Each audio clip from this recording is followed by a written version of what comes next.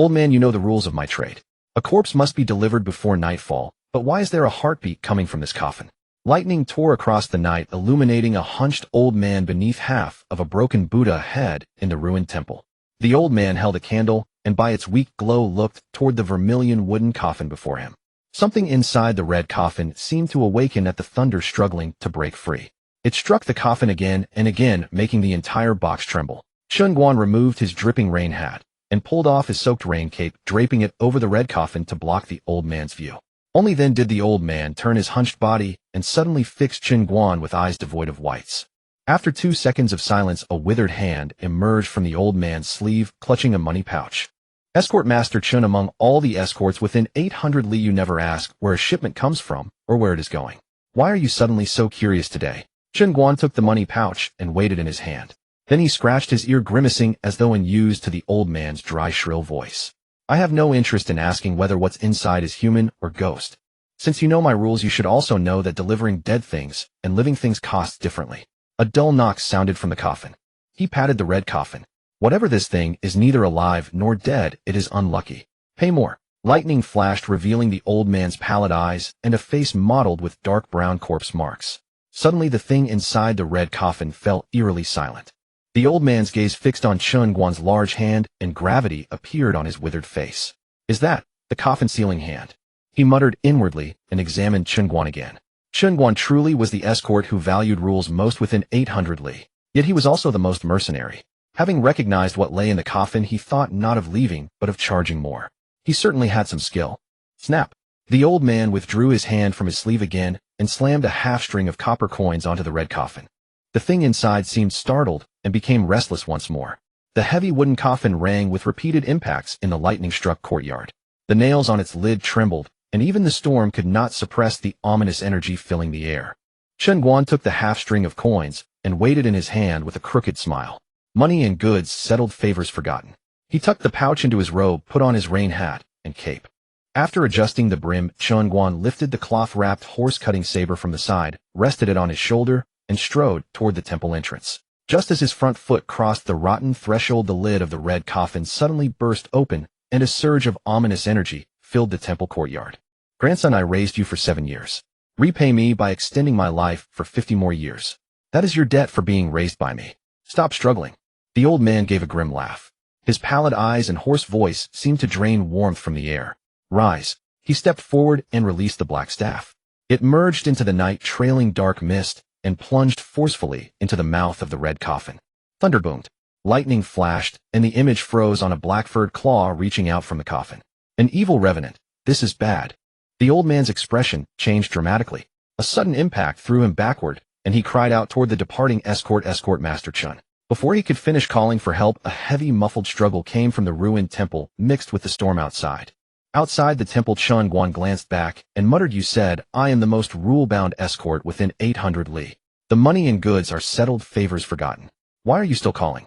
He continued down the mountain without haste. The money pouch at his waist swung with each step, its clear clinking sound bringing him unusual comfort. A low roar suddenly sounded behind him. A foul-smelling dark shape crashed onto the road before him, splashing muddy water everywhere. It was a towering black-furred creature, 8 chi tall, its hands shaped like claws. It raised its fierce head and fixed its black eyes on Chen Guan. Chen Guan stopped and tucked the money pouch more securely into his belt. Is this a robbery? He narrowed his eyes and studied the black-furred creature by the lightning. So that is why there was a heartbeat, but no breath. It was the revenant raised by that old man. A hint of delight appeared in Chen Guan's eyes. What is it? Are you planning to hire me to take you home? As long as the payment is right, I accept revenant escorts too. The revenant clearly understood no human words. It roared, drove its legs into the mud, and launched itself at Chen Guan's face with a sharp rush of air. The delight vanished from Chen Guan's eyes, replaced by the coldness of a deep pool. No deal, yet you still block my road. You should have asked that old man about my temper before leaving the temple. Thunder exploded across the sky. Instead of the creature reaching Chen Guan, a fierce blade flash split the rain-laden night air in two. Another lightning bolt fell. The image froze as the black revenant split apart and fell to either side into muddy puddles. Chen Guan flicked his wrist, and the cloth-wrapped horse-cutting saber returned to his shoulder. He stepped over the fallen creature and glanced back once more. Damn it, you made me carry you for 7 days and 7 nights. What a bad omen. A line of blood-red text slowly appeared in the rain, visible only to Chen Guan. Mission: deliver the demon coffin completed. Reward: escort points 10. Trait draws 2. Chen Guan's gaze settled on the trait draw option and his thoughts stirred. Congratulations, permanent route, trait acquired, path cleaving slash. Effect: while on an escort route, saber attack power increases by 100%. Congratulations, temporary trait acquired, indestructible body. Effect: while the escorted item remains within 10 meters, the host gains 30 seconds of invulnerability. Path cleaving slash. After 7 days and 7 nights of work, this is not a bad return. Chen Guan sheathed the saber, tightened his soaked plain robe, and let rain stream in lines from the brim of his hat. He drew a breath, touched one toe to the mud, and moved like a black swallow through the forest unhurriedly, descending towards Xiaohe village 50 li away. Chen Guan had lived in Xiaohe village for 10 years. In this chaotic age of demons and monsters, this was the 10th year he had endured by sheer will. Demons ran rampant, treating human lives as worthless. Even the stray dogs along the road were bloated and hairless, their tastes spoiled by feeding on the dead. Now they bared their teeth and growled at living people. Fortunately, he had the escort system to rely on. In this man-eating world, it gave him a foothold. When the road was safe, he exchanged money for wine. When it was not, he delivered goods as an escort. For years he had traveled in circles through this remote backwater, hoping to leave and see the great cities beyond. 10 years had already passed. With this path-cleaving slash, it is time to accept long-distance escorts and travel farther. The mountain road, washed by rain, was thick with mud. A dark figure crossed it, as though walking on level ground. By the time Chen Guan returned to Xiaohe village, the sun had risen over the eastern ridge, and golden morning light dispelled the damp chill of the night. Smoke curled above the village roofs, mingling with the fragrance of damp earth. Many villagers already carried hoes in groups of 3 or 5 toward the fields below the mountain. In those times, farming was as dangerous as escort work, both meant risking one's life. Demons and ghosts were everywhere. Any night a family's chickens, ducks, or cattle might become corrupted and consume the entire village before dawn. That was why Chen Guan most often escorted old sows to breeding appointments. In a world where any living thing might turn into a monster, an ordinary sow that could safely bear piglets was a walking treasure chest. Little Chen, why have you only just returned? At the village entrance, a dark-skinned, sturdy old farmer carrying a hoe grinned at Chen Guan, revealing a row of white teeth. His name was Zhang Wen, the village's only educated man, and now a true farmer. In this chaotic age, a page of sage's writing was worth less than a handful of grain. Chen Guan nodded and casually untied a blood-marked wild rabbit from his waist, tossing it over. Uncle Zhang will have a couple of drinks tonight. Zhang Wen's scholarly dark face lit up with delight as he caught the rabbit. Then he suddenly remembered something and looked regretful. Little Guan, I'm afraid that drink must wait until you return. While you were away, an old gentleman came to the village asking specifically for your escort services. The old man brought his granddaughter and has come for 6 mornings in a row. Today is the 7th. Chen Guan looked up toward the village and curled his lips. What kind of escort job is so urgent that they come here every day to block my door? He had barely finished when, in the distance, a white-haired old man with a bent back approached with the help of a little girl, coughing violently as they walked. The cough was tearing and violent, shaking his thin body until it seemed he could not stop. Chen Guan tilted his chin toward them. Those two? Yes. Zhang Wen nodded, pulled Chen Guan aside, and leaned close to speak quietly. The old gentleman says he has little time left. He wants to entrust you with escorting his granddaughter to a distant relative. Am I destined to keep crossing paths with old men? I sent one off not long ago, and now another appears. As he muttered to himself, the old man and the young girl had already shuffled over unsteadily. Old man Zhang hurried forward to introduce them. Escort Chief Chen. The old man raised his head shakily, his murky eyes revealing an urgency that seemed to burn before the last flicker of life faded. He struggled to clasp his hands in a bow. I came from Sanhua town and have been waiting here for you for 7 days. It's just, cough, cough, cough. Before he could finish his sentence, another violent fit of coughing racked his body, turning his aged face a deep purple. The young girl beside him, a flicker of pain crossing her face, quickly extended a slender fair hand and gently patted the old man's back. Chen Guan's gaze fell upon the girl. She was about 15 or 16 years old, dressed in a faded cloth skirt, yet it could not conceal the beginnings of a graceful figure. Especially her exposed neck and wrists, her skin white and delicate, like fine mutton fat, jade strikingly out of place in this impoverished mountain village. What was even more striking was her cold, clear eyes. Facing his years of accumulated murderous aura, she remained utterly unruffled. Moreover, he sensed in this young girl a temperament that did not belong to these mountains. That kind of composure and majesty he had only seen once before in the governor who inspected the frontier. Yet the aura emanating from this young girl was even more restrained and profound than that governor's. He wondered if it was his imagination. And listening to the old man's refined manner of speech, he didn't seem like a farmer tilling the soil either. It took a long while for the old man to catch his breath. A sickly pallor spread across his face, and gasping, he used the last of his strength to finish his sentence. It's just that the journey is long. 2,000 li away to the great Zhou dynasty. Oh, we're going abroad now, Chen Guan muttered inwardly. No wonder this little girl carried such an air with her delicate skin and the old man's refined speech. They were not from Dayun.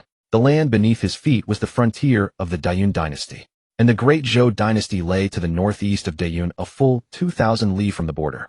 Those 2,000 li were no peaceful road. One would have to cross countless wild mountains infested with demons and traverse endless wastelands haunted by hungry ghosts. The dangers along the way were not just bandits blocking the road, but more often those inexplicable demons and spirits that pounced on any living soul. He had indeed entertained thoughts of venturing beyond, but he never imagined that his first long-distance escort would take him this far.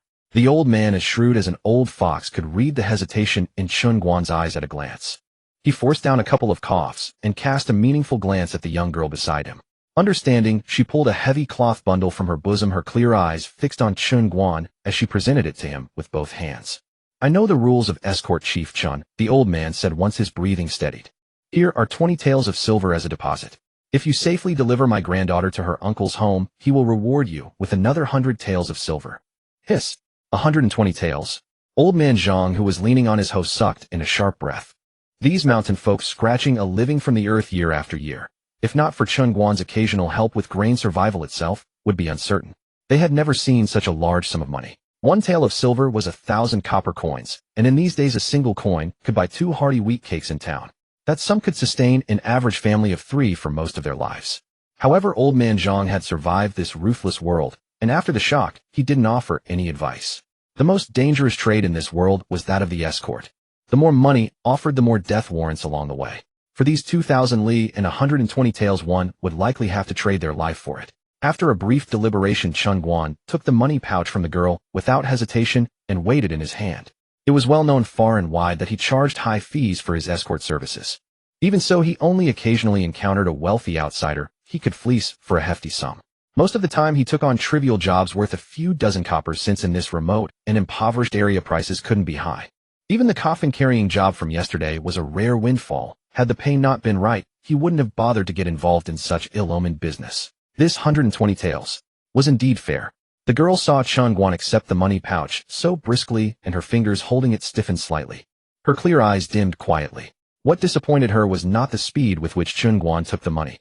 It was the look in his eyes when he accepted it.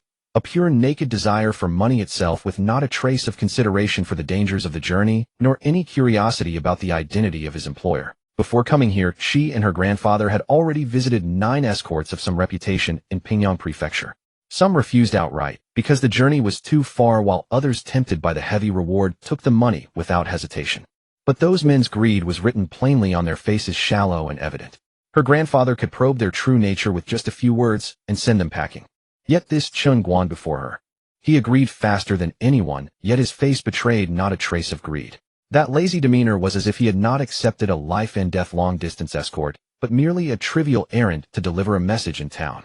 He was either an absolute master, supremely confident in his own abilities, or a reckless fool who had no idea of the dangers of the world. And judging from his unapologetically mercenary air, the latter seemed more likely. She couldn't understand why her grandfather would wait 7 days for such a man. Chen Guan, however, tucked the money pouch into his bosom, his cold gaze sweeping over the old man, and finally resting on the girl with lowered eyes. Since you know my fee schedule, you must also know my rules for escort missions. He raised 3 fingers. First, once the destination is set, it cannot be changed along the way. Second, the route is mine to decide. Third, we put it in writing. If any clause is violated, I have the right to dissolve the agreement on the spot.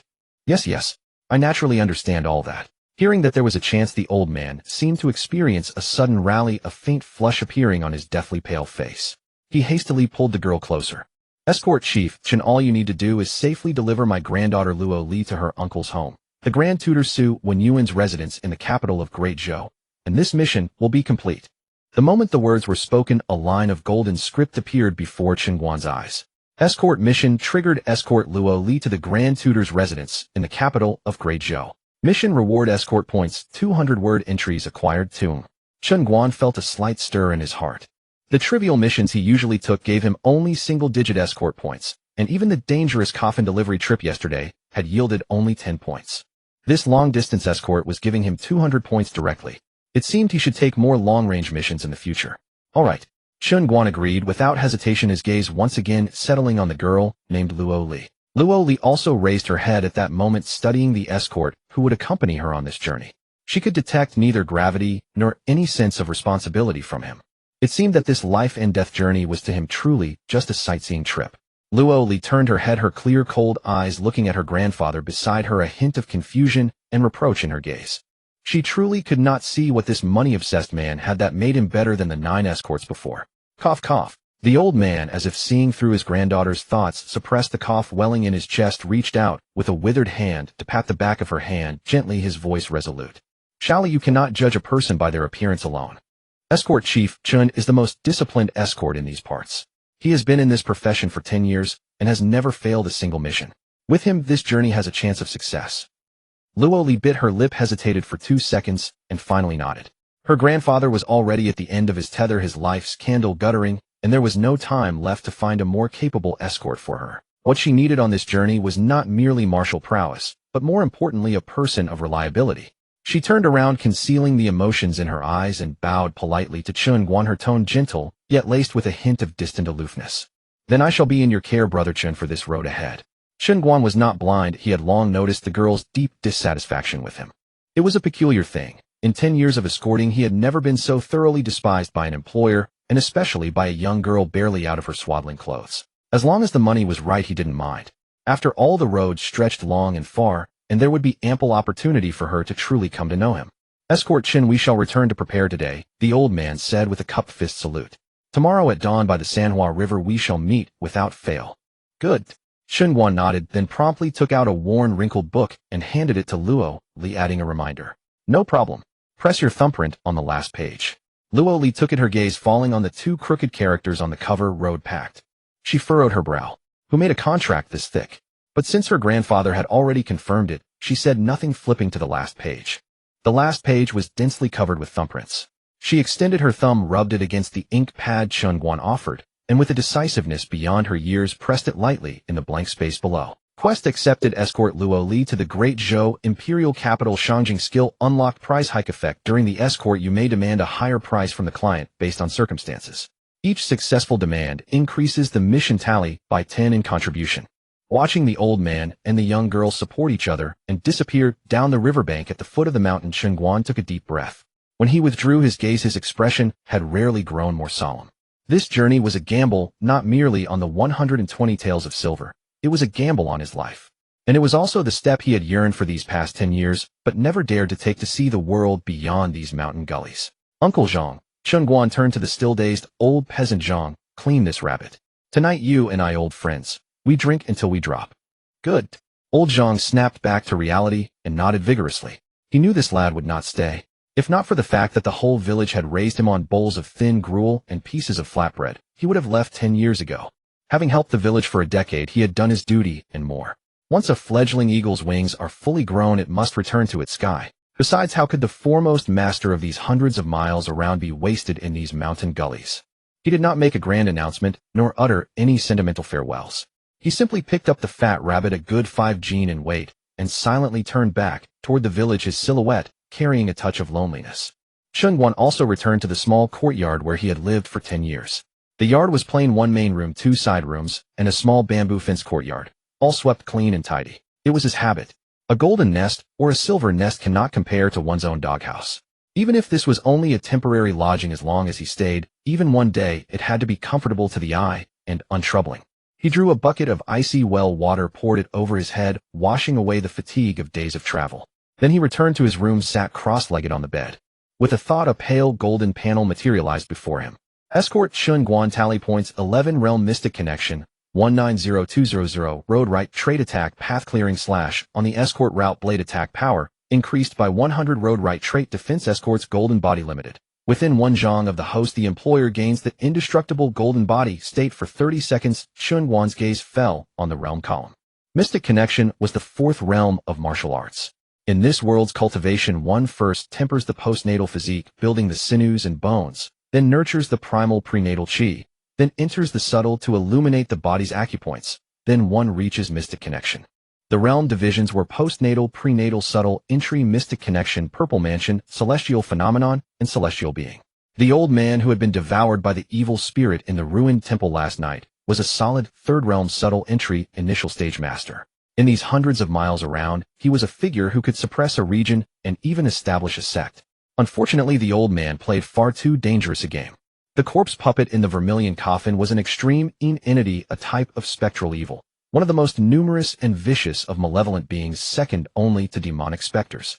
Demonic specters were at least tolerable. They knew to avoid human cultivators' pursuit and rarely caused trouble. But these ghostly evils were different. They had no minds, they fed on humans, and when they emerged they often devoured entire villages. In all these years of escorting, he had only encountered a few of them. However, because they blocked his path, he had cut them all down. The one last night, Ain Spectral, had already reached the threshold of subtle entry, matching the third realm's subtle entry midstage. That old man, a mere subtle entry initial stage, had tried to subdue a spectral evil of that level. He was like a mouse serving as a bridesmaid for a cat, and he got what he deserved. 190 points. Exactly 10 short. With a thought, Chen Guan went all in.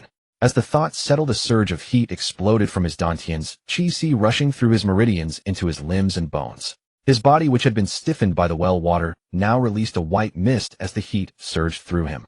His six senses suddenly sharpened.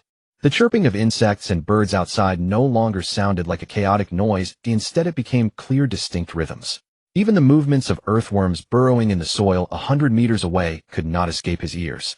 When the purple chi of the Dantian is born, the mansion's gate opens today. If subtle entry is opening the body's divine treasury, allowing one to pluck flowers and wound others, then purple mansion is truly knocking on the gate between mortal and immortal, granting the supernatural ability to condense true chi into form and sever heads from a distance.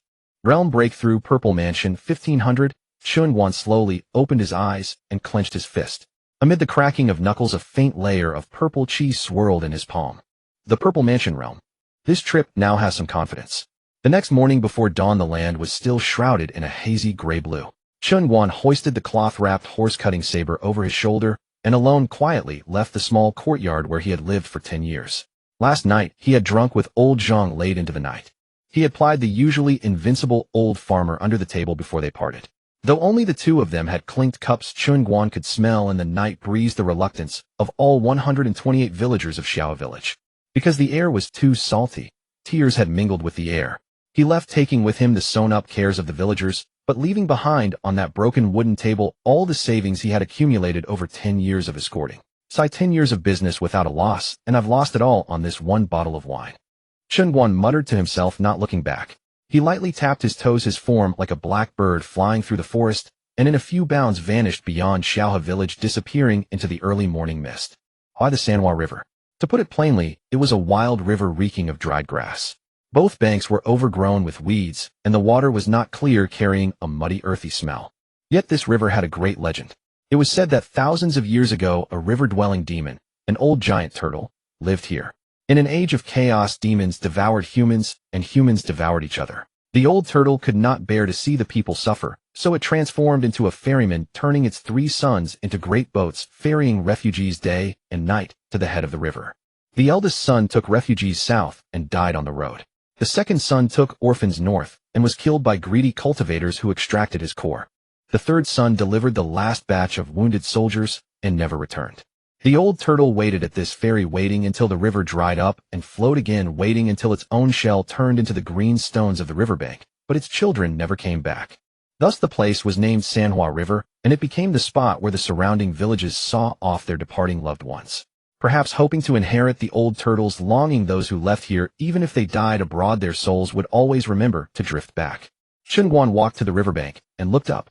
A slender, graceful figure stood alone on a green stone jutting into the river, like a lonely wild goose, quietly gazing at the broken reflection of the waning moon in the water. Hearing footsteps behind her, Luo Li whirled around. Seeing it was Chen Guan, she hastily raised her sleeve, stubbornly wiping the traces of tears from her eyes.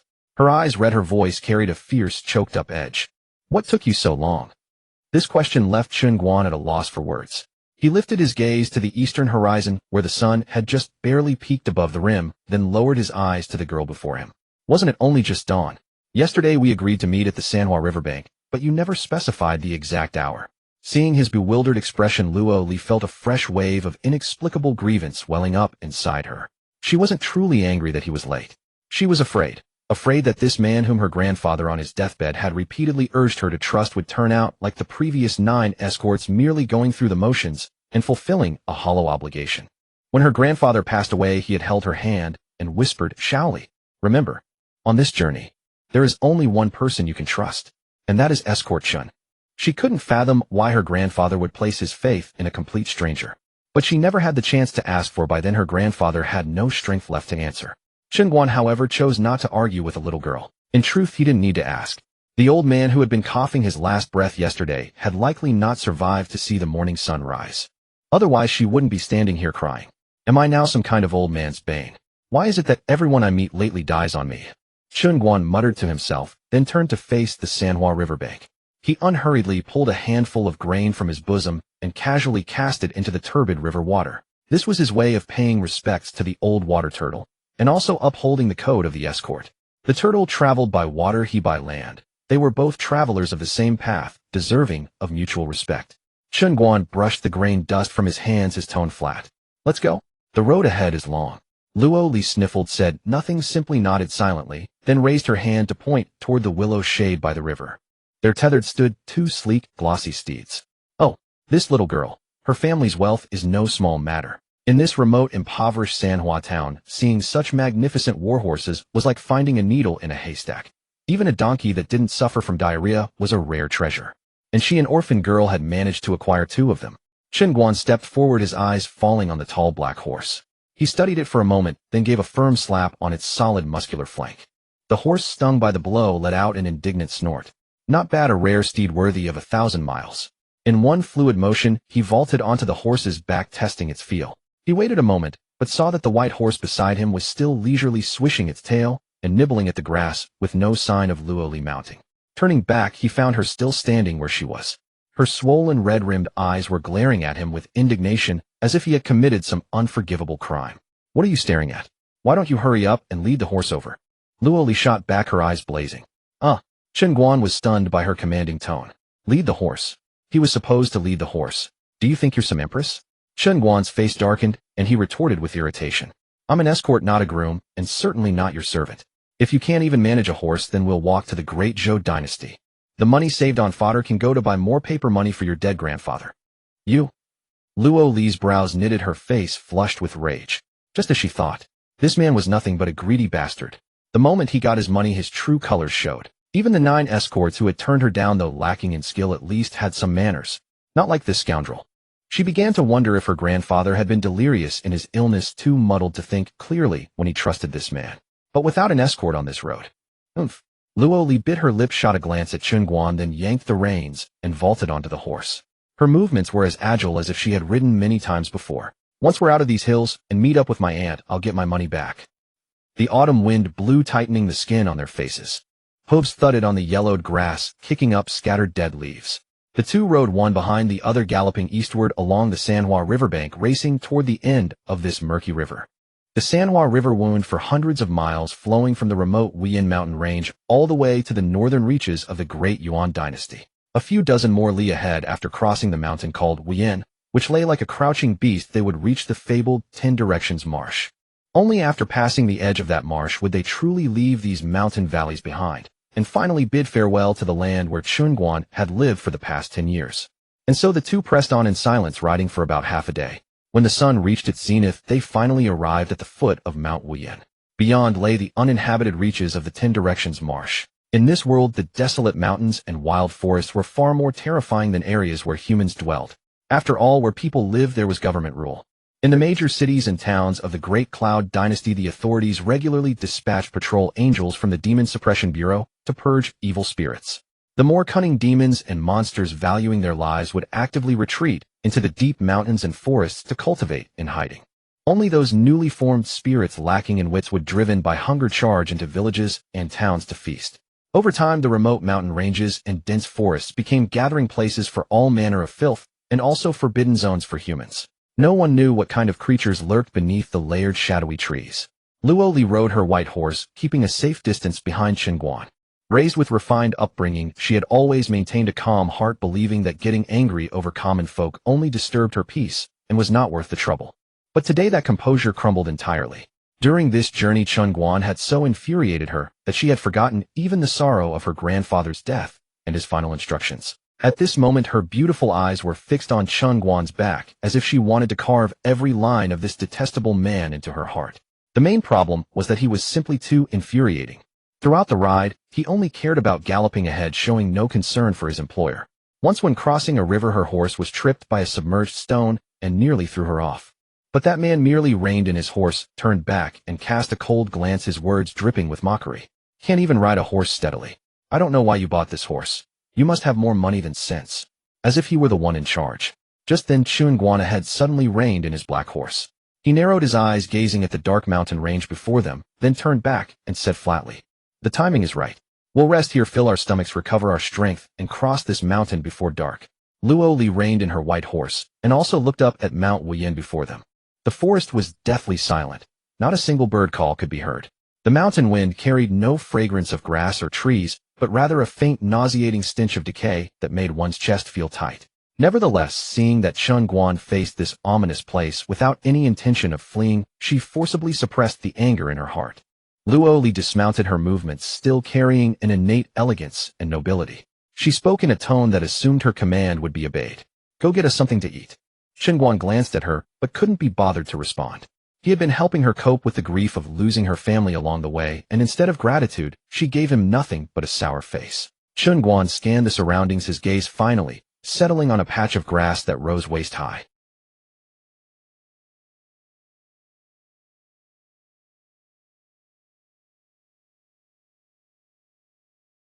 Moments later, a sharp squeak came from the grass. Luo Li turned to look and saw Chen Guan emerging, holding a rabbit by its two long ears. The rabbit was enormous, weighing at least 5 or 6 catties, and was still kicking its legs desperately, but in Chen Guan's grip its struggles seemed futile. This man, whether he had any real skill remained to be seen, but his knack for survival was certainly practiced. Let's just hope he's as quick when they encounter a demon on the road. Chen Guan carried the kicking rabbit to a small river nearby, pulled a short knife from his boot. Skinning, gutting, and washing, all done in one fluid motion without any hesitation. After rinsing it clean in a few quick motions, he casually broke off a sturdy branch, skewered the entire rabbit, and set up a fire above it. A rabbit that had been lively and kicking now met its final fate as food under the roaring flames. Luo Li sat on a rock in the distance, uncapped her water pouch, took a small sip, and wiped her mouth. Suddenly her delicate nose twitched slightly. A spicy fragrance she had never smelled before, mingled with the aroma of roasted meat, crept silently into her nostrils. She turned to look. Chen Guan took out a bamboo tube and sprinkled colorful powder over the golden brown roasted rabbit. Sizzle. Fat dripped into the fire, bursting into sparks, and the aroma grew even more assertive and tantalizing. This scent, she had never encountered it before. The spiciness carried a peculiar fragrance utterly different from any game she had tasted at rural taverns. Luo Li unconsciously swallowed. This fellow. He must have devoted all his thoughts to food and drink, otherwise a wild boy raised in a mountain village would have starved long ago. How could he have had the money to practice martial arts and become the most renowned escort warrior for miles around? Crack, crack, crack. Dry branches popped in the fire, and the spicy aroma of meat spread wantonly through the air. Luo Li's stomach betrayed her with a soft gurgle. Soon Chen Guan took the roasted rabbit, crisp on the outside, tender inside, glistening with oil, off the fire. He brought it to his nose and sniffed deeply, a satisfied expression spreading across his face. Not bad. This roasted rabbit smells even better than last night's braised one." As he spoke, he turned his head and glanced toward Luo Li. Quickly she turned away, pretending to admire the distant scenery, but her heart skipped a beat. She waited and waited. In her past years of understanding, any man, especially one of far lower status than herself, would have respectfully presented the best portion with both hands after preparing food. That was the rule, the etiquette. But after waiting for so long, aside from the increasingly rich and tormenting aroma of meat, there was no other movement. Unable to contain her curiosity, she quietly turned her head and stole a glance out of the corner of her eye. What she saw nearly made her faint with rage. There he was, crouching alone on a large rock, clutching the entire plump roasted rabbit, devouring it with gusto, as if no one else existed. His mouth was greasy. What about hers? You? Luo Li's blood rushed to her head. She stood up abruptly from the rock, strode over to Chen Guan in a few steps, pointed at the rabbit in his hands, and demanded angrily, "Where's mine?" Chen Guan paused, his tearing motion grease smeared across his mouth, and looked at her with a puzzled expression. Yours? What? I. Luo Li, seeing his matter-of-fact demeanor, suddenly realized this guy had been busy all this time, and there was never any portion for her at all. Her cheeks flushed crimson instantly, whether from anger or embarrassment. Clenching her pearly teeth, she scolded, "Are you even an escort warrior? How can you be an escort like this?" Hold on. Chen Guan raised an eyebrow, put down the roasted rabbit, and began to reason. Listen, young miss, you need to get this straight. The money you paid is the escort fee, money to keep your little life safe. He shook the half-eaten rabbit in his hand, wearing a strictly business expression. Meal expenses are not included. If you want to eat, that's possible, but the meal fee is separate. You? Luo Li gritted her teeth in fury at his words. This wasn't her first time hiring escorts. In the past, every time she traveled far, the escorts she hired would hover around her front and back, guarding her on all sides, afraid she might get bumped or bruised. But this fellow, not only did he ignore her throughout the journey, now he even charged extra for a bite to eat. She had never seen such a greedy, shameless escort warrior. You bastard. Tears of grievance welled up in Luo Li's eyes, but she stubbornly refused to let them fall. Her grandfather had just passed away, and she was alone. She had to learn to be strong. She reminded herself inwardly, then quickly turned her head aside. When she looked back, her aggrieved expression had reverted to the previous cold and aloof look. Seeing that she had no intention to pay, Chen Guan ignored her. He lowered his head, picked up the roasted rabbit, and resumed devouring it heartily, as if the girl trembling with rage and on the verge of tears beside him didn't exist at all. Her faint sobs were drowned out by his deliberately exaggerated chewing sounds. Damn it, I'm an escort, not your nanny. I don't have to cater to your spoiled young lady's temper. Can't you tell?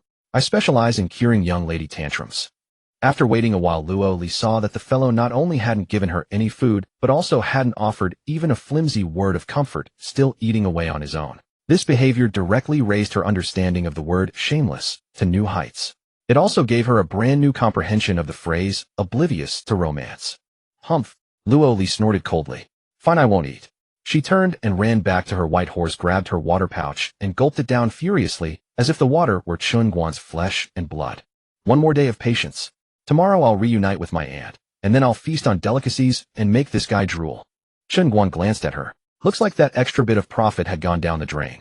The little girl had some backbone after all. After eating and drinking his fill, Chen Guan walked over to Luo Li, wiped his greasy mouth carelessly with his sleeve, and said, "Pack up, we're leaving." Humph. Luo Li snorted, hung her water pouch back at her waist, as if venting her anger, grabbed her luggage, and with a light leap mounted her horse gracefully. This girl is actually a martial artist, and a Xiantian realm master at that.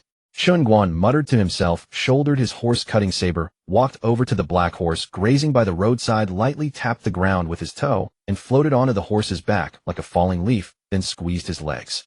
Giddy up. The black horse neighed in pain, immediately stretched its forelegs and galloped toward the dark, looming mountain range ahead. Luo Li still trailed behind. But this time she didn't throw a tantrum. Instead, she quickened her pace and followed closely behind Chen Guan. Although angry, she kept a clear head. The Wuyan mountain range, though not a true forbidden zone for humans, was located at the edge of the Shifang swamp. The Wuyan mountain range lay at the fringe of the Shifang swamp. It was said that the demons lurking deep within the swamp were so ferocious that even the commander of the 100,000-strong Demon Suppression Bureau dared not venture in lightly. Now was not the time for petty squabbles. Watching Chen Guan's back, her mind churned with complicated thoughts. Though she didn't know the true strength of this fellow ahead, she knew that in the martial world, escorts relied not only on brute courage, but more importantly on experience. Their innate instincts and judgment for danger far exceeded ordinary people, often allowing them to sense and avoid disasters before they struck. Hooves thundered like rolling drums. The forest fell behind, dead leaves swirling. The two riders and their horses, like arrows from a bowstring, charged into the dim mountain woods. They traveled 100 li. Along the way, apart from eerie howls, occasionally a few foolish beasts would dart out from the woods, but before they could even see who was coming, they were startled by the thundering hooves and scattered in all directions. Other than that, the journey was fairly peaceful, with no demonic obstacles blocking their path. Gazing through the detested back ahead of her at the gradually flattening mountain terrain, Luo Li heaved a long sigh of relief. In another 2 hours of travel, they would leave this mountain range and descend 100 li to the first city of Pingyang Prefecture, Wanghua City. Though not a large city, it was the only waypoint at the edge of the Shifang swamp. And her aunt, who had come to escort her to the Great Zhou dynasty, was waiting for her in that very city. Just as the taut string in her heart began to relax, boom, a dark figure burst out from the grass ahead, kicking up a cloud of debris, and instantly blocked the path they had to take. It was a wolf-shaped monster. No more than 5 feet tall, its fur was pitch black like ink without a single trace of other colors. Its pair of scarlet eyes burned with cruelty and hunger, and a visible black, demonic aura steamed from its body. The stench of blood and decay rushed over from afar, nauseating. Chen Guan almost crashed headfirst into it. But he reacted quickly, yanking the reins sharply. The black horse beneath him reared up with a terrified neigh, halting just 2 zhang away from the dark shadow. Luo Li looked up and immediately reached for the short sword at her waist. It's a demon fiend. According to the records, a demon fiend is a type of evil creature, a beast that has devoured the flesh and blood of humans or animals tainted by the uncanny, mutated, and corrupted by that power. They possess no spiritual intelligence. Their minds are filled only with the most primal instincts of slaughter and devouring. Once they enter battle, it is a fight to the death with no quarter given. Even 3 or 5 ordinary cultivators of the same realm might not be a match for one. And this demon wolf before them had condensed demonic aura so solid that its strength was no less than the Xiantian realm. The demon wolf caught the scent of blood from the humans and horses ahead, and a greedy gleam flared in its scarlet eyes. Whoa! It let out a furious roar, then slowly arched its body, digging its hind claws into the ground. The knotted muscles of its legs bulged like boulders as it assumed a pouncing stance. This is trouble. Luo Li's expression turned grave. She silently pressed her hand on the hilt of her sword, afraid of startling the bloodthirsty beast. She drew the blade inch by inch, trying not to make a sound. But Chen Guan, standing in front of her, merely cast a casual glance at the demon wolf. He neither drew his blade nor showed any nervousness.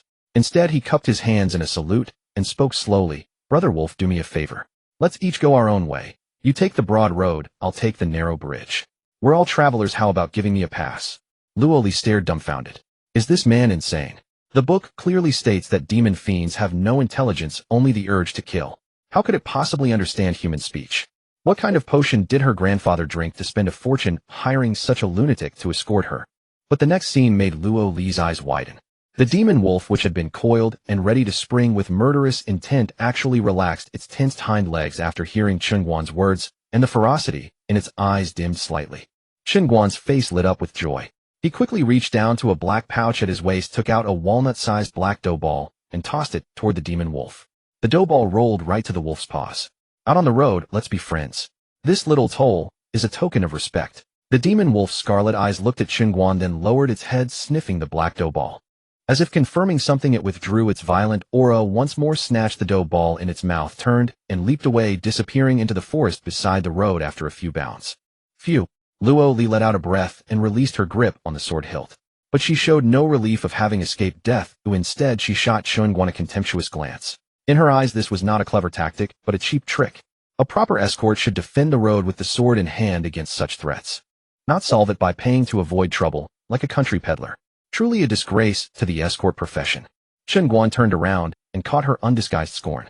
A smug smile curled at the corner of his mouth. So, see my skill. I tell you, you'll never find a more professional escort than me. Luo Li snorted coldly and ignored him. That was just a demon wolf that had barely entered the Xiantian realm, weak and low level. Any decent escort could have taken it down with a single stroke. And this fellow, relying on some crooked, unknown methods to trick the wolf away, still has the nerve to boast. She couldn't be bothered to say another word to this rogue. Giving Chen Guan a cold glare, she squeezed her horse's flanks and rode ahead on her own. Chen Guan saw her let them eat cake, naivety, and couldn't be bothered to explain. The terror of demon wolves never lies in their individual combat strength, but in their racial characteristics. They are the largest group-dwelling beasts in the Shifang swamp region. Once tainted by the uncanny, the entire pack often mutates together. With his 10 years of experience on the escort road, he could tell at a glance that this demon wolf was merely a sentry on patrol. Killing it would not be difficult. The hard part would be preparing to be besieged by thousands of demon wolves. Only an experienced old hand like him, who knew how to use trade jargon and rules to avoid risks. If it were some greenhorn, this little girl would have died 800 times by now. But the road ahead was not as smooth as Luo Li imagined. Chen Guan forced her to zigzag through the gloomy mountain forest like a lost old farmer. All afternoon they repeated the same motion: stop, bow, throw a dough ball, detour. Until deep night, Chen Guan had paid out 5 or 6 black dough balls as tolls, before leading her out from the other side of the mountain range. Luo Li was about to explode. Having spent the past few days arranging her grandfather's funeral plus a full day of travel, she had gone almost a day and night without eating. Now she was so hungry that stars swam before her eyes, and everything appeared double. But that bastard ahead not only didn't try to find her some food, He even made sarcastic remarks, "Serves you right. Who told you to be so stingy, unwilling to spare a bit for food expenses?" These words drained the last of her strength, leaving her unable even to pick a fight with him. Fortunately, she could now see faint candlelight flickering at the foot of the mountain in the distance. As they drew closer, the candlelight became clearer, and the eerie, foul, bloody smell of the deep forest that had filled the air all day had vanished. In its place was the familiar scent of human hearth and home. Growling, Luo Li's stomach betrayed her again, the sound loud in the silent night. Chen Guan found it somewhat amusing, but he didn't want to provoke her further. He pretended not to hear, leading the way unhurriedly. Only his pace was even slower than when crossing the mountain range. "Can't you go any faster?" Luo Li could no longer endure, her voice trembling with tears. Her words had just faded when Chen Guan's body suddenly jerked to a halt, his gaze sharpening. "Not good." The lazy, carefree expression on his face vanished, replaced by a habitual alertness. Chen Guan didn't turn around. Lowering his voice, he spoke slowly, word by word, to Luo Li behind him. "Keep walking forward. Don't look back. If you don't need to tell me." Luo Li, clutching her stomach, shot him a glare, thinking he was putting on another act. But human curiosity is strange. In the pitch darkness, she hadn't even thought of looking back. But Chen Guan's words made her feel a chill at her back, as if something was watching her. Not turning to look left her itching all over. Just then a voice so familiar and kind came drifting from behind her. "Shaoli, my good granddaughter." It was her grandfather's voice. Luo Li's mind went blank. Grief and longing surged like a tide, making her completely forget Chen Guan's warning. She instinctively began to turn her head. But just as her head had rotated a tiny angle, her pupils shrank to pinpricks. Her body, along with the horse beneath her, was instantly petrified by an invisible force, frozen solid, unable to move. "Fool!" Chen Guan's face darkened. Without hesitation, he hooked his toe under the horse-cutting saber hanging from the saddle. Whoosh! The nearly 2-meter-long, 5-inch-wide horse-cutting saber leapt from its sheath, shooting toward the sky. Then Chen Guan pushed off the ground with both legs soaring upward, his body parallel to the saber, as he rose slowly into the air. He chanted rapidly under his breath. "Heavenly origin returns to one. I walk the 8 directions. One word settles the universe." As the words left his lips, he pointed at the blade of the horse-cutting saber. Hum! The horse-cutting saber erupted with a blinding purple light, instantly illuminating the pitch-black wilderness. The light coalesced into a mysterious force, slowly pushing back the surrounding night. Then Chen Guan kicked off in midair, using the momentum to land 1 foot on the saber's hilt. The saber stopped its ascent and hurtled downward with him, howling toward the ground. Boom! Stones flew in all directions. The horse-cutting saber plunged deep into the earth with a dull thud, leaving only its hilt above ground, pulsing with a dazzling purple light. Chen Guan had not once looked back. After completing this, he leveraged his momentum again and landed lightly back on his horse. He quickly urged his black horse forward, leaving Luo Li behind. The horse stepped onward toward the flickering candlelight ahead. "I see the path before me and shall not break the rules of the road. I ask the evil god, spare this young girl's life. How about it?" Chen Guan called out. The black horse continued its steady pace, clattering onward, moving away from Luo Li. Chen Guan was not anxious, for they had encountered the rarest and most troublesome of all, the specter. A specter is formless, illogical, and incomprehensible. It is not a physical entity, but a tangle of rules and the unknown. Once one unwittingly triggers its killing rule, they are instantly drawn into its domain of rules, helpless. And this one was the local folk legend, "Don't look back." Its rule was brutally simple on this road: if you hear any abnormal sound or call, you must never turn around. Once you turn, you are frozen forever in that moment, until your life force drains away, leaving only a pile of bones. To escape such a bizarre rule, one must find its loophole and break it. This was the second specter Chen Guan had encountered in his life. The first was 5 years ago, the water-carrying granny. There was also a stubborn scholar, like Luo Li, overflowing with compassion. Seeing an old woman struggling to carry water at the village entrance, he rushed to help her steady the carrying pole. In the end, that scholar ended up carrying water for the granny for 3 days and 3 nights until his back snapped from exhaustion. And Chen Guan had sat beside him for those 3 days and nights, finding the loophole in the rule, and finally dragged the young man's soul back from the rule. The black steed continued its unhurried pace. Chen Guan still awaited the entity's reply. He didn't want to break the rule because "don't look back," unlike the water-carrying granny, wouldn't give you time to help her. Once you turn, your entire life force would flow backward. Luo Li's life was already on a half-candle countdown. Seeing no response from the entity, Chen Guan's brow twitched slightly. With a thought, he opened his system inventory. Limited time trait Escort Golden Body trait effect. When the employer is within 10 meters of the host, the golden body is activated, granting 30 seconds of invincibility. Evil repelling trait effect repels all evil lasts 1 minute. Mind guarding trait effect defense fortifies the body and mind immune to external disturbances pacifies, all evil lasts 3 minutes. Chen Guan surveyed the resources he had accumulated over the years. Though he had exactly 20 traits, only these 3 could be used against a rule-based specter like this. After much deliberation, he abandoned the idea of using his trump cards. This escort had just begun, there were still thousands of miles ahead, and who knew what other horrors lay in wait.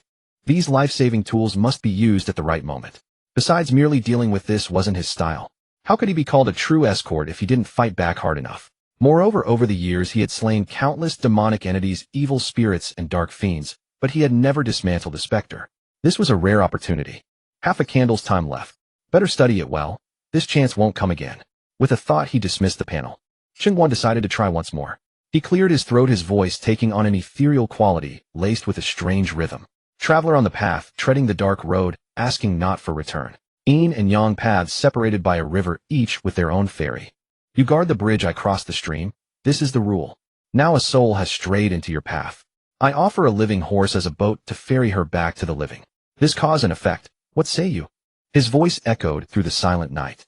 Every syllable struck an invisible drum, causing ripples in the surrounding air. Thus both sides remained frozen for several breaths. The black horse continued to carry him forward step by step, never looking back, putting more distance between him and Luo Li's petrified figure. Yet the entity that had dragged Luo Li into its rule remained unmoving. You don't appreciate kindness, do you? Chen Guan's face turned completely cold. The aura of his newly broken through Zifu realm burst forth with no restraint, erupting like a volcano. The terrifying pressure twisted the air around him. His voice regained its original dominance and chill. I'll give you 3 claps. Don't make me flip this table. Slap. Before the words faded, Chen Guan raised his hands and brought them together, producing a sharp clap that exploded in the dead night. At that moment, the horse-cutting saber he had driven into the ground earlier, as if receiving a command, emitted a purple light and trembled violently. Rumble. The hard ground fissured under the saber's vibration, cracks spreading like a spiderweb from the saber outward in all directions. Luo Li, touched by the dust and smoke, trembled slightly and showed some reaction. So the thing can feel pain too. Chen Guan muttered to himself, continuing forward in accordance with the rule. He had already used the horse-cutting saber as a nail to pin down the rule of this place, that is, to pin down the entity. If Luo Li was lost, the entity wouldn't escape, giving him enough time to truly understand what a specter was. Yet still there was no movement around him. Stubborn, huh? Chen Guan's eyes turned cold as he raised his hand again. But this time, before his palm could fall, the ground beneath him suddenly gave way. Caught off guard, he stepped into empty air and landed on the ground in a horse stance. Looking down, the pitch-black tall horse had vanished beneath him as if it had never existed. Don't chicken out. Chen Guan clicked his tongue and muttered. Only then did he slowly turn around. Not far away, the stubborn girl had fallen from her white horse, at some point lying sprawled on the ground, eyes tightly shut, skirt disheveled, unconscious. Chen Guan didn't rush to help Luo Li. He cautiously scanned the surroundings, a habit from his years as an escort. He had too little experience with this kind of specter. That was why he had left room for the entity to choose. After all, he couldn't be sure if the thing still had tricks up its sleeve. As the saying goes, even a cornered rabbit will bite. The average lifespan of an escort was less than 5 years, and half of them died from such stubbornness. The other half died from overestimating themselves. Only by respecting every inch of land every demon encountered and sailing cautiously for 10,000 years could they raise the average lifespan of their profession. The surroundings were deathly silent, a wasteland. Chen Guan looked up toward the direction of the candlelight, he remembered. His pupils abruptly contracted. The candlelight, representing the warmth of mortal life, was not before his eyes. He turned his gaze toward Luo Li, discovering that the candlelight was on her side, the direction from which they had first descended the mountain. Chen Guan frowned in contemplation, quickly discerning the peculiarity of this situation. From the moment Luo Li was drawn into the rule, the orientation of this realm had been disrupted, resulting in a reversal of yin and yang.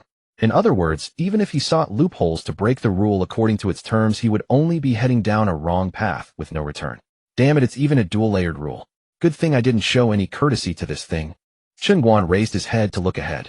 If he continued following the rule of not looking back, the end of that direction was the deepest part of the 10 Directions swamp. He cast a deep glance at the dark swamp-covered land, his brows tightly furrowed, and muttered another inexplicable remark. Humans feed on Earth their whole lives, and Earth feeds on humans but once. Indeed, all are merchants, even the specters are no exception. Withdrawing his gaze, he walked to the horse-slaying saber deeply embedded in the ground and lightly hooked it with his toe. Clang! The saber was pulled free from the earth with a resonant sound. He raised his hand, and the scabbard discarded by the roadside was drawn into his palm by an invisible force. With a flick of his wrist, the nearly 2-meter-long saber sheathed itself with precision, and he hoisted it back onto his shoulder. Having done all this, he walked to Luo Li's side, looking at her dust-covered pallid face. He truly wanted to slap her hard across the face.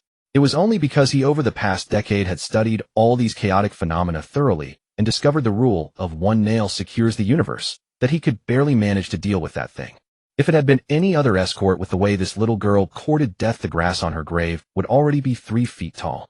For just 20 taels you've gotten quite the bargain. Chen Guan curled his lips, grabbed her by the belt without any tenderness, and tossed her onto the white horse beside him like a sack of rags. Then he struck her on the back, sending a cluster of purple light into Luo Li's body. Her bloodless complexion gradually regained a rosy hue. Afterward, Chen Guan lightly tapped his foot, landing gracefully on the saddle sitting behind Luo Li, and proceeded unhurriedly toward the direction of the correct candlelight. His pace was still slow. Though the deep mountains were terrifying to him, they were relatively safer than the crowded human cities. After all, the demons and monsters in the mountains mostly relied on raw power, and what he lacked least was the brute force to crush them all. In short, the things that lurked in human cities relied entirely on cunning schemes and professionalism. A random roadside stall selling roast chicken might well be a weasel spirit in disguise. Those who couldn't keep up had long since become a dish for the cultivators. Not to mention the brainless demons. They couldn't survive in a place packed with such shrewd characters. Just like that specter earlier, it played on disbelief and intellectual superiority, setting traps in the wild to deal with the stubborn. If he hadn't grasped the rule-based power of one nail secures the universe over the past decade, and used the saber to pin down the rule here at the first moment, forget saving others. He might have been trapped himself, forced to haggle with that specter over metaphysics. The sound of horse hooves drifted through the thin morning mist. When Chen Guan rode the white horse, carrying the unconscious Luo Li beneath the towering city walls of Wangyue City, the sky was already turning faintly bright. Looking up in the dim gray light, on the pitch-black battlements, every 10 paces stood a soldier clad in black armor. These black-armored warriors each held a long spear, standing as rigid as a spear planted beside them. But strangely, they all faced inward toward the city, their backs to the outside, as if idly watching some fascinating performance within, standing motionless. Chen Guan frowned. What's this all about? He cleared his throat and shouted loudly toward the tower. Chen Guan, a courier from Sanhua town passing through with a cargo. I wish to enter the city to rest. I pray the officers will grant me passage and open the gate. I would be most grateful. Hearing his voice, the row of black-armored soldiers on the city wall straightened in unison. Immediately, a suppressed murmur broke out among them. Don't look back, don't look back. Whatever you do, don't turn around. Yesterday at this same time, the squad leader couldn't help but turn at a sound, and he stiffened to death right here. His corpse is still stiff. Yes. No one has managed to enter this city alive for half a month. This guy. How could he have come all the way from Sanhua town at the edge of the 10 directions swamp overnight? At these words, the soldiers trembled like sieves, cold sweat beating on their foreheads. Chen Guan waited below the city for a while, only to find that the men on the tower acted as if they were deaf. Not only did they not respond, but they also started chatting idly. Damn it, they're not trying to squeeze a toll out of me, are they, eh? Chen Guan's face darkened. As a courier, his status was part of the official system certified by the Great Cloud Dynasty. He was a licensed professional. According to regulations, he could not be charged any toll when passing through any city, nor could he be unreasonably obstructed. Most importantly, to ensure the absolute authority of escort missions, the court granted couriers the power of summary execution during their duties. At certain critical moments, their status even surpassed that of the local Demon Suppression Bureau. When encountering demons blocking the way, even a county magistrate would have to follow their orders. After all, in a world rife with demons and specters, the circulation of wealth, power, and information all depended on escort. Without couriers like them who risked their lives for money, even the richest and most powerful might never leave their own front gates. Their livelihood was not just about martial prowess, it was a profession forged by risking their lives. Most uniquely, their status was recognized across all nations, allowing them to travel freely and without obstruction. This was precisely why Luo Li's grandfather had to seek out a courier rather than a civilian martial escort. A civilian escort couldn't even leave the county without applying first, or they'd be mistaken for rebels and executed on the spot by local troops. Chen Guan had to patiently raise his voice again. I am Chen Guan, a courier from Sanhua town. I have an acquaintance with the City Lord Luda. Please inform him. City Lord Luda. On the tower, the trembling soldiers, upon hearing that name, sighed in unison with relief. Though specters were mysterious, a standard for identification had been established, the most authoritative rule was that a specter could only mimic the voice of a close acquaintance, but could not call out the name of any other living person not present. As long as one could accurately shout out the name of anyone, the other person knew it was enough to distinguish a true specter from a false one. One of them, a middle-aged man in standard armor about 40 years old, relaxed his grip on his spear.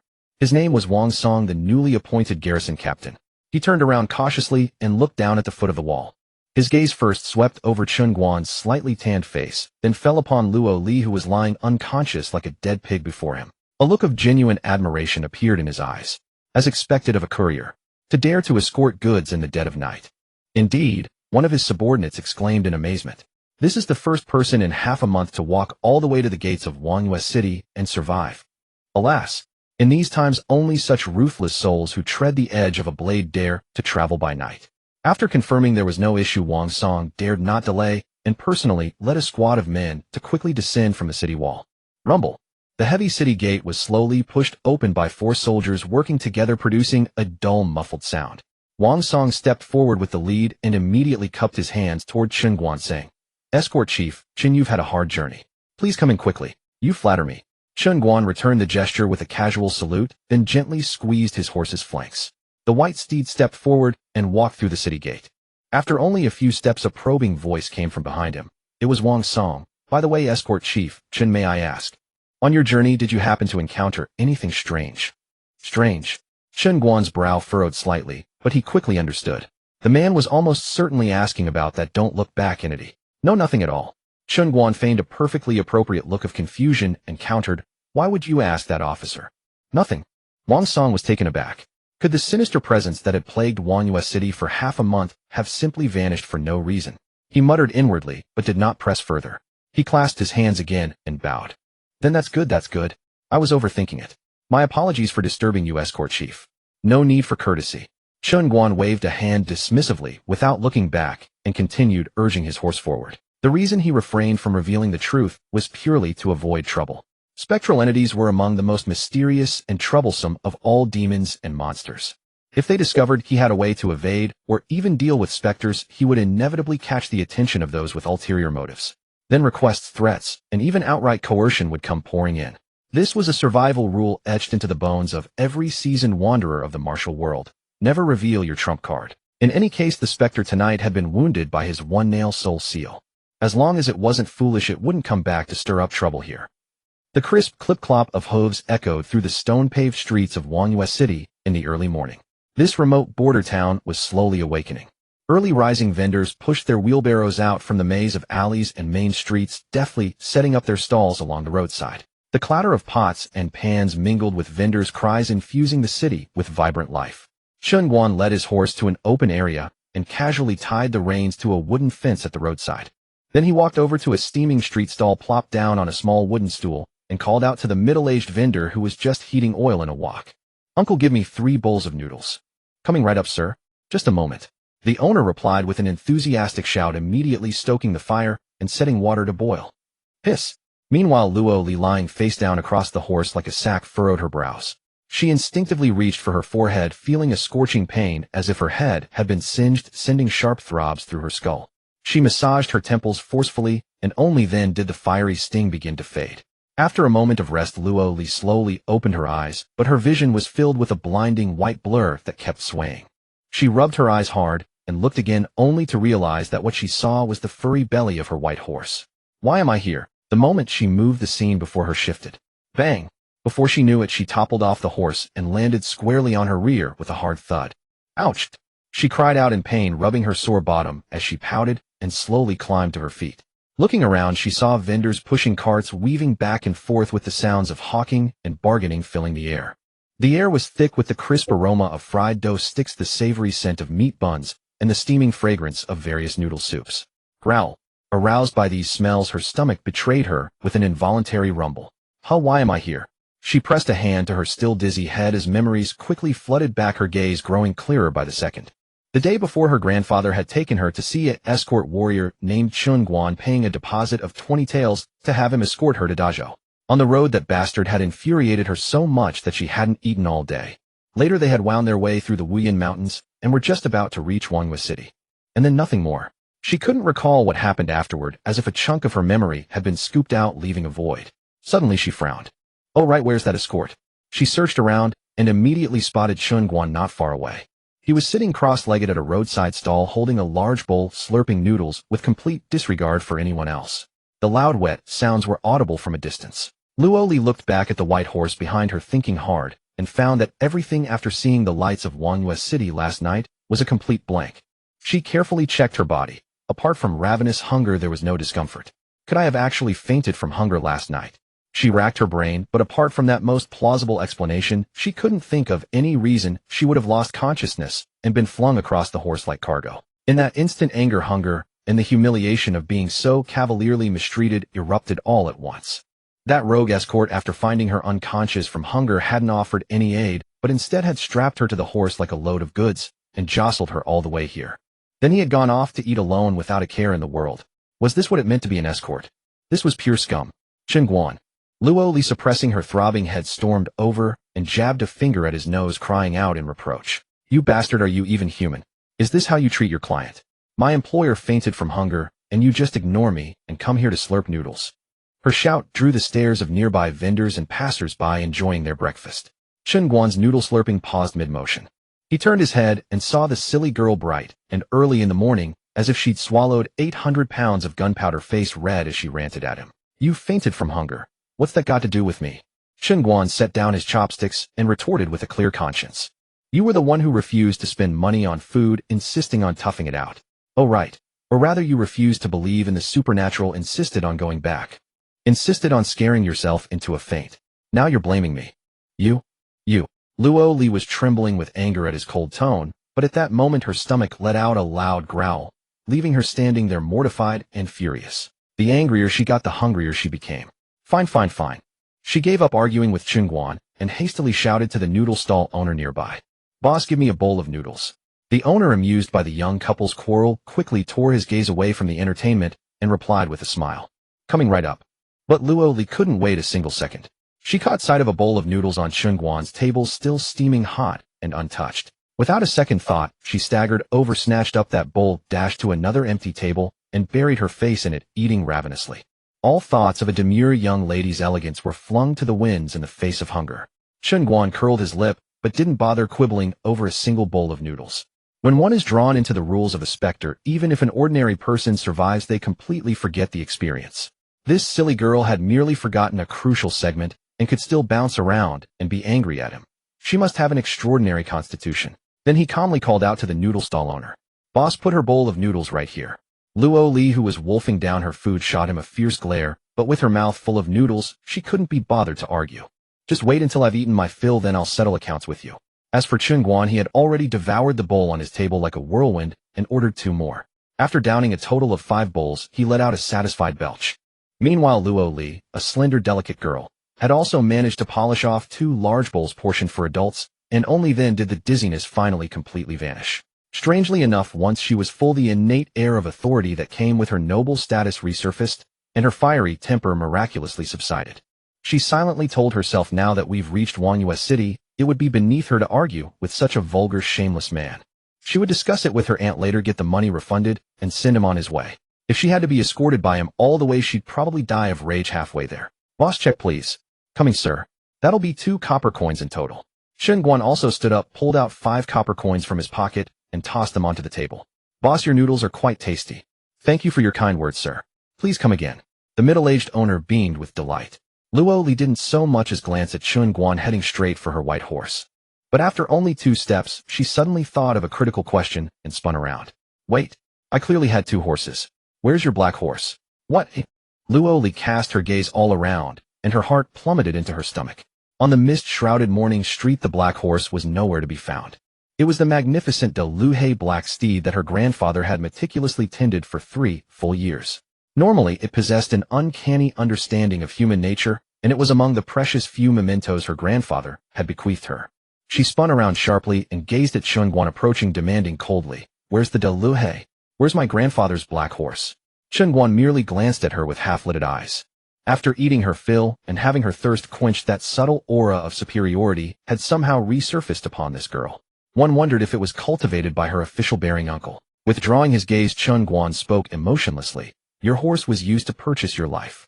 "Purchase my life? Luo Li froze in bewilderment. How could a horse possibly buy one's life? Despite having read extensively through countless tomes, she could not for the life of her devise how such an exchange might work. After racking her brain for a while, she fixed her gaze upon Chen Guan for several seconds, and a most logical conjecture gradually crystallized in her mind, her expression shifting to one of suspicion. Did you secretly sell my horse, and now you're fabricating this preposterous excuse? Chen Guan's brow shot upward violently, a murderous glint flashing through his eyes. You may doubt the escort profession, but you dare not question Chen Guan's integrity. His sudden eruption of imposing aura combined with that fearsome expression that seemed ready to devour someone made Luo Li's heart tremble with fright. She involuntarily retreated a step. Fine. We'll settle this matter when we see my aunt.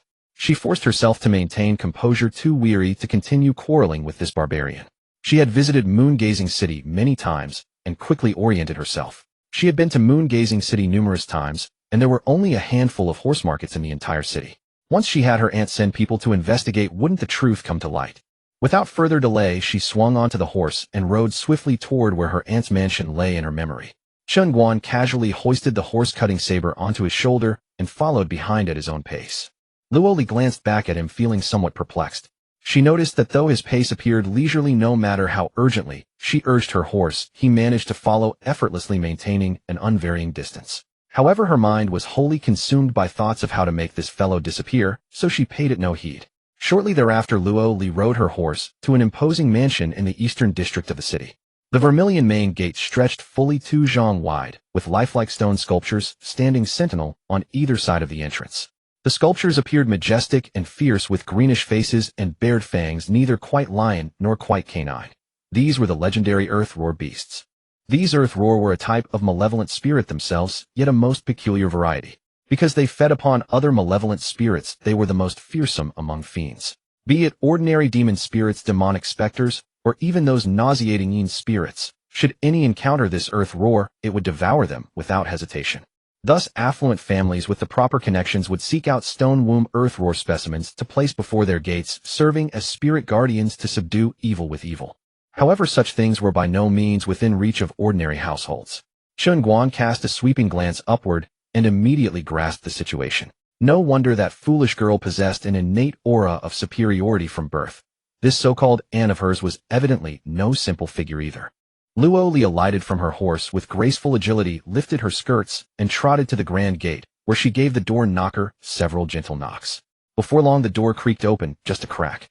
A young maid emerged, her head poking through the gap. Upon seeing Luo Li outside the gate, her small face erupted into a delighted smile. "Young mistress, you're here. She is my aunt home?" Luo Li inquired. She is. The maid named She nodded hastily, then curiously glanced at Chen Guan behind Luo Li. "Young mistress, who is this?" "Pay him no mind for now," Luo Li snapped impatiently. Seizing She hand, she strode into the mansion without once looking back. Chen Guan's mouth twitched violently. Had they not been within the city walls, had it not been for the 200 escort points at stake, he would have certainly given this little miss a taste of proper discipline to teach her some manners. Nevertheless, his gaze lingered almost involuntarily upon the maid called She, his brow furrowing unconsciously. He had actually sensed an extraordinary aura emanating from this servant girl. Yet, without a word, he strode forward, maintaining his distance, always keeping himself within 10 meters of Luo Li. In his eyes, Luo Li was merely a piece of mobile cargo. The penalty for failure was 200 escort points, a loss he could not afford. As for what this cargo wished to do, or what tantrums she wished to throw, none of it concerned him. Approaching a courtyard, Chen Guan did not follow her inside. Instead, he made his way to a pavilion beside the gate and sat down, rubbing his round belly, seizing the opportunity to aid his digestion. Within the main chamber of the courtyard, a ravishingly beautiful woman in her middle years sat at a table, methodically sipping a bowl of rice porridge. Her name was Suyu. She wore a pale purple brocade dress adorned with delicate hidden patterns along the hem.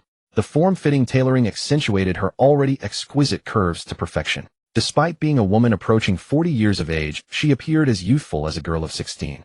Time itself seemed to have spared her its heaviest touch. "Auntie." Upon hearing this cry, Suyu immediately set down her jade bowl and turned her head to see Luo Li rushing in with a face full of grievance. She rose immediately, yet instead of asking about her distress, she exclaimed in astonishment, "Xiao Li, why have you come to Moon-Gazing City at this moment?" These words caused all the grievance Luo Li had prepared to become lodged directly in her throat. What did she mean by, "at this moment"? Hadn't grandfather sent someone to contact her well in advance, arranging for Luo Li to arrive today? Su Yu seemed entirely oblivious to the bewilderment on Luo Li's face. She swiftly stepped forward, grasped Luo Li's hands, and scrutinized her from head to toe. Upon confirming that Luo Li was indeed unharmed, she released a long, drawn-out sigh of relief. Her hand pressed against her chest as she breathed, "What a fright. Thank goodness. Thank goodness you're safe." Luo Li was utterly confounded by Su Yu's reaction. What was going on? Could it be that her aunt had learned of the escort's character and worried that Luo Li would suffer? Su Yu studied Luo Li's puzzled expression, then suddenly seized her hand and drew her aside, speaking with lingering fear. "Xiaoli, you don't understand. Recently, a malevolent spirit known as Don't Look Back has appeared outside Moon-Gazing City. Because of it, for a full half-month now, not a single outsider has managed to enter Moon-Gazing City alive." Here she paused, her voice carrying a tremor. "What's more, during this period there hasn't been news of a single person departing Moon-Gazing City who managed to return alive. Don't look back." Luo Li's expression grew grave. Regarding such malevolent spirits, she had naturally heard tell. They were a form of evil in this world, far more terrifying than any demon or monster. Demons and monsters at least possessed physical forms. They could be seen and touched, their strength varied, and if one couldn't defeat them, one could still flee. But these malevolent spirits, they had no form, no substance. They killed imperceptibly, and once ensnared within their rules, one would be at their mercy until death. Don't Look Back was one of the most widely known bizarre tales among them. Once one turned to look back, the blood and chi throughout the entire body would reverse its flow. The soul would be dragged into that rule, walking endlessly forward until the seas ran dry and the rocks crumbled. Luo Li suddenly recalled the incident of her fainting from hunger and her subsequent memory loss. Her heart lurched. She had heard that those pulled into Don't Look Back would lose all memory of that period when they were ensnared by the rules. Could it be that my inability to recall what happened last night was because I encountered Don't Look Back? Yet she had never heard of anyone escaping from beneath the rules of Don't Look Back. That money-grubbing fellow outside who hadn't even dared to strike at a mere demonic wolf. How could he possibly possess such divine abilities? If he truly had the power to oppose malevolent spirits, would he still be lingering about this remote frontier town? This made absolutely no logical sense. Noticing Su Yu's anxious expression, Luo Li hastily suppressed the fear rising in her heart and managed to smile to reassure her. "Auntie, please don't worry. Perhaps I was simply fortunate. I took a detour and happened to miss it. You see here, I am perfectly alive and standing right before you, aren't I?" Su Yu gazed at her intently, then embraced Luo Li tightly, murmuring with emotion, Good, you're all right. Thank heaven. Thank heaven you're all right." Su Yu glanced at Luo Li, confirming that she was merely fatigued and unharmed, then nodded. However, she understood the meaning of never look back far more deeply than Luo Li did. To resolve this trouble, the higher-ups had dispatched an elite squad from the Demon Suppression Bureau, which should have arrived 10 days ago, yet there had been no word from them until now. This also indicated that the squad had likely met with misfortune. But how had this girl managed to walk through safely? Then Su Yu thought of another matter and immediately asked, "Xiaoli, half a month ago, I paid a heavy sum to send a message to your grandfather asking you to delay your departure by a month. Could it be that your grandfather never received the letter?" "Letter?"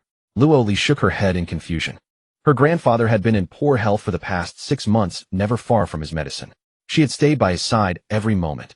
How could any messenger have come? Alas! Su Yu let out a heavy sigh, a trace of pity flashing in her eyes. "It seems the messenger I sent has likely met with misfortune as well." Mentioning her grandfather, Luo Li recalled the fine horse he had raised for 3 years. Just as she was about to speak, Su Yue, with an apologetic expression, spoke first. "Xiaoli, your aunt cannot accompany you on your journey for now. The appearance of Never Look Back has disrupted all my plans. I had written about this in the letter thinking your grandfather had received it, but..." Luo Li was taken aback, puzzled. "Hadn't we agreed long ago to go to Great Zhou together? Why would this suddenly change?" Su Yu sighed, rubbing her weary brow. "It's all because of this Never Look Back. Our fur trade has been suffering losses these days because of Never Look Back blocking the way, and it has already come to a halt. Just now I received a carrier pigeon message that the 2 most important clients of my Su Family Merchant Association have both perished outside the city. I must stay for a while and find a way to deal with this trouble, or at least get our business back on track otherwise." How could this happen? Luo Li's face also showed a hint of anxiety. She knew better than anyone the importance of the fur trade. It was the economic lifeline that sustained their comfortable life and their journey to Great Zhou. If the source of income were cut off, the road ahead would become extremely difficult. Her grandfather had just passed away and her aunt was her only support. With thousands of miles of treacherous roads ahead, demons rampant, and human hearts unpredictable. Thinking of this, Luo Li's brows knitted tightly, and she ventured to ask, "And why not notify the great Zhou side? I could also wait for you in Wangyue City for a while." "Nonsense." Su Yu's face immediately turned stern. "Your grandfather spent 120 taels of silver, and I also paid a heavy sum to hire one of Pingyang Prefecture's top 100 escort masters to protect you. Once the contract is signed, even if you don't go, the money must still be paid. Such a large sum. Do you want it to go to waste?" "But," Luoli tried to argue. Yet what her aunt said was indeed reasonable. When hiring escorts, even if you back out, you still have to pay, especially when hiring a large number of renowned masters at once. Losing that money would be a severe blow to her aunt. Moreover, mentioning silver, Luoli glanced outside the room at the slouched figure in the pavilion. The thought of having to pay 120 taels to that sharp-tongued scoundrel made her feel even more stifled. Luoli suddenly changed the subject, her voice cool and clear. "Aunt, let's talk about this later. I have something to tell you first. The escort my grandfather found is a pure scoundrel, greedy and black-hearted. Taking advantage of my fainting from hunger, he secretly sold the fine horse my grandfather had raised. Please go into the city and find that horse. If you do, I'll dismiss him immediately." Suyu was taken aback, then said in confusion, "He sold your horse?" It was the first time she had heard of an escort being so greedy. Moreover, dismissing an escort midway was a great insult, a public challenge to their skills. If word spread, he might never find work again in this region. Dismissing an escort was no trivial matter. "And you have no idea about that fellow." Luoli poured out all the grievances she had bottled up along the way, and her resentment toward Chen Guan like beans spilling from a bamboo tube. Suyu listened quietly, and instead of offering any comfort, she reached out with a finger and poked Luoli's forehead, who was looking at her with expectation, and said in a half-annoyed tone, You, still feeling wronged? If you ask me, you should be secretly overjoyed." "Huh?" Luoli froze in place, staring in disbelief at the aunt who had always doted on her the most. "Whose side are you on anyway?" Suyu let out a light laugh. She knew that this girl, in order to go to Great Zhou, had grown up in her study, learning geography, cartography, and strategic planning. Her mind was filled with how to maneuver troops on a chessboard and survey the big picture with an eye for gains and losses. She was completely unaware of the dangers outside. She had clearly misunderstood the escort. Suyu had to take her hand and explain. "Shali, do you know what is most terrifying about those demon wolves?" Luoli said with grievance. "That demon wolf was barely 5 chi tall. Its strength seemed only at the innate realm, and I could even hold my own against it for a few moves." You've read yourself silly, haven't you?" Suyu gave her a half-annoyed, half-amused glare. "The terror of the demon wolf has never been its own strength, but its species. You should know that wolves are pack animals, and especially these demon wolves tainted with eerie energy. Their pack mentality is terrifying to the extreme. As far as I know, the smallest pack of demon wolves at the edge of the Shifeng Marsh exceeds 10,000 in number. The one you encountered was most likely just a sentinel wolf out on patrol. This kind of wolf carries the mark of the demon wolf king. Once it dies in a certain place, the demon wolf king will immediately sense it. At that point, you would face a frenzied siege of at least 10,000 demon wolves. It's a stroke of luck that your grandfather had sharp eyes and found such an experienced escort. If a younger escort had been hired to protect you, whether you could even make it here is doubtful, and yet you still have the nerve to complain about him." This. Luoli's aggrieved expression instantly froze upon hearing those words. She had seen the demon wolf's illustration in a book, but it only recorded its combat power and weaknesses. As for pack habits and such peripheral details, she had never delved into them. She had to admit her aunt was right. An ordinary young escort, to please the client, would most likely choose to slay the demon wolf on the spot to showcase his valor and earn extra bounty. The consequences of that, she dared not think. Thinking of this, Luoli was dumbfounded. She had originally wanted her aunt to back her up and teach that detestable fellow a lesson. How had it turned out that she was the one in the wrong? A wave of heat rushed from the base of her neck to her cheeks, burning and embarrassing. She felt like a naughty child who ran to complain only to realize the fault was her own. But just accept it. She couldn't bear it. Luoli instinctively straightened her back, that stubborn spirit rising again.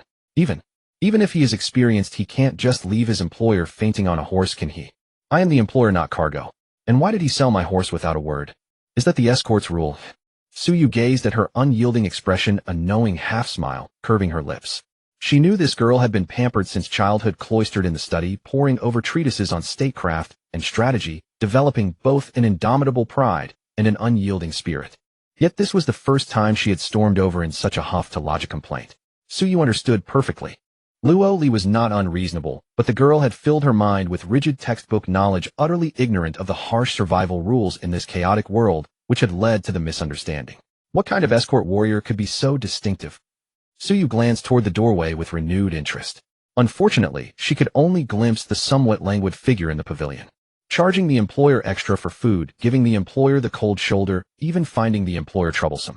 Such behaviors would seem heretical to others. But in Su Yu's eyes, instead of condemning Chen Guan, these actions had sparked a deep and genuine curiosity within her. Throughout the journey, Chen Guan's behavior radiated cold indifference, yet viewed from another angle, was this not simply a manifestation of having the escort code etched into his very bones? This code had existed since the escort profession's inception: accept payment and fulfill the task. The escort lives, while the cargo lives protect only life, ignore all other matters. But at some point unknown, these pure principles became gradually diluted with flattery and sycophancy. Modern escorts seeking larger bonuses treated their employers, especially nobles and officials, like masters, fawning over them in countless ways and yielding to their every whim. Yet this escort called Chen Guan still adhered to the most ancient and purest rules. It was precisely for this reason that he refused to curry favor with the employer by attacking the Howling Wolf, thereby avoiding catastrophic disaster. With this realization, Su Yu began to understand why this man had become the most renowned escort in Sanhua Town. Such composure and experience were truly exceptional. She lifted her morning tea, took a gentle sip, set down the cup, and her gaze returned to Luo Li. Well then tell me, why did he sell your horse? Her intuition told her that a man so devoted to his principles would never resort to such contemptible strong-arm tactics. There must be more to this misunderstanding. Why else? Obviously because he's greedy. Luo Li found a new avenue of attack and immediately recounted how she woke to find her black horse missing, embellishing the story to turn the tables. Wait. Among all the details Su Yu had heard, only 3 words made her blood run cold: fainted from hunger. She seized Luo Li's small hand and pressed urgently. Are you saying you fainted from hunger, and only after waking did you discover yourself draped across a horse's back with the black horse gone? Yes. Luo Li nodded emphatically, believing her aunt had finally grasped the key point. But Su Yu pressed even more urgently. Besides saying he exchanged the horse for your life, did he say anything else? He also said. Just as Luo Li was about to repeat his words, a phrase from Chen Guan that morning suddenly flashed through her mind. If you want to go back, you're seeking death. Go back. Fainting. Losing a portion of memory. A chilling thought arose uncontrollably within her. Could she truly have been afflicted by the don't look back? No, impossible. That was a malevolent spirit. The most incomprehensible terror in all creation, the nightmare etched into mortals' bones. Once encountered, it meant certain death. And moreover, the most mysterious of malevolent spirits at that, the don't look back. Something even the city lord of Wangyue had no solution for. How could a 20-something rural escort possibly? Luo Li's confidence crumbled instantly, her voice growing hollow. That fellow made some excuse about exchanging the horse for my life. What kind of ghost story would anyone believe? Upon hearing this, Su Yu's pupils constricted sharply. An ancient rumor long buried exploded within her heart, making her unconsciously murmur. Before she could finish speaking, she saw Su Yu's pupils contract abruptly. An ancient rumor sealed away for ages erupted within her heart, causing her to murmur instinctively, malevolent spirits granting life. A living horse as substitute for death. In that instant, Su Yu understood everything. For half a month, everyone entering or leaving Wangyue City had perished without exception, yet only Luo Li arrived safely. This was not luck, not chance, not because she had simply fainted from hunger. Rather, that young escort called Chen Guan had through some unknown means forcibly dragged her back from the certain death rule of the don't look back. Su Yu suppressed the shock in her heart, raised her hand, and poked fun at Luo Li's fair forehead once more. I think you're the real fool. This poke made Luo Li shrink her neck back, freezing her completely on the spot. This aunt. Whose side was she on anyway? All her grievances, how did they become her fault when told to her aunt? Gazing at her aggrieved expression, Su Yu rolled her eyes impatiently. Is there a possibility that when he said, exchange life, he meant using your prized horse to buy back your life from the don't look back? Luo Li's expression jolted. These past several days the city lord has sent waves after waves of people to expel the malevolent spirits, but without exception they've all perished outside the city walls. Su Yu explained patiently. For a full half-month only you two have entered the city alive. Surely this is no coincidence. Furthermore, her tone shifted. You also possess an innate realm physical constitution far superior to ordinary people. Even if you went hungry for 2 days, how could you truly faint from starvation? Hearing these words, Luo Li calmed down. Indeed, yesterday, she had been hungry, but with her cultivation level, she was far from losing consciousness. Could it be? She had truly forgotten something. Could he actually be some kind of hidden supreme expert, and she had stumbled upon a tremendous bargain? She suddenly remembered her grandfather's warning. On this journey, there is only one person you can trust. And that is Escort Chen. Her heart trembled violently. Her grandfather's judgment had never been wrong because he was. Yet just as doubts churned within her, an impatient voice drifted in from the courtyard gate. Say what you need to say quickly and clearly. My time is money. Luoli stood up, her mind in complete chaos. Guilt, shock, embarrassment, and a trace of curiosity she hadn't even noticed herself. All drove her to want to step forward and demand clarification and perhaps offer an apology. But the three words, "I'm sorry," rolled across her tongue again and again, yet refused to come out. Ultimately, as her delicate face flushed crimson, 10,000 words condensed into a single phrase completely beyond her conscious control. A mixture of anger and frustration. Money, money, money. All you care about is money. Suyue, quick of eye and hand, pulled Luoli back into her seat, her face stern as she hissed in a low voice. Shall no fooling around. Luoli pushed back into her chair, couldn't help but shoot another glare toward the door. She didn't know what came over her, but the moment she heard that venomous tone of his, she couldn't resist snapping back. If she had to let this man escort her all the way to Dezhou, she'd probably be infuriated to death halfway there. Suyu knew she was still unconvinced, so she gently patted the back of her hand and interrupted her softly. Shally, don't be angry yet. Whether or not Mo Hui has truly latched onto you, the very fact that he could bring you safely into Wangyue City in the dead of night is enough to prove his capability. It's just a horse. Let it go. The road ahead is long, and you truly need someone like him to protect you. Suyu paused, her tone growing more serious. Even if you don't trust anyone else, you should at least trust your grandfather's judgment. At the mention of her grandfather, Luo Li's turbulent emotions steadied and gradually calmed. Yes, her grandfather's judgment. She suddenly recalled that 2 days ago when they were returning from Xiaohe village, her grandfather had said something along the way. Xiaoli, on this journey to Dezhou, if you meet a man who is greedy for money, he will not betray you. If you meet a man who is cold and indifferent, he can keep you safe. Remember, if he does not meet these two conditions, you must never travel with him. At the time, she had thought it was just her grandfather's delirious ramblings and his illness, but now that she thought about it, these 2 points matched Chen Guan perfectly. Greed for money meant that all his actions had a clear purpose: money. A man like that, as long as the price was right, would become the most reliable shield because the cost of betrayal far outweighed the cost of keeping the contract. Coldness meant that he would not be entangled by unnecessary emotions or trivial matters, his eyes fixed solely on the single goal of escorting. A man like that could, in a perilous and chaotic world, set aside all distractions and make the most rational and correct decisions. But why? Only such a man can protect me into Dezhou. Doubts churned in Luo Li's heart. She vaguely sensed that behind her grandfather's words lay a secret she could not yet grasp. But one thing she was certain of: her grandfather's arrangements surely held deep meaning. With this realization, her indignation instantly dissipated, replaced by chagrin at her own shallow judgment. She took a deep breath and nodded solemnly. Good. Suyu smiled with relief. Having watched the girl grow up, she knew that because of her background, Luo Li was usually cold and proud, rarely acting so willfully. To have angered her to this extent, it seemed she had indeed met her kryptonite. All right, enough about him. Suyu changed the subject, asking with concern, how is your grandfather? Is he in good health? My grandfather. Luo Li was about to say that her grandfather had passed away, but the words caught in her throat as she recalled his solemn final instructions. Shall he remember, you must never tell anyone about my death? Not even that Escort Chen. Not even your aunt, not anyone you think you can trust. Consider this my only dying wish. Remember it well. Remember it well. Her earlier misunderstanding of Chen Guan now made her regard her grandfather's arrangements with even greater reverence. Since her grandfather had specifically instructed this, then this dying wish must have its reason. Luo Li lowered her eyelids to hide the sorrow in her eyes, her voice low but calm as she said, Grandfather has been unwell lately. I wanted him to come with me to Dezhou, but he said the journey would be too tiring and he wanted to stay in the old home for a while longer until he felt better. Suyu frowned almost imperceptibly as if pondering something. But at that moment, bang, bang, bang, a rapid knock at the door interrupted her thoughts. Suyu looked up. A young man no more than 20 stood at the door, holding the massive wrapped horse-cutting saber in both hands, his face impatient as he urged, Are you done or not? Cut the chatter and get ready. Don't you know my time for escorting people is money? You're dragging it out. Can't you talk on the road? This time Luo Li did not bristle. She raised her head, studying Chen Guan with a fresh, appraising gaze.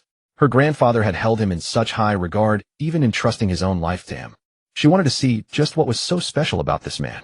But after staring for a long time, all she saw was that arrogant, unapproachable face. Nothing else. What are you staring at? Chen Guan noticed Luo Li's unfamiliar gaze and glared back at her irritably. You pay for the escort, not for my time. Do you know how much silver I lose for every day you delay me? Money, money, money. It's not like I'm not going. Luo Li shot back reflexively, but her voice was noticeably softer. Xiaoli, no rudeness.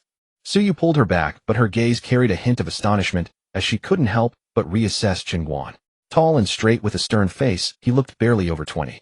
She could never have imagined that the one who had pulled Luo Li back from the Mo Hui Tu rules was a youth still bearing a trace of boyishness. To be able to negotiate terms with a malevolent spirit, that was rare not just in Pingyang Commandery, but across all of Daiyun. With such skill, why would he stoop to a backwater place like Sanhua Town? Aunt. Luo Li noticed Suyu staring at Chen Guan in a daze, and with a sly glint in her eyes, she interrupted her playfully.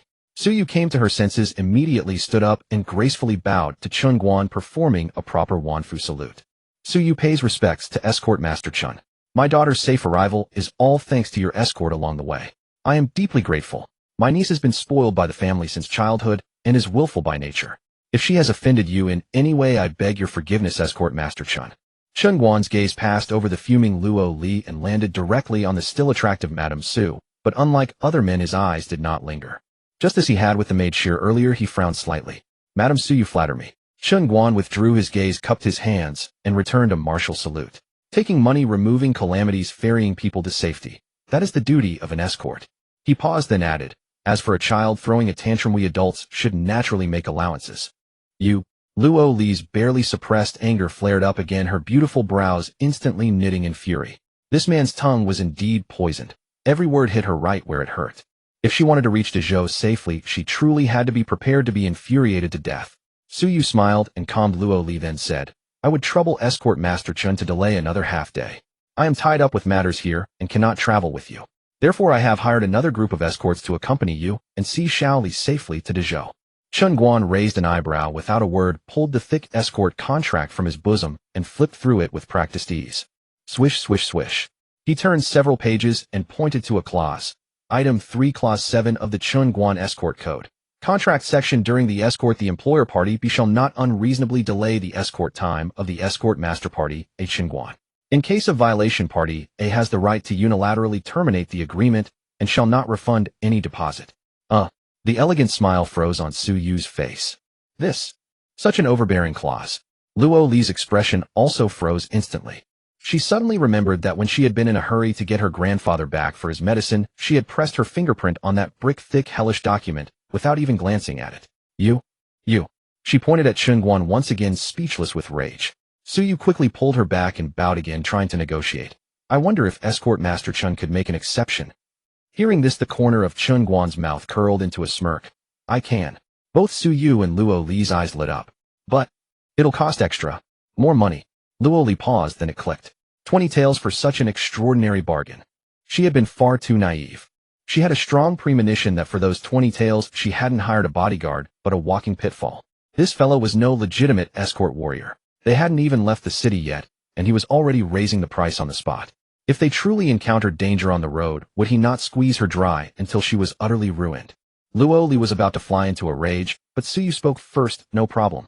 Let's give Master Chen an additional 2 taels as a delay fee. What do you think?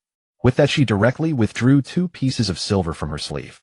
Price hike. Successful escort mission reward increased. 10 escort mission. Accompany Luo Li to the Guangzhou Imperial Capital Grand Preceptor's Mansion. Mission reward escort points 220. A grin spread across Chen Guan's face as he unceremoniously reached out, took the silver weighted in his palm, and nodded with satisfaction.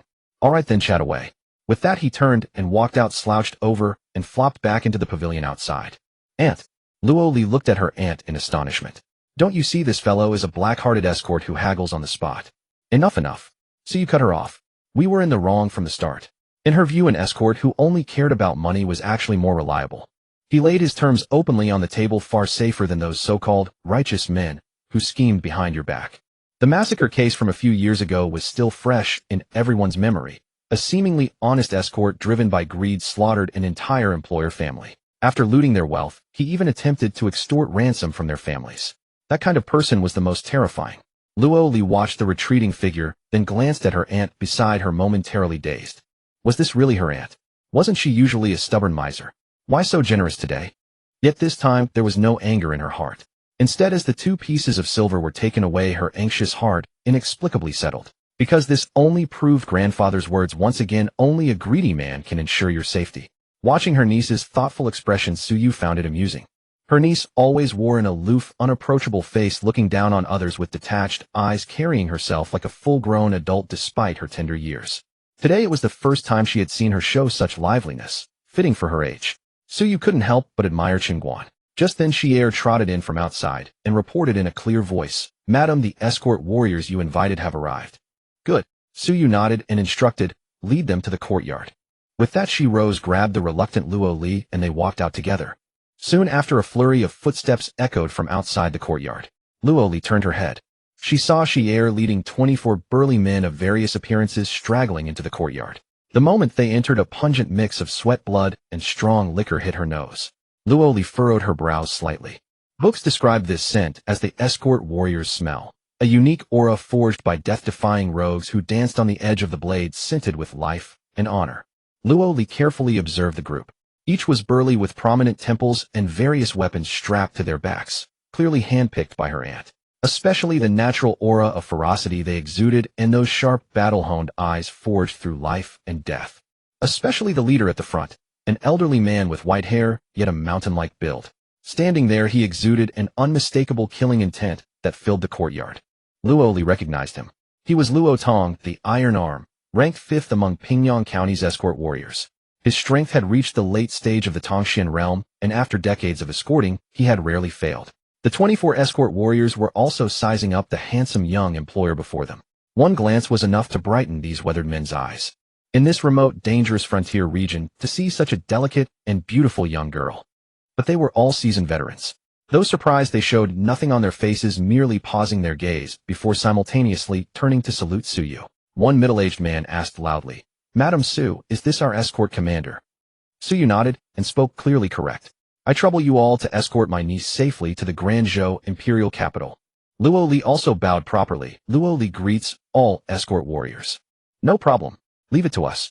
The escort warriors agreed in unison, their voices loud and confident. Before this, they had already heard about the mission. Though the journey was long and perilous, this employer had spent generously hiring 24 well-known escort warriors at once. It was a display of wealth they had never seen before, and all of them were ranked in the top 100 of Pingyang County's escort warrior list. With such a lineup, they were confident there was hardly anywhere in this region they could not reach.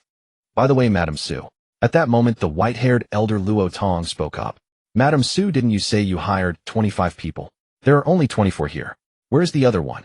Hearing this, Suyu immediately pointed toward the pavilion and introduced with a smile, "Everyone, that is the escort warrior from Sanhua Town. Chen Guan. Pleased to meet you, pleased to meet you." Seeing everyone's gaze turn to him, Chen Guan lazily emerged from the pavilion and returned the salute to the 24 seasoned escorts. "On the way to the Guangzhou, the journey is long. I hope we can look out for one another along the way." The moment he finished speaking, many of the 24 frowned. The youngest among them was already over 40 with at least 20 years of escort experience. Yet this young man, barely over 20 with soft skin and a delicate build, did not look like an escort who had weathered storms.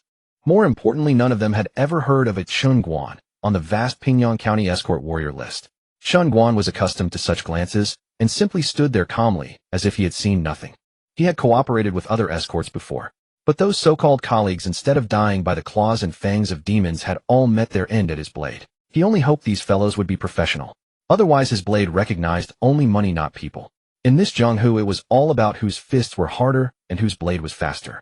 So-called rules were merely written by the strong for the weak. He had no interest in competing for some worthless escort warrior ranking or empty fame. He wanted only one thing: money. Whoever dared to block his path to wealth would find his blade cutting down human or demon alike. Luo Li naturally noticed Chen Guan being ignored and wanted to see how he would handle it. However, Chen Guan showed no intention of acknowledging them at all. Where did that arrogance of his go? Luo Li felt uncomfortable. He had been so fierce with her before, yet so amiable with these people. Chen Guan naturally noticed her gaze and understood her thoughts. You paid, they didn't. Could the treatment be the same?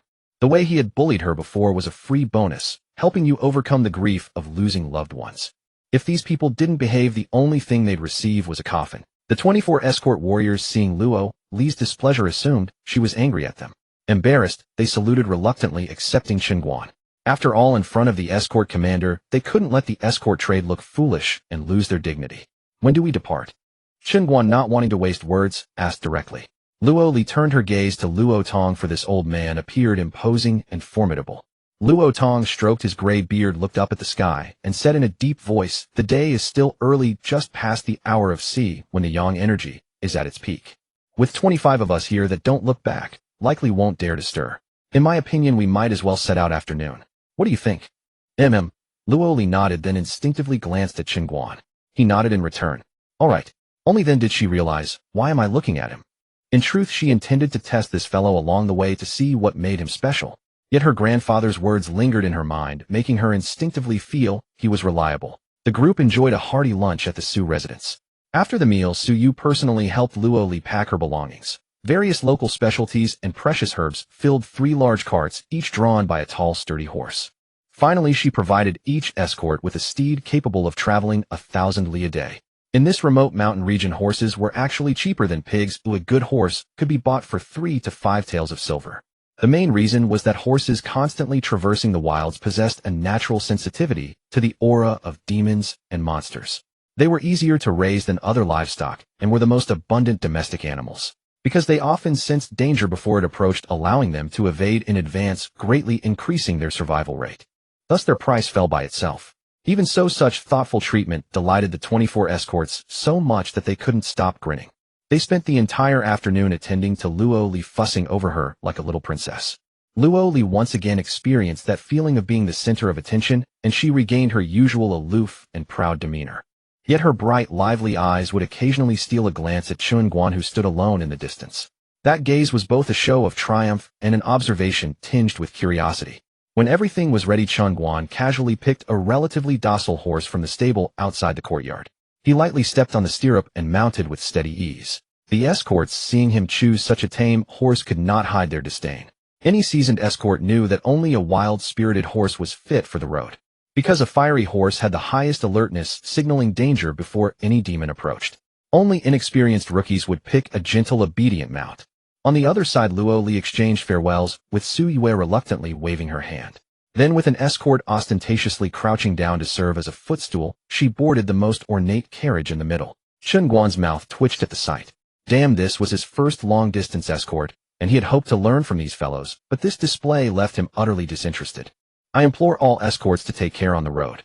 Once you arrive safely, I will surely reward you handsomely." Su Yue, still uneasy, added a weighty promise. "You are too kind, Madam Su. Rest assured." The escorts perked up, bowing in unison. Su Yu's gaze fell on Chen Guan, who was quietly at the rear of the convoy, and a flicker of unreadable meaning passed through her eyes. "Take care, Aunt." From the carriage, Luo Li waved once more, then instructed the driver, "Let's go." With a crisp crack of the whip, the wheels began to turn, creaking as they moved. The half-day delay was finally behind them, and the journey resumed. Before leaving, Chen Guan's gaze briefly swept over Su Yu and her maid Sierre, and his brow furrowed slightly, just as before, imperceptibly. When the convoy arrived at the gate of Wanyue City, they found it crowded with people, at least 500 or 600, all hoping to travel with the escort out of the city. The group did not refuse, as escorts they had that much vision. Soon a long, majestic procession formed at the city gate, slowly rolling out of Wanyue City. Chen Guan kept his distance from the clamor, lingering alone at the rear of the convoy, but never letting his guard down. Almost every minute or two he scanned the surroundings, missing not a single sign of movement. This was a habit he had cultivated over years of traveling the martial world, and a rule he always followed. Once he accepted a contract and took the payment, he would fulfill his duty and safely deliver the employer to their destination. After leaving the territory of Wanyue City, the itinerant merchants and commoners who had accompanied them parted ways, each going their own direction. On the official road through the mountain forest, only 3 carriages and 25 escorts remained, guarding Luo Li's carriage in the middle as they plunged into a dense thicket.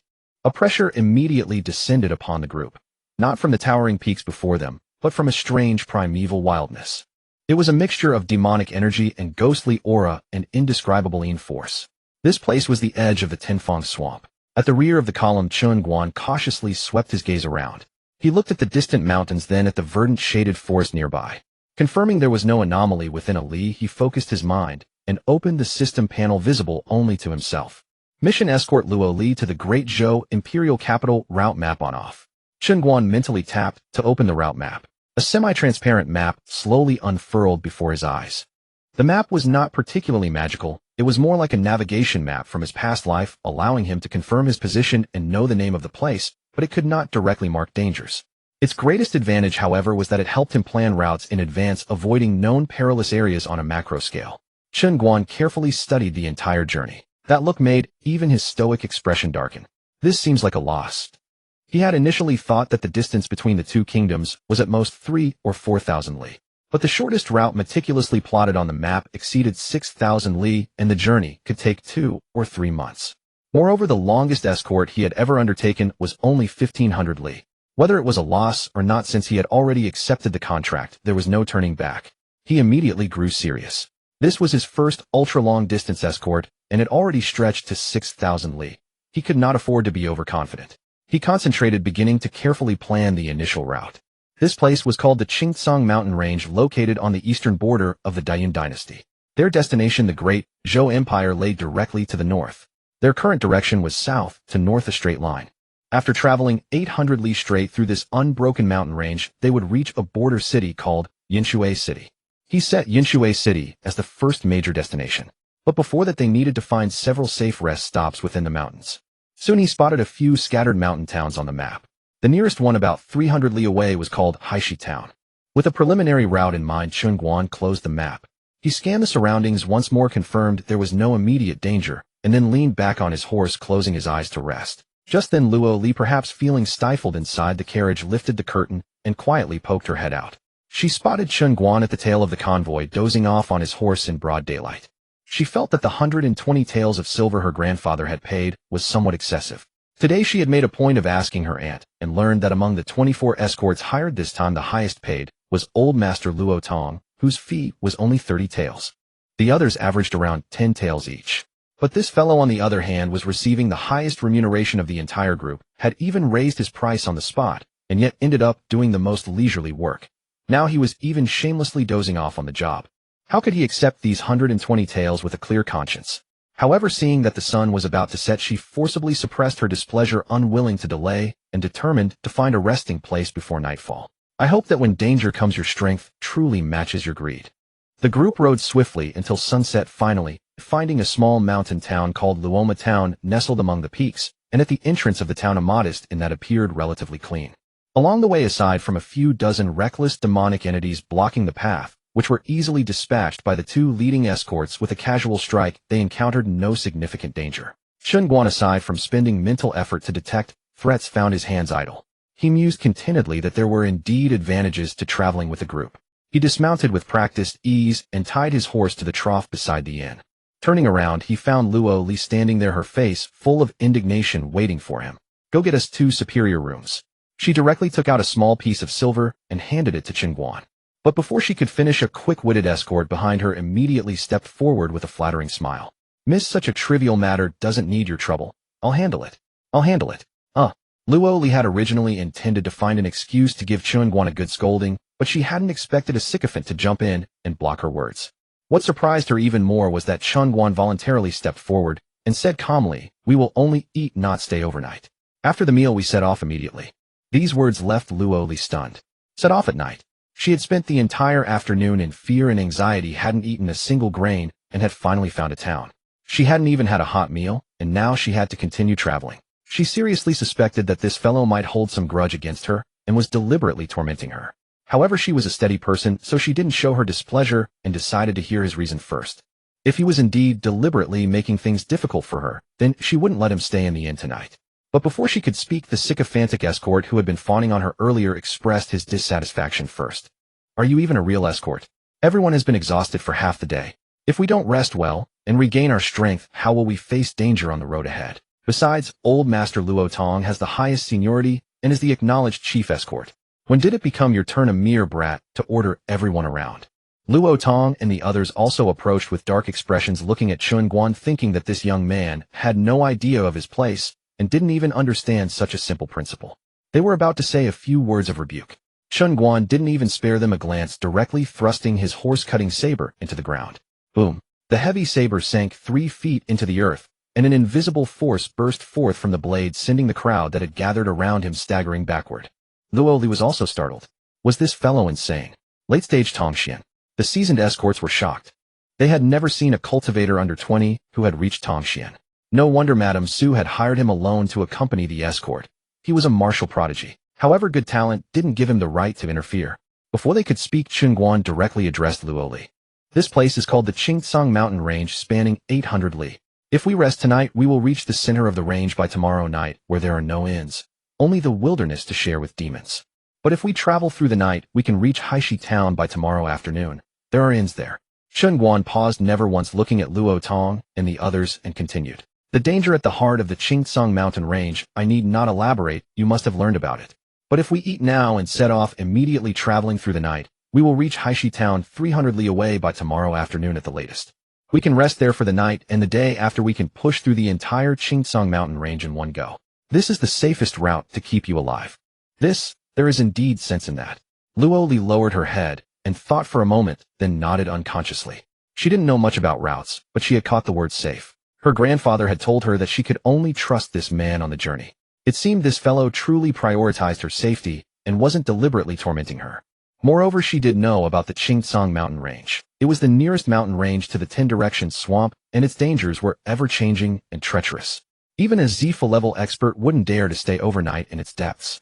Fine. Luo Li raised her head, looked at the old escorts around her, and said directly, we'll do as he says. Luo Tong and the other seasoned escorts were also surprised by his words and actions. They hadn't expected that this young escort, who appeared to be under 20, could have such a thorough understanding of maps and routes. The ideal plan for crossing the Qingtsang Mountain Range was indeed exactly what he had described. Their original plan was to rely on numbers and travel through the night, but now it seemed far less safe than Chen Guan's proposal. After all, the Qingtsang Mountain Range bordered the forbidden 10-direction swamp, and if some troublesome demonic creature emerged from within, the losses would be devastating. However, among the crowd, someone noticed Luo Li's look of admiration and sensed that they were being overshadowed. They immediately spoke with a sneer, do you think you're the only one who's capable? Then why don't we rest for a night, reach that so-called Haishi town tomorrow, rest there for a full day, and then set off? Isn't that even safer? Chen Guan frowned, turned sideways, and looked at those people. Meeting his gaze, their voices faltered, and they instinctively fell silent. Damn it, you didn't pay me, so you'd better behave yourselves, Chen Guan muttered inwardly, then withdrew his gaze. He wasn't about to indulge these people. From the moment he first saw this group, he had realized that they didn't care about escort experience at all. They simply intended to rely on their numbers to complete the job. Placing hope in others was a cardinal sin in the escort trade. If they dared to hold him back on this journey, he wouldn't hesitate to disregard all principles and let them die in the line of duty. This wasn't cold-bloodedness. In this strange and unpredictable, chaotic world, only by taking everything into one's own hands could one truly be responsible for one's own life and the life of the employer.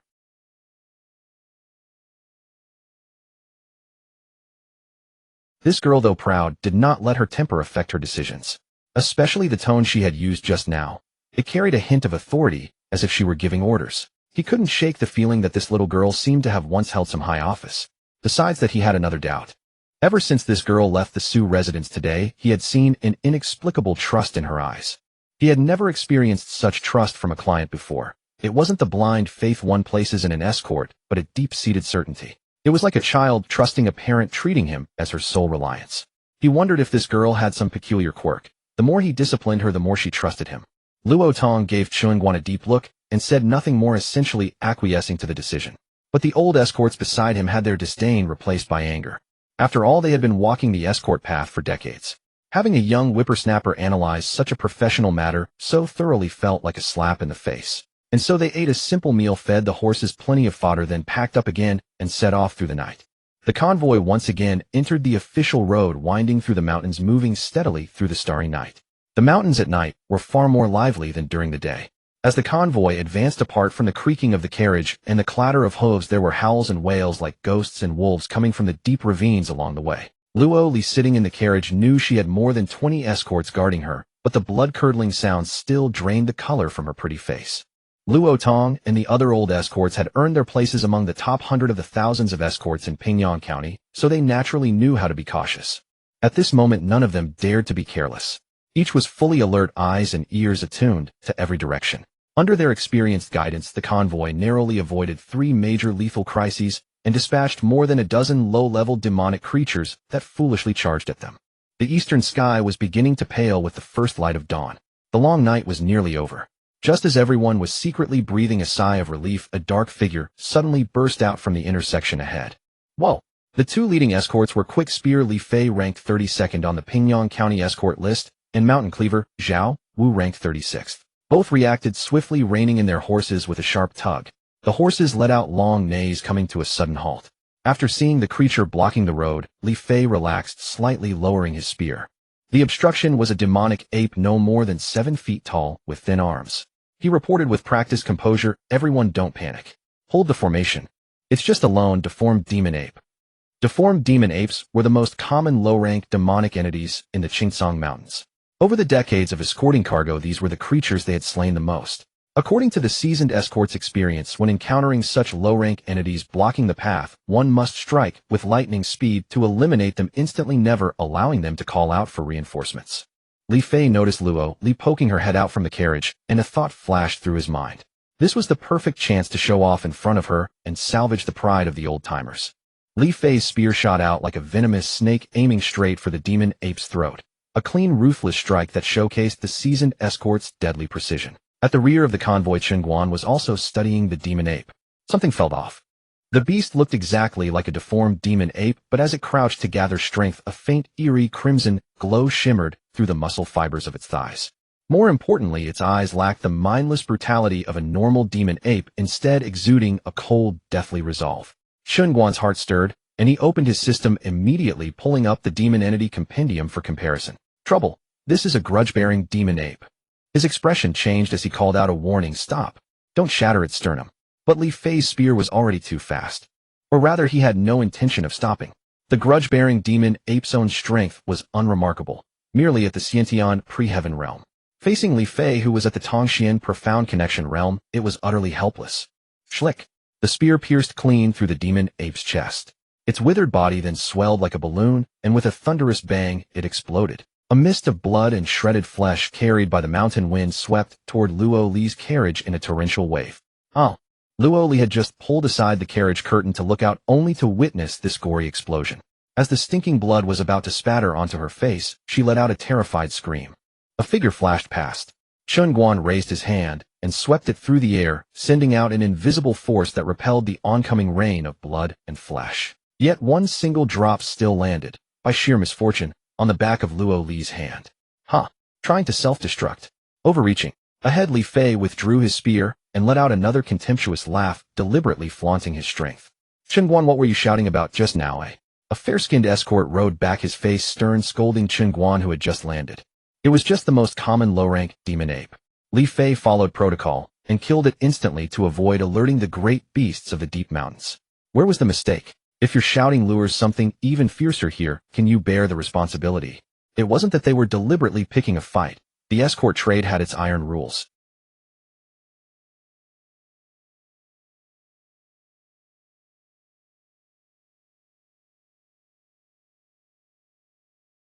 Chen Guan, I know you've got a big name in Sonnet Town, but in these Qingcang Mountains I've killed at least 800 of these things, if not 1,000. If you're too nervous, go stay in the middle of the convoy. Don't make a mountain out of a molehill here. Chen Guan said nothing, only slowly turned his head and fixed his gaze on Li Fei. His eyes were as calm as dead water, yet they sent an inexplicable chill down Li Fei's spine, causing his hand wiping the spear to freeze for an instant. "What are you staring at?" Li Fei forced himself to glare back. A faint, ambiguous smile curved at the corner of Chen Guan's mouth. "Nothing. I just wanted to confirm. Was that strike of yours accidental or intentional?" "What do you mean?" Li Fei's face changed.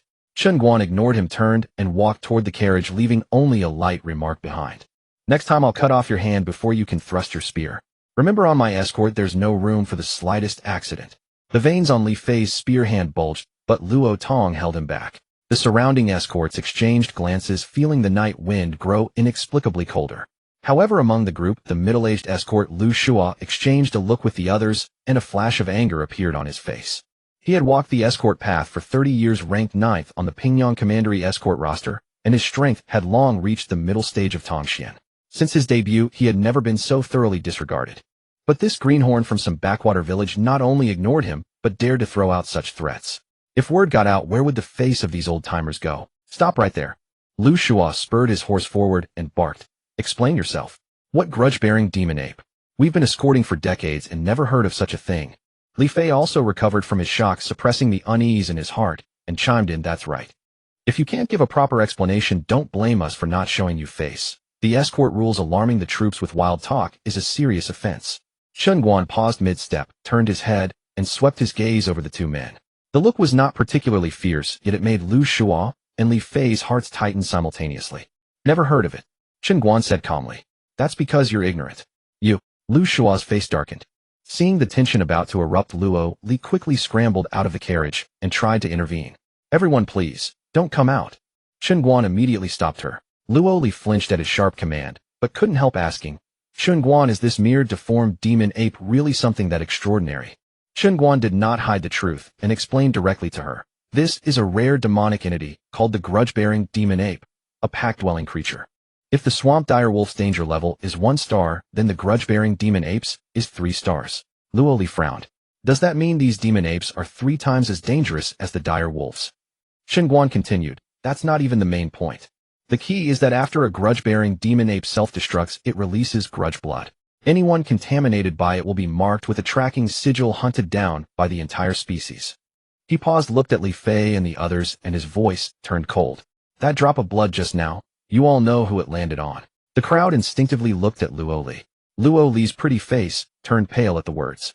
Luo Tong and the others lowered their heads in thought, then exchanged glances, all seeing confusion in each other's eyes. Clearly none of them had ever heard of such a demonic entity, nor of such a tracking mark. Chen Guan was not surprised by their reaction. Even he hadn't recognized it immediately. How could these fellows possibly know? He guessed that the grudge-bearing demon ape was a new species that had recently migrated from the 10 Directions swamp. Demonic entities from the 10 Directions swamp rarely left the swamp. For them to appear now was no small matter. It would likely turn into a major incident. A 3-star danger demonic entity could massacre an entire commandery in a single night. That was also why he hadn't killed Li Fei on the spot, because then he would have to accept a death in the line of duty. Chen Guan walked to the carriage, tied his horse to the rear, pushed the still-dazed Luo Li back into the compartment, leaped up, climbed inside, and said to the driver in a low, urgent voice, "If you don't want to die, leave here now." The driver hesitated, instinctively looking at Luo Tong. Luo Tong's face darkened as he glanced at Luo Li, then, after a few seconds of silence, finally nodded. "Do as he says. Move out." It wasn't that he trusted Chen Guan. It was that he trusted his own 50 years of escort experience. The strange aura of that demon ape's self-destruction was indeed no ordinary affair. He always preferred to err on the side of caution, never dismissing any potential threat. That was the foundation of his 50 uneventful years on the escort road. The escorts looked at the carriage, surprised that this young man could be so disrespectful. Though anger simmered inside, the chief escort had spoken, so they could say nothing more. Everyone mounted their horses, formed a protective ring around the carriage, and resumed the journey toward the mountain ridge. Inside the carriage, without a word, Chen Guan grabbed Luo Li's fair jade-like hand. What are you doing?" Luo Li was startled, fearing he might take liberties, and began to struggle. But she saw Chen Guan frowning as he wiped the drop of demon ape blood from the back of her hand. He rubbed hard, but though the bloodstain was gone, a faint red mark remained on her skin. He immediately took out his water flask, unscrewed the cap, and handed it to her. "Wash it off with water yourself." Luo Li saw Chen Guan's solemn expression. It was clear that this grudge-bearing demon ape, which she had never heard of, was more serious than she had imagined. She dared not be negligent as she took the water flask and rubbed her hand repeatedly with clean water. But as she rubbed, her expression changed. The red mark simply would not rub off. This is strange," Luo Li said with astonishment and suspicion. Normally bloodstains on the skin can be washed off with clean water. But this red mark, she scrubbed it several times until the skin was red, yet it remained stubbornly imprinted there. "It's nothing." Chen Guan shook his head and averted his gaze. "Oomph." Luo Li rolled her eyes at him in annoyance. "You scare me half to death." She seriously suspected that this guy was deliberately taking advantage of her. After all, a young man of his vigor and passion might have improper thoughts about a beautiful girl like her. She had seen such things in those storybooks. She had originally wanted to kick this guy off the carriage, but seeing that he was relatively well behaved afterward, just leaning in the corner with his eyes closed, she looked at the sky.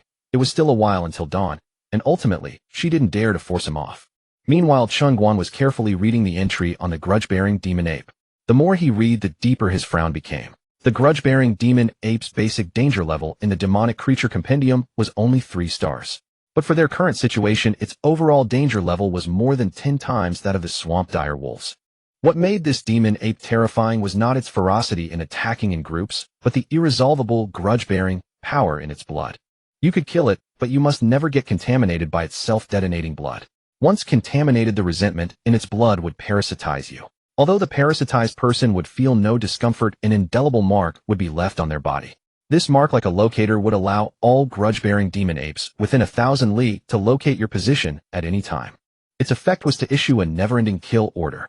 That is, from the moment Luo Li was contaminated by that drop of blood, they would face relentless pursuit by the grudge-bearing demon apes all the way. If they encountered a pack of swamp dire wolves, they could completely escape danger by fleeing their territory. But the grudge-bearing demon ape was completely different. In the genes of this creature were engraved the words resentment. Simply put, it was extremely vengeful. Once you offended them, it was a fight to the death. They would chase you to the ends of the earth until the seas dried up and the rocks crumbled. And the most terrifying thing was, the mark on Luo Li would become stronger in scent over time, and the stronger the scent, the larger the range of tracking. Chen Guan closed the system panel, leaned close to Luo Li, and gently sniffed her. Sure enough, it was exactly as described in the system compendium. He detected a faint yet extremely clear smell of rotten peaches from the girl. Luo Li, who was dozing with her eyes closed, suddenly felt a warm breath on her cheek. She opened her eyes with a start, and a handsome sunny face was almost touching her nose. Oh! Luo Li screamed in shock, instinctively covering her chest, and curled up like a frightened rabbit in the corner of the carriage, staring at him in terror. You? What do you want? Her scream immediately alerted Luo Tong and the others outside. With a whoa, the carriage came to a sudden halt. The next second, the carriage curtain and window were roughly thrown open, and a series of strangely shaped weapons gleaming with cold light were aimed at Chen Guan inside. Luo Li, as if finding her backbone, immediately stood up to flee the carriage. But Chen Guan pulled her back, pressed her onto the seat, and hissed, "Don't get off." Li Fei's face was so dark it could drip water. He pointed his spear at Chen Guan's throat and shouted harshly, "Chen Guan, how dare you? You actually attempted to kill your master." An escort killing his master was an absolute taboo anywhere. Not only would the entire escort guild regard him as a mortal enemy, everyone would be entitled to kill him, and the governments of all major dynasties would list him as a top-level wanted criminal. If you don't want to die, get out of the way, and don't waste time. Chen Guan completely ignored their threats. He didn't even look back, and spoke to Luo Li again. "Smell it yourself? Smell the scent on you." Scent. Luo Li was stunned. Although she thought this guy was greedy and hateful, she knew he was not a lecher.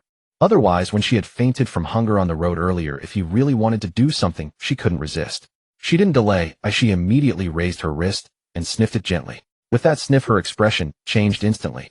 Indeed, as Chen Guan said, besides her own faint body scent, she smelled a completely foreign odor.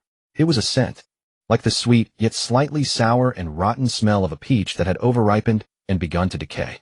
She became nervous and asked hurriedly, This smell, what does it mean?" "This is the mark I mentioned earlier," Chen Guan said calmly. "Anyone contaminated by the self-detonating blood of a grudge-bearing demon ape will leave a resentment mark on their body, emitting a unique odor. Now all grudge-bearing demon apes within 1,000 li can locate your position at any time based on this scent. They will pursue you endlessly like sharks smelling blood." Luo Li's pretty face turned pale. Luo Tong and the others outside the carriage were also startled. Hearing Chen Guan speak so convincingly, the resentment mark seemed not to be a random fabrication. But then Lu Shua suddenly burst into loud laughter. "Ha ha ha. Hey kid, if you want to fool people, can you find a more believable excuse? There's a limit to playing tricks. What grudge-bearing demon ape? What kill order? You make it sound so real. We've been escorting for decades, we've seen at least 800 demons and monsters, but we've never heard of any grudge-bearing demon ape. If you want to make up a story, at least make it plausible." Li Fei, emboldened by the earlier events, chimed in with a stiff upper lip. "That's right. If it were as sinister as you say, no one in our line of work would have lasted. Every one of us here has been on the escort roads for over 20 years. We've walked the Qingtsang Mountains at least 80 times, if not 100. When have we ever heard of any damn grudge-bearing demon ape?" Before he finished speaking, Chen Guan's killing intent exploded outward. He suddenly appeared beside Li Fei, grabbed his neck, spun around, and slammed him onto a big tree by the roadside. Bang! Li Fei's vision blurred, then his back went numb. "Chen Guan, what do you think you're doing?" Luo Tong paused with his broadsword flashed in front of Chen Guan and demanded angrily. The others also raised their weapons and closed in tightly around Chen Guan. They really hadn't expected this guy to be so bold as to use force directly. Where would that leave the face of these old-timers? For a moment, killing intent filled the air, and the situation was tense. "Chen Guan." Luo Li hurriedly jumped down from the carriage and grabbed his arm. She hadn't expected this fellow to be so bold, ready to resort to violence at the slightest provocation. "Can't you see these people are all in league?" Though she had barely spoken, she could tell these old escorts felt their authority trampled by Chen Guan losing face, and thus deliberately opposed him, trying to provoke him.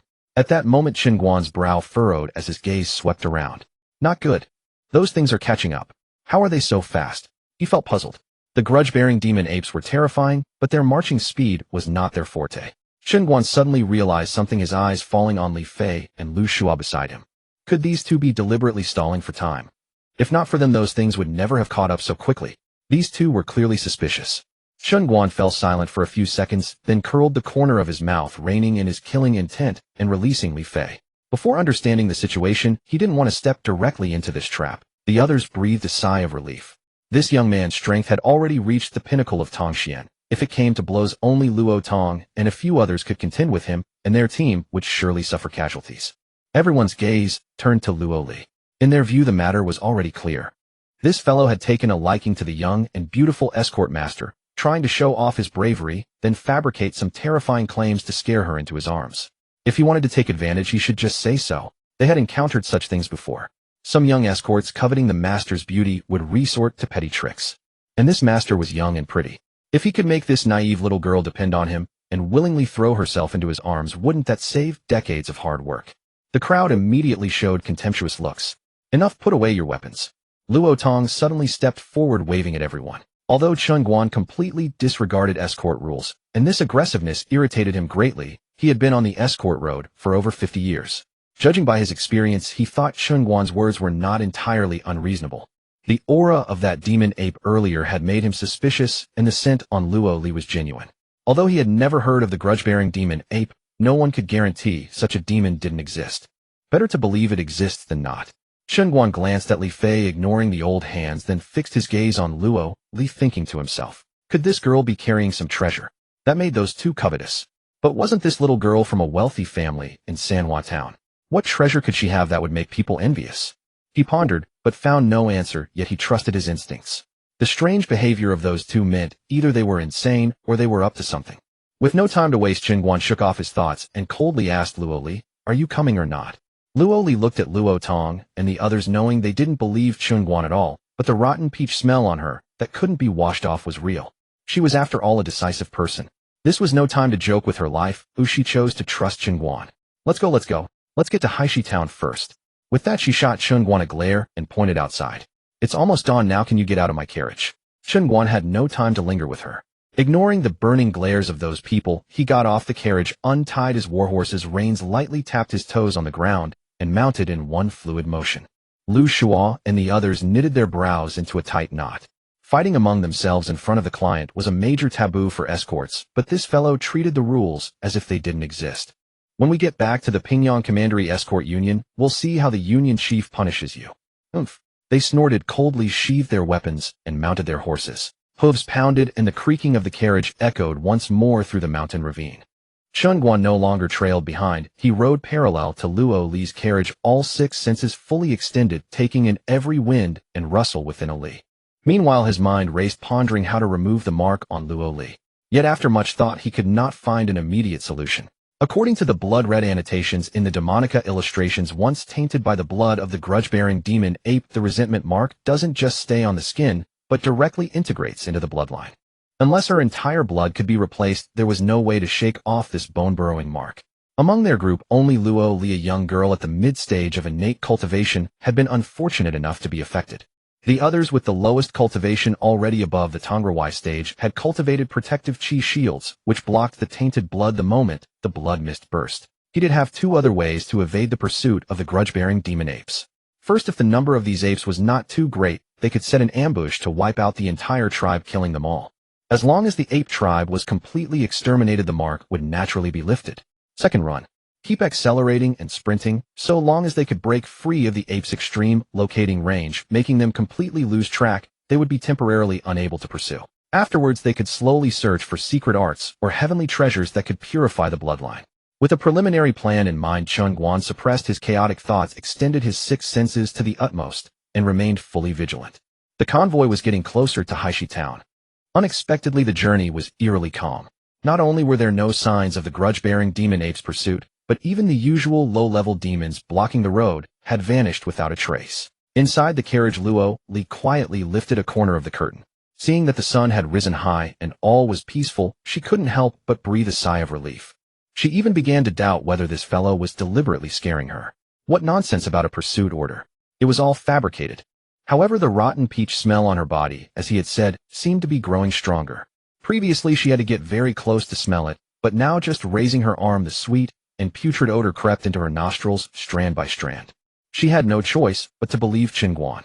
Yet around the carriage, Lu Shua and the others began to mock in low voices. Pursuit. Where are those apes that were supposed to chase us to the ends of the earth? Why can't we see a single one? I think this guy is just desperate to play the hero, picking up some cheap trick from who knows where. He's a disgrace to us escorts. Exactly. Relying on his youth and looks to trick young girls, he's nothing but a scoundrel. Upon hearing these words inside the carriage, Luo Li furrowed her brows. A true escort warrior should not be so mindless. Yet these people had been persistently targeting Chen Guan, without reason, utterly unlike seasoned escorts who had walked the roads for decades. After a moment's thought, she suppressed this doubt again. She was merely an employer, not an escort, and had no say in the internal affairs of the escort team. Then, peering through the window crack at Chen Guan outside, she silently asked herself, "Can you really escort me safely to Dezhou?" Chen Guan was observing the surroundings and did not notice her gaze. At that moment, he furrowed his brow. The intangible danger he had sensed earlier was drawing closer and closer. The mountain forest was still utterly silent. This place was less than 10 li from Haishi town, yet not a single grudge monkey had pursued them. This calm was abnormal. Years of escort experience told him they were already surrounded. Only when a group of sufficiently powerful predators appeared in this area would it frighten the scattered minor monsters into hiding in their dens, not daring to venture out. Only then would the surrounding birds and insects fall silent, not daring to utter a single chirp. The closer they got to Haishi town, the more clearly they could see the rows of black-tiled houses scattered in an orderly fashion, and even a few wisps of cooking smoke rising leisurely, appearing exceptionally peaceful under the midday sun. But Chen Guan's heart grew heavier and heavier. It was too quiet. This place was already at the edge of the Qingtsang Mountains. The deeper they went, the higher and more dangerous the terrain became, where high-level demons gathered. Chen Guan suddenly reined in his horse, a flash of inspiration striking his mind. He finally understood why those grudge monkeys had never caught up. Grudge monkeys were adept at climbing and loved to look down from heights. They hadn't failed to catch up. They were waiting for them to enter a perfect ambush spot. And the small town at the foot of the mountains, situated in a mountain stream, was a natural ambush point. Giddy up. Seeing the leading escort Luo Tong steer the convoy onto the narrow path leading down the mountain, Chen Guan did not hesitate for a moment. He clamped his legs hard against the horse's belly. With a neigh, he charged to the front of the line. "Miss Luo, you cannot go down the mountain. There is danger below." Chen Guan blocked the road with his horse and spoke. "You must change the route now, bypass Haishi town, and leave the Qingtsang Mountains." Whoa! Luo Tong yanked the reins hard, and his steed reared up, letting out a terrified neigh. The entire convoy was forced into an abrupt stop. The wheels screeched against the ground, kicking up a cloud of dust. Everyone steadied themselves, and the weathered faces of the old escorts instantly darkened.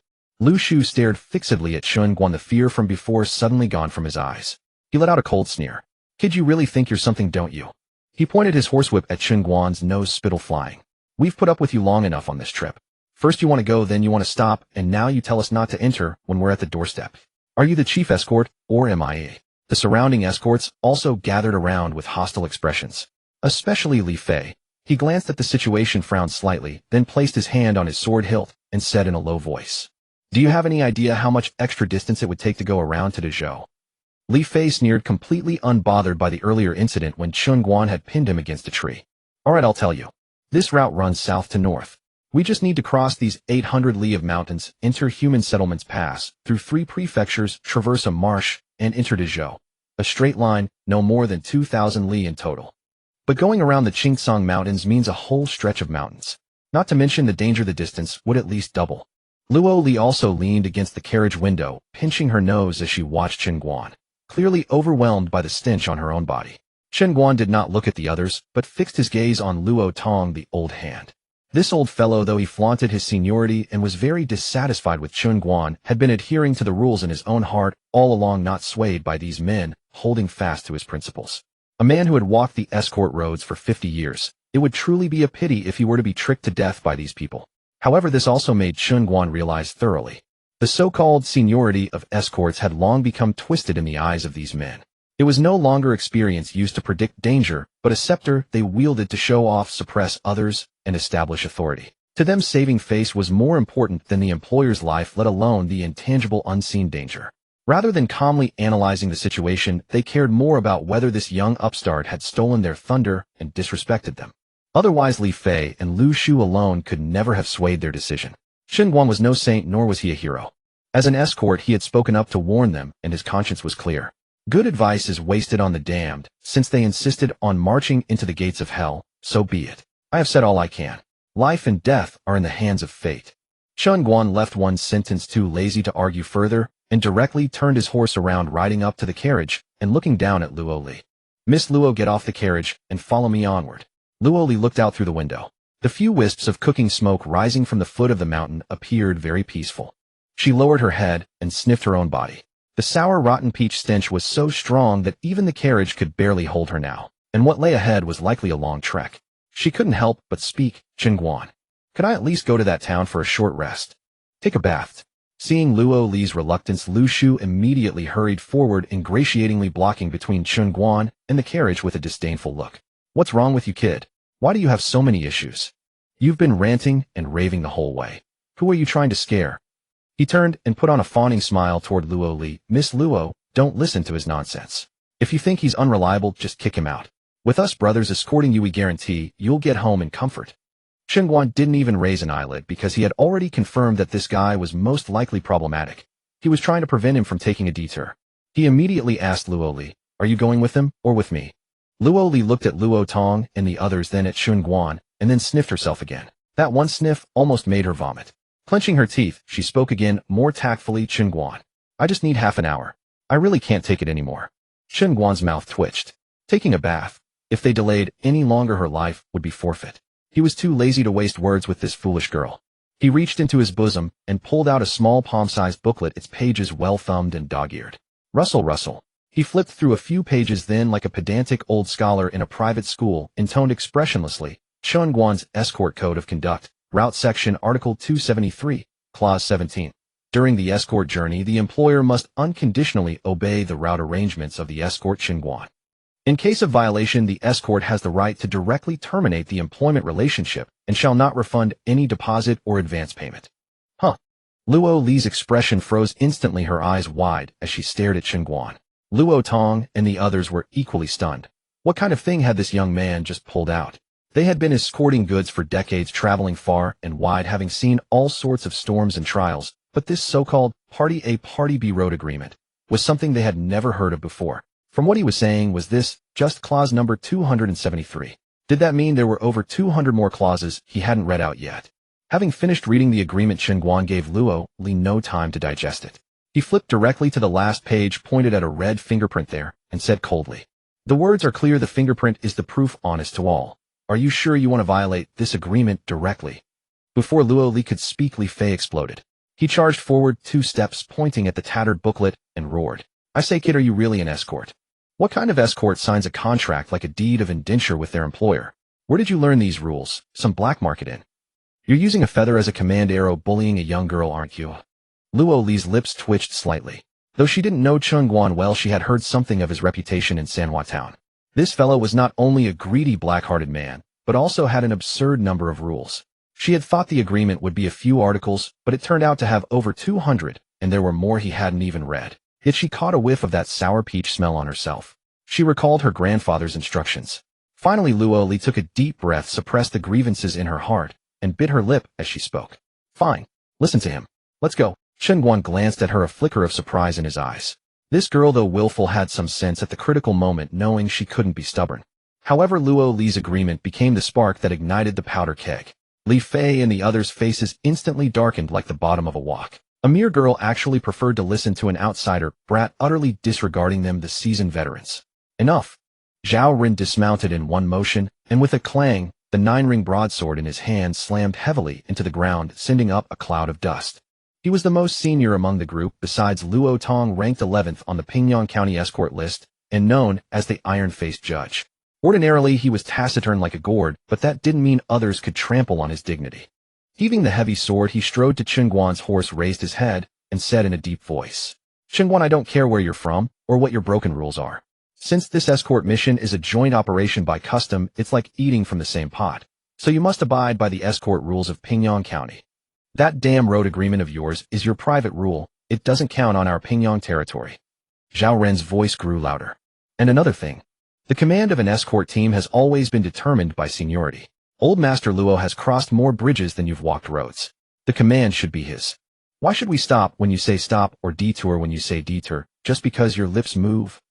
And now you're making us take an extra 2,000 li of unnecessary road.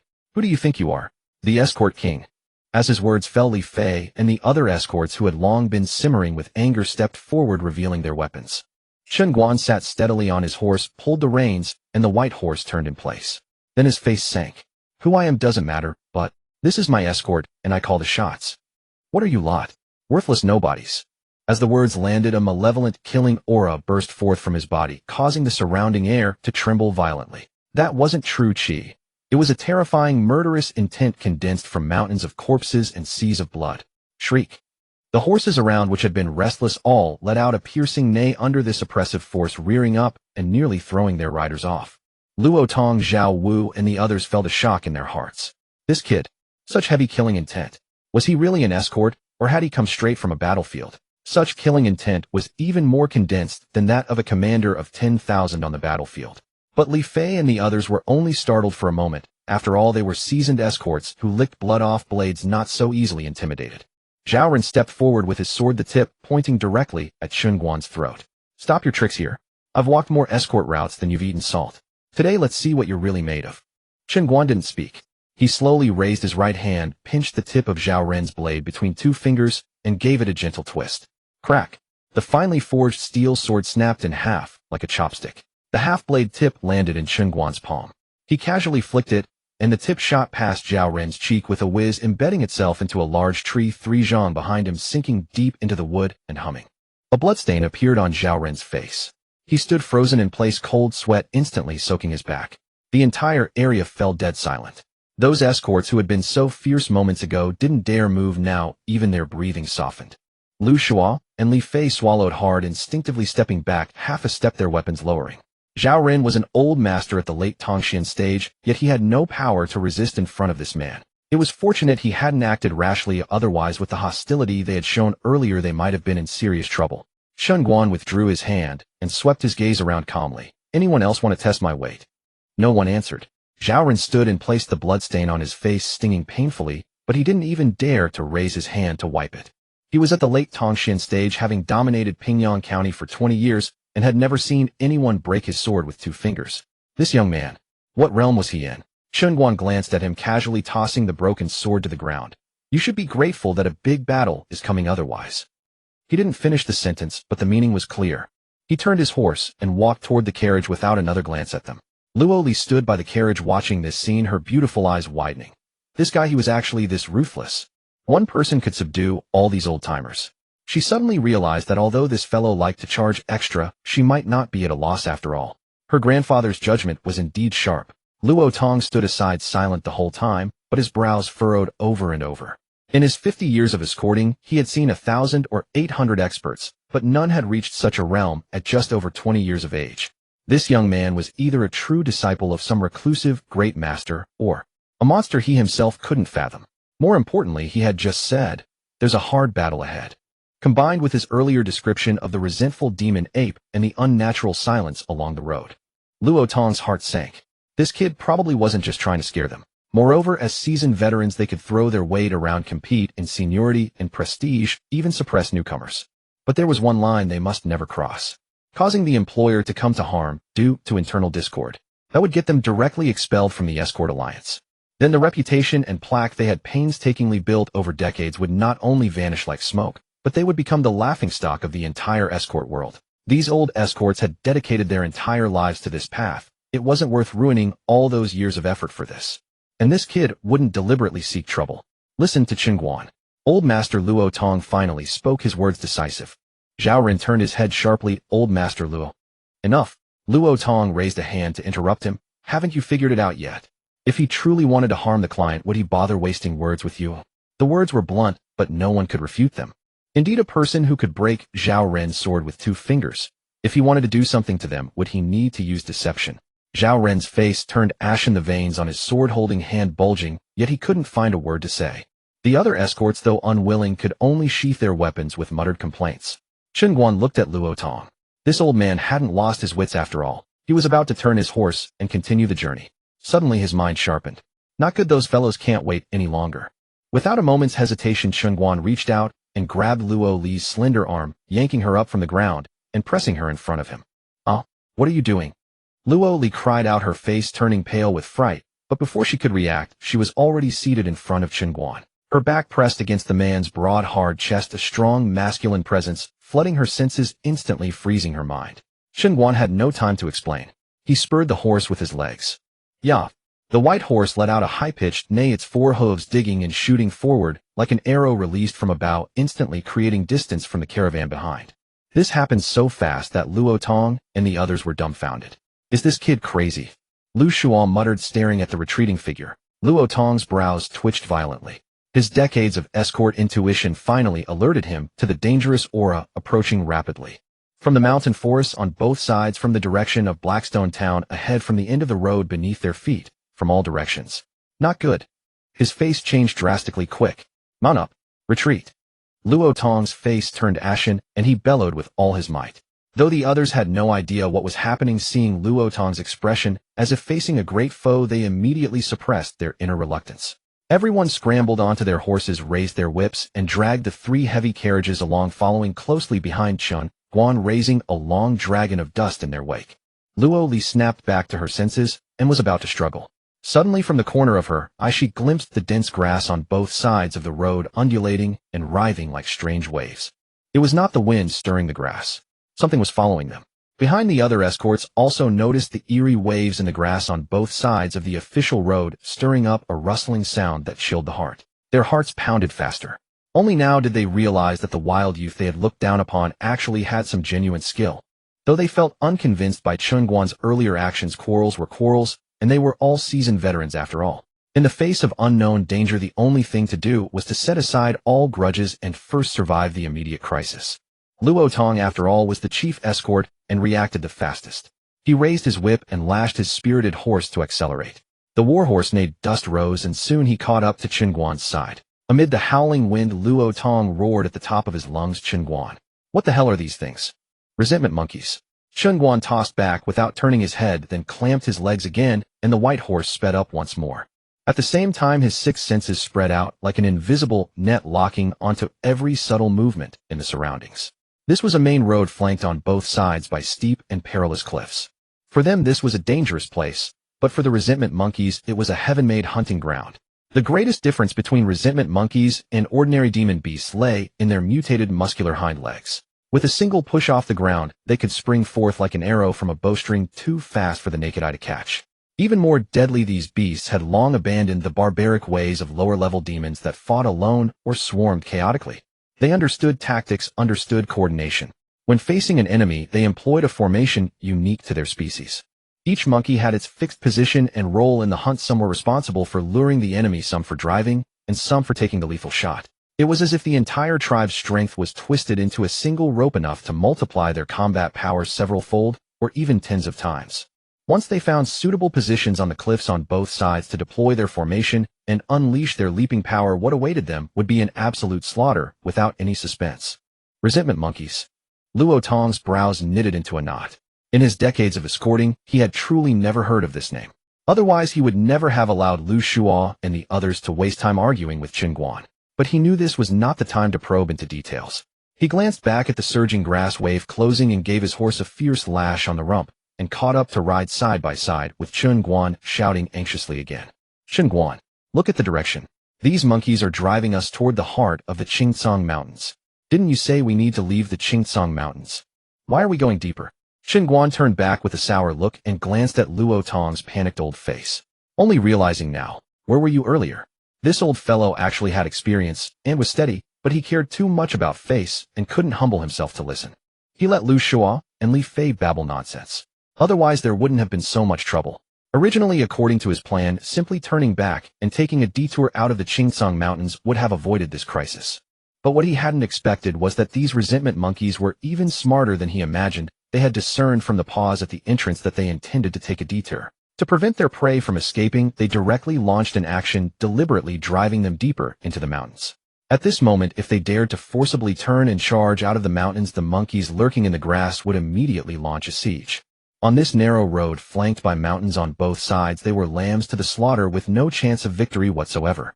Now, the only way to survive was to temporarily follow the monkeys' intent and run forward first, leaving this terrain that was extremely disadvantageous to them. Find an open, easily defensible position where they could launch a counterattack and seek an opportunity. If you don't want to die, just follow me closely and stop asking so many useless questions.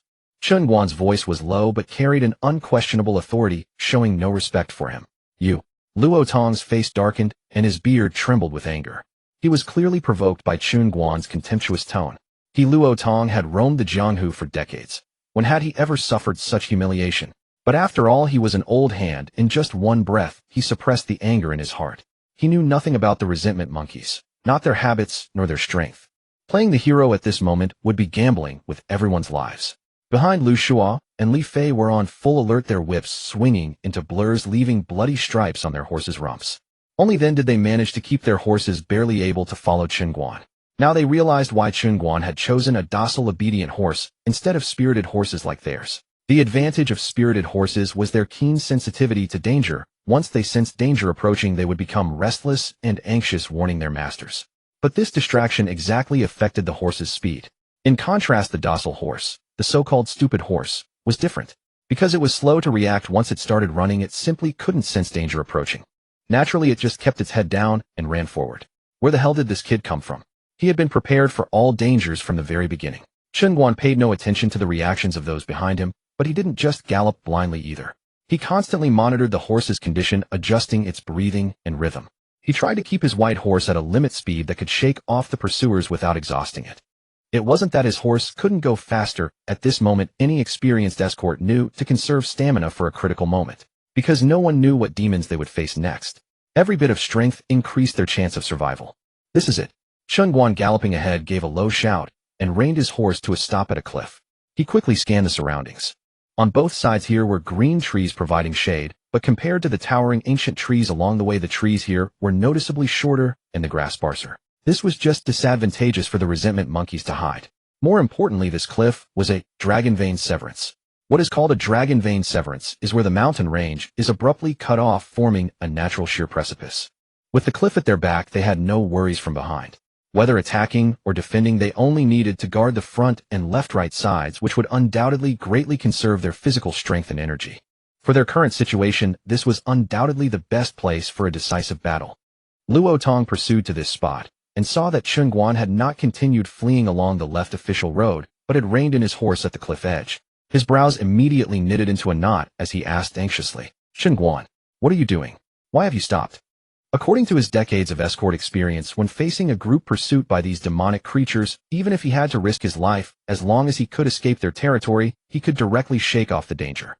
But this guy actually stopped to fight head-on. Isn't that suicide? Thud. Chen Guan ignored him, swung the horse-cutting saber from his shoulder, and thrust it into the hard ground before him, burying it half a foot deep, sending a spray of dust flying. He dismounted, his voice cold and hard. "If you want to leave, you can go directly. I'm staying here." "You..." Luo Tong's face darkened again, his chest heaving violently. What did this kid mean?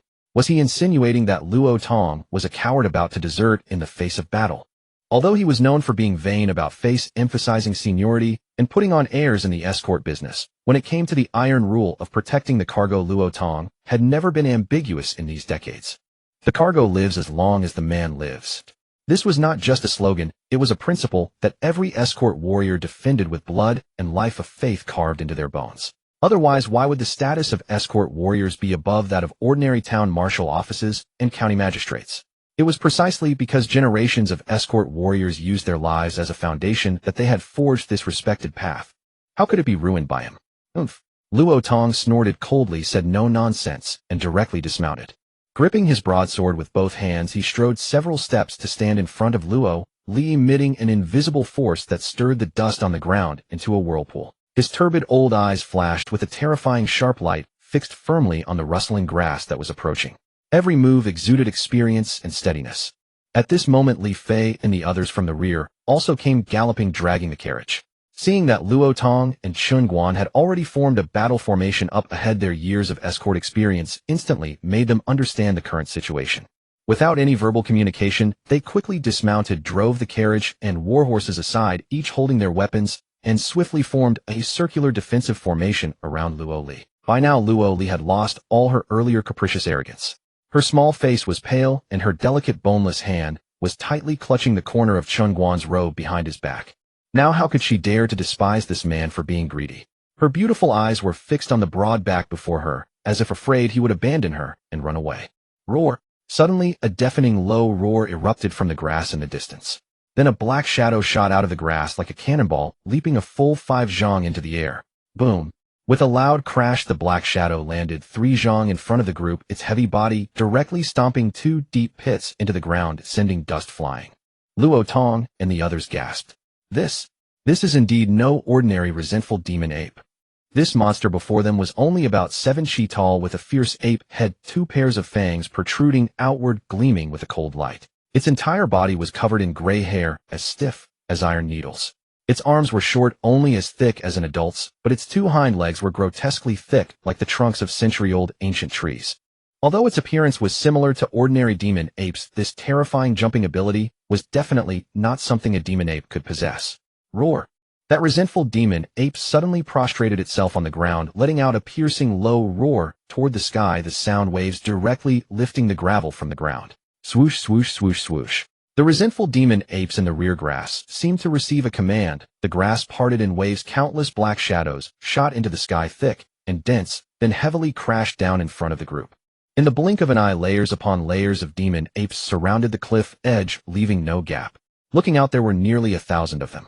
Luo Tong and the others swallowed involuntarily, their palms sweating where they gripped their weapons.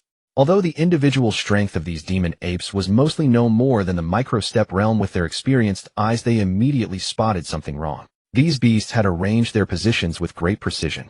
They had actually sealed off all possible escape routes like an iron wall, squeezing them tightly against the cliff edge. Apart from jumping off the cliff, there was no other way out. Chen Guan's expression remained calm. He turned around, gently patted Luo Li's hand, removed her hand from his robe, and placed it on the handle of the horse-cutting saber stuck in the ground. Hold on to the long blade. Don't be afraid. Luo Li nodded, tremblingly gripping the cold handle tightly with both hands, as if holding onto a lifeline. After comforting Luo Li, Chen Guan stepped forward, his gaze fixed on the leading demon ape. This resentful demon ape was a full 2 chi taller than the one he killed last night, and even a head taller than the other apes around it. Although he couldn't be sure if it was the leader of the entire clan, it was definitely the head of this vanguard group. The reason he stopped here was to deal with the mark on Luo Li. If he could eliminate them all, that would be best. If not, he would at least test their strength. Chen Guan took a deep breath, clasped his fists in a strange martial greeting, and suddenly uttered a series of obscure, hard-to-understand phrases.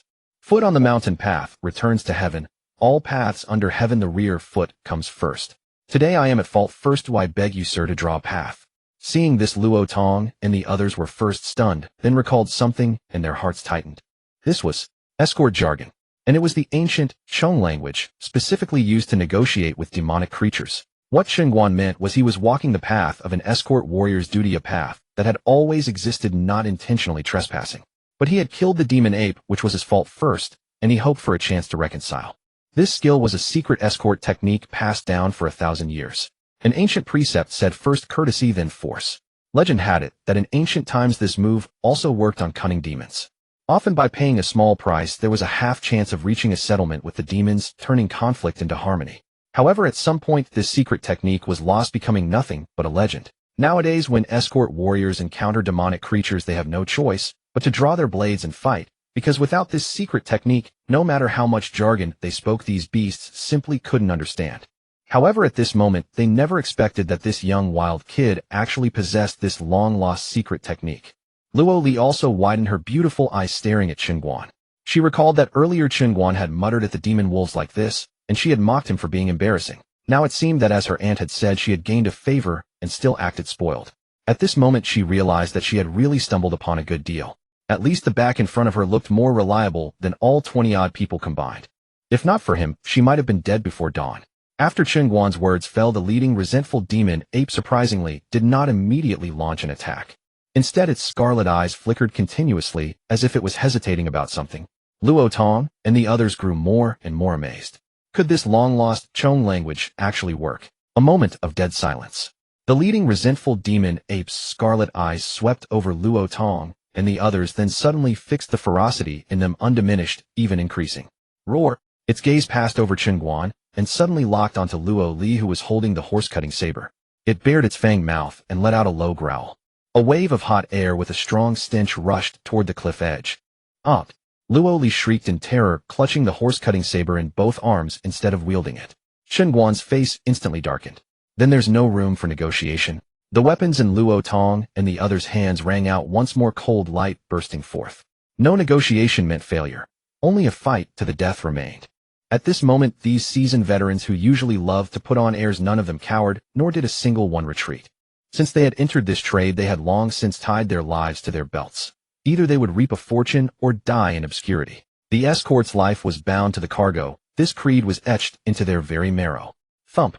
The leading grudge-bearing demon ape stomped the ground with both legs, sinking its feet into the mud, leaning forward, arching its spine, and assuming a poised, lunging posture. Thump, thump, thump, thump, thump. Instantly, the dense pack of grudge-bearing demon apes behind it mirrored the same stance, in unison. The ground resonated, gravel trembling. Chen Guan curled his lips, feeling a loss of face. As a rule, minor demons and monsters weren't worthy of his negotiation. This was only the second time negotiations had failed since he had begun his career. The last time someone had been so disrespectful was a Shanjun tiger that had become a spirit. That beast's foolish son had fallen into a trap set by the villagers of Xiao Village and died. The Shanjun, bereaved and enraged, sought to slaughter the entire village in vengeance. Negotiations failed, and Chen Guan cleaved it in two, with one slash laying it neatly beside its son. Both became tiger skin rugs in his room. Swish, swish, swish, swish. The air tore apart. The leading dozens of grudge-bearing demon apes sprang into the air, heads lowered, arms shielding their heads, their entire bodies taut as a straight line. Like enormous battering rams, they charged ferociously toward Luo Tong and the other's defensive formation. Form ranks. Luo Tong roared, taking the lead.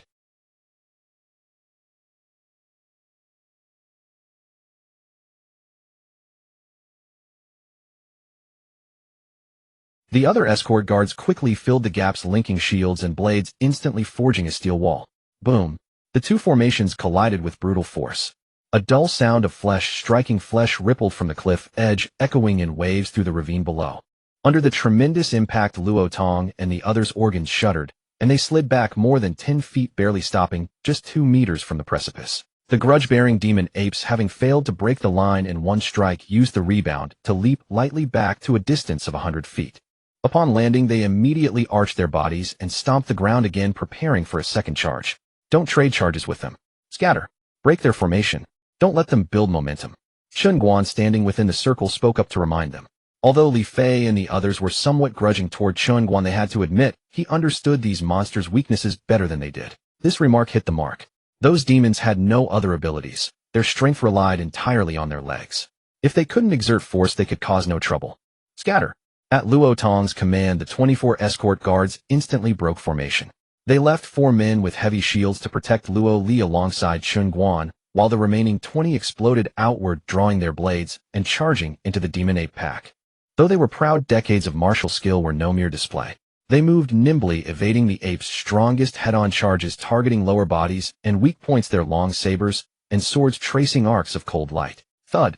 2 demon apes, just about to gather strength to leap, saw a flash of cold light before their eyes. Luo Tong's great blade, as if cutting through tofu, lopped off the iron-hard ape head, and a stream of rank black blood gushed out, staining the ground. With the opening, Luo Tong had torn Li Fei, and the others quickly gained a foothold. Li Fei's long spear darted like a venomous snake, its tip blooming with deadly flowers of light. Every 2 or 3 breaths, a demon ape was pierced through the throat and fell with a shriek. Luo Li clutched the horse-cutting saber, which was taller than herself. Watching the usually oily and slick older men now fight like war gods, driving the demon apes back step by step, she breathed a long sigh of relief. She patted her chest. Phew. Scared me to death. These old fellows have lousy tempers, but their skills are decent. The 1,000 taels of silver were well spent. As she spoke, she instinctively turned to look at Chen Guan, curious about the money grubber's abilities. But he just stood there motionless, with no intention of joining the fight. Chen Guan ignored her, not even paying attention to the battlefield. Instead, his gaze swept back and forth across the dense canopies and shadowy crevices all around. According to the Demon Compendium, grudge-bearing demon apes were inherently sinister and cunning, and their forte was not merely these mindless charges. Their true killing move had yet to be revealed. These demons were too crafty. If he acted rashly without understanding them, he would expose his own hand, making it even harder to deal with later. Sure enough, a sudden change occurred. From the distant treetops came a series of cracking sounds, and then one by one trees as thick as a man were felled. Not good. Chen Guan had barely uttered a warning when he saw a swarm of black figures dart out from the forest, another group of grudge-bearing demon apes. Each one carried a thick tree trunk on its back. Their seemingly short little arms firmly secured the trunks on their backs, and they charged over with a fearless, suicidal abandon. Damn it, they even know how to use weapons. Chen Guan cursed inwardly. These beasts, what kind of demons were these? They were more professional than siege soldiers. Luo Li was stunned by the sight. The bloody hacking was one thing, but the image of these monsters charging with tree trunks directly exceeded her understanding of what demons could do. What are they? What are they doing? Watch out for the rear throws. Chen Guan had no time to explain to her, and could only shout a warning to Luo Tong and the others who were in the thick of battle. Luo Tong and the rest followed the sound, and looked over their hearts, also jolting. The group of grudge-bearing demon apes carrying tree trunks about 200 meters away suddenly slammed on the brakes their feet, plowing 2 deep furrows in the ground. And the massive tree trunks as thick as a man's embrace which had been fastened to their backs were instantly released from their spines by inertia.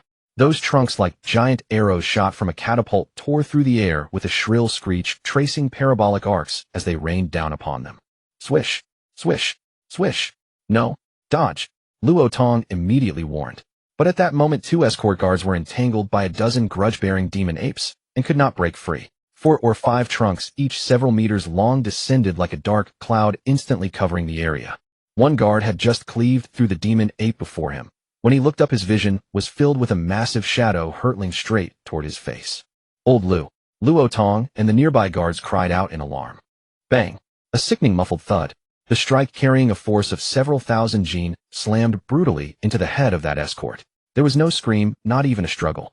His head, like a ripe watermelon, instantly burst apart, splattering red and white across the ground. Before anyone could seize the corpse, the surrounding grudge-bearing demon apes, driven mad with frenzy, swarmed over it. Their sharp fangs and claws tore the headless body to shreds in an instant. Damn! The men's eyes were bloodshot as they prepared to rescue another.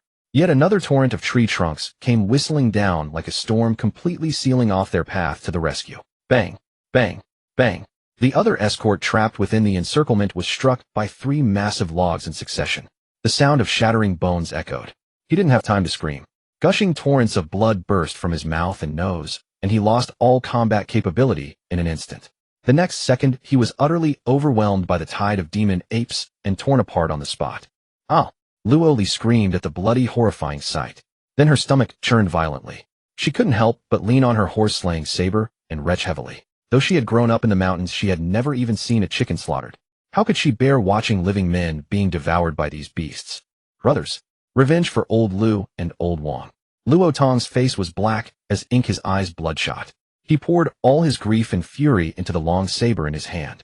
Every swing of his blade carried the utter resolve of splitting mountains and cracking stones. Every roar was filled with endless sorrow for his fallen comrades. He completely abandoned defense, trading wounds for wounds, life for life. Chen Guan cast a cold glance at them, and then paid no further attention. For he noticed that the other batch of monsters mingled among the demon apes were brewing a third wave of attacks soon to come. Zhao Wu, watch out! Someone among the crowd cried out in despair. Luo Li followed the sound, and saw that the burly old man named Zhao Wu, who had been ordering Chen Guan around earlier, was now pinned to the ground by 2 grudge-bearing demon apes, unable to move. In the distance, the largest ape leader of all suddenly kicked off the ground, soaring straight into the air. It leaped 7 or 8 zhang high like a descending mountain and stomped fiercely toward Zhao Wu on the ground. Chen Guan, what are you standing there for? Go save him, Luo Li shouted urgently. But Chen Guan seemed not to hear her, still standing like a stone statue, staring into the jungle ahead. Activate, path opening / sword technique, attack power increased by 100. Bang. Zhao Wu was directly crushed by the grudge-bearing demon ape, his body bursting, blood splattering everywhere. Luo Li saw a living person end up in such a tragic state. Seeing Chen Guan still unmoved, she immediately became furious. Chen Guan, are you even human? You could have saved him, but you just watched him die. Chen Guan finally turned his head to look at her. His eyes were calm without a single ripple. I am an escort, not a savior. His voice was very flat. My duty is to you, not to them. They take money and risk their lives, I do the same. If you want me to save others, you can, but it will cost extra, and you'll have to protect yourself. Luo Li was choked speechless by his words. Chen Guan withdrew his gaze and continued to scan the surroundings, leaving only one remark: remember, in this world, the only one who can save you is yourself. Entrusting your life to others is the stupidest thing. These bastards had stirred up a huge mess. The fact that he hadn't personally put a blade to their necks and made them die in the line of duty was already his act of accumulating virtue, and they still wanted him to save people. Luo Li bit her lip, tears swirling in her eyes, but she couldn't utter a single word of rebuttal. Yet she still wanted to say something, just as she opened her mouth.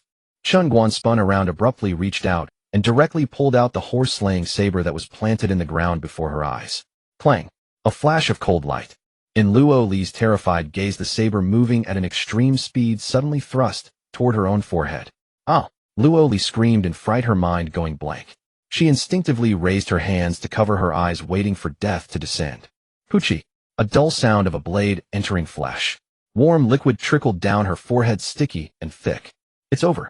Just because I was late in paying extra, he actually killed me. Luo Li's heart turned to ice. What are you dazing for? A furious roar suddenly exploded in her ear. Luo Li was jolted awake by the shout and instinctively opened her eyes. Only then did she realize she wasn't dead. She turned her head and was startled. Unbeknownst to her, a monster had silently appeared behind her. A beast whose body was a full size larger than the ape leader itself. And now the head of this monster was pierced through from the center of its brow by Chen Guan's saber dangling on the tip of his blade. That massive body, as large as an ox, must have weighed at least 1,000 jin, yet he held it aloft in the air with one hand, effortlessly, casually. Seeing her still in a daze, Chen Guan flicked his arm, flinging the corpse off his blade, and reached out to pull her into his embrace. With his left arm shielding Luo Li, he swung the horse-slaying saber again with his right hand. SSSSH. Luo Li only saw a dark shadow flash before her eyes. The next second she watched as that shadow was split in two by Chen Guan's saber, falling to the ground in two halves, blood spurting wildly. So fast. Luo Li was completely stunned. Though she was not skilled in cultivation and knew nothing of combat, she could tell. This blade speed, where even the afterimage was invisible, was absolutely not something those so-called old hands could wield. This greedy, foul-mouthed bastard. He was actually this strong. Poochie. Chen Guan's right arm moved slightly, and he stabbed out again with the blade.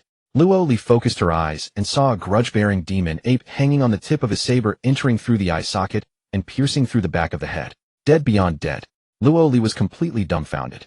This guy? Is he really this formidable? This time she saw it clearly.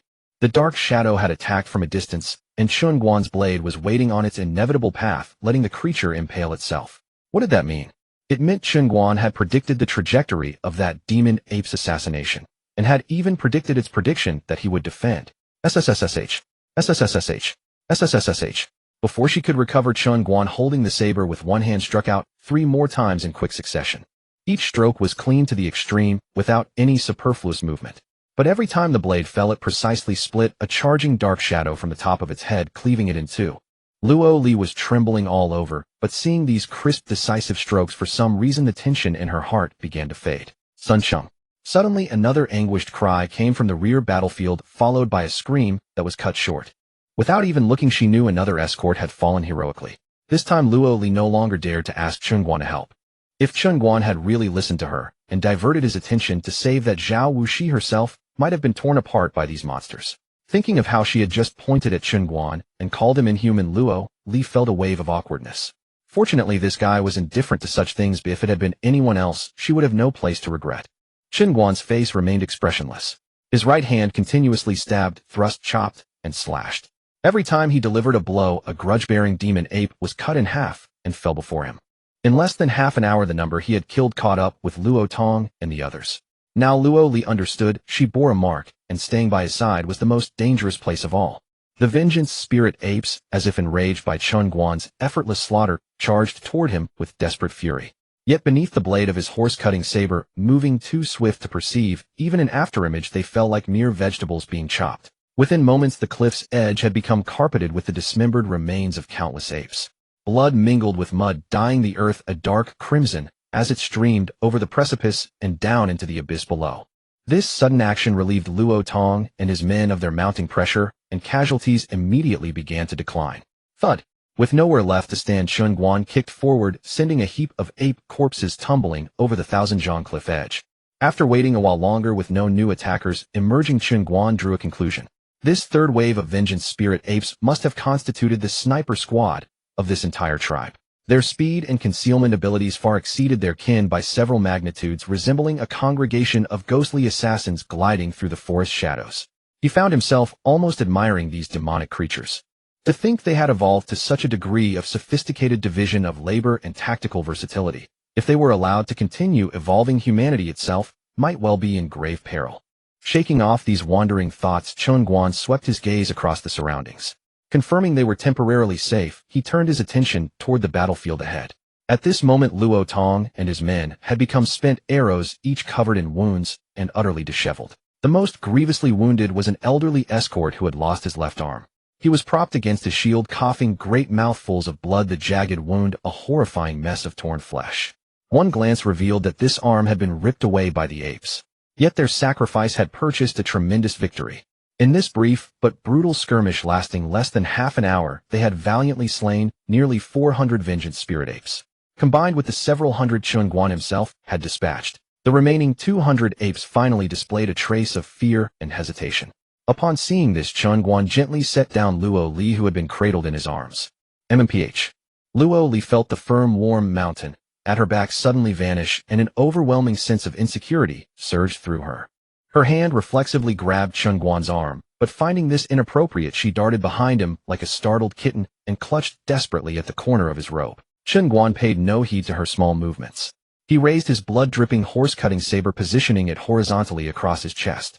With his other hand, he extended a single finger from which a violet radiance suddenly burst forth, directly touching the blade's spine. Clang! A sound of clashing weapons reverberated from the horse-cutting saber, manifesting as a visible wave of sonic energy that rippled outward in all directions. This sound, though not particularly loud, possessed a soul-penetrating enchantment. The vengeance spirit apes that had still been assaulting them heard this sound, and their movements froze in perfect unison. Then the largest ape, their chieftain, lifted its head to glance at Chen Guan. A flicker of apprehension sparked in its gaze. After hesitating for a moment, it finally tilted its head skyward and let out a short, guttural roar. Rumble, rumble. The remaining vengeance spirit apes, as if receiving a command to retreat, immediately abandoned their enemies and created distance. With a few bounding leaps, they vanished into the distant forest like an ebbing tide, disappearing without a trace in mere moments, until the very last ape had vanished into the jungle's embrace. Thud!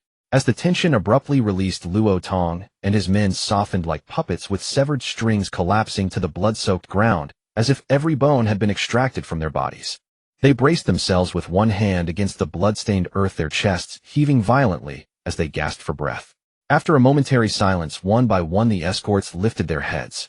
They did not look at one another, but instead fixated their gazes upon the dark crimson stains beneath their feet, strewn with fragments of flesh and shattered bones. There lay their brothers in arms, the companions with whom they had fought side by side. Yet now, only puddles of unrecognizable gore remained. A profound silence descended upon all. Between heaven and earth, only the heavy, ragged breaths of men filled the air, accompanied by the shrill cries of vultures circling overhead, drawn by the scent of blood. Chen Guan remained silent, standing motionless as he glanced at Li Fei and Lu Shua, who sat upon the ground. His brow furrowed slightly. After several breaths, his gaze began to scan warily the surrounding environs for any sign of disturbance. For this was merely the beginning. These 1,000 vengeance spirit apes were merely a probe, a test of their capabilities. The true elite forces had yet to reveal themselves. Otherwise, had he not single-handedly resolved the matter, why would he have bothered conversing with these individuals? Behind him, Luo Li's eyes had reddened, twin streams of clear tears tracing down her ashen cheeks. She had known this journey would be perilous, yet never imagined it would exact such a devastating toll. 7 living, breathing souls had been annihilated before her very eyes, leaving nothing but oblivion. This nightmarish tableau shattered every romantic fantasy she had ever harbored about the world of martial arts and rivers and lakes. Standing still, gazing upon that broad, steadfast silhouette before her, Luo Li suddenly recalled that moment, and in an instant she understood something profound. Though this man was greedy, though his tongue was sharp, though he had given her the cold shoulder throughout their journey, never once when she faced danger did he hesitate for even a single second. She remembered her grandfather's dying words, "Little Li, one must not judge others merely by their appearance." She believed she was beginning to comprehend their meaning. Snapping back to the present, Luo Li immediately turned to Chen Guan. Thank you." Chen Guan glanced back at her, offering only a single retort. "What's there to thank? For escorts worth paying for, I always perform my duties with equal diligence." Luo Li's delicate face flushed with indignation. She turned her head away in a huff. Meanwhile ahead Luo Tong drew a long breath, his eyes brimming with self-reproach. If only he as the head escort had possessed even a shred of foresight. If only he had not heeded the slanderous advice of others. None of this catastrophe would have befallen them. When he raised his head once more, the man appeared to have aged a decade in an instant. His clouded, weary eyes overflowed with boundless sorrow and exhaustion. Clearly he had shouldered all the blame upon himself. Slowly he turned his gaze toward the cliff's edge. Seeing that Luo Li was safe and sound, the burden upon his features eased somewhat. So long as the client remained unharmed, they had fulfilled their duty as escorts. Yet they had failed these fallen brothers. His gaze then fell upon the ravaged landscape of corpses before him, his pupils contracting sharply. Did he dispatch all of these? It was evident that he had never anticipated Chen Guan possessing such formidable strength. One glance was sufficient. Over 100 corpses lay scattered across the earth. Furthermore, based upon the marks upon the ground, many had been hurled over the cliff beyond any possibility of enumeration. Others soon took notice of the carnage. In an instant, the grief upon everyone's faces was gradually supplanted by a torment woven from regret, shame, and self-condemnation. They knew full well that all of this could have been avoided. Had they heeded Chen Guan's counsel from the outset, these 7 precious lives need not have been consigned to oblivion. Yet it was their own risible pride, their stubborn insistence upon veteran expertise and face that had precipitated this irreversible calamity. All of this could be attributed to no one but themselves. Indeed, it would be no exaggeration to state that without Chen Guan's presence, not a single soul among their 24 souls plus Luo Li would have survived. Luo Tong was indeed a seasoned veteran of the escort trade. Though mired in grief, he soon extricated himself from its clutches. Tidying his tattered armor and adjusting his posture, he dropped to both knees in the pool of blood. He bowed 3 forceful kowtows before the puddles of mangled flesh. His hoarse voice trembled with infinite remorse. Old Lu, Old Wang, Sun Cheng, Zhang Liang, forgive me. I, Luo Tong, am indebted to you all for a life. The others followed suit, kneeling in unison, their foreheads striking the unyielding ground with resonant thuds. In this most primal and agonizing manner, they mourned their fallen comrades. The formalities concluded, Luo Tong rose slowly. He approached the scattered blood-soaked weaponry scattered amid the carnage. Bending down, he gathered each blade one by one, meticulously wiping away the gore with his sleeve before strapping them tightly upon his back. This was the sacred tradition of escorts. When companions fell far from home, the living would carry their weapons back, returning them to their families. This was the honor of the departed, the sole memento they could leave for their loved ones. For the escort's adversaries were invariably these demonic creatures. Should a mission fail, one would perish by these monsters' jaws. It was rare indeed for a whole corpse to be recovered. Indeed, even the weapons themselves seldom survived. Such was the escort's fate, the immutable conclusion that had endured for 1,000 years. Having gathered their composure, the men dragged their weary bodies toward Chen Guan. With Luo Tong at their head, they slowly bowed, clasping their fists in salute, their voices thick with shame and remorse. Chen Escort, we apologize. Previously, we were all mistaken about you. Chen Guan glanced at Li Fei and Lu Shua among the crowd. Although these 2 old fellows were covered in wounds, they were not seriously injured. This left him somewhat puzzled. Originally, these 2 had been mocking him, deliberately picking fights and stalling for time, which was clearly suspicious. But after this battle, he was no longer certain. Because these 2 had fought with all their might, holding nothing back and showing no mercy. However, Chen Guan was not so petty as to hold a grudge over past grievances. He waved his hand dismissively. Of course, he would not let his guard down. His intuition had never been wrong. Forget it. Chen Guan waved his hand, suppressing this concern. Then he looked at Luo Tong. These 7 lives were the most profound lesson for him. Luo Li watched as these old-timers who usually looked down on everyone bowed their heads so solemnly to a junior decades younger than them. In her heart, she felt an inexplicable sense of approval for Chen Guan. But don't celebrate too soon. Immediately, Chen Guan's words made the hearts of the crowd, which had just relaxed, leap into their throats again. We are not out of danger yet. In fact, the real danger has only just begun. How so? Luo Tong's expression tightened as he asked in a low voice. Chen Guan did not hide anything. He recounted in full detail the habits, danger level, and terrifying combined attack ability of the grudge-bearing demon apes from the Demon Curse Atlas. After hearing this, everyone's heart sank again. So that was it. Only now did they fully understand why Chen Guan had insisted from the very beginning that they not stop and urged them to take a detour. Now they realized that the 7 fallen brothers were entirely a result of their own actions. In particular, Lu Shua and Li Fei clenched their fists tightly, their nails digging deep into their palms, blood seeping through their fingers without them even noticing. They had always been competitive and fond of flaunting their seniority, but never imagined that this time it would lead to such dire consequences. It was he who had first jumped out to oppose Chen Guan. If only he had been more cautious when they encountered the first grudge-bearing demon ape. If he hadn't been trying to spite Chen Guan and had stopped in time, then none of this series of troubles would have happened. Bang! Li Fei and Lu Shua could no longer bear the guilt in their hearts. Their knees gave way, and they fell heavily to the ground, kowtowing fiercely to Luo Li, and also to Chen Guan, with hoarse voices. "I'm sorry, young lady. It's me, who let everyone down." Luo Li was startled by this sudden action. She dared not speak and instinctively looked at Chen Guan. "Enough." Chen Guan waved his hand, signaling him to stand up. He didn't want to waste time on this matter. Chen Guan looked around, and then gave the order, "Rest here. Set out tomorrow morning." "What?" Luo Li was stunned, blurting out, "No. Shouldn't we take advantage of the grudge-bearing demon ape's retreat and find a way to go around? Why are we staying here to die?" Chen Guan looked at this young girl. Originally, he thought she was just a sheltered, somewhat spoiled young lady who had never seen much of the world. But after these 2 days, he vaguely felt that this girl's identity might not be so simple. He could tell from today's battle alone. An ordinary young lady, upon seeing such a bloody scene, would not just be afraid and retch at most would have fainted or even had a mental breakdown. But she only experienced brief discomfort and quickly adapted to the bloody scene and dangerous situation. Moreover, she had the heart to ask him to save others. Such a state of mind, such adaptability and mental fortitude, these could not be cultivated by an ordinary wealthy family. Moreover, this young girl, only 16 years old, possessed the strength of the mid-Xintian stage, showing her extraordinary martial talent. Yet she had no combat skills at all, and didn't even know the most basic way to channel her true qi. This made him even more puzzled. Looking away, Chen Guan still explained calmly. "The grudge-bearing demon apes have a habit. They treat every battle as a learning experience and a challenge.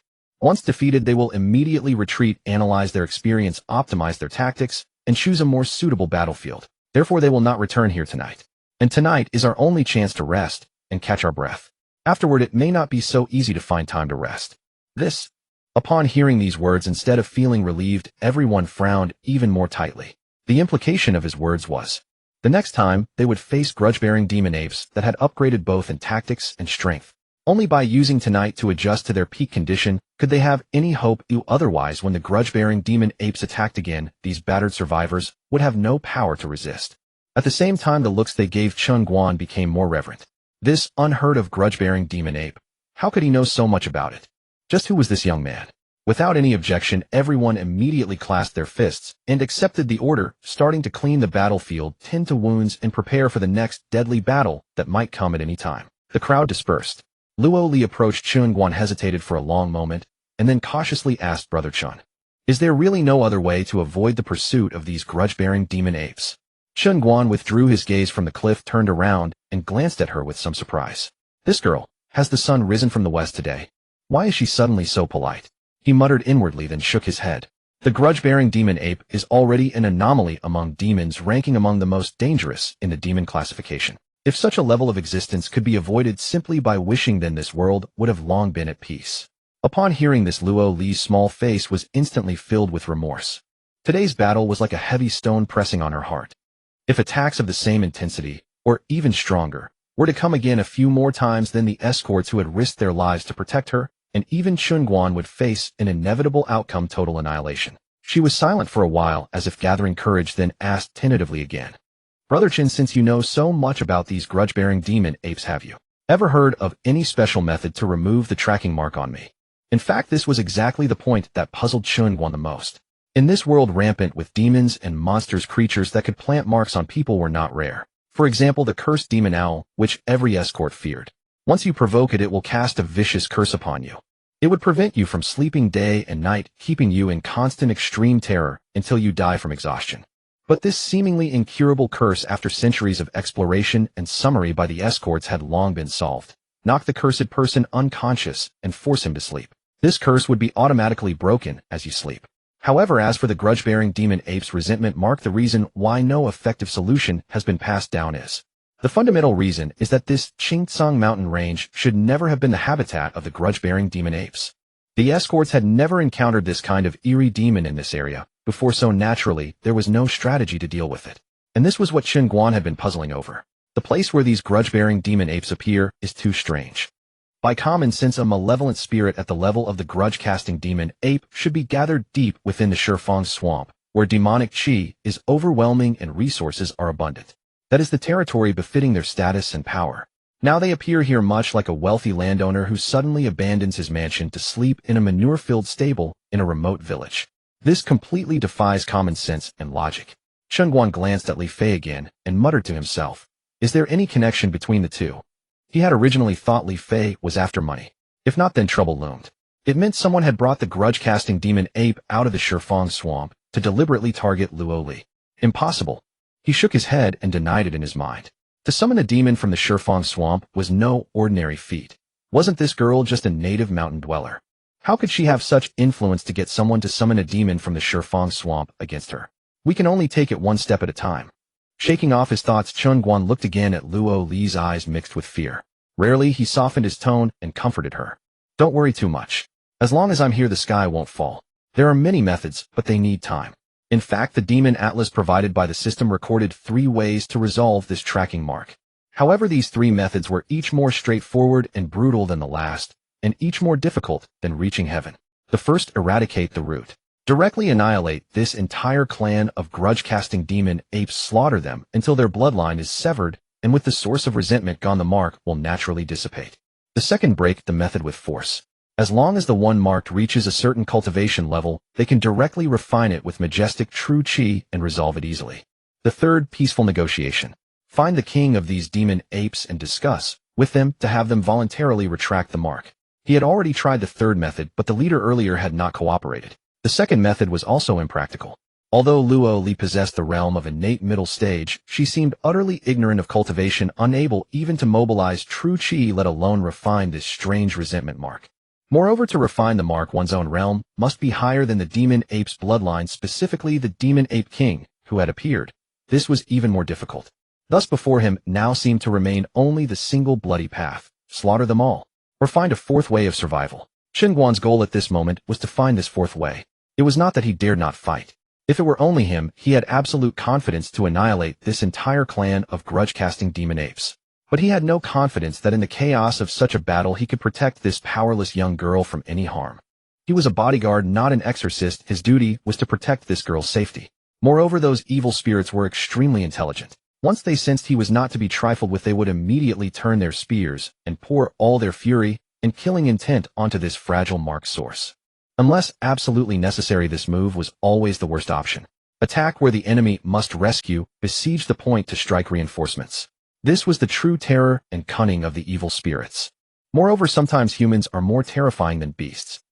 The moon hung high and the mountain wind howled at the cliff mouth all night long. Although the night in the deep mountains was far more lively than the day, relying on their bodyguard experience, after taking precautions they managed to spend the whole night safely. The sky was faintly bright. Luo Tong began to organize the convoy. The 2 severely injured bodyguards in the team, after a night of treatment and healing, had their injuries barely stabilized. Though unable to fight, at least their lives were out of danger. Luo Li had curled up in the carriage all night, woken by the noise outside. Pinching her nose, she jumped off the carriage, and the first thing she did was run to the rear cart and carefully inspect the goods she was carrying. Fortunately, yesterday's frantic journey had not caused much damage to the goods, which made her breathe a slight sigh of relief. She turned her head to look. She found Chen Guan standing at the cliff edge, both hands resting on his exaggeratedly styled horse-cutting saber, staring into the abyss below, not knowing what he was looking at. Whether it was an illusion or not, since Li Fei killed that demon ape the day before, Chen Guan seemed much colder than when they first met, like a blade slowly being drawn from its sheath. After confirming the goods were in order, Luo Tong tidied his gear, came to the cliff edge, and cupped his hands to Chen Guan. "Escort Master Chen, the team is ready. While the sky is faintly bright, and the evil spirits have not fully returned to their lairs, let's set off quickly." Chen Guan turned around and scanned the scene. After a night's rest, the horses that had been exhausted were now somewhat refreshed. He nodded and said in a deep voice, "Good, prepare to enter the mountains." "Enter the mountains?" Luo Tong asked with a puzzled expression. "Escort Master Chen, what do you mean?" "The lair of these grudge-casting demon apes is clearly deep in the Qingsong Mountains. If we go further, and won't we be walking right into their trap, directly into their ambush circle?" Hearing Chen Guan's arrangement, Li Fei and the others also gathered around. Though they didn't speak, their eyes were full of doubt, all waiting for Chen Guan to give a reasonable explanation. Chen Guan didn't beat around the bush. Pointing at the only road down the mountain, he explained, "If we go back down the same way now, within a quarter hour those beasts will surround us from all sides and force us back into the mountains again. And the attack will surely be stronger and fiercer than last time. Do you think we can hold out with this few people? Hearing this, Luo Tong and the others fell silent. The words were indeed reasonable. In their current state, they couldn't withstand a second-strong assault. Only by going against the grain and following the enemy's intent could they buy more time to find other breakthroughs. Fine, we'll do it. Luo Tong gritted his teeth and nodded in agreement. Luo Li walked over at this moment, her face bashful, but her gaze extremely cold. Brother Chen, you've been tired all night. You could ride in my carriage and rest a bit. Chen Guan turned around, and before she could finish directly refused. No need. There will be no danger on the road for now. Luo Li was stunned, then her voice rose a few notches. Isn't the carriage more comfortable? Do you have to ride that skinny horse in the cold wind? Chen Guan gave her a blank look, his tone flat. Women only affect my blade drawing speed. I'd better stay outside. Luo Li was taken aback. Instantly her face flushed, her brow twitched, and she swallowed all the words she had intended to say. Of course, she also knew that among the group Chen Guan was the strongest and most perceptive, so being outside indeed allowed him to respond better to emergencies. Thus she could only walk toward the carriage. As she passed the 2 carts of goods, she seemed to think of something and called out to Li Fei. Uncle Li, pay attention to the last cart. 2 bags are torn. You should retie them so they don't come loose on the way. Yes, miss, rest assured. Li Fei respectfully nodded and immediately went to retie those 2 bags. However, upon hearing bags torn, Chen Guan subconsciously looked at those 2 carts, then a flash of insight struck him as he looked at Li Fei. A slight smile curled at the corner of his mouth. Then he thoughtfully looked at Luo Li's delicate carriage. So that's it. Chen Guan muttered to himself, then leaped and landed steadily on that seemingly stupid old horse. Chen Guan suddenly felt a profound sense of lightness wash over him. Moved. With a sharp crack of Li Fei's whip, the caravan set off, once more slowly disappearing into the vast depths of the Qingcang mountain range. The wheels rolled forward, crushing the morning dawn beneath them. On both sides of this ancient imperial road, towering ancient trees stood like overlapping ghostly claws, their shadows so thick that one could not see a finger's length ahead. Occasionally mountain winds swept through, producing sounds like malevolent ghosts whispering in sinister laughter. As Chen Guan had predicted, the journey was unusually smooth all the way. By the time the sun began to set, the escort party had not encountered a single low-level demonic creature blocking their path.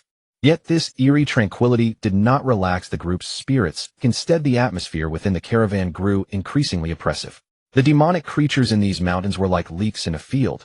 Cut one batch, and another would grow in its place, found everywhere. Traveling this escort route, no matter how fortunate one's luck, you would still need to slay several hundred heedless little demons and monsters along the way. Yet throughout this entire day, not to mention demons and monsters, even the usual chirping of insects and birds beside the road had vanished completely. It was as though the entire mountain range had turned to death. This could only mean one thing. A high-level demonic presence had been secretly watching and following them all along.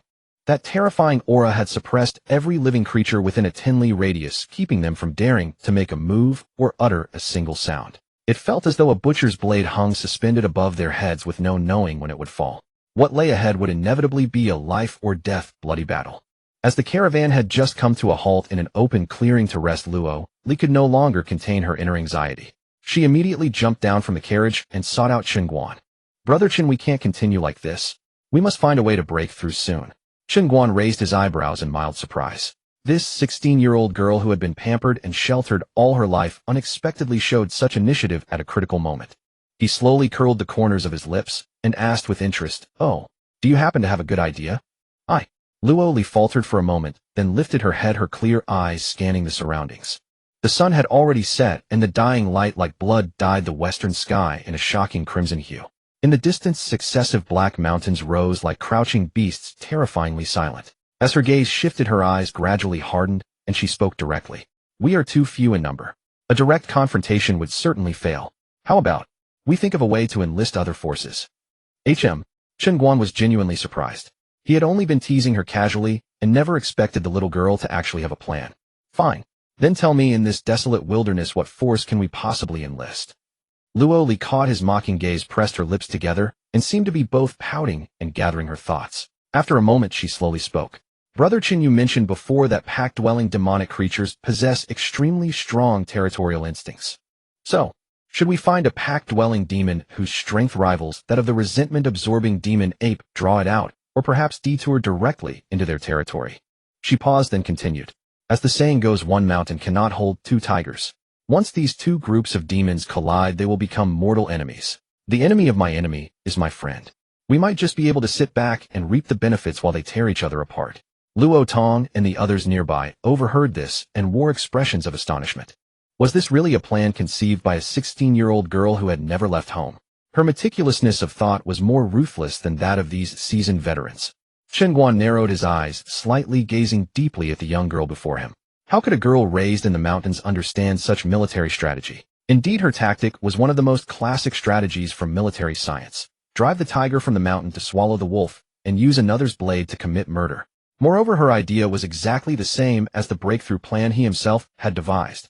Utilizing the complex web of factions within the Qingtsang mountain range to execute a move of borrowing a blade to kill. This little girl's background must be far more complicated than I originally imagined. Chen Guan muttered to himself and frowned slightly as he looked at her.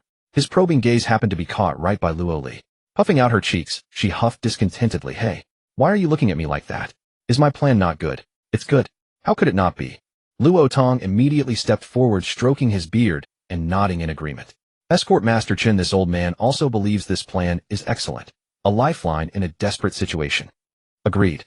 Chen Guan nodded as well, uncommonly allowing the corners of his mouth to rise into a not too derisive smile. Not bad. You actually have some brains. Those books of the sages haven't been read in vain. Hearing this, Luo Li immediately lifted her chin proudly.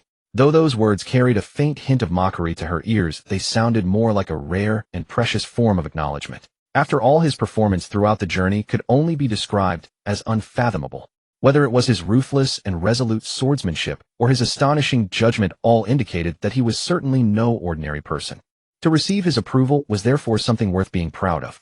Li Fei and the others also brightened visibly. The previously despairing atmosphere had at last welcomed a few rays of hope. We've finally found a way. Even if this path was perilous, it was still better than sitting idle and waiting for death. At the same time, the looks they cast toward Luo Li carried an added trace of astonishment. As far as they knew, this young escort master was merely a farm girl born and raised in Sanhua town who had never even had a proper tutor in her life. In such a remote backwater, how could someone cultivate such resourcefulness and even understanding of military strategy? Nevertheless, beyond every person there was another, and beyond every sky there was another sky. Though this world was chaotic, it was never short of those born with innate genius. They did not dwell on it further. Luo Tong suddenly seemed to recall something and pointed toward the west, speaking aloud. 600 li west of the Qingtsang mountain range lies the famous Black Wind Ridge. A pack of iron-armored demon cattle notorious for their thick hides, fierce tempers, and fierce protectiveness of their young resides there. If we can lure the resentment-absorbing demon ape over there, it will surely make for an excellent spectacle. As he said this, a gleam flashed in his eyes, and he continued. This escort route I have traveled dozens of times. I know there is a hidden trail that descends the mountain and leads directly to that Black Wind Ridge. Why don't I lead the way, and we make our full speed now? Not so fast. Chen Guan suddenly interrupted him. All eyes fell upon him, filled with confusion. Shouldn't they take advantage of the fact that those demon apes had not yet reacted and break through quickly? Every extra moment spent here reduced their chances of survival. And at this moment, Chen Guan was studying a map visible only to himself. Centered on the Qingtsang mountain range to the west lay the Black Wind Ridge, as Luo Tong had described, and to the north was their destination, the Great Zhou border. But his gaze was locked onto the east. There lay a forbidden land perpetually shrouded in black mist, the 10 Directions swamp. After confirming his pre-planned route once more, he spoke up. We won't go to Black Wind Ridge. We head directly east into the 10 Directions swamp. What a... Everyone's pupils contracted sharply. Escort Master Chen, are you mad? Li Fei's expression darkened instantly. That is the 10 Directions swamp. Exactly. Another burly middle-aged man among them spoke out, his face equally discontented. This man was Lu Shua, the youngest escort on the Pingyang Commandery escort list. At Chen Guan's proposal, his face flushed with anger. Even the outer edges of the 10 Directions swamp are beyond the reach of the Demon Suppressing Bureau. What chance do our ragtag remnants have charging straight in? Is this any different from signing our own death warrants? After all, the 10 Directions swamp was universally recognized as one of the great forbidden zones of the entire world. Toxic miasma hung thick year-round, and demonic energy surged to the skies. What terrifying entities lurked within, what bizarre terrains awaited, no one could say with certainty. Even ancient texts bore no record of it, for none who had ventured inside had ever returned alive. Facing the crowd's objections, Chen Guan's expression remained utterly composed. He merely gazed calmly at the middle-aged man named Lu Shua. After a few seconds of silence, he replied in the same measured tone. Did I not already say? The resentment demon ape is among the most formidable of its kind. Ordinary pack-dwelling demons stand no chance against them. Those brutes on Black Wind Ridge who rely solely on brute strength wouldn't even be worthy of a warm-up for them. He paused, then continued. Moreover, the journey to Black Wind Ridge spans 600 li. Even if we travel day and night, without rest it will take at least 2 days. In those 2 days, who among you dares to guarantee that those remarkably swift resentment demon apes won't catch up? At these words the crowd fell completely silent. They had already experienced the speed and endurance of the resentment demon apes firsthand. A 600 li forced march. By the time they reached Black Wind Ridge they would likely have been caught and torn to shreds. But the 10 direction swamp. Chen Guan extended his hand toward the hazy darkness in the east, his voice deep and resolute. From here descends an abandoned ancient path that cuts straight into the outer reaches of the swamp only 100 li away. Once we traverse those 100 li and enter the outer zone of the 10 directions swamp, the danger we face will be equally fatal to those resentment demon apes in pursuit. Every lord within those swamps is no ordinary foe. If they dare follow us, and we shall see who plays a riskier game. This. Though their hearts trembled, the others couldn't help but find logic in his words upon careful reflection. What they feared most was not the individual strength of the demonic entities, but the mark upon Luo Li, which left them with nowhere to hide and subjected them to endless pursuit. Within the 10 directions swamp, even if they inadvertently offended other demonic creatures, as long as they could escape their territory, they would essentially be safe. This was what one might call finding life by casting oneself into desperate straits. Luo Li raised her head and nodded. Brother Chen's reasoning is indeed sound. Though it sounds perilous, emerging from the 10 directions swamp would surely be safer than heading to Black Wind Ridge. And if fortune favors us, we could break free from the resentment demon apes entirely. Having said this, she suddenly realized something, and her cheeks flushed crimson in an instant. If Chen Guan had been steering the group toward the depths of the Qingsong Mountains from the very beginning, and had even scouted the route to the 10 directions swamp in advance, did that mean he had already planned this very strategy of driving a tiger to devour a wolf? Had he thought even deeper and more thoroughly than she had? She had just been proudly offering him her advice, even feeling that he needed her guidance. At this realization, Luo Li's face grew hot. This fellow. Did he also understand military strategy? Very well. Let us follow Escort Master Chen's plan. For now. Luo Tong, having suffered consequences from hesitation before, dared not waver further. He struck the final decision in one decisive word. Seeing Luo Tong speak, Li Fei and the others naturally had no objections. Only Lu Shua, the escort named as such, kept his brows tightly furrowed. But seeing everyone else in agreement, he finally said nothing more. Escort Master Chen, when shall we depart? Lu Shua pressed. Let the horses feed and rest. Everyone adjust to peak condition, and we depart immediately. Yes. The group responded in unison and dispersed. Several men led the horses to nearby grassy patches for them to graze, while others seized the opportunity to clean their weapons, tend to their wounds, and apply medicine. Chen Guan meanwhile planted his enormous horse-cutting saber into the ground, stroked his chin, and walked directly toward the carriages. They had 3 carriages in total, 2 loaded with cargo, and the third belonging exclusively to Luo Li. He approached one of the cargo-laden carriages just as he was about to reach in and inspect the contents when a light footstep sounded beside him. No need to look. I've already checked everything. The bindings are secure. Chen Guan turned his head.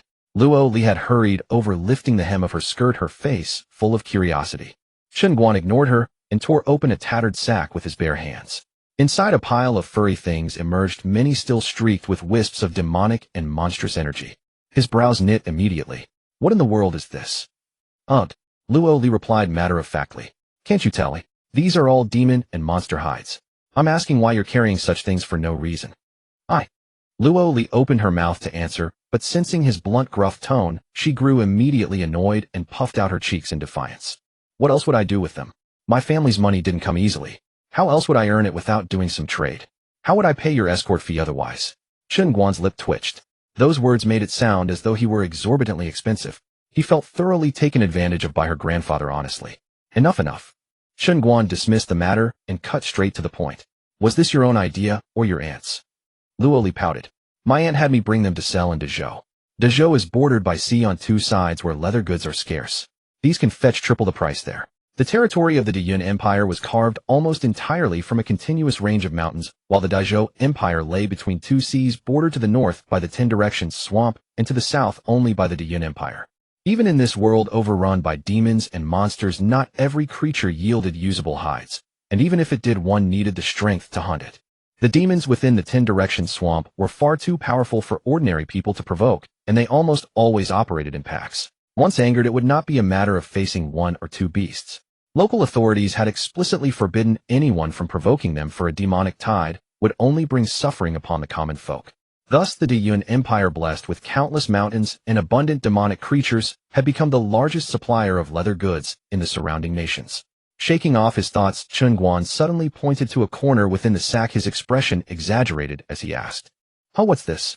Luo Li leaned in curiously, but just as she was about to inspect it, she suddenly felt a sharp sting at the nape of her neck, as though bitten by a mosquito. She turned around and found Chen Guan's hand resting on her back.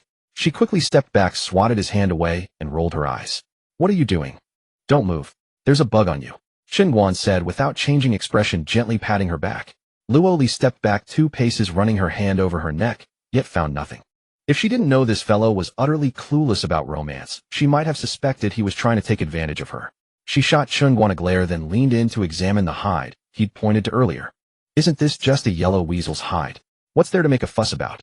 With that, she couldn't be bothered to deal with him any further, turning to walk back toward her carriage. After she had gone, Chen Guan lifted his hand as if nothing had happened.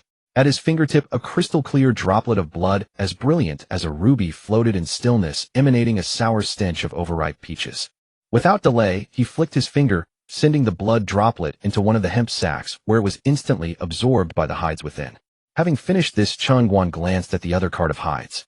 The 2 loads were similar in type, various demon and monster pelts mixed together, scarcely a duplicate among them. An escort convoy transporting demon pelts. What does that even mean? It was equivalent to slaughtering and skinning the offspring of demons and spirits from every faction along the way, then brazenly parading the spoils to their doorsteps. Chen Guan had taken on hide delivery jobs before, but those had been single-species shipments, at most a few dozen demon bear pelts. Demon bears were solitary creatures, reclusive by nature and relatively easy to hunt. Hauling their hides along the road would offend at most one type of demon spirit. But these 2 carts were a moving beacon of hatred. This was tantamount to announcing to every demon and spirit along the route, "Come look. I've slaughtered all your aunts and cousins. Why wouldn't they want to chop you up?" Withdrawing his gaze, Chen Guan stood beside the carriage, stroking his chin as he observed Luo Tong and the others packing up. His gaze swept across their faces one by one, finally lingering on Li Fei. When they had finished preparing, he gathered everyone together once more and began announcing the convoy's formation ahead. "I've given this careful thought. I propose we split into 2 teams. One team will follow me to escort Luo Li along the ancient path into the 10 Directions marsh, using the border territories of the great demons to shake off the soul-vengeful demon apes. The other team will take these 2 carts of hides to Black Wind Ridge, then detour through there to Wangbei City, 1,000 li away. We'll regroup there and continue together to Great Zhou." This. Luo Tong's face was full of confusion. He hurried to say, "Escort Master Chen, in our line of work, the absolute taboo is separating from the convoy, let alone from the employer. What if something happens to the employer? That's a responsibility you can't shoulder alone." Luo Li stood nearby, equally bewildered by his arrangement. "Brother Chen, isn't strength in numbers the better approach? How can only some of us go into the 10 Directions marsh?" Li Fei, Lu Shuo, and the others stared at Chen Guan with wide eyes. Everyone else wore similar expressions of puzzlement. Hadn't he just said they should unite and brave the 10 Directions marsh together? How could less than half an hour pass, and he change his mind? They had come to realize this fellow's thoughts shifted with the wind. No one could guess what was truly going on in his head. Chen Guan observed all their reactions, but said nothing. Finally, it was Luo Tong who spoke up, his voice grave. "Escort Master Chen, you suddenly want to split us into 2 groups. There must be a reasonable explanation, surely." In their profession, failed missions carried corresponding consequences. First was damage to personal reputation. After all, no one would hire a scoundrel who abandoned the convoy master and fled. Second, the Escort Guild Association would evaluate the severity of the fault and demote the escort's rank accordingly. For serious mistakes, one could even be stripped of their escort identity entirely. Indeed, Lu Shuo stepped forward as well, his face full of discontent. "If the mission fails, the Escort Guild won't care about your reasons. When the punishment comes, it's not something one person can bear." Chen Guan glanced at Lu Shuo, then finally began to explain. "The 10 Directions marsh is a harsh environment. There are no official roads. These 2 carts of hides simply cannot enter. Even if we force them in with so many people and such a large commotion, we couldn't possibly avoid attracting the attention of those great demons. Fewer people means greater flexibility and adaptability. We're only trying to shake off the soul-vengeful demon apes, not fighting them to the death." Since I dared to make this arrangement, I have a certain level of confidence that I can bring Luo Li safely through the 10 Directions Marsh. This is currently our best, and only, path forward. Luo Li heard this and immediately nodded. Brother Chen makes a valid point. The 10 Directions Marsh is after all a forbidden zone for our race. With so many horses and vehicles, we couldn't possibly conceal our movements. A single horse's name might draw the attention of the great demons within. Besides, we're only trying to evade the soul vengeful demon apes. What matters is speed. Very well. After brief contemplation, Luo Tong nodded in agreement. This time he had learned his lesson. He dared not be careless again, nor presumptuous, ready to follow Chen Guan's arrangements completely. Moreover, they had witnessed Chen Guan's strength firsthand. He was very likely a top-tier expert at the peak of the profound transformation realm. In Pingyang Prefecture, such figures were as rare as phoenix feathers and unicorn horns. If anyone could resolve this crisis, it was Chen Guan alone. They had no choice but to trust him. Chen Guan swept his gaze across the group. Among the 17 people, some like Luo Tong had already accepted his plan. Some were still hesitating. Only this little girl, staring at him with wide, bright eyes that blinked not once, as if flowers were blooming on his face. He pursed his lips, withdrew his gaze, and spoke directly. This is the best and most reliable plan I can devise at the moment. In a moment, I will lead a team to escort Miss Luo Li, drawing the pursuing soul-vengeful demon apes into the 10 Directions Marsh. The remaining team will take the hide cargo directly through Black Wind Ridge, detouring to Wangbei City, 1,000 li away. Now, whether you go through Black Wind Ridge or the 10 Directions Marsh, choose for yourselves. But I want to be clear, the path through the 10 Directions Marsh is a road of 9 deaths. No matter what dangers you encounter, I will not intervene. I hope you'll think carefully before answering. I only need 5 people. The crowd's expressions all turned grim at these words. This was clearly telling them to have some self-awareness about their own abilities, not to follow along and be dead weight. In particular, the 2 injured men with severed arms, Zhao Yu and Wang Chong, turned ashen, yet they made no objection. Chen's words were harsh, but this was the best way to protect them. Taking the Black Wind Ridge route would essentially mean escaping the soul-vengeful demon apes' pursuit, a straightforward path to reunion. Luo Tong still felt something was unusual about Chen Guan's actions. But along the way, Chen Guan's experience was clearly superior to his own, so he remained silent and looked to the others. Though he was only the temporary chief escort master of this team, such a decision concerning life and death was not his to make for anyone. After all, Luo Li bore the soul-vengeful demon ape's tracking mark. She was a moving target, a walking beacon of hostility. Following her, they would face the ape's relentless pursuit throughout the journey, while also having to guard against the unknown terrors lurking within the 10 Directions Marsh. Even under normal circumstances, entering the 10 Directions Marsh meant a chance of 9 deaths. And now facing a double threat. Seeing that no one else spoke up, he stepped forward, first his voice low and resolute. Escort Master Chen, I'll go with you. Chen Guan nodded, offering no refusal. He also understood that this old man had taken upon himself the hopes and responsibilities of those fallen comrades. This escort mission he could only complete with his life to honor the brothers who had died. After a brief stir and deliberation among the crowd, Lu Shua, who had been persistently opposing, gritted his teeth and stepped forward. Then a middle-aged man named Zhang Yuan and the 2 taciturn men beside him also stepped forward.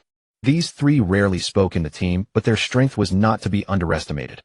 All of them possessed the cultivation of the initial Tongxian realm. All right, so it's the 5 of you. Chen Guan finalized on the spot. Then he swept his gaze around and commanded in a deep voice, "Pack your things, everyone. In half a quarter hour we split into 2 groups and depart." Yes. The crowd all cupped their fists together, emitting a tragic grandeur of the wind blows, the river turns cold, tinged with helplessness toward the uncertain road ahead. This complex aura invisibly divided the team into 2 factions. Moments later, the 12, led by Li Fei, leading horses and pulling the 2 carts laden with furs, stood together by the official road, surveying the road ahead, shrouded in night. Chen Guan had also finished his preparations. He led his docile white horse to the intersection, then swung himself up in a clean, agile motion. Just then Luo Li ran over, carrying a bulging bundle, lifting her leg to place it on Chen Guan's stirrup, preparing to mount the horse. Chen Guan, quick-eyed and swift-handed, pressed down on her slender long leg and frowned. "What are you doing?" Luo Li's face flushed instantly, clearly embarrassed, but she quickly concealed it, putting on a cool expression and puffing out her chest with self-righteousness. "Of course I'll ride with you. Or do you expect me to ride alone?" Chen Guan looked at her with disdain. "Why can't you ride a horse yourself?" "Off." Luo Li was dumbfounded. "We're about to venture into the Shifang swamp. There are no roads in there, and it's full of man-eating monsters. In a cursed place where death lurks at every moment. You actually want me to ride alone? Someone is protecting you. What's there to fear?" Chen Guan curled his lip unmoved. The surrounding people all stared at the pair thinking this guy was far too insensible to charm. A fresh, pretty young woman offering herself. Many would consider it a blessing beyond their dreams, yet you were still making excuses. Luo Li frowned at Chen Guan. The mere name of that cursed place sent chills down one's spine, and he was letting her ride alone. What if something hidden in the grass snatched her away? Chen Guan saw her on the verge of tears, sighed, and softened his tone. All right. The Shifang swamp is indeed perilous, but if you stick with me, I promise you won't die. However, Chen Guan tilted his head and looked at her, speaking with irritation. I am an escort paid to do the job, selling my skills and experience. You, an unmarried young lady, sharing a saddle with me. If word gets out, it will damage my reputation. He paused, then changed his tone. If you insist on riding, it will cost extra. The surrounding people were stunned, all staring wide-eyed at Chen Guan. This was the same peerless expert who had just slain demon apes like cutting watermelons. Luo Li's expression also froze. This guy, truly a man who would risk his life for money. At such a moment he was still pulling a price hike. Luo Li's face was cold, but her voice carried a hint of coquettishness. Fine. I'll add 2 taels of silver, alright. Chen Guan grinned, showing a row of white teeth. Deal. Price hiked. Successful mission. Escort point reward increased 10. Escort mission. Accompany Luo Li to the Grand Tutor's mansion in Shangjing City, Guizhou. Current mission reward escort points 242. The old escort masters all had black lines sliding down their foreheads. This kid's heart is too dark to pull a price hike at a time like this. If word gets out, how will he ever get business? Although such behavior was not explicitly prohibited in the escort trade, most escorts valued their reputation and status, and few would ruin their own signboard in this way. Of course, top-tier escorts with great strength and experience were a different story. For such figures, even the highest price would still attract eager employers. Though everyone grumbled, inwardly no one dared to say much.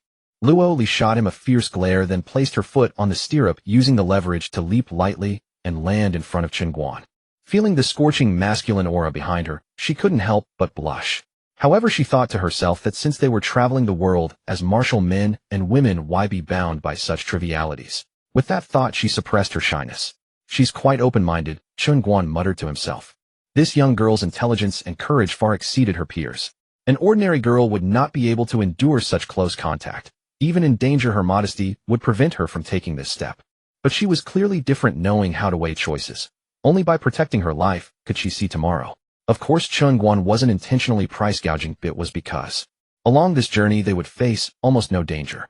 His gaze swept over the other group, finally resting on Li Fei. Among the 12 in that team, he was now the most senior, temporarily appointed as the escort leader. You depart first. All right. Li Fei solemnly cupped his fists, then raised his hand in a wave and spurred his horse sharply. His black steed let out a high-pitched neigh, leading the group and the 2 heavy carts down the shadow-covered ancient road through the canyon, galloping away. Clop, clop, clop. The heavy hoofbeats faded away, soon disappearing at the canyon's end. Chen Guan turned back, his gaze calmly sweeping over Luo Tong, Lu Shuo, and the other 5 behind him. At this moment, the 5 men all gripped their weapons tightly, their eyes scanning the dark forest around them with hawk-like vigilance. Luo Li carried the tracking mark of the grudge-bearing demon ape, keeping them constantly exposed under the demon ape's watch. No one knew if those beasts would suddenly pounce from the darkness in the next moment. All they could do was maintain the highest alert at all times. You 5 follow behind. Remember, under no circumstances fall behind, and try to muffle the horse's sounds. Chen Guan's voice rang out in the silent night. The most important point: without my permission, no one is to launch an attack under any circumstances. Yes. The group cupped their fists in acknowledgement. The painful lesson from last time was still vivid in their minds. It was precisely because Li Fei had acted without permission to kill a demon ape that the entire team had fallen into danger. They would certainly not repeat that mistake a second time. Luo Li also understood the danger of this journey. She tightly gripped the saddle in front of her, held her breath, and sat motionless. Chen Guan spurred his horse, and the white steed's hooves moved swiftly, leisurely, following the direction Li Fei and the others had taken. The night was as dark as ink. The cold moonlight filtered through the dense layers of branches and leaves, casting dappled shadows. The mountain wind howled, and the forest echoed with a mournful wail, as if countless resentful spirits were weeping, or as if some beast was snarling low before choosing its prey. Yet for these seasoned escorts who constantly tread the edge of peril, such an environment was nothing out of the ordinary and did not affect them much. Their sturdy steeds in particular moved with a steadiness that rivaled the daylight, each step planted firmly and deliberately. Chen Guan did not deliberately speed up. He maintained a leisurely, unhurried pace, moving forward with ease. Luo Tong and the others, though inwardly curious, did not press for answers. Soon they arrived at the entrance of the ancient path that Chen Guan had mentioned earlier. They reined in their horses and looked up, but where was the ancient path? Before them lay only a wasteland completely overgrown with brambles and weeds.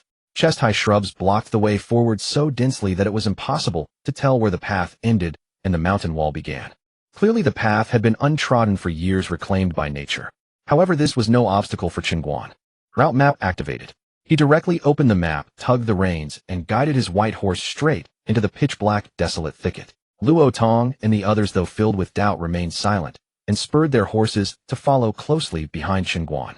They carefully controlled the reins, refraining from raising their whips or making any noise lest the horses suddenly whinny and disturb the unknown horrors lurking in the forest. The surroundings were eerily silent, disturbed only by the crunching sound of horseshoes on withered branches and leaves. As they ventured deeper, everyone subconsciously tightened their grip on their long sabers and heavy swords, their concentration sharpening to an unprecedented degree. They had keenly sensed the anomaly. The dead silence that had accompanied them for 2 days and nights was gone. From the surrounding dark thicket, the chirping of insects and the calls of birds began to rise and fall. In this moment of being pursued by the grudge-bearing demonic apes, this unnatural stillness did not bring them any relief, instead it magnified the eeriness, making everyone's hearts leap into their throats. This situation usually meant only one thing. Those grudge-bearing demonic apes were gathering elsewhere, preparing to launch an even fiercer assault. With their intimidating presence gone, the surrounding insects and birds dared to make noise. Yet Chen Guan at the front of the group remained unhurried, as if the chirping and the hidden dangers were none of his concern. He rode leisurely, occasionally adjusting direction, journeying deeper into the Shifang swamp. As time ticked by, the inexplicable unease in everyone's hearts grew stronger. At the rear of the group, Lu Shua, sitting astride a tall black horse and holding a long sword, cast a glance at the front line, his brow furrowed almost imperceptibly, but he said nothing. Just then the path ahead suddenly opened up. The towering ancient trees and deep ravines vanished as they passed through the last thicket. What burst into their sight was an endless black carpet. Of course, it was not a smooth carpet, but a boundless swamp covered in bizarre thorns and weeds. Because the ground was so flat and the sky so dim, it looked from afar like a massive black cloth stretching from the horizon to their feet. This was the true entrance to the Shifang swamp. Chen Guan did not pause for a moment, urging his white horse onward. Luo Tong behind him opened his mouth, wanting to ask something, but looking at Chen Guan's calm back, he held back. The caution on the faces of the other escorts had now turned into deep confusion. According to common sense, those grudge-bearing demonic apes should have caught up long ago, stopping at nothing to prevent them from entering the Shifang swamp. Yet throughout this journey, they had braced themselves, expecting the monsters to burst out of the woods at any second. But in the end, they encountered not a single grudge-bearing demonic ape, not even an ordinary demonic beast. Thus the group advanced another dozen li without encountering any danger. Finally, Luo Tong could no longer hold back and spoke. "Escort Chen, don't you find this entire journey a bit too abnormal?" Chen Guan did not even turn his head, merely uttering 4 words. "Prepare for battle." "What?" The group was startled, immediately casting aside their doubts and gripping their weapons tightly. Chen Guan also halted his horse, tightening his grip on the wrapped horse-cutting saber on his shoulder. After waiting in silence for a few breaths, he slowly spoke. "We are travelers upholding the heavenly Tao, merely passing through this land. May I ask the immortal Lord if we might be granted passage?" Giggle giggle, huh? A piercing woman's laughter suddenly rang out ahead, but it seemed to come from behind them, like nails scraping against iron, grating against the eardrums. At the sound, Luo Tong and the others felt their hearts clench. It was a demon. Moreover, a great demon that could speak human language. Demonic entities were the collective term for evil spirits and demonic beasts. The grudge-bearing demonic apes were pure demonic beasts. Evil spirits were another category, but they were more detailed. First were the spirit beasts, which absorbed demonic chi to mutate their bodies, like the black bear they had encountered earlier that only charged recklessly. This kind of spirit beast was the most common on the road, and also the most slain. Their hides were only good for skinning. They possessed no intelligence, could not speak, and acted purely on instinct, yet they were often immensely strong. Some powerful spirit beasts could shatter a small hill with a single swipe. The second type were the spirit grovelings, which leaned toward the opposite extreme. They also cultivated demonic chi, yet lacked such formidable physical bodies, but they could shed their animal shells, take human form, and mingle among the mundane. As in folk tales, a certain tavern owner turned out to be a weasel spirit, and a brothel's top courtesan was a fox spirit. Such spirit grovelings possessed high human intelligence, having long adapted to human lifestyles, but were generally weak in power, only able to use illusionary arts and demonic methods for self-defense. The most dreaded of all were the true demons. They combined the strengths of the former two, possessing the terrifying physical might of spirit beasts, yet also intelligence, allowing them to cultivate unique innate abilities, and they could speak human language with a level of intellect no less than that of humans. For instance, the legendary firebird, which evolved from an ordinary bird, not only understood human nature and discerned benefits and harms, but could also spew blazing flames that consumed everything. What they faced now was either a spirit groveling or a true demon. But the treacherous Shifang swamp was clearly unsuitable for a pampered spirit groveling, leaving only one possibility, a true demon. Luo Li, though not highly cultivated, could still sense the undisguised killing intent in that piercing laughter. Since you're here, the demon's voice was icy cold, then stay here forever. Swish. At the moment that sound fell, a swift and unparalleled black shadow shot out from the waist-high grass on the left front. Yet it did not attack Chen Guan, who stood at the forefront, but tore through the air and lunged straight at Luo Tong behind him. Luo Tong, with 50 years of escort experience, reacted almost the instant the aura appeared. With a furious roar, he swung his greatsword horizontally and planted it in front of him as a shield. Bang! A thunderous crash echoed. Luo Tong, together with his blade, was sent flying backward by the overwhelming force, crashing violently into the distant grass, kicking up a cloud of dust and broken blades.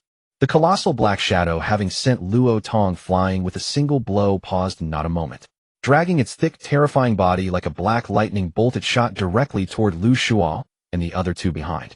Is it a demon python? Exclaimed Luo Li from horseback, her voice trembling. Ahead in the pitch-black thicket, a python as thick as a water vat writhed its head the size of a carriage and opened its gaping maw, descending upon Zhang Yuan in the group. Zhang Yuan, after all, was an escort of the Tongxin realm, and his reaction was swift indeed. In the instant the foul wind struck his face, he kicked off the stirrups and launched himself like an arrow from the bowstring. In the next second, the sturdy warhorse beneath him, without even a single mournful whinny, was swallowed whole by the python. Luo Li's pretty face turned deathly pale.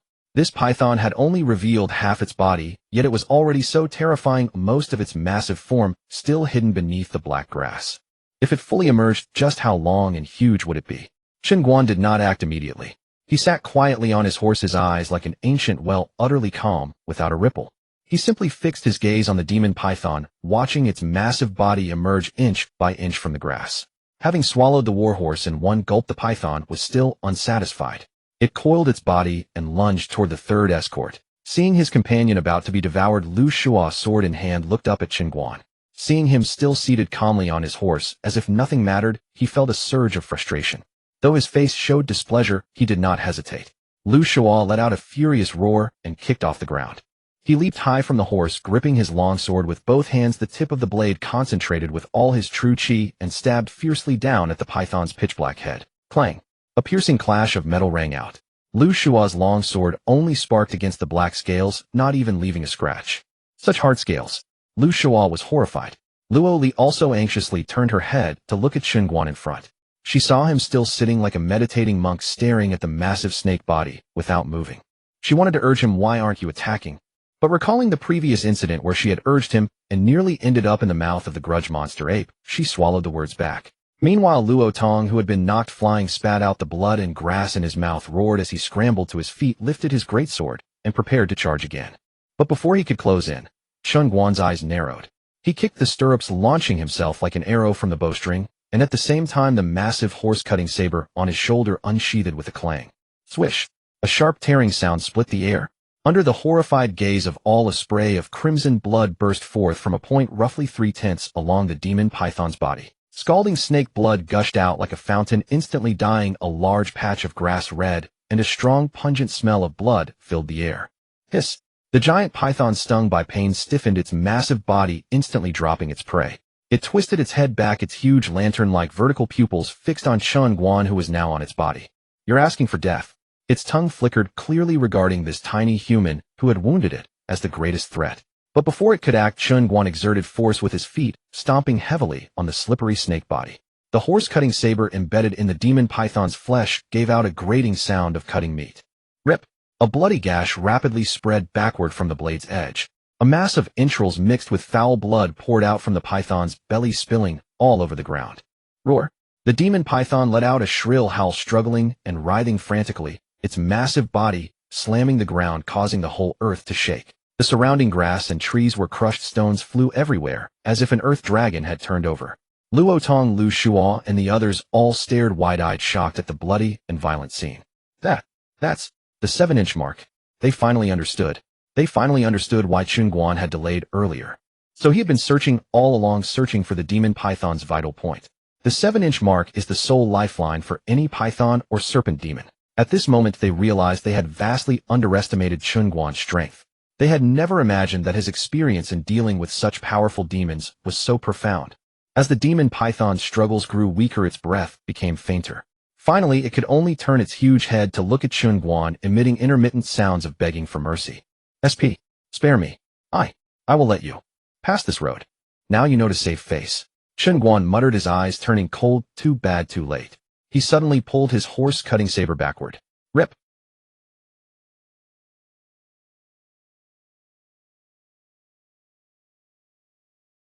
That arrogant demon python finally fell silent. Luo Tong and the others stared wide-eyed, looking at Chen Guan, as if he were a reincarnated demon god, unable to speak for a long time. What realm was this guy in? Especially his blade. What kind of sword technique was that? Even a Tongxian expert could not break through the defense of the snake demon, yet he split it like tofu into 2 halves. And not a single drop of blood stained his clothes. Clang. Chen Guan flicked his wrist, shaking off the snake blood from the saber, then sheathed it. With a twist of his body, he lightly tapped the snake corpse with his toes and landed back on his horse. Luo Li felt the familiar masculine aura behind her. She turned to look at Chen Guan, and an unprecedented sense of security inexplicably rose in her heart. This guy is so amazing. Luo Li was secretly overjoyed, grateful that she had hired him to escort this shipment, and felt it was indeed a great bargain. The extra money was well worth it.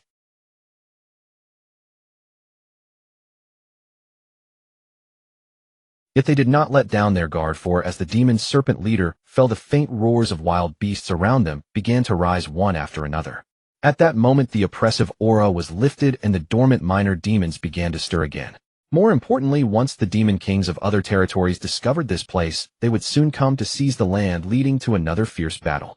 Luo Tong carefully surveyed the surroundings, and only after confirming there was no immediate danger did he step forward, cupping his fists toward Chen Guan and asking, "Escort Master Chen, how should we deal with the corpse of this demon serpent?"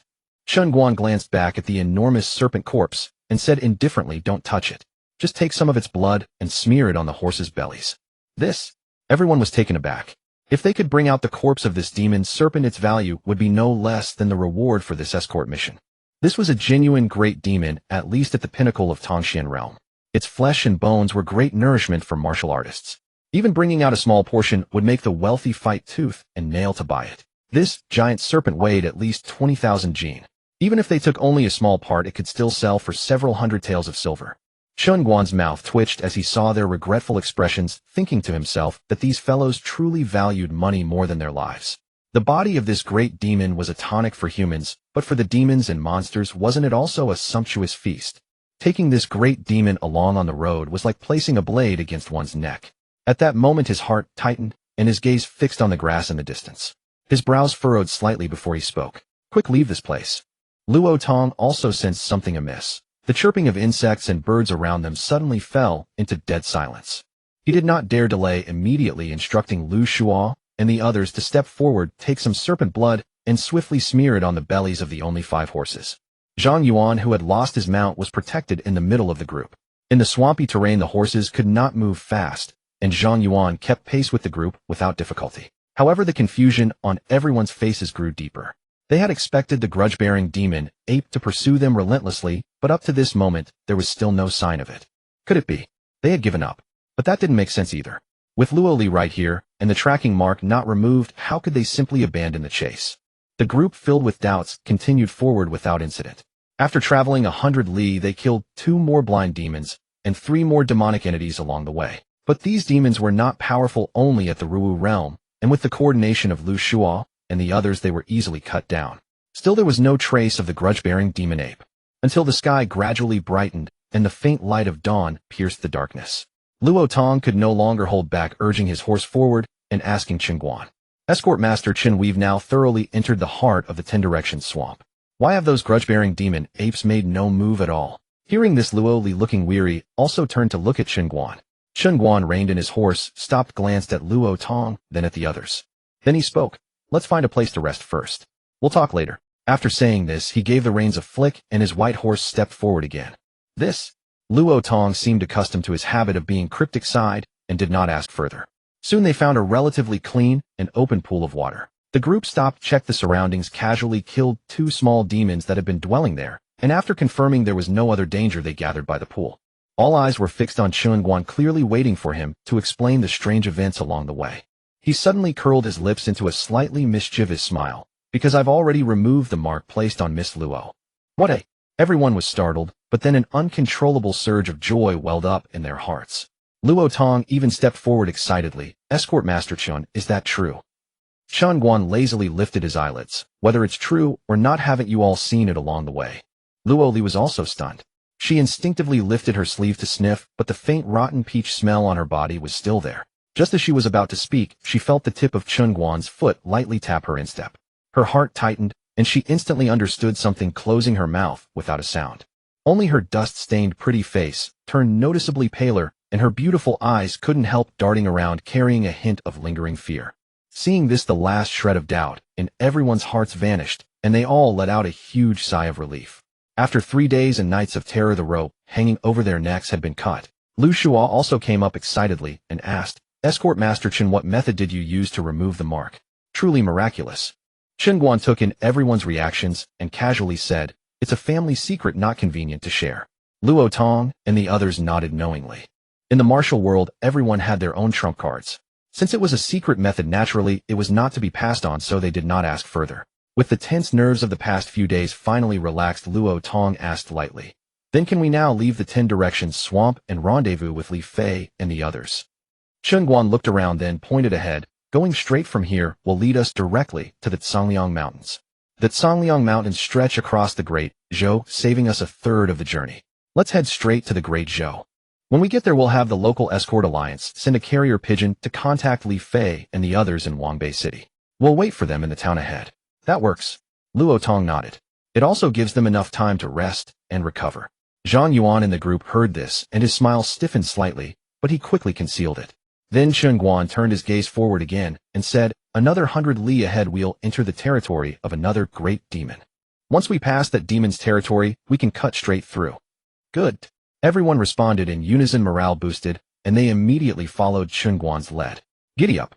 Chen Guan squeezed the horse's flanks, and as the horse took its first steps, his face instantly turned grave. He then activated all 6 senses, sweeping every movement within a li into his perception, stepping forward steadily and cautiously.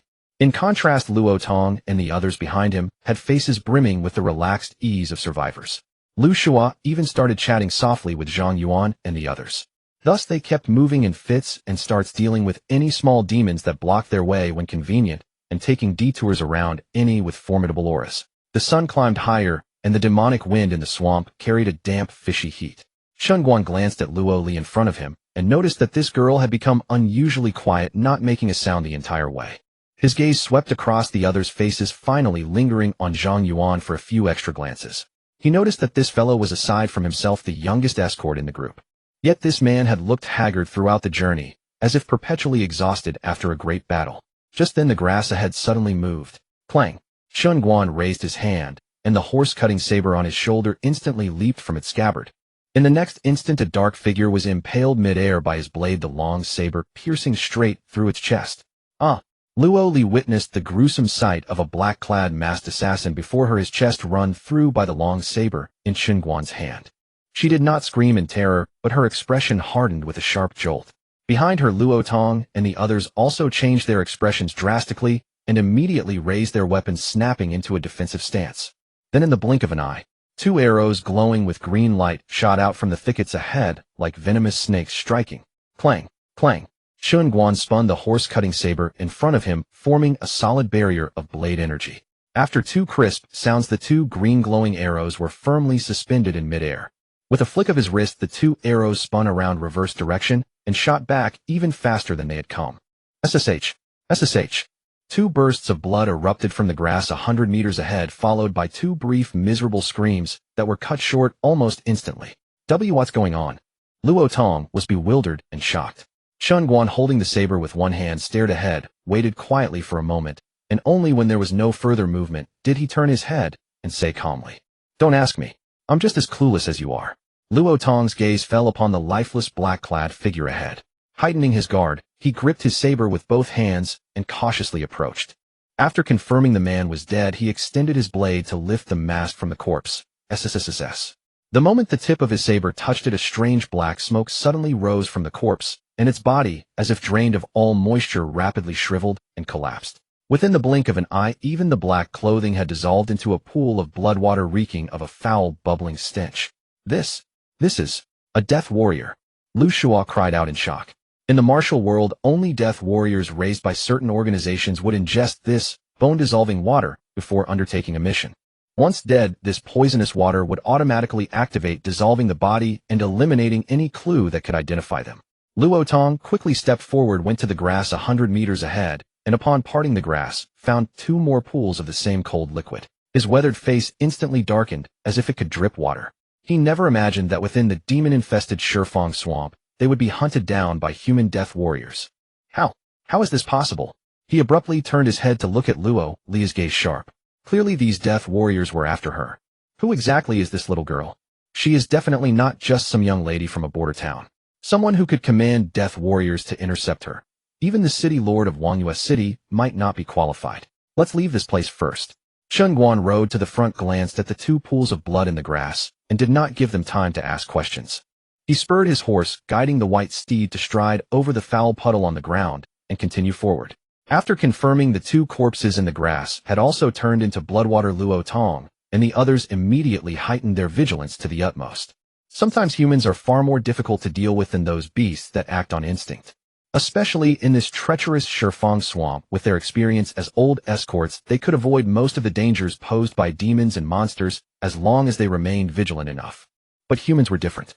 They could think, set traps, and use every rule and force available to deal with you, making them impossible to guard against. And sure enough, the group had only just traveled 10 li forward. A furious roar tore through the silence of the swamp. An ironhide demon bull, its body covered in pitch-black armor-like shell, and a pair of horns on its head, charged out from the reeds ahead, snorting heavily. Its massive frame was like a moving hill, each step causing the ground to tremble and leaving deep hoof prints in its wake. The warhorses under the group let out a series of terrified neighs and immediately became restless. Chen Guan reacted swiftly. He grabbed Luo Li by the waist, pushed off with his foot, and leaped from the horse to the ground, letting the startled white horse gallop away with a whinny. Luo Tong and the others did the same, abandoning their horses and instantly forming a defensive formation. Splat! Just as they braced themselves, an incredibly fast blade light flashed. The next second, the charging momentum of the mountain-like ironhide demon bull came to an abrupt halt. Its massive upper half of its head had been cleanly sliced off by a single strike. Boom! The massive bull's body lost its balance, crashing heavily to the ground. The huge bull's head rolled on the ground, splattering mud everywhere. The group's gaze fell upon Chen Guan's unremarkable horse-cutting saber, shockwaves surging in their hearts. They realized that no matter what he killed, he never seemed to need a second strike. What kind of saber technique is this? No trace of true chi fluctuation, yet it seems unstoppable. Remember, this is an ironhide demon bull renowned for its defense. The shell on its body was used to make defensive armor, and ordinary weapons could not even leave a mark on it. Yet under his blade it was as fragile as tofu. But no one had time to dwell on it, because everyone could tell that this ironhide demon bull had been injured by someone in advance, driven mad, and deliberately lured here to attack them. It had mistaken them for the attackers and had launched a suicidal charge. Chen Guan merely cast a cold glance at the massive corpse on the ground, then took the silent Luo Li's hand and continued forward. Escort Chen. Wait. Luo Tong quickly stepped forward to block his path. We can't go any further. Right? Lu Shua also immediately nodded in agreement. Yes. The higher-tier demons and monsters are increasing up ahead. If we keep going like this, I'm afraid we'll all become pawns in the hands of these mysterious people. Is that so?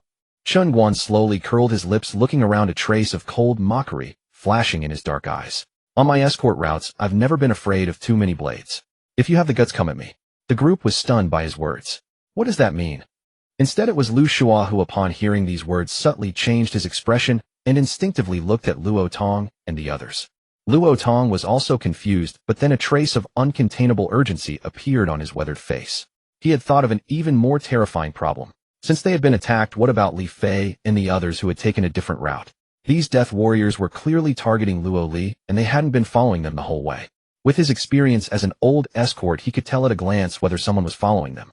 He was 100% certain that these people had caught up from behind. And the only way those death warriors could have known they had entered the Shifeng swamp and managed to catch up was if they had learned from Li Fei and the others that they had entered the swamp. Not good. Luo Tong's face changed dramatically, and he immediately spoke. Escort Chen, Li Fei and the others might have. No need for might have. Chen Guan directly interrupted him, his voice terrifyingly calm. He's already dead. What a... The moment these words were spoken, a tremor ran through everyone's hearts. Luo Li also jerked her head up, staring at Chen Guan in disbelief, and instinctively asked, how did he die? Just the day before, Li Fei had been standing lively at her side, vowing to protect her, yet within a single day, he was dead. Luo Tong was also staring at the situation in utter disbelief. Could this fellow have foresight? Wait. Luo Tong suddenly thought of something. But before he could speak, Lu Shua stepped forward, stopping just 1 meter from Luo Li, and sniffed. A faint scent of rotten peaches from Luo Li's body drifted directly into his nostrils. Lu Shua immediately raised his long sword with fury, pointing it straight at Chen Guan. That rotten peach scent is still on her. You never removed the mark on her. Tell me, did you use them to lure the enemy away? Yes. Chen Guan's lips curled slightly, his gaze settling on him as he calmly admitted it. As escorts, one must always be prepared to die. His voice was utterly flat.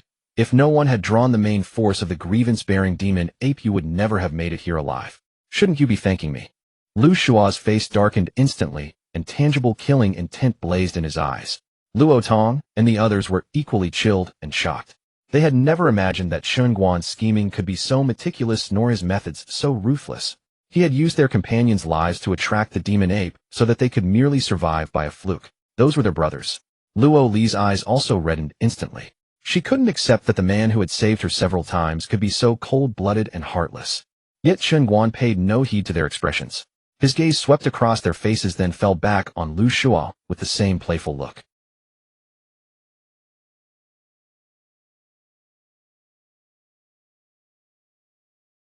Lu Shua was stunned. Chen Guan turned his head and cast a half-smiling glance at Luo Li. He just died right before your eyes. What a... Luo Li was taken aback. Then a terrifying thought flashed through her mind like lightning, and she suddenly understood, blurting out in shock. You mean, that black-robed man, just now, was Li Fei?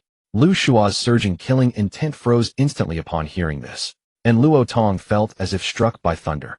Li Fei came to assassinate Luo Li. That's impossible. Suddenly he thought of a deeper issue, but he had to admit it. The 7 of them entering the 10 Directions marsh was like throwing a few stones into the sea. Even if Li Fei wasn't one of those death warriors, how had they managed to track them all the way here? He glanced around at Lu Shua, Zhang Yuan, Zhao Run, and the others. Unless someone among their group had left marks along the way, allowing those death warriors to track them. You are the traitor. Luo Tong didn't dwell on whether Li Fei was a death warrior. He spun around, drawing his broadsword with a resounding clang, eyes blazing with fury as he locked onto Lu Shua. Once he caught the traitor, he could naturally find out whether Li Fei had been a death warrior. Lu Shua's face paled, then shifted into an expression of wrongful accusation. What traitor? Brother Luo, what? What do you mean? Zhang Yuan and the others watching this sudden turn were completely baffled. Chen Guan stood to the side, folding his arms with an amused expression, showing no intention of intervening.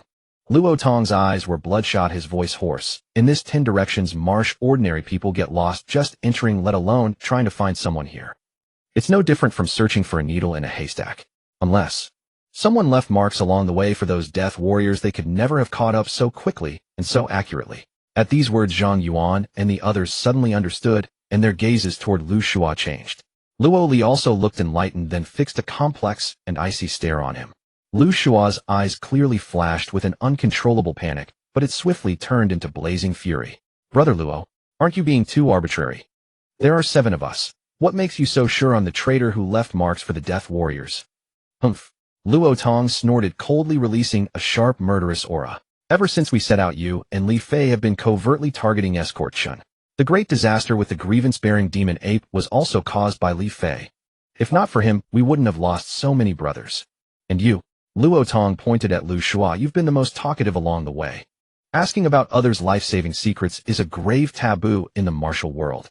Any cultivator knows that, and yet you blurted it out. If you're not a traitor, why are you so eager to know such a secret? And every time Escort Chen said to keep moving forward, your face turned incredibly sour. You may fool others, but you can never fool these old eyes of mine. Lu Shua, his face ashen, forced a defense. I just didn't think much of it. It was pure curiosity. And the deeper we go, the greater the danger. Isn't it natural to be worried? Still trying to argue, Luo Tong directly raised his broadsword, recalling the 7 brothers who had died under the demon ape's claw's grief and rage consuming him. Those 7 brothers happened to be his most trusted confidants. And now, they had all been betrayed by a traitor within the escort service, cruelly slaughtered beneath the demon ape's claws, their bones never recovered. Lu Shua felt the murderous aura bearing down on him, and terror nearly made his soul flee. He waved his hands frantically. Brother Luo, let me explain. I'm really not a traitor. That was just a habit of precaution. You dare quibble, even on the brink of death. Luo Tong refused to listen, twisting his blade with murderous intent. Go to the underworld and explain to Li Fei properly.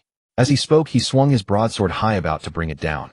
But before his blade could fall, a swift saber light arrived first. Next to him, Zhang Yuan's round head, still wearing a gleeful, amused expression, flew high into the air, then crashed to the ground with a thud and rolled far away. Everyone froze on the spot, as if struck by thunder. After a few breaths, their eyes slowly, stiffly moved to the coldly gleaming horse-cutting saber. And the wielder of that blade was none other than Chen Guan. He flicked his wrist to shake off the blood droplets from the blade, then returned it to its sheath with a crisp clang, clean and decisive. Chun, Brother Chen, you killed the wrong person. Luo Li stammered, her mouth agape, staring at Chen Guan in shock. No mistake, Chen Guan said calmly. Lu Shua is not the traitor. Then with a flick of his blade, he pried open Zhang Yuan's corpse, and a pitch-black short dagger slipped out from the corpse's sleeve. The dagger was clearly coated with lethal poison. Then Chen Guan flipped open the corpse's clothes, revealing a dogskin plaster patch on its belly. With a jab of the dagger's handle, a hissing sound, white smoke suddenly rose from Zhang Yuan's corpse, followed by bubbling and fizzing, and within a few breaths it dissolved into a pool of pus. This is indeed a death warrior. Shock rippled through everyone's hearts. Only Lu Shua, his face as pale as paper, wiped the cold sweat of narrowly escaping death from his forehead. His legs gave way, and with a heavy thud he fell to his knees. He wrapped his arms around Chen Guan's leg, weeping with tears and mucus streaming down his face. Chen Guan, thank you for clearing my name. He had braved life and death throughout this journey, only to nearly be cut down as a traitor in the end. Where could he go to vent such grievance? Luo Tong's old face flushed crimson, his embarrassment at its peak. This fellow has been at odds with one person after another all along the way, like a chatterbox. How could anyone suspect him? Single quote, Chen Guan casually said, you all said it yourselves. Those were death warriors. Death warriors are killing machines, carefully selected and meticulously trained. Single quote, have you ever seen such a stupid death warrior deliberately picking fights and causing trouble right from the start, afraid no one would notice his problem? Ugh. At these words, Luo Li suddenly understood. Exactly. Death warriors are elites chosen from tens of thousands. Whether in concealment, assassination, or disguise, they undergo the harshest and most brutal training. Single quote, their sole purpose is to complete their missions. How could they be so ostentatious, deliberately trying to expose themselves from the start? Single quote, but how did Chen Guan know? The crowd looked at him one by one in shock. They truly hadn't expected that he had already discovered who the mole was. Especially Luo Tong, whose heart trembled. With 50 years of experience, he hadn't noticed anything wrong with this group, yet this young man had already planned everything and identified the identities of all of them with perfect clarity. This was obvious. Those he had sent away might well have been traitors. Chen Guan swept his gaze over them, and at their expressions couldn't help curling his lips. In fact, he only knew Li Fei had a problem. He didn't know who in his team was the mole. The reason he had just directly stated that Li Fei and the others were dead was precisely to observe the expressions on everyone's faces and thus determine who the mole was. Unexpectedly, he did see an anomaly on Zhang Yuan's face. After repeated observation over the past week, he finally confirmed that the traitor was Zhang Yuan, which surprised him. He had suspected everyone, never this fellow. Yet he happened to be the traitor. On reflection, it made sense. Being death warriors, how easy could they be to spot? Seeing Chen Guan's calm expression, everyone couldn't help letting out a sigh of relief. If not for Chen Guan, they would likely have been doomed by these fellows. Lu Shua wiped away tears and snot, saying, this is a habit I've had since childhood. I hate evil as much as an enemy and can't help speaking up when I see injustice. Single quote. He suddenly seemed to remember something and slapped his thigh. Right? With your words, I've realized something too. At the time, I never meant to target Chen Guan. It was Li Fei and that Cheng Yu, those old fellows. They kept nagging in front of me, saying that Escort Chen didn't give us old-timers face, that he was putting on airs. That's why Luo Tong's old face instantly darkened like the bottom of a pot. He glared fiercely at Lu Shua. Why didn't you say so earlier? Single quote, Lu Shua wiped cold sweat from his forehead again. How was I supposed to know he had that purpose? Single quote, we escorts live on the edge of a knife. How? How could we willingly become a dog in someone's hand serve as a death warrior? Single quote. At these words, everyone became puzzled. Indeed, although the escort profession was dangerous, it held high status valuing trust and righteousness and was respected by all. How could anyone stoop so low as to become a death warrior who couldn't see the light? Chen Guan remained as calm as ever, but his gaze inadvertently slid over Luo Li. Luo Li noticed his glance a flicker crossing her eyes, then quickly turned her head away, pretending not to see. It seemed she was deliberately hiding something. Luo Tong seemed to recall something. He stepped forward and said solemnly to Chen Guan, Escort Chen, could we speak in private? Single quote. Chen Guan glanced at him, then thrust the horse-cutting saber into the ground with a dull thud. He then said to Luo Li, hold on to it tightly, don't let go. If you lose your life, don't blame me. Single quote. Oh.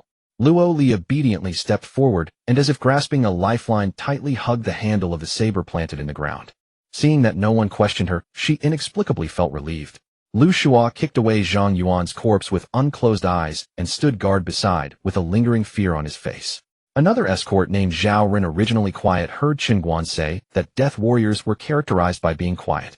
Fearing he might be suspected, he couldn't help but proactively start chatting with Lu Shua.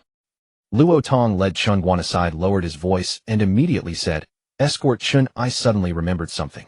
Single quote. This Zhang Yuan, Li Fei, and several others were all out-of-town escorts who came to our Pingyang County around 15 years ago, one after another. Single quote. It was only after arriving in Pingyang that they gradually built their reputation. If Li Fei was a death warrior, and Zhang Yuan was also one then, those who came with them back then, I'm afraid, not a single one can escape. Single quote. Chen Guan frowned as if pondering something. You mean 15 years ago? Give me a specific time. Luo Tong thought carefully. Then he gave a precise answer. It should be around that time 15 years ago. They came to our Pingyang County one after another, about 50 or so people. Single quote. But over the years many have died on missions. Among the 24 who came out with us this time, at least 15 are from that batch of out-of-town escorts. Single quote. He asked hoarsely. Tell me, were these people originally death warriors, or did they betray us midway and become knives in someone's hand? Single quote. This information Chen Guan truly didn't know.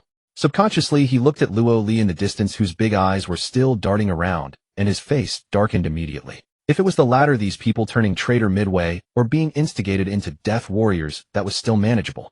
But if it was the former, a batch of death warriors had infiltrated the escort guild from the beginning, and the timing coincided exactly with 15 years ago, matching this girl's age. Most crucially, this grudge-infused demon ape was clearly dispatched by someone. Damn it, this escort mission might end up a huge loss. Chen Guan cursed inwardly. He had thought this was just escorting an ordinary young lady, a profitable deal, but now it might turn into a blood-soaked loss. If his speculation held true, it meant these death warriors had lurked beside Luo Li for 15 years. He glanced at Luo Tong. Clearly this old fellow had also guessed that Luo Li's identity was no simple matter.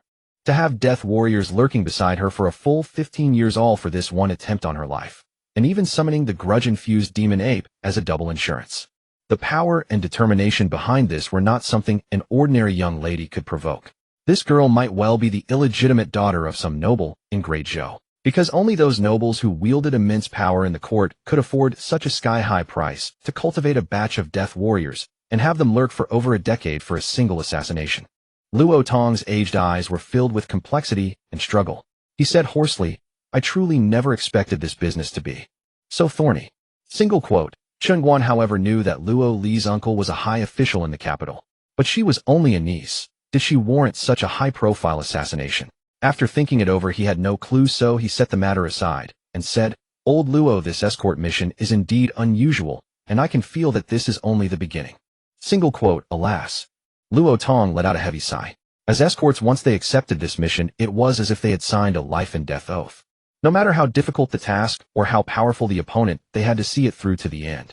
This does not mean that upon discovering your opponent is a powerful figure beyond your reach, you can simply wash your hands of the matter. On the contrary, if they fail to protect Luo Li's safety, the high-ranking figure behind her, upon learning of it, will not only hold them accountable for dereliction of duty, but will also go after their families. Those officials are black-hearted and ruthless regarding human life as mere grass. To protect their own face and interests, exterminating your entire family is but a matter of a few words. Though escorts hold a respected status in the eyes of these great figures, the life of an escort is worth even less than a dog in their mansion, if they continue to guard her. Clearly the force bold enough to assassinate Luo Li is also of no small origin, otherwise they could not have made such a grand move laying the groundwork 15 years ago. For them this was a dead end, a quagmire that once stepped into one could never pull out. Shaking off these frightening thoughts, Luo Tong suddenly asked with curiosity, "Escort Chen, how did you figure out their identities?" Chen Guan glanced at Lu Shua and Zhao Run, who were awkwardly chatting in the distance. These people were no longer fit to stay by his side, they would only hold him back. He needed to send them off quickly. After a moment's thought he still explained, "From the moment Li Fei killed that demon ape." What a... Luo Tong was startled. That early? But his actions that night all followed the escort guild's rules. Exactly, Chen Guan said calmly. He acted too perfectly, too naturally. Old Master Luo, let me ask you, when encountering a demon on the official road, what is the safest way to kill it? Luo Tong answered without hesitation. Naturally beheading or piercing a vital point, while using true qi to suppress its explosion to avoid blood staining the employer and goods leaving a scent. Halfway through, Luo Tong's voice abruptly stopped, and his brow furrowed. This is indeed problematic. Chen Guan watched his reaction and nodded coldly. You understand now. Li Fei, as a veteran ranked in the top 30, did indeed pierce the demon ape to death with one spear thrust, but he not only failed to suppress the demon's self-destruction. Instead, he used the wind direction and the force of his spear to precisely splatter that clump of filthy blood onto Luo Li. Luo Tong's pupils contracted. He used the pretext of quick interception to deceive all of you. Chen Guan continued. Even when I saw through the demon ape's identity and shouted to stop him, he used your pride and stubbornness to stir up dissatisfaction with me, covering up the fact that he had struck a lethal blow. Every time I suggested taking a detour, someone would argue with me, a clear way to stall for time. Luo Tong's back felt cold. So at that time this young man had already stepped outside their chess game and seen through the traitor lurking among them. The terror of assassins lies not in their martial power, but in their ability to use every rule to kill. Li Fei and his men used the trust and experience of escorts to turn them all into accomplices. Chen Guan's voice was calm, but his eyes turned cold. However, what truly made me certain that there was a major problem in this team was those 2 carts of hides. Hides? Luo Tong was taken aback. Assorted hides, Chen Guan uttered 2 words.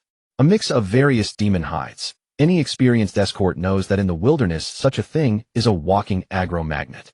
Luo Tong nodded. That's true. Chen Guan was not surprised by his reaction and continued. At that time Luo Li said the bag was loose and asked Li Fei to tie it. Li Fei saw it, but showed no panic at all, nor did he raise any question. What does that suggest? He deliberately avoided the issue. Luo Tong ventured. Correct, Chen Guan nodded. Either he's stupid or there's a problem. But a veteran who has been in the escort trade for over a decade cannot be stupid. Luo Tong nodded. This was indeed suspicious. These 2 carts of hides had been personally escorted by Li Fei and his men. Even if he had been negligent at the moment, he couldn't have failed to check them the entire way. So you concluded Li Fei was problematic. Correct. Chen Guan nodded. In the end, I used Li Fei to screen out all the problematic people in this team. And the problem was still those 2 carts of hides. A real escort, upon hearing any arrangement, should at least instinctively question and weigh the pros and cons, just like Lu Shua. Yet that team, aside from honest folk like Zhao Run who are naturally quiet, no one else questioned the hides while escorting 2 carts of them. What does that indicate? Afraid that more talk leads to more mistakes? Luo Tong asked. Chen Guan nodded. To avoid exposing their identities, they had to circumvent the suspicious point about the hides. Indeed. Luo Tong nodded. We few need to team up to enter the 10 Directions swamp, so naturally we wouldn't check those 2 hides. But these people not checking is somewhat off. Luo Tong pondered for a moment, then suddenly thought of something and became furious. So that's it. He understood why Chen Guan wanted to split the team into 2 groups. This was to go along with their purpose. And this purpose happened to distinguish the traitors. Because as this group headed toward the 10 Directions swamp, they were being pursued by the resentment demon apes. And once Li Fei and his men left the team, they could secretly follow and assassinate. Entering the 10 Directions swamp would mean assassins ahead and resentment demon apes behind. A dead end. Luo Tong looked at Chen Guan and suddenly understood. He had likely deliberately tampered with those 2 hides to lure the resentment demon apes away. That was why the resentment demon apes did not catch up and instead were left outside the 10 Directions swamp. Otherwise there would have been far more assassins, and the resentment demon apes would have long caught up. He knew this was not a glorious matter, so Chen Guan did not speak of it. But regardless, they owed thanks to Chen Guan. But what about Lu Shua? Luo Tong felt embarrassed just thinking about that guy. He had almost mistaken him for a traitor and killed him. As for Lu Shu, Chen Guan curled his lip. He's simply a hot-headed rookie I forced to come along. As for Zhao Run and Cheng Hui, they have no guilty conscience, so they naturally consider the team's interests and take the initiative to step forward. Luo Tong nodded. He was silent for a moment, recalling the brothers who had fallen his heart a mix of emotions. He suddenly realized something and looked up at Chen Guan. And you now? The mark is not removed. Chen Guan cut him off directly. I only used a method to temporarily suppress the scent. It can last at most half a day. Once it fails, the location mark on her, like a beacon in the dark night, will inevitably summon the final killing strike of the resentment demon apes. Then ahead will be resentment demon apes, and behind will be assassins. Luo Tong's heart tightened as he looked at Chen Guan. So from now on we will still split into two groups. Chen Guan looked at him and continued arranging. I will take Luo Li to find a way to remove the mark. After you leave, go directly to Wangbei City and wait for 3 days. Luo Tong opened his mouth to say something, but Chen Guan gave him no chance. I have thought of a way to completely resolve the mark on Luo Li, but it is not convenient to bring you along. Moreover, you have seen the dangers of the 10 Directions swamp. If you encounter a top-tier demon, let alone dealing with it, you might not even be able to protect yourselves. Luo Tong understood the implication behind his words. In plain terms, they had become a burden holding him back. However, what he said was true. After all, the gap in strength was clear. Especially Chen Guan's godlike saber technique. He could slay a peak Tongxian stage great demon as easily as chopping vegetables. This meant that even if he encountered the legendary, more terrifying Zifu Great Demon, even if he could not defeat it, he at least had a way to deal with it. As for them, if they encountered a Zifu Great Demon, they would be almost completely powerless. After a brief hesitation, Luo Tong finally sighed and said with reluctance, but we took the money, so we should protect this escort and reach the destination. I did not say you cannot deliver it.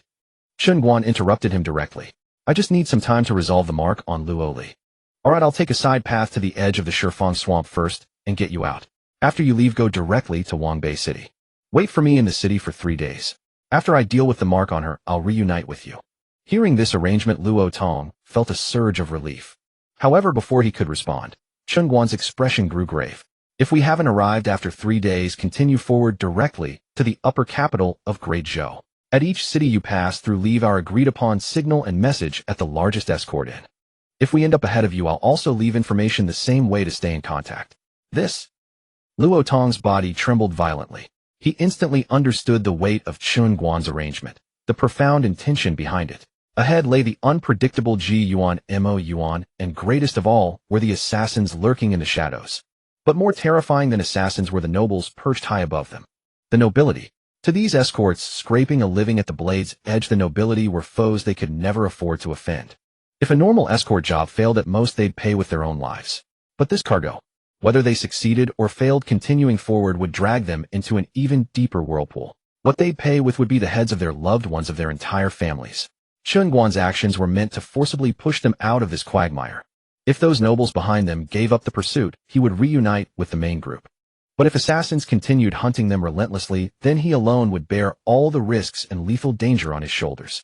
At this thought, Luo Tong's old eyes instantly reddened, his sparse, white beard trembling violently from emotion. Such kindness, how could one ever repay?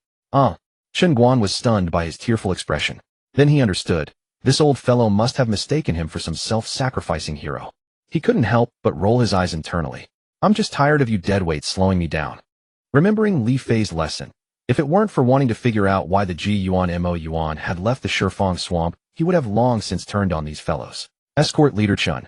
Luo Tong tried to say something moving, but Chen Guan impatiently waved him off. Enough. We don't have time to waste here. Go explain to the other 3. We depart immediately. Luo Tong stood frozen for a moment. Finally, he suppressed all unnecessary emotions and bowed deeply to Chen Guan. A great kindness needs no words. Saying this, he immediately turned and called Lu Shua and Zhao Ren aside, explaining Chen Guan's decision and its profound implications in detail. After hearing everything, the 3 men's faces drained of color, shock covering them in cold sweat. Then that fear transformed into endless gratitude as they all turned to look at Chen Guan. In their line of work, braving wind and rain, what they feared most was dying without anyone to care for their families, leaving them to a bleak future with no one to carry on. On this knife's edge of survival, who wasn't fighting so their wives and children could live better lives? Who would gamble their lives for pure thrills? Only now did they truly understand. Throughout this journey, Chen Guan had seemed cold and ruthless, yet he had always been upholding his own code of martial righteousness. If he were truly cold and heartless with his abilities, he could have simply taken Luo Li and left abandoning these old fellows to their fate. Yet he didn't. Not only did he kill more Ji Yuan Mo Yuan than all of them combined, but he also led them through this entire escape. Now he was shouldering everything alone. Such pure martial righteousness was rare in this chaotic age. Lu Shua and the others, including Luo Tong, all felt this profound camaraderie. Without a word, they hurried to Chen Guan, their knees bending as they were about to perform the supreme salutation of kneeling. But before their knees touched the ground, Chen Guan yanked them up. Enough, brothers. We don't have time to waste. Chen Guan frowned. I'll get you out first. Say what needs saying after we reunite. Beside him, Luo Li watched in total confusion. Why were they about to kneel? What was this about leaving? Reunion? Chen Guan showed no intention of explaining.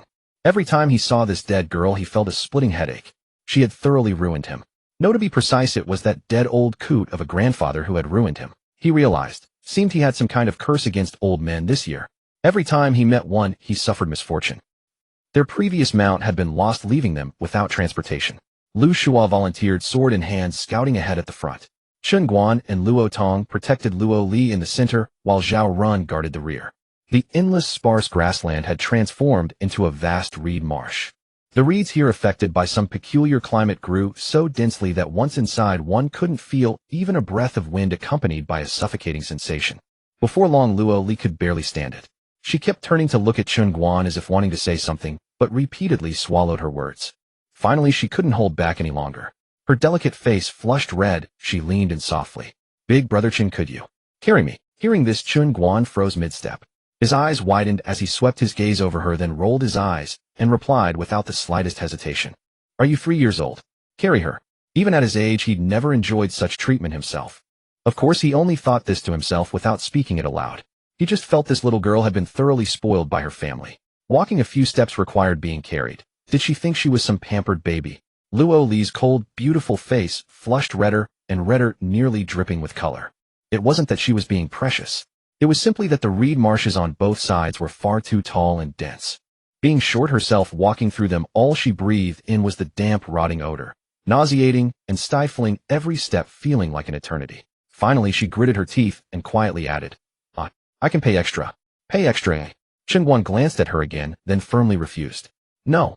Asking the employer for extra payment wasn't about the silver. It was to trigger the system's rewards. Such rewards had to be proposed by him. Others offering more was useless. Luo Li's face flushed repeatedly.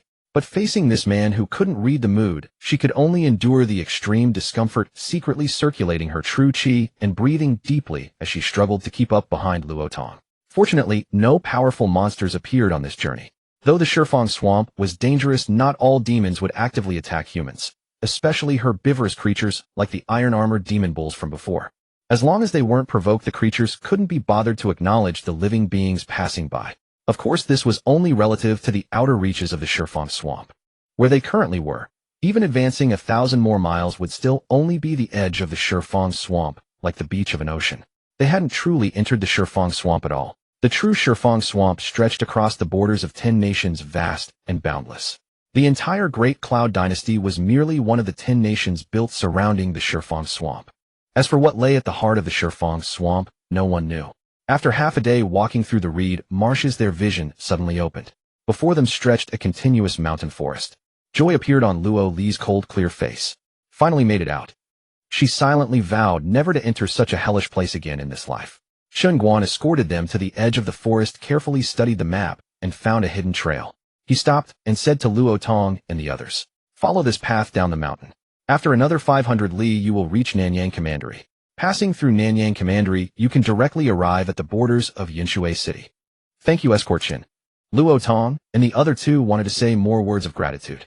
But 1,000 words rolled in their throats, and they found that no language was sufficient to express the gratitude in their hearts at that moment.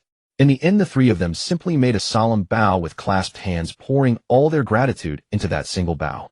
Luo Li, standing nearby, felt something was increasingly wrong.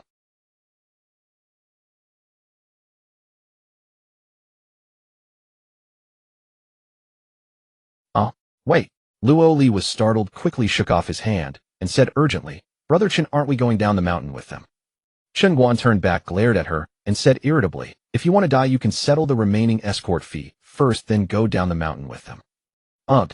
Luo Li was stunned for a moment, then realized something shut her mouth, and fell silent. The two bid farewell to Luo Tong, and re-entered the thorny underbrush. This time Chen Guan took the lead in clearing the way. However, he did not choose to plunge straight into the depths of Shifeng Swamp from the original path. Instead, he led Luo Li across about 20 li of plain to arrive at a vast reed lake. Chen Guan looked around. He had an intuition that the resentment-cursing demon ape had entered the Shifeng Swamp. At their speed, if they proceeded at the current angle, they could catch up within half a day. He circled around there, casually killed a few small demons drinking by the lake, skillfully skinned them, and then found some thick tree trunks nearby. Luo Li stood to the side, watching him tinker clatteringly for a long time, only to realize he was making a simple boat. She looked at the endless reed lake before her, and instantly understood that this fellow planned to take the water route. At least this guy had some conscience, knowing to be gentle with a lady. Luo Li stole a glance at him in her heart. What are you standing there for? Hurry up and get on. Chen Guan tested the simple boat, made of demon beast hide and tree trunks, with his foot. It could easily bear the weight of 2 people, so he called out to the still-dazed Luo Li. Luo Li carefully stepped onto it, wobbling at first, but after feeling its stability, her courage grew. She slowly sat down in the middle of the boat. Chen Guan, shouldering his horse-slaying saber, stood firmly at the stern. With a slight release of his true chi, the boat shot out like an arrow from a bowstring, sliding straight toward the center of the lake. Luo Li found it novel at first, but after observing for a while, she discovered the secret. Chen Guan was using his external true chi as the boat's oars and propulsion. Purple chi is born in the Dantian. The mansion gate opens today. True chi expelled. Could this fellow be a Zifu realm expert? After a moment's thought, she shook her head again.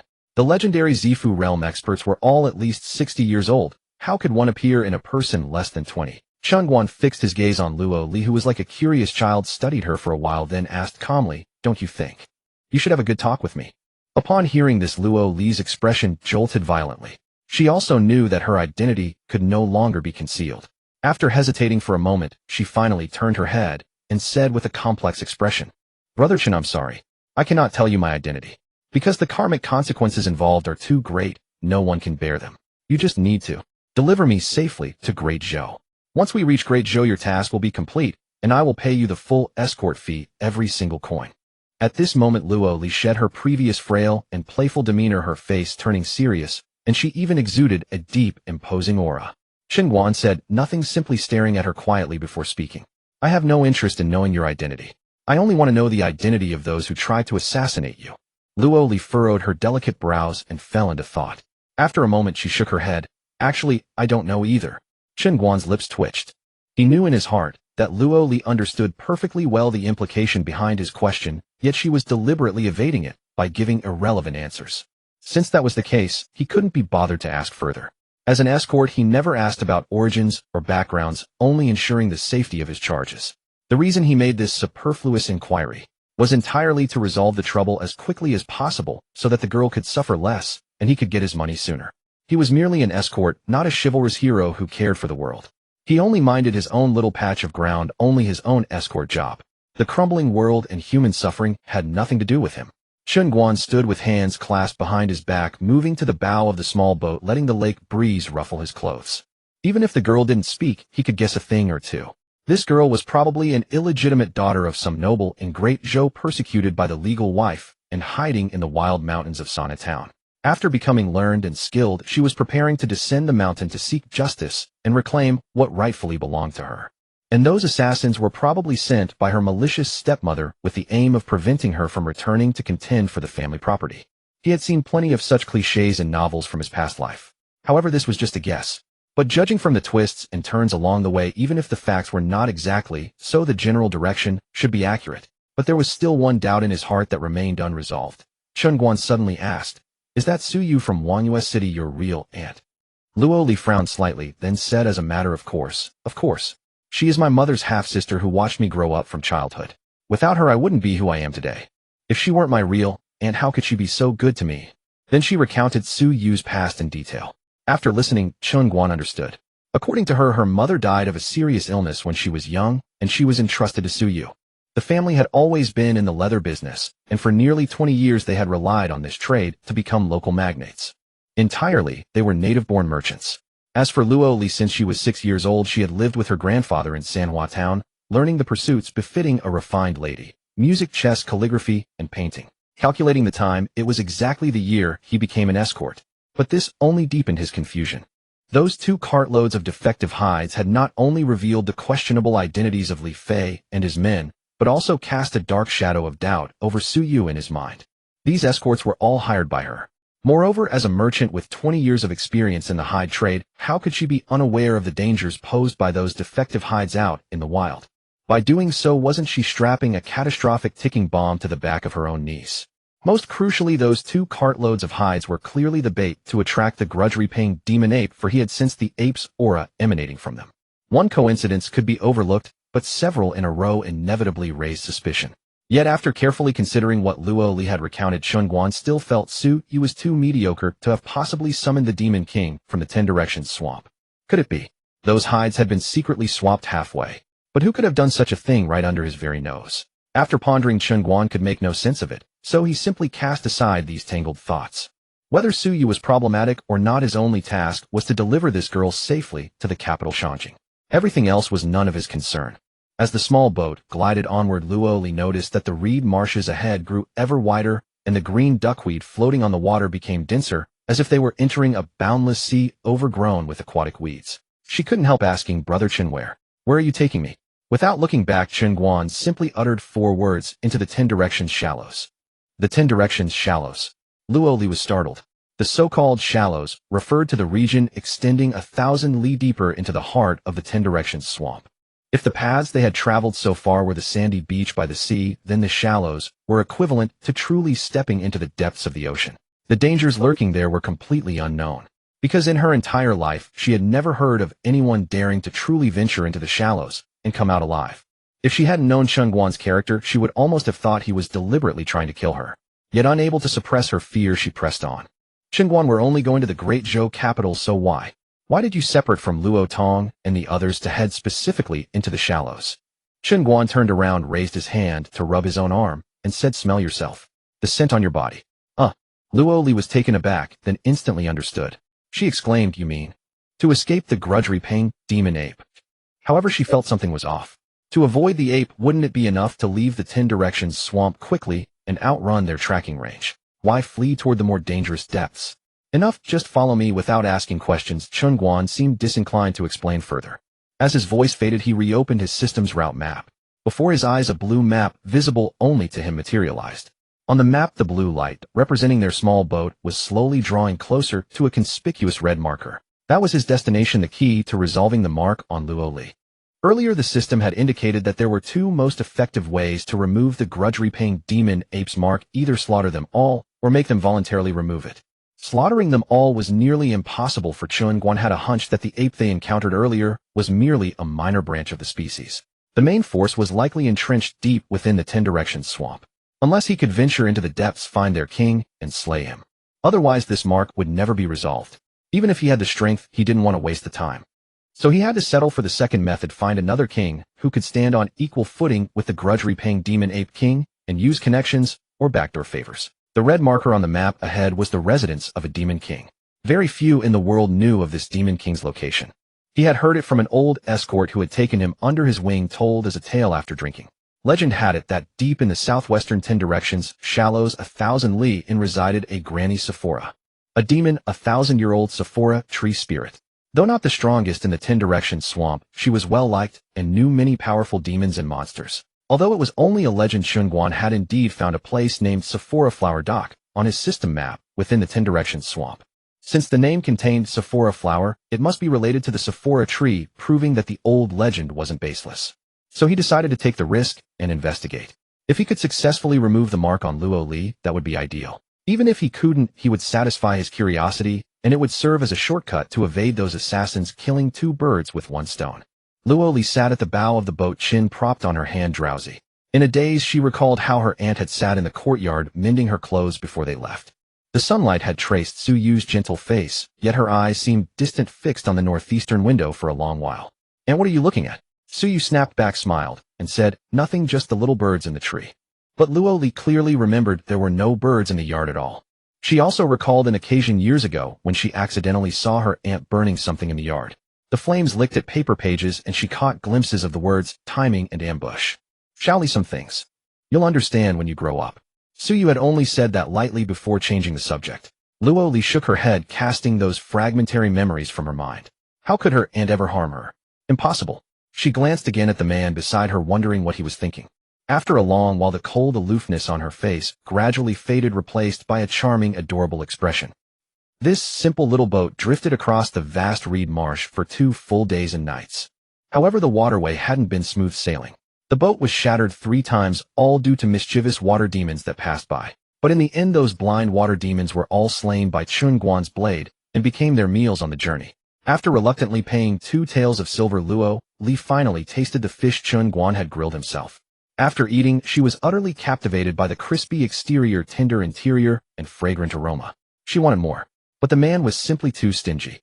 He charged half a string of cash for 1 grilled fish. That was enough to cover a family of 3's living expenses for half a year. After 4 meals, her hard-saved 2 taels of private money were gone. For that, she cursed him in her heart as a miser for 2 full days and nights. Brother Chen, how much longer until we arrive? My legs have gone numb from sitting. Luo Li sat on the boat, sighing. Almost there. Chen Guan glanced sideways at the girl. Throughout the journey, she had maintained a cold demeanor, but since boarding the boat, she seemed to have transformed into a gentle, adorable little sister from next door. And she even acted cute at every turn. Chen Guan's mouth twitched involuntarily, then his gaze fixed ahead. Because the boundless reed marsh had finally come to an end. Moments later, stretches of lush green trees met their eyes, with occasional wildflowers dotting the grasslands.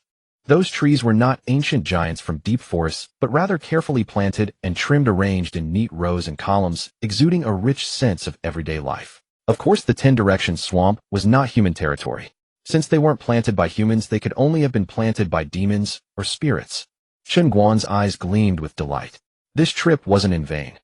Luo Li also noticed the refreshingly new scenery ahead. She immediately sprang up from the small boat in excitement, spread her arms wide, took a deep breath, and a look of sheer bliss appeared on her face. Wow, it smells wonderful. A gentle breeze swept by, lifting the strands of hair at her temples and rustling her somewhat oversized robes, making her appear like a celestial maiden about to ride the wind away, breathtakingly beautiful. Suddenly, the small boat beneath her feet gave a violent jolt, and she lurched forward, uncontrollably pitching headfirst toward the front. Just as she thought she would plunge into the muddy, shallow water ahead, she felt a warmth around her waist as a strong, sturdy hand caught her and held her steady. She turned to see that it was Chen Guan.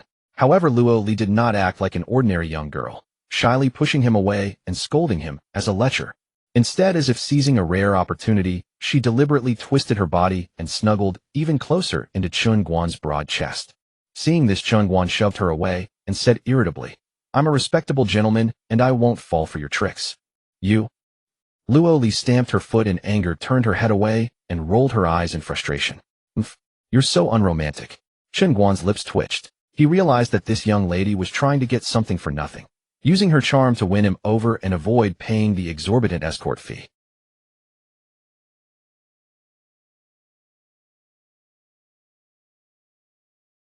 Chen Guan was also examining it. This already weathered little boat was now wedged precisely on a large rock protruding from the water, with a huge crack split open in its bottom. It had fallen apart several times before, and now it was beyond repair. What else can we do? Get off and wade through the water. But what if some little demon comes out and bites me? Luo Li put on a frightened, nervous expression and deliberately sidled closer to Chen Guan. Chen Guan couldn't be bothered to deal with her anymore. He pushed her away, jumped down first, and stepped directly into the knee-deep muddy water. This is just a reed marsh, not the deep sea. If a little demon came, would you not see it with your eyes? Luo Li rolled her eyes, then had no choice but to lift her skirt and, imitating him, step into the chilly, muddy water. Chen Guan had come to realize that this girl treated him like family, growing bolder by the day, completely disregarding the maidenly reserve expected of her age. In fact, she even had quite a knack for handling men. If it had been anyone else, any man with weaker resolve, they would have been utterly fooled by her tactics by now. Splash! Splash!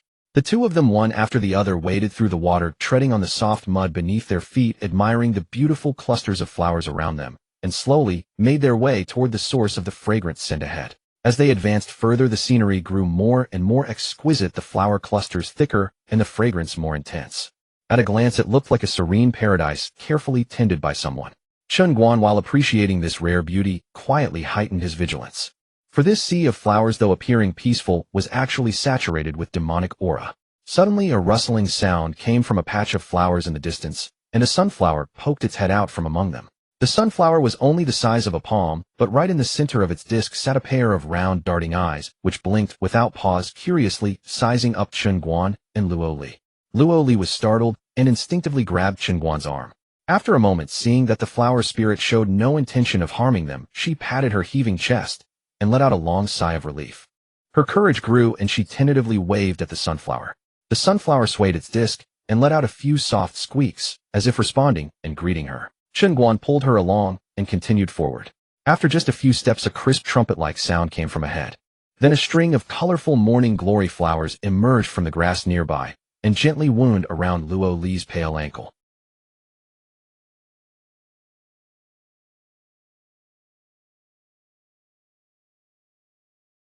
Giggle.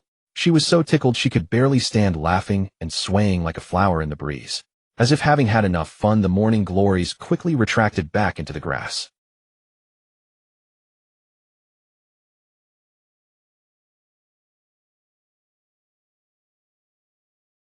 Chen Guan glanced at her. To be honest, her carefree and unreserved manner now, compared to her earlier aloof demeanor, made him feel that this was the real Luo Li. However, they were merely plants that had just developed a bit of sentience, incapable of communicating with humans. Chen Guan had hoped to find someone to ask for directions, but seeing this he had to give up. The two of them aimlessly walked deeper into the sea of flowers. Soon a slightly elevated shoal came into view. On that shoal stood a giant locust tree beneath which birds sang and flowers bloomed with lush greenery and shade, and the faint outline of a small courtyard could be discerned. Could this be the dwelling of Granny Huai? Chen Guan muttered to himself, then pulled along Luo Li, who was still playing with the flowers and plants, and quickened his pace toward the shoal ahead. From a distance the shoal didn't seem large, but as they drew closer they realized it wasn't a shoal at all. It was a colossal locust tree that dominated the center of the flower sea, its gnarled roots forming a landmass. On that land flowers and grass grew in clusters, and green trees provided shade. Luo Li looked up at the towering tree, her curiosity piqued, and was about to run over to take a closer look. But the moment she took a step, Chen Guan yanked her back. "Can you show a little respect first?" He shot her a glare, then stood still, waiting quietly.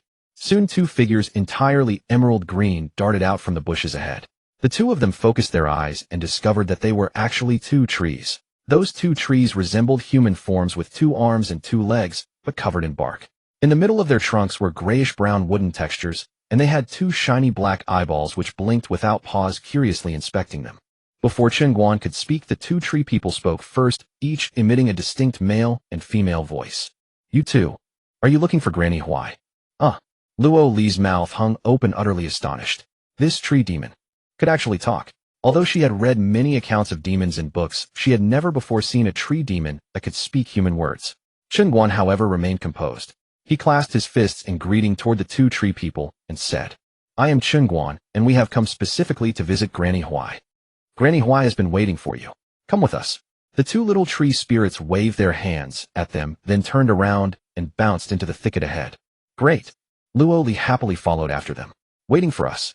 Chen Guan frowned slightly, but he didn't stop Luo Li and stepped forward to follow. Though the words of the 2 little tree spirits were strange, he could sense that although demonic aura filled the place, there was no killing intent at all. Instead, there was an indescribable peace and tranquility. The 2 followed the little tree spirits into the grove, stepping onto a path paved with cobblestones.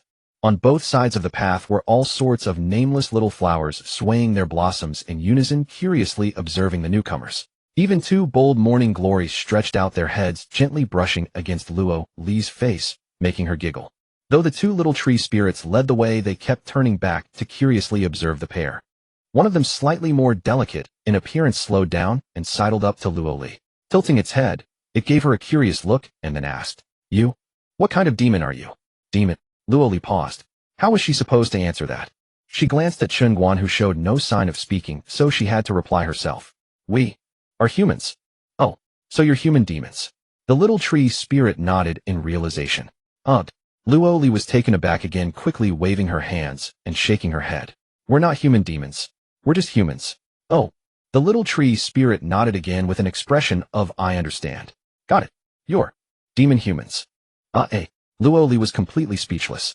She decided it wasn't worth trying to explain to these 2 trees. These little tree spirits had probably never seen a real human before. In their world, anything that moved was simply called a demon. So humans were naturally human demons, and wolves were wolf demons. The little tree spirit, still as curious as a child, tilted its head and asked then, "Why don't you grow flowers on your head?" Ugh. Luo Li suddenly realized that cross-species conversation was rather difficult. Just as she was at a loss for an answer, Chen Guan spoke up calmly. Because she cut off all the flowers on her head.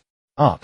The two little tree spirits were startled, their branch-like arms recoiling sharply as they hopped back several steps, keeping their distance. Their pitch-black eyes were filled with terror. Luo Li rolled her eyes in exasperation and shot a glare at Chen Guan. "Do you have any sense of decency? Why scare them for no reason?" She quickly explained to the two little tree spirits, "Don't listen to him. He's lying. I don't grow flowers either, just like you." "You don't grow flowers?" But one of the little tree spirits shook its head, vigorously producing two delicate locust blossoms from the back of its head. "But we grow flowers on our heads." Ugh. This time Luo Li was completely stumped, and so they walked on chatting as they went. However, the two little tree spirits kept a safe distance from Luo Li, no longer daring to come too close. Chen Guan watched them thoughtfully, but said nothing more. The two followed the little tree spirits through winding paths, crossing several trails and a crystal-clear stream. Finally, they arrived at a gate formed by entwined roots. "Grandma, the guests are here. Come in." From within the courtyard came a voice, old and gentle. The voice was like ancient jade, polished by time, slightly hoarse, yet extraordinarily kind. The two little locust tree spirits stepped forward, pushed open the wicker gate woven with vines, and waved at Chen Guan and Luo Li. "Come in." Luo Li took a step forward, but the two little tree spirits flinched back in fear. She was nearly furious and could only shoot another glare at Chen Guan. "You of all people, slandering my innocence for no reason." Chen Guan followed them into the courtyard. At a glance he saw that this was yet another paradise. Before them lay a small stream leading directly to the towering locust tree. Neat rows of saplings lined the bank. Beneath the colossal tree, amid a patch of colorful flowers, stood a hunched old woman. The old woman was holding a bucket carved from a tree stump, scooping water ladle by ladle, carefully watering the flower bed before her. Noticing Chen Guan's gaze, she slowly set down the bucket, straightened her hunched back, and turned to look at the two. Chen Guan stepped forward, cupping his fists in salute. Junior Chen Guan pays respects to Granny Huai. Junior Luo Li pays respects to Granny Huai. Luo Li also curtsied politely. The old woman hunched over, picked up a wooden staff leaning against the railing, and walked over slowly with a kind smile. "You two little ones, did you come in from outside on your own?" Luo Li and Chen Guan exchanged a glance, both surprised. "Indeed." Chen Guan nodded. "A young people so bold." Granny Huai sighed, then turned and walked toward the shade beneath the giant locust tree. The two little tree spirits quickly brought 2 cups folded from leaves, each filled with a clear spring that emitted a crisp, refreshing fragrance. "You've come from afar, and I have little to offer. This is the 100-flower jade dew I cultivated myself. Please enjoy it." "Thank you, Granny." Luo Li accepted it graciously. Chen Guan, not wanting to seem aloof, took a sip, and his eyes flickered with surprise. "Not bad. The flavor carries the essence of spring's growth and autumn's harvest." "Oh, it's nothing, just a little something I tinkered with in my spare time." Granny Huai waved her hand, exuding a natural warmth. Her cloudy eyes slowly settled on Luo Li, who was holding the cup with a curious expression, and she got straight to the point. "Did you come here for the thing on her?" Luo Li was startled. "You? How do you know?" Chen Guan, however, was not surprised. Since this old tree spirit could see the resentment mark on Luo Li, it meant she definitely had a solution. Chen Guan set down the leaf cup, cupped his fists, and said, "Your insight is sharp, senior. I came here presumptuously indeed for this matter. I wonder if Granny has a way." "There is a way." Granny Huai smiled kindly and nodded, but did not answer directly. She slowly turned around, her murky gaze falling on the 2 timid little tree spirits beside her. "But I have an impertinent request." She extended her bark-like hand and pointed. "This one is little Green, 16 years old. This one is little Tsung, 17 years old. They are my only grandchildren." The 2 little tree spirits obediently nodded their heads, their crown leaves rustling softly. Luo Li sat on the tree stump looking at Granny Huai, then at the 2 little tree spirits, utterly bewildered. One moment she was talking about removing the mark, and the next she was introducing her grandchildren. Wasn't this too abrupt? "I can't understand a word," she muttered under her breath. Chen Guan turned his head and cast a deep glance at the bewildered Luo Li, his brow furrowing. He was an old hand in the world, reading between the lines. Granny Huai was using the entrustment of her grandchildren as a bargaining chip for removing the mark. This immediately made him sense something amiss. This old tree spirit didn't seem to be near her, and so why entrust her descendants? And even if she did, why entrust them to a human? He stared at Granny Huai and asked in a deep voice, "Could it be that the resentment-bearing demon ape status is even above yours, Granny?" At the mention of the resentment-bearing demon ape, the 2 originally quiet little tree spirits trembled violently, as if they had heard something extremely terrifying. Then they tightly grasped Granny Huai's arm with their small hands, their leaves quivering. Granny Huai turned around and gently patted their arms to soothe them. Don't be afraid, don't be afraid. Go take Sister Luo Li to the backyard and play with little grass. Luo Li was somewhat reluctant. Spending time with these incommunicable little tree spirits was too exhausting. How could it compare to listening to Chen Guan and the others tell stories? Just as she was about to refuse, she saw Chen Guan give her a stern look out of the corner of his eye. Luo Li pouted, had no choice but to reluctantly stand up, lift her skirt, and follow the two little tree spirits, who kept looking back toward the backyard. When the three figures disappeared behind the wicker fence, Chen Guan's tone suddenly sharpened. You knew I would come here, Granny. Granny Huai was silent for a few seconds, then let out a long sigh under the shade of the tree. Not exactly new. I just guessed that someone would eventually bring that little girl here, but I didn't expect it to be a courier. Chen Guan was taken aback. It was not surprising that this old locust tree could see through his cultivation level. But how did she know he was a courier? Did he have the word courier written on his face? Yet Granny Huai didn't explain, or instead she directly answered his original question. I can help you remove the resentment mark on her, and you don't need to worry about that old ape. Chen Guan's heart did not lighten upon hearing this. Instead it grew heavier. He guessed that the entrustment might be because after the mark was removed, he would face the old ape's retaliation. Then Granny Huai continued, in exchange, I hope you can take my two grandchildren away from here. Swish. Chen Guan immediately stood up, grabbed the horse-slaying saber that lay beside him, and without a word turned to leave. I am a courier, I only do escort jobs. If it takes your life to complete this mission, then the deal is too costly. I won't do it. Farewell. He was no fool. Solving a mark, but having to entrust away her grandchildren. What did that mean? It meant that after removing the mark, the price Granny Huai would pay was her life. Wait. Granny Huai suddenly stood up, her aged voice tinged with urgency, calling him back. Young man, don't rush off. I don't mean to burden you with karma, nor do I blame you. This is simply my fate. Chen Guan stopped, turned around, and fixed his burning gaze on the old woman. This time he didn't beat around the bush and went straight to the point. Do you know Luo Li? Or rather, do you know someone behind Luo Li? Granny Huai leaned on her cane, a flicker of complex recollection passing through her murky eyes. After a few seconds of silence, a deep weariness surfaced on her face, knowing. Not really. Just a month ago. She paused, her voice growing low. A vanguard of 5,000 resentment-bearing demon apes, a dark mass like a black cloud, passed by my locust flower harbor. The leading ape general stopped by to ask for a cup of 100-flower nectar to quench his thirst. It was from him that I learned the purpose of their march out of the depths of the 10 Directions swamp. 5,000. Chen Guan's brow furrowed sharply, and he instinctively looked toward the backyard. He never expected the so-called pursuit to be on such a terrifying scale. Not only were there those human death warriors, but the overlord of the 10 Directions swamp, the resentment-bearing demon ape clan, had also dispatched a full army of 5,000. This was no mere chase, it was a military campaign. Granny Huai watched Chen Guan's shocked expression and continued, then I knew that the one they were looking for would inevitably come to me to remove the resentment mark. But I didn't expect it to be such a delicate young girl. As for her identity, since she hasn't told you herself, I won't presume to speak of it. Her coming here is my fate and the doom of this locust flower harbor. Saying this, Granny Huai slowly raised her head. In her turbid old eyes a hint of desolation now shone, tinged with a plea. Old as I am, I cannot escape this great calamity. Borrowing this favor is merely going with the flow. I have at most 3 days left.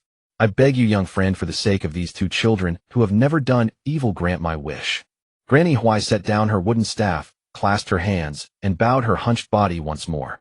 Why? Chen Guan asked directly, his tone filled with obvious confusion. He had thought the old tree spirit knew Luo Li and had some connection with her, which was why she chose to help. But now her attitude was the opposite. A 1,000-year-old tree spirit who had never met her before would help a young girl she had just met without considering the cost, even at the risk of the entire locust flower harbor's destruction. Granny Huai did not answer immediately. She slowly turned around, lifted her head, and her murky gaze passed through the dense branches above, landing on the towering ancient locust tree that blotted out the sky. She murmured to herself, why? For 1,000 years I have often asked heaven and earth this same question. Why? She reached out and gently stroked the rough bark, her voice desolate and distant. Just like this old locust tree before me. It has taken root and grown here, nourished by the essence of heaven and earth for over 3,000 years. Yet to this day it remains an ordinary old locust tree, never having given birth to even a sliver of intelligence.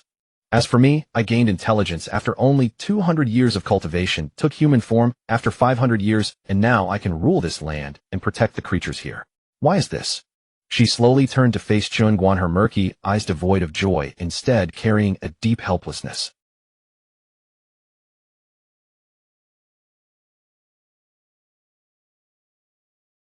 At the end I finally learned that it is destiny. My tribe, the locust tree spirit, dwells in this 10-direction swamp, yet we possess powers we should not have. This has sealed our fate. My choice today is merely to follow the will of heaven. Having said this, she bowed deeply to Chen Guan, once more her tone sincere. I implore you, young friend. Grant my wish. Chen Guan gazed upon this decrepit elder before him, his heart churning with mixed emotions.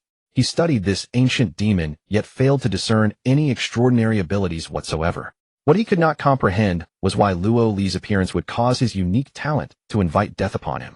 Even if it did attract lethal danger, could he not simply flee? Why must he sacrifice himself here for others? He truly could not fathom what this old creature was thinking. Chen Guan cast aside these troubling thoughts, because he understood that even if he inquired, this ancient demon would not elaborate further. He would not develop any intention of entrusting his descendants. Chen Guan turned his gaze toward the backyard. He realized that Luo Li, this wretched girl, was nothing short of an invincible superlative jinx. Her complicated identity was one thing, but how was it possible that wherever she went, death followed? No, this time it was demons dying. Simply because she came to pay a visit and drank a cup of tea, she would doom this entire household to destruction. 20 taels of silver for this colossal headache. What a ripoff. Chen Guan's expression darkened to the color of a wok, his face ominously grim. After long hesitation, he finally sighed deeply and conceded, "What do you wish me to take them?" Upon hearing this, Huai Popo's face immediately blossomed with joy. She hastened to say, "Travel north from here, proceed straight for 2,000 li, and cross a forest shrouded in dense mist. In the depths of that misty forest lies the Peach Blossom Cove. You need only safely deliver my 2 grandchildren to the Peach Blossom Immortal there, and this karmic debt between us shall be settled." After hearing her words, Chen Guan couldn't help but want to curse. The task sounded simple enough on the surface, but the problem was that traveling north from here meant officially venturing into the heart of the 10 Directions marsh. Setting aside the dangers, merely the time required would waste at least half a month. With 2 months to spare, he might already have reached Shanjing City and taken on a couple more jobs. What a loss. Most critically, his system taskbar still displayed an unfinished mission to escort Luo Li. Following the system's usual pattern, such missions typically had to be completed one at a time. In other words, this journey offered no rewards whatsoever. He was working completely gratis. But there was no alternative. This old woman had maneuvered herself into a corner, firmly convinced he would comply. Ultimately, he could only grit his teeth and nod. Very well. How long will it take to remove the mark from her body? Huai Popo turned aside, gazing toward the backyard with a faint smile. The mark on her body has already vanished. Chen Guan's brow furrowed as he pressed further. Removed. That easily. Huai Popo shook her head, and a grave expression surfaced upon her wrinkled face. Easy. Young man, you think far too simplistically. With 5,000 soul-corrupting demon apes mobilized, how could their ape king permit you to remove it so readily? This old woman has merely used my 1,000 years of cultivation combined with the essence of 100 flowers accumulated over a millennium in Huaihua Cove to temporarily suppress the grudge mark upon her. Suppress? Chen Guan's expression grew sharp. Indeed, Huai Popo leaned on her cane, slowly explaining.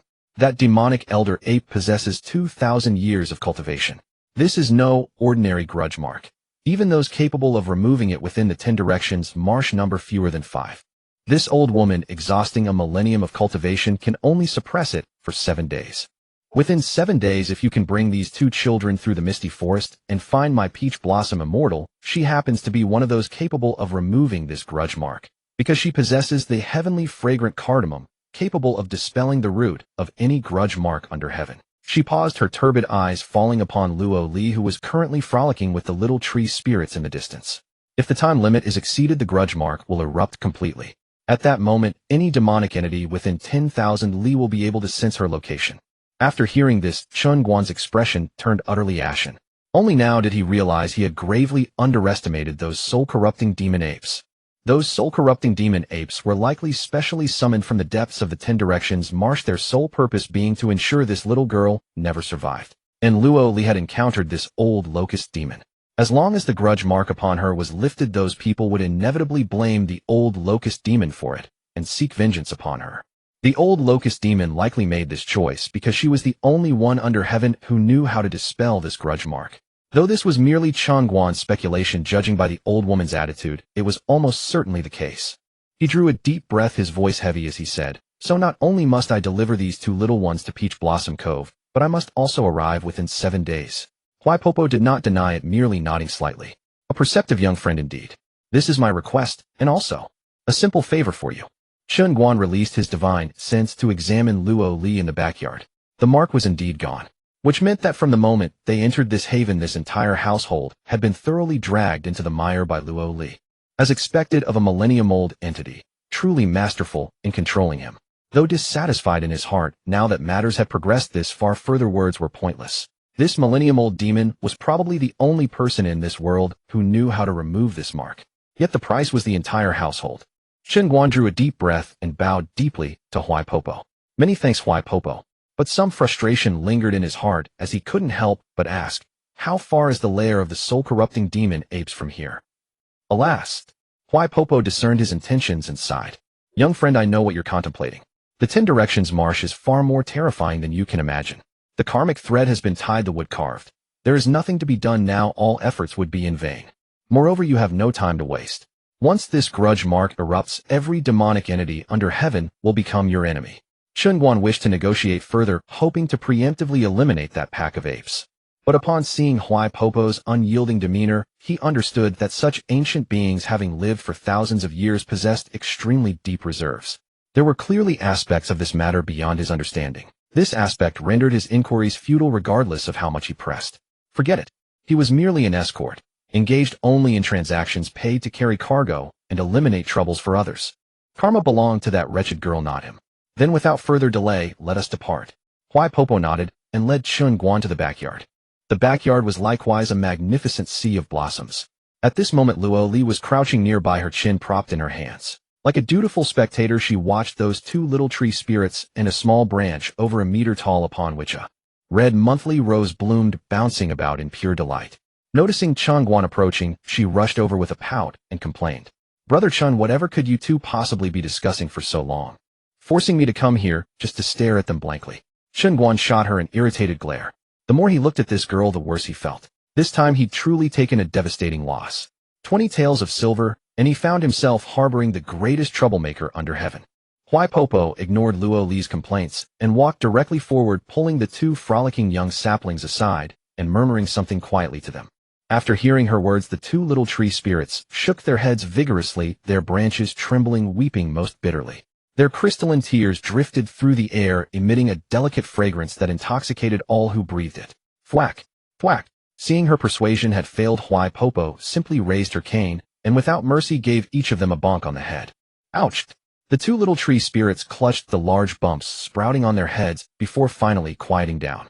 The little red flower nearby laughed, so hard its petals quivered, clearly gloating at their misfortune. Soon Huaipopo brought the dejected Xiao Lu and Xiao Tsong over, continuing her instructions. "You two accompany these brother and sister to find your Annie Peach Blossom. Be obedient. When Grandma finishes her business here, she will come to see you.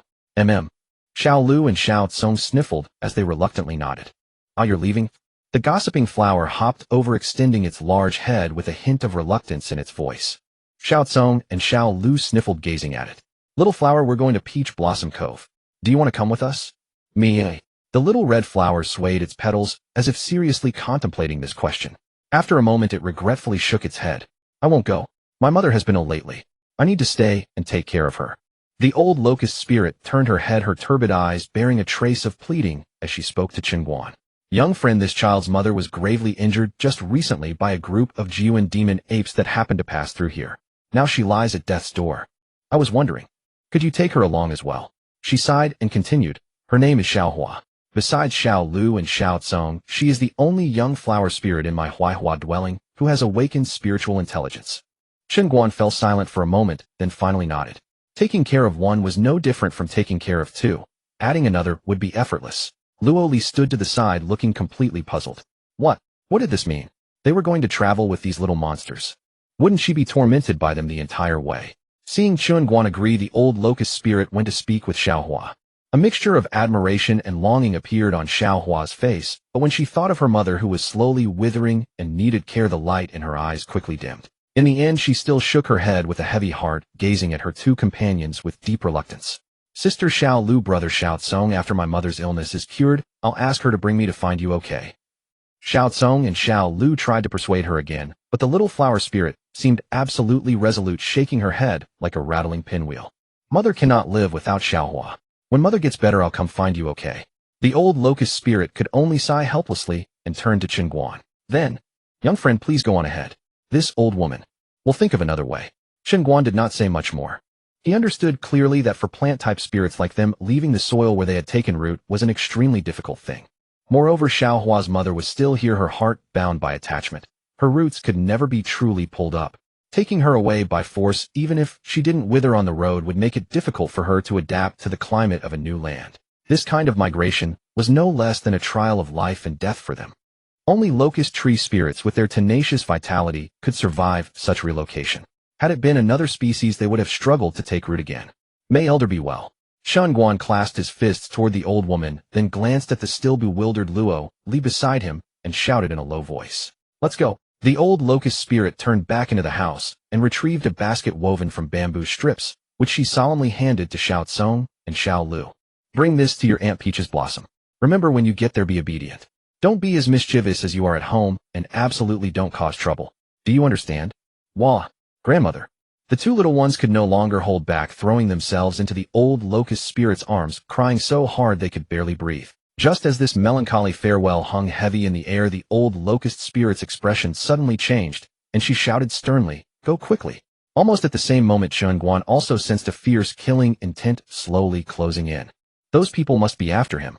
He didn't hesitate any longer, grabbing Luo Li and rushing toward the outside of the courtyard.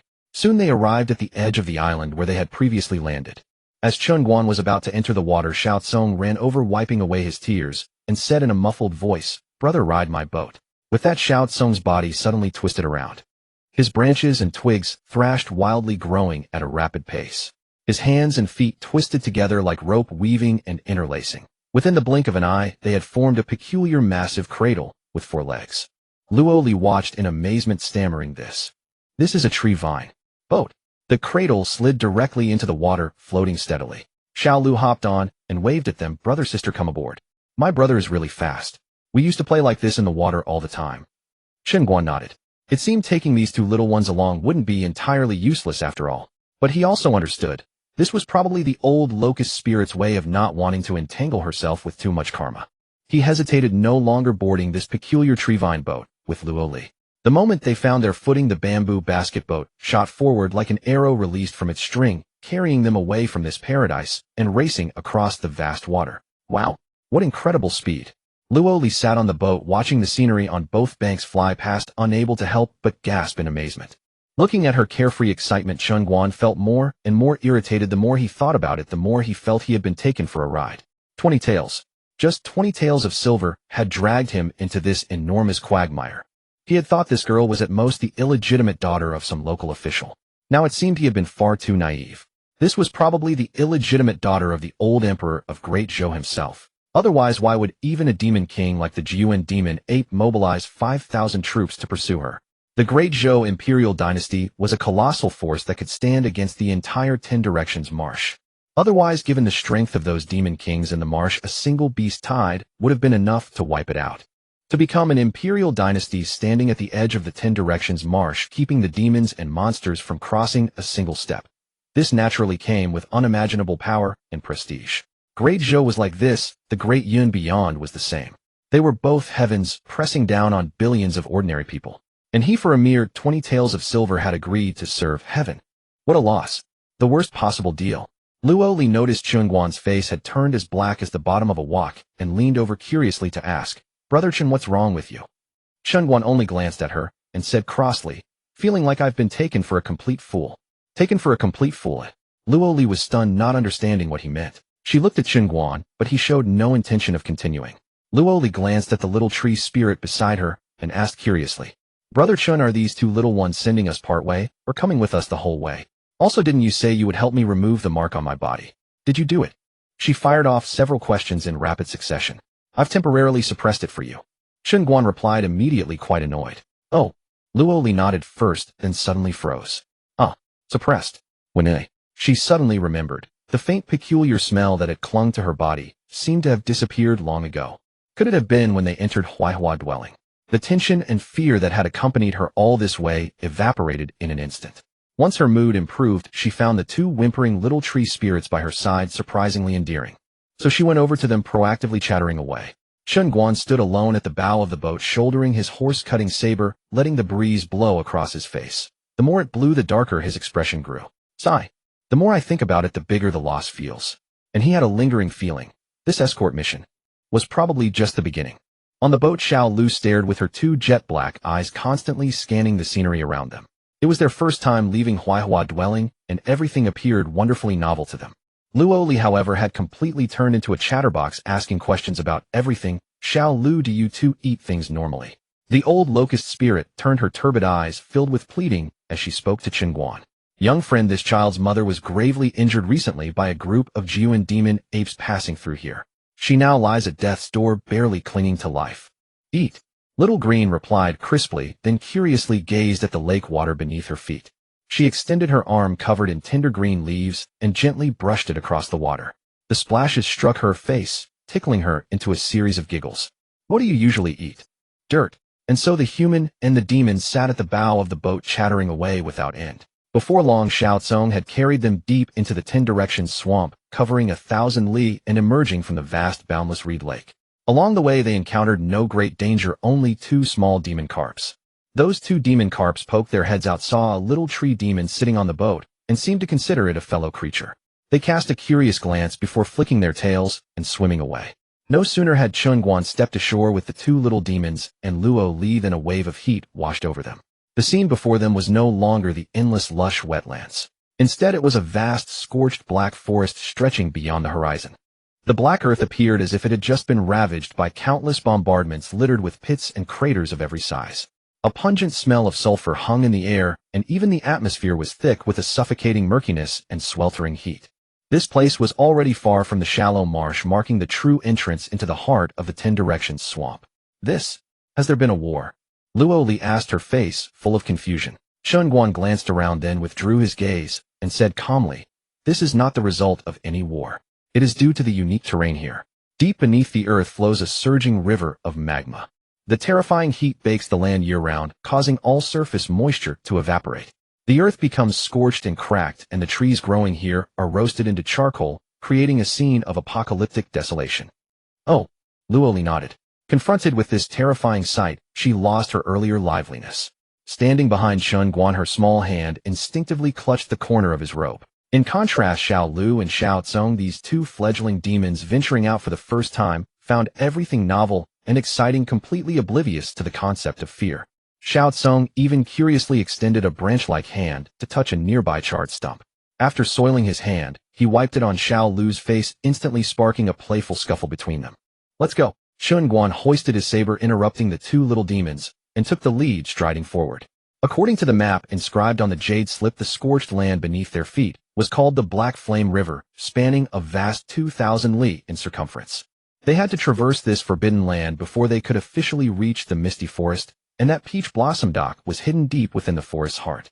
Without Xiao Tsung's vine boat, which could travel 1,000 li a day relying solely on their legs, would mean it would take them half a month just to cross the Black Flame River, let alone reach Peach Blossom Dock in 7 days. At this thought, Chen Guan couldn't help but steal a glance at the money-losing burden beside him. The more he looked, the more he felt the loss. The more he thought, the more his anger grew. How could he have been so impulsive as to take this job? Luo Li tilted her head, her gaze meeting Chen Guan's disdainful look. She immediately sensed trouble. Peeking ahead and seeing no apparent danger, she squeezed herself between Xiao Lu and Xiao Tsong. She began to whisper to them in a low voice. Xiao Lu, Xiao Tsong, look at this black soil. It's so glossy and rich. It must be very nutritious. Would you like to take a bite? Thanks, sister, but we're not hungry right now. Xiao Lu replied before hopping cheerfully ahead. Thus the two humans and two demons trudged for 100 li across the soft charcoal-like ground in that desolate land. Along the way, aside from the suffocating heat and the smell of sulfur, they encountered nothing unusual. But Chen Guan knew in his heart that the absence of any anomaly was in itself the greatest anomaly of all. With his many years of experience as an escort warrior traversing the martial world, he could tell at a glance that this seemingly lifeless land must be ruled by a powerful overlord. Only a true overlord could keep its territory so clean, deterring any lesser beings from daring to set foot upon it. After most of the day's trek, the spirits of Xiao Tsong and Xiao Lu had visibly waned. Being vegetation-type demons, being away from the earth was like a fish out of water. They could hardly survive without moisture. And along this entire journey, they hadn't seen a single stream, let alone a puddle. What was worse, the deeper they went, the higher the surrounding temperature became. Yet the two little demons remained resolute, never uttering a single complaint. Chen Guan took the water pouch from his waist and handed it to the listless pair. They were actually a bit afraid of this big brother who had been scowling the whole way. But upon seeing this life-saving water pouch, they felt that this big brother was far better than that bad sister who kept urging them to eat dirt. "Thank you, big brother." After thanking him, they took the pouch and gulped down a large mouthful each without any hesitation. Luo Li had also become less talkative, for she had discovered that in this dry environment, the more she spoke, the drier her throat became. She had only half a pouch of water left. But just a moment ago, when she had tentatively asked Chen Guan for a drink, that brute had expressionlessly held up a finger and said one mouthful cost 1 tael of silver. Furious, she had refused to drink a single drop, enduring the thirst until now. Seeing Chen Guan unhesitatingly give his water to the two little demons, Luo Li rolled her eyes fiercely in her mind, silently mouthing a complaint. Favoritism. Night soon fell. Relying on his rich experience in wilderness survival, Chen Guan found a pitch-black cave. The cave was not large, but its entrance was high enough for him to walk in standing upright, and the interior was dry and well ventilated. It appeared to be the former lair of some demonic creature, now abandoned. "We'll rest here for the night." After carefully inspecting the surroundings and confirming there was no danger, Chen Guan led them inside. After settling Luo Li and the others, Chen Guan added, "You all stay here. Don't go out, understand?" Luo Li simply nodded obediently, indicating she understood. Now, to avoid dying of thirst, she had to be sparing with her words. Bang! Chen Guan thrust his massive saber into the hard ground at the cave entrance. The blade sank 3 inches into the earth, standing firm like a silent sentinel. Then, with a flicker of his form, he vanished into the vast darkness in a few swift strides. The moment he left, Xiao Lu and Xiao Tsong immediately stirred. They mimicked Chen Guan's actions, plunging their legs into the relatively soft soil inside the cave and remaining motionless. "Hey, what are you two doing?" Luo Li noticed their strange behavior and curiously approached, asking in a hushed tone. Xiao Lu looked up and stated matter-of-factly, "Eating and drinking." Then she retorted, "Aren't you thirsty?" Luo Li was stunned. Now she finally understood why these creatures had been saying they ate dirt. It was this kind of eating. "I'm not eating that dirty stuff." Luo Li looked at the cracked ground, then at Xiao Tsong and Xiao Lu, whose once vibrant green leaves had withered and curled, their bark dry and splitting. She suddenly untied the water pouch from her waist and handed it over. "Here, there's no moisture in this ground. Drink some first." Xiao Lu raised her dim eyes and shook her head weakly. "Thank you, sister. But this is your water. You don't have much left. Stop talking nonsense. Just drink when I tell you to." Luo Li glared at her fiercely and shoved the water pouch directly into her withered branch-like hand. Xiao Lu and Xiao Tsong exchanged a glance before finally taking the pouch and drinking in small sips. With every sip, they looked up at Luo Li, afraid of drinking too much. Suddenly, a screech sounded from outside. Luo Li turned her head and saw that it was merely a demon rat. Yet, catching sight of the horse-cutting saber at the cave entrance, it fled in terror without a second thought. "Could it be that we've taken over its home?" Luo Li muttered to herself, then let out a sigh of relief. She glanced at Xiao Tsong and Xiao Lu. The two little tree demons had regained some moisture in their bark. Only then did Luo Li put away her nearly empty water pouch. She then found a relatively clean and flat spot inside the cave. From her small bundle, she took out a soft woolen blanket, spread it on the ground, and sat down cross-legged in comfort. As night deepened, Chen Guan still had not returned. Luo Li sat alone in the cave, a creeping unease beginning to stir within her. Could this fellow have sensed danger and abandoned her, fleeing on his own? At the thought, her delicate face turned pale. Yet after a moment's reflection, she dismissed the notion. She might lack many skills, but when it came to judging people, she possessed a certain degree of discernment. That man, though greedy for money, regarded the word rules as more precious than his own life. As an escort, abandoning one's employer midway and fleeing alone was a cardinal sin in the escort trade. If he truly wished to abandon her, he would have fled along with Luo Tong and the others earlier. Why go to all the trouble of bringing her here? But times had changed. Though she had refrained from asking about the whereabouts of Luo Tong and the others, she had long realized that those men, upon seeing the assassins pursuing her, had understood that her identity was no ordinary one and had given up escorting her to the capital city. She could understand their choice and bore them no resentment, so she had never pressed the matter. Thinking of this, Luo Li's youthful face for the first time bore a depth of expression beyond her years. "Roar!" At that moment, a thunderous roar erupted from outside the cave, shaking the entire cavern until it hummed. Luo Li composed herself, springing to her feet with a sharp movement. She drew the short sword from her waist and immediately assumed a defensive stance. The two little tree demons who had already buried themselves in the soil to sleep were so frightened by the roar that they hastily pulled out their roots and scurried behind Luo Li, trembling uncontrollably. It's over, it's over. It's the fire demon. The fire demon my grandmother told me about is here. It's going to chop us up for firewood. Don't be afraid, I'm here. Luo Li glanced at the two little demons, speaking words of comfort, but her own heart was pounding. However, when her gaze fell upon the horse-cutting saber quietly embedded at the cave entrance, her heart inexplicably settled. She had witnessed with her own eyes how effortlessly that blade in that man's hands had carved through those ferocious monsters, as if slicing through melons and vegetables. Since that fellow had left the saber here, it must not be for show. Thump, thump, thump. A series of heavy drum-like footsteps approached from afar. Luo Li peered out through the cave entrance. A massive figure as enormous as a small hill was striding step by step toward their cave. The heavy footsteps caused the ground to tremble slightly. Fortunately, the colossal figure halted about 3 zhang away from the cave entrance. Then a human figure leaped down from the massive form, and in a tone that brooked no argument began to speak. If you don't want to end up as my appetizer, you stay put and guard this place properly. If you let any little demons disturb my rest, I'll skin you alive, pull out your sinews, and roast you whole. Oomph. The enormous dark silhouette obediently nodded its massive head. Luo Li recognized the voice as Chen Guan's, and she let out a sigh of relief. Then her gaze fell upon that colossal dark figure.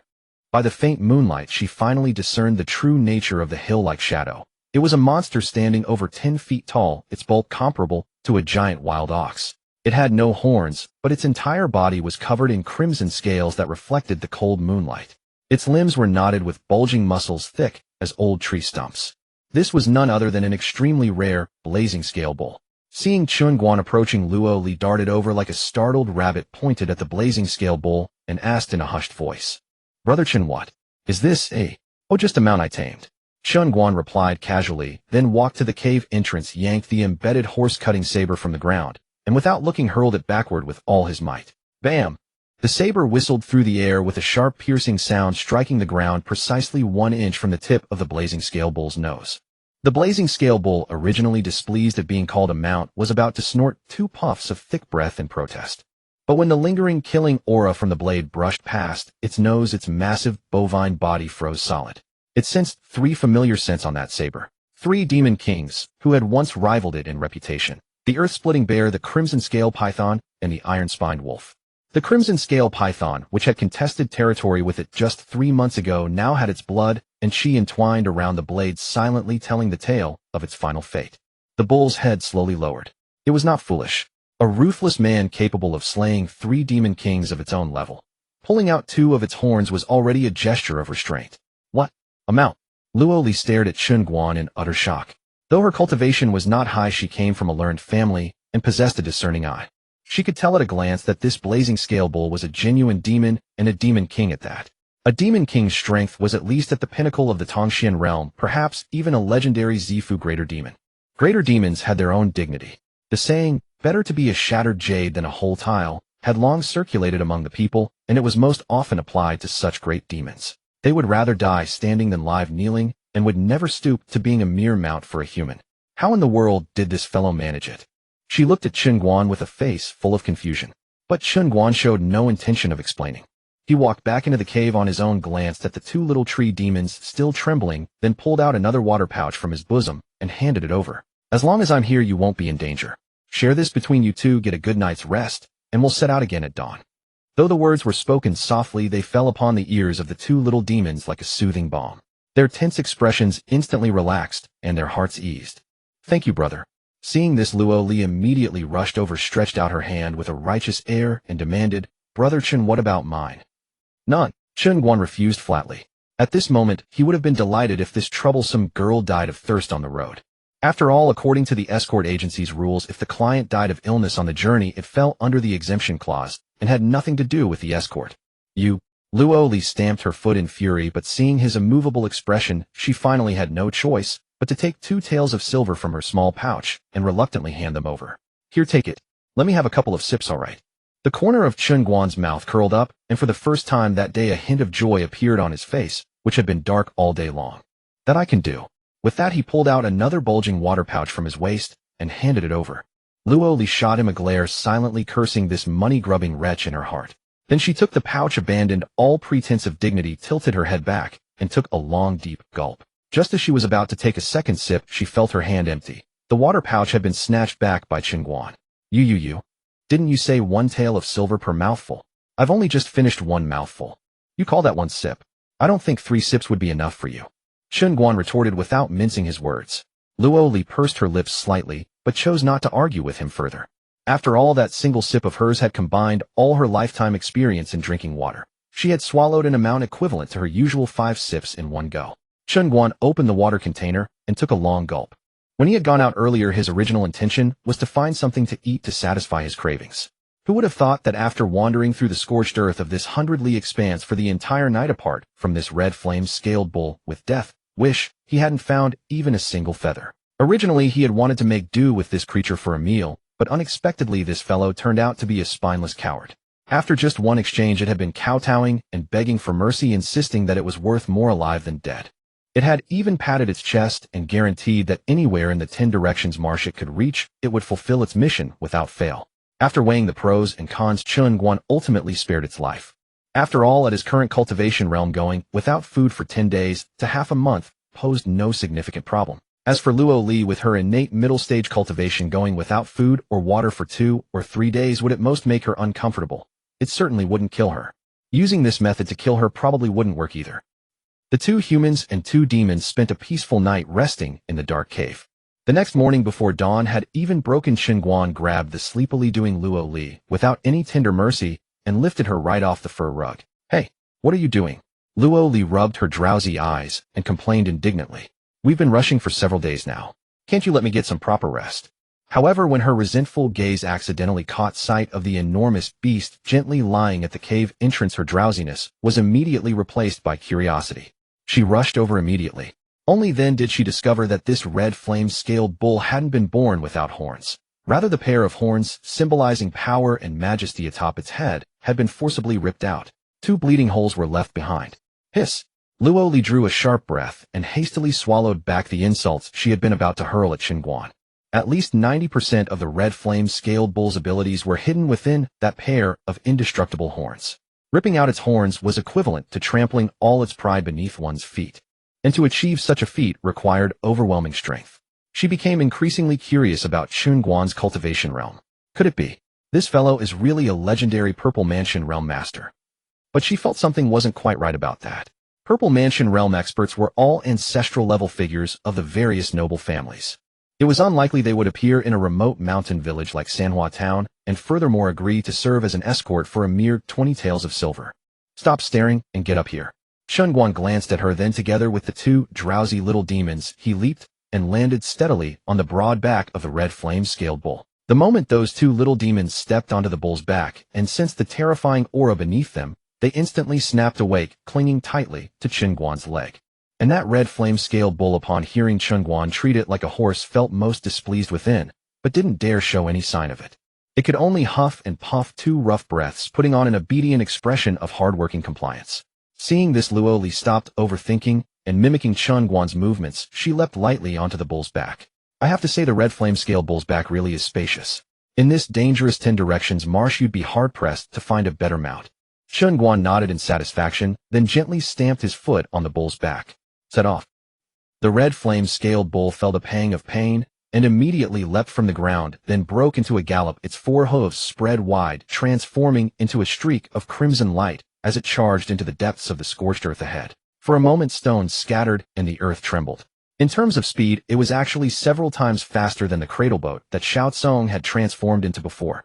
Luo Li gazed at the scorched black trees whipping past on both sides, her face full of delighted surprise. Riding a famed great demon beast as a mount, such opportunities were rare indeed. Her courage also gradually increased. Gripping the red flame-scaled bull's hard scales to steady herself, she began directing the beast as she pleased. A little to the left. Yes, faster. Chen Guan glanced at her. He had come to realize that this little lass was becoming more and more carefree with each passing day. The spirit of the bull, traveling 1,000 li in a day, spoke of mounts like the red flame-scaled bull. However, after traveling nearly 500 li, Chen Guan had the red flame-scaled bull stop, finding a shady cave to rest temporarily. It wasn't that he was in any hurry to press on, but rather the deeper they went into the black flame river, the higher the temperature became. Now even the air they breathed was so hot it made their noses ache. Luo Li's fair little face had long since turned red from the heat. She could only keep opening her small mouth to breathe out the scalding hot air. The situation of the two little tree demons was even worse. The verdant leaves atop their heads had already turned withered and curled, and even their tinder bark had begun to crack from extreme dehydration. If things continued like this, let alone reaching Peach Blossom Haven, they probably wouldn't even make it to the Misty Forest before being roasted into 2 bundles of dry kindling. No wonder that old crone insisted on making me escort these 2 little brats to Peach Blossom Haven. Chen Guan couldn't help but grumble inwardly. And this is only the outer region of the Black Flame River. Once we enter the central area, the temperature there will only be even higher. Even the Huai grandma, who has cultivated for 1,000 years, would find it difficult to pass through safely, let alone while carrying 2 little ones. This is quite the losing deal. He knew that the old demoness had seen clearly that only he, this purple mansion expert, who feared neither water nor fire, could bring these 2 deadweights through this forbidden land. That was why she had entrusted them to him with her life. After settling the 2 little tree demons, Chen Guan once again disappeared alone into the vast scorched earth. 2 hours later, he returned to the cave carrying a large leg from some unknown demon beast along with 3 bulging water bags. He handed 2 of the water bags to Xiao Tsong and Xiao Lu. The 2 little demons didn't stand on ceremony. They clutched the water bags and drank heartily. Only then did their cracked bark recover a sliver of vitality. But this, after all, was not a sustainable solution. This water of his hadn't been drawn from any spring or river. Rather, in this scorched earth, he had extracted it through his true chi from those sporadic fire attribute minor demons. Often hunting more than a dozen minor demons and extracting every drop of blood from their bodies was required just to refine 1 bag of drinkable water. And so the group rested another night in the cave. By the second day, Chen Guan still didn't hurry to set out. Instead, he had Luo Li and the others continue staying in the cave. He himself conducted a thorough search within a 100 li radius, once again hunting over 20 foolish minor demons, and obtained 3 more bags of water along with some edible flesh and blood. Not a wasted effort. He had also earned Luo Li's 10 taels of silver. When night fell once more, Chen Guan suddenly announced set off, because he had sensed a dangerous presence rapidly approaching. Luo Li strongly suspected that he had deliberately delayed the entire day just to earn her silver. However, when she saw them setting off late at night, she finally realized. During the day, the Black Flame River, scorched by the blazing sun, was too hot and consumed too much of their energy. At night, without the sun, only the ground emitted heat, so the consumption on them was naturally much smaller. Oh, I've wronged him again. This fellow truly is an experienced escort. Any ordinary person would probably never notice so many details. The 2 humans and 2 demons once again mounted the blazing scale bull and journeyed through the night. The blazing scale bull, in order to preserve its own life, was also giving it its all. It braved the risk of having its 4 legs cooked at any moment and stubbornly carried them step by step across the most scorching central area of the Black Flame River. Fortunately, it was born with thick skin and amazing defense. If any other more delicate great demon had come, it probably could not have safely crossed this terrifying deathland with surface temperatures over 100 degrees. Chen Guan had originally taken a liking to its thick weapon-proof hide and thus felt compassion and spared its life. The next morning at dawn, when the first scorching ray of sunlight hit the ground, Chen Guan looked behind him and sensed the danger approaching, but this danger had not yet erupted. After thinking, he found another hidden cave. He distributed the last 3 flasks of water he had scavenged to the 2 little demons.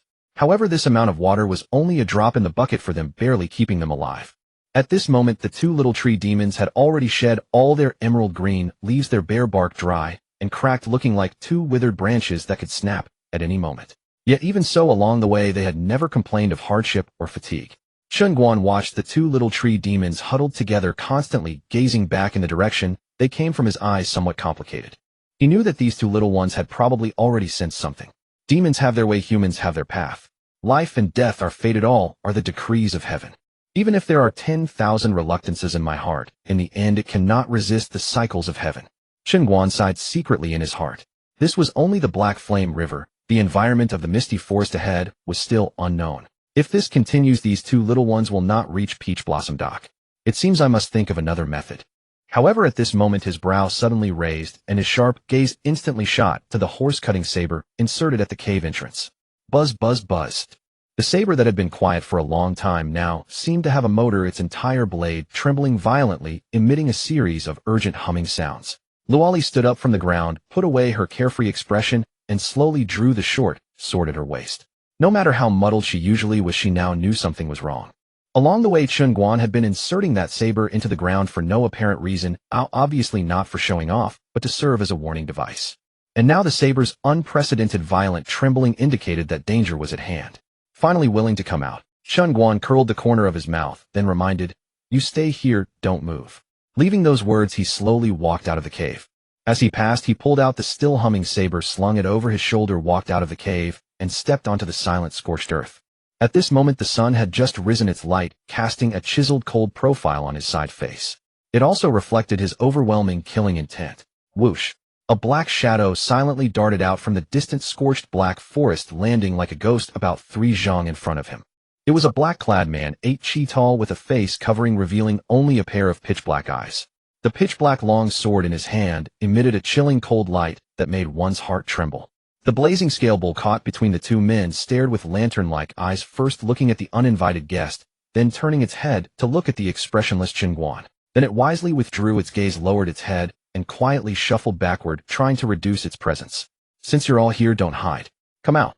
Chen Guan's gaze merely swept over the black-clad man, then fixed on the dead black forest behind him, and said lightly, "Whoosh, whoosh, whoosh." As soon as his words fell, dozens of black-clad men in the same attire swarmed out of the black forest like birds returning to their nests, landing silently around Chen Guan, surrounding the entire cave tightly. "You have good eyes." The leading black-clad man uttered a dull and concise voice, his tone revealing no emotion. Chen Guan said nothing, calmly sweeping his gaze over each of the black-clad men. He sensed a fierce, murderous aura from these people. This unique temperament could never be possessed by wandering martial artists. It would only appear in one place, a well-trained organization. But it was not an assassin organization, because they carried a ferocious aura honed from years of crawling through mountains of corpses and seas of blood, undergoing countless baptisms of blood.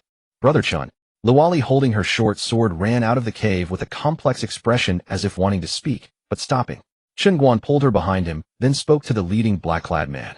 "So early in the morning, blocking my cave entrance, so rudely, just to come and compliment me, eh?"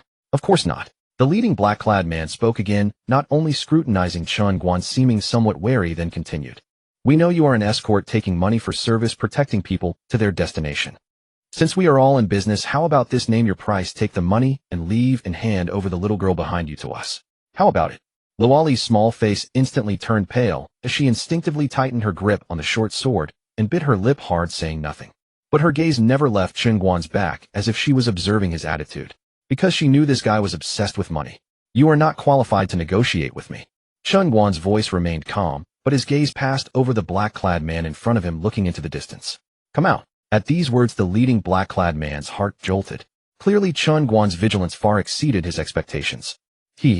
"Little young master, what keen perception you have." A seductive, soul-stirring woman's laughter came leisurely from behind a large rock wall not far away. Then a seductive-looking woman in a fiery red dress, swaying her snake-like waist, slowly walked out. A vibrant, fresh flower was stuck askew in her hair. Her jade fingers gently held a strand of hair at her temple, twirling it, while her gaze slid over Chen Guan. Luali's eyes fell on this red-dressed woman, and alarm bells rang in her heart. Luo Li watched the woman with wary eyes. This female's aura far exceeded that of Luo Tong and his ilk from before, a creature far more formidable, for she was a serpent woman, lethal in her exquisite beauty. The crimson-clad woman cast her gaze across the surroundings, lingering briefly on the crimson flames scaled bowl beside them, before her eyes fell upon Chen Guan. A tinkling laugh escaped her lips. "Little sir, the Hall of Samsara is conducting business here. Those unrelated should depart. We can overlook past transgressions." Chen Guan stared blankly. "The Hall of Samsara? What the hell is that?" Just as he was about to inquire further, a low, muffled voice suddenly rang out from the distance. "Very well." Everyone turned to look, only to discover it was that massive demon, the crimson flame-scaled bull. Its enormous head bobbed once, then it turned and bolted away. Kicking up clouds of dust, it vanished in an instant. The black-clad figure's hearts lurched with alarm. This is actually a demon." Luo Li was equally startled. She never expected this bull to be anything but a malevolent spirit. What distinguished demons from great monsters was this? One could speak the human tongue, while the other was ferocious by nature. The crimson-clad woman immediately dropped her haughty demeanor. "To subdue a demon king. Such a feat was no ordinary accomplishment. Her gaze lingered on Chen Guan with evident interest, then she covered her lips and laughed softly. Little sir, you do have some skill. The woman paused, then pointed to the black-clad middle-aged man beside her. But what he says is as good as what I say. This escort job, how much did your employer pay you? Name your price, and I'll double it. How about that? Hearing this, a fresh wave of panic surged through Luo Li's heart. She had only paid Chen Guan 20 taels of silver. Combined with her beauty, this might prove devastating. Chen Guan had originally intended to inquire about this hall of samsara, but observing their cowardice, he instantly lost all interest. His gaze fell upon the extraordinarily vibrant flower atop her head, and his brow furrowed instantly. He had wanted to ask why they were seeking Luo Li, but upon seeing that little crimson flower, his interest evaporated entirely. Little flower. Suddenly Xiao Lu and Xiao Tsung tumbled out from the cave entrance. Chen Guan stretched out his hand, blocking these two little demons. Big brother Chen. That's little flower. That's little flower. Xiao Lu and Xiao Tsung pointed at the crimson flower on that woman's head, their bodies still weak, yet crying out with all their might. They had grown up together with little flower since childhood, and were intimately familiar with each other's aura. That little crimson flower adorning the woman's head was their dear friend Kippawa. Absolutely unmistakable. Yet never could they have imagined that after just a few days apart their reunion would occur in such a manner. Little flower. Upon hearing this name, Luo Li's heart lurched violently. She gazed at that bewitching woman's head, at the crimson flower still glistening with morning dew, vivid and enticing. Memories flooded unbidden into her mind. That slightly bashful little flower whose laughter shone brighter than the sun. She thought of little flower frolicking with Xiao Lu and Xiao Tsung, so innocent and carefree. She remembered how it yearned for the outside world, yet chose to stay resolutely to care for its wilting mother. An indescribable sorrow surged into Luo Li's heart, causing her eyes to moisten in an instant. Human lives are lives, and demon lives are lives as well. That little demon who had said before departing, "Wait until mother recovers, then I'll come find you." It had found its companions, yet in such a manner. The crimson-clad woman suddenly covered her mouth and laughed, her mirth so intense her entire frame trembled, as though witnessing something utterly absurd.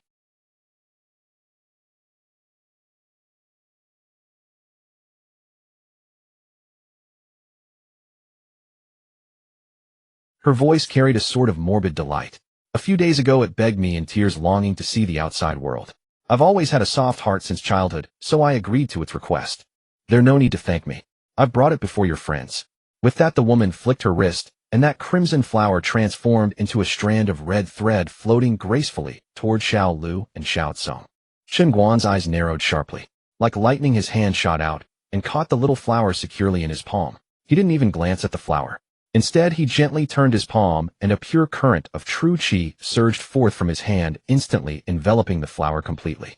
A soft hiss sounded as an extremely faint wisp of black qi rose from the petals and dissipated into the air. Having completed all this, he gently placed the now somewhat dimmed little flower into the tear-streaked hands of Xiao Lu and Xiao Tsung. Witnessing Chen Guan's fluid and effortless display, the crimson-clad woman's bewitching smile froze slightly. Her delicate brow unconsciously furrowed, and a cautious glint flickered in her eyes. For she had tempered that little flower with her painstakingly prepared soul corrosion powder. This toxin was colorless and odorless. Once contacted, one could dissolve into a puddle of pus in an instant. Even immortals present would be too late to rescue. Yet this man not only identified the poison at a glance, but also accepted it unharmed and dispelled the toxin so nonchalantly. She realized she had encountered a worthy adversary. However, seeing that Chen Guan stood alone, the wariness in her eyes diminished by several degrees.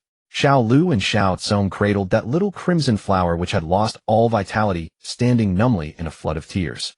After a while, Xiao Lu suddenly thought of something.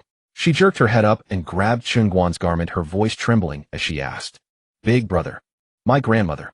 Was my grandmother also?" "It's all right. Your grandmother is perfectly fine." Chen Guan reached out and gently patted the wooden heads of these two little ones, wearing an extraordinarily gentle smile upon his face. "Take little flower back into the cave and wait for brother. Brother has some matters to properly discuss with this sister here." Though grief-stricken, Xiao Lu and Xiao Tsung obeyed Chen Guan's words without question. They nodded obediently, then cradled that withered flower, sobbing as they turned back toward the cave, looking over their shoulders 3 times with each step. Chen Guan glanced at the silent, ashen-faced Luo Li behind him. The more he looked, the more irritated he became. Taking this escort job, he'd lost his shirt on this deal.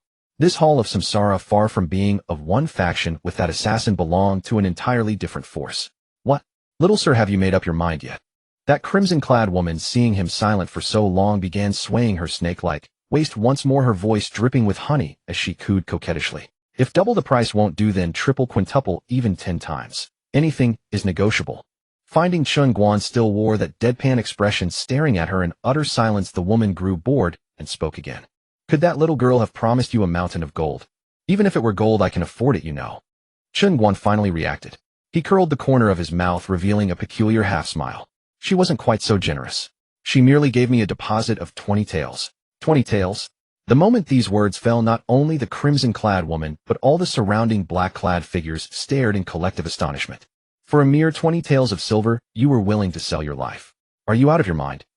Luo Li still bit her lip, her gaze fixed intently on Chen Guan's, retreating back utterly silent. Because she knew that money could no longer solve her problems. For such forces to dispatch killers deep into the heart of the 10 Directions Marsh, one could only imagine how immensely powerful their backers must be. Such people were never short of coin. As long as Chen Guan would simply speak up now, it would not be 1 golden mountain, not even 10 golden mountains, that the other side would hesitate to pay. All these days she had deliberately acted so willful, so mischievous, and occasionally even petulant before Chen Guan. Through these means she sought to constantly refresh her presence in his heart. She wanted him to see a living, breathing version of herself, not a cold, lifeless commodity measurable in gold. Her gamble rested on whether Chen Guan, this seemingly cold-blooded escort warrior, might at this critical moment feel a flicker of human warmth, and thus would not abandon her for money. Young sir, I never imagined you'd dare wade into these murky waters for a mere 20 taels of silver. The woman in the crimson dress withdrew her alluring smile, revealing an expression of condescending admiration. These days an escort warrior who keeps his word so faithfully, now those are rare indeed. Chen Guan heard this, and with perfect composure clasped his fists in salute. Many thanks for the lady's kind words. Hee hee, how amusing. The crimson-dressed woman covered her mouth with a delicate hand, chuckling. Very well then, I'll give you 2,000 taels. Turn around and leave. How about that? Chen Guan's expression darkened. Didn't we agree on 1 golden mountain? You're cutting the price down to the ankles. The crimson-dressed woman paused, then burst into another fit of delicate laughter behind her sleeve. As long as the other party cared about money, this matter would be easily resolved. Then 10,000 taels. In this world the saying, golden mountain, meant precisely 10,000 taels of silver. 10,000 taels was no small sum. Even the most formidable escort warrior might never earn such a fortune in a lifetime. Luo Li's palms had grown slick with sweat, yet she continued to stare fixedly at Chen Guan, her heart lodged in her throat. Yet Chen Guan acted as though nothing was amiss. Instead, he unhurriedly lifted the massive horse-cutting saber from his shoulder. Running his fingers gently along the blade, he murmured to himself. I, Chen Guan, have walked the escort road for 10 years. I've delivered people, delivered beasts, even delivered demons and specters. But for this most expensive job, the deposit is precisely these 20 taels. Lady, you are quite generous indeed. A genuine golden mountain. That kind of money would last me a lifetime. Indeed. The crimson-dressed woman smiled faintly. Those who earn our admiration, we spare no expense. And those who know when to quit, we are even more generous toward them.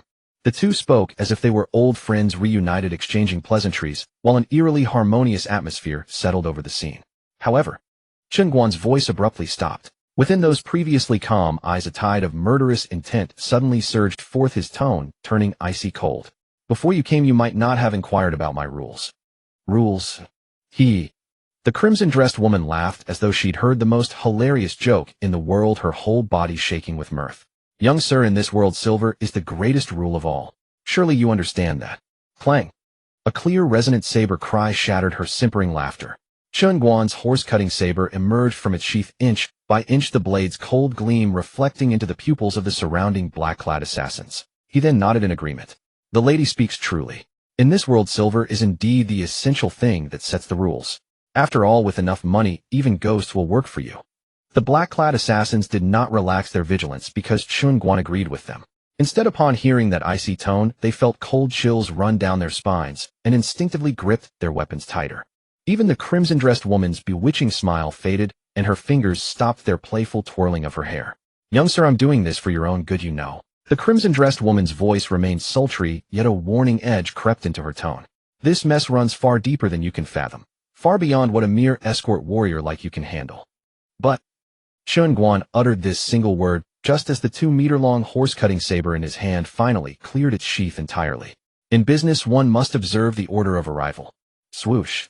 Chen Guan spun around sharply, his gaze freezing cold. The horse-cutting saber in his hand came to rest against Luo Li's slender neck. The icy blade's light struck terror into Luo Li, freezing her whole body rigid. The crimson-dressed woman and her followers felt a surge of delight. A wise man knows when to bow to circumstance. Well done. Chen Guan ignored them completely, his face like ice as he coldly addressed Luo Li. This woman's words are rather numerous. Time for a price increase. Eighth. Terror-stricken Luo Li's delicate frame shuddered violently. She snapped back to her senses, gazing dumbfounded at that cold, angular face, mere inches away, stammering as she nodded. Why, yes. Yes. I'll raise the price. How much do you want? Double. Chen Guan's reply was terse. Huh. Only double. Luo Li stared, stunned again.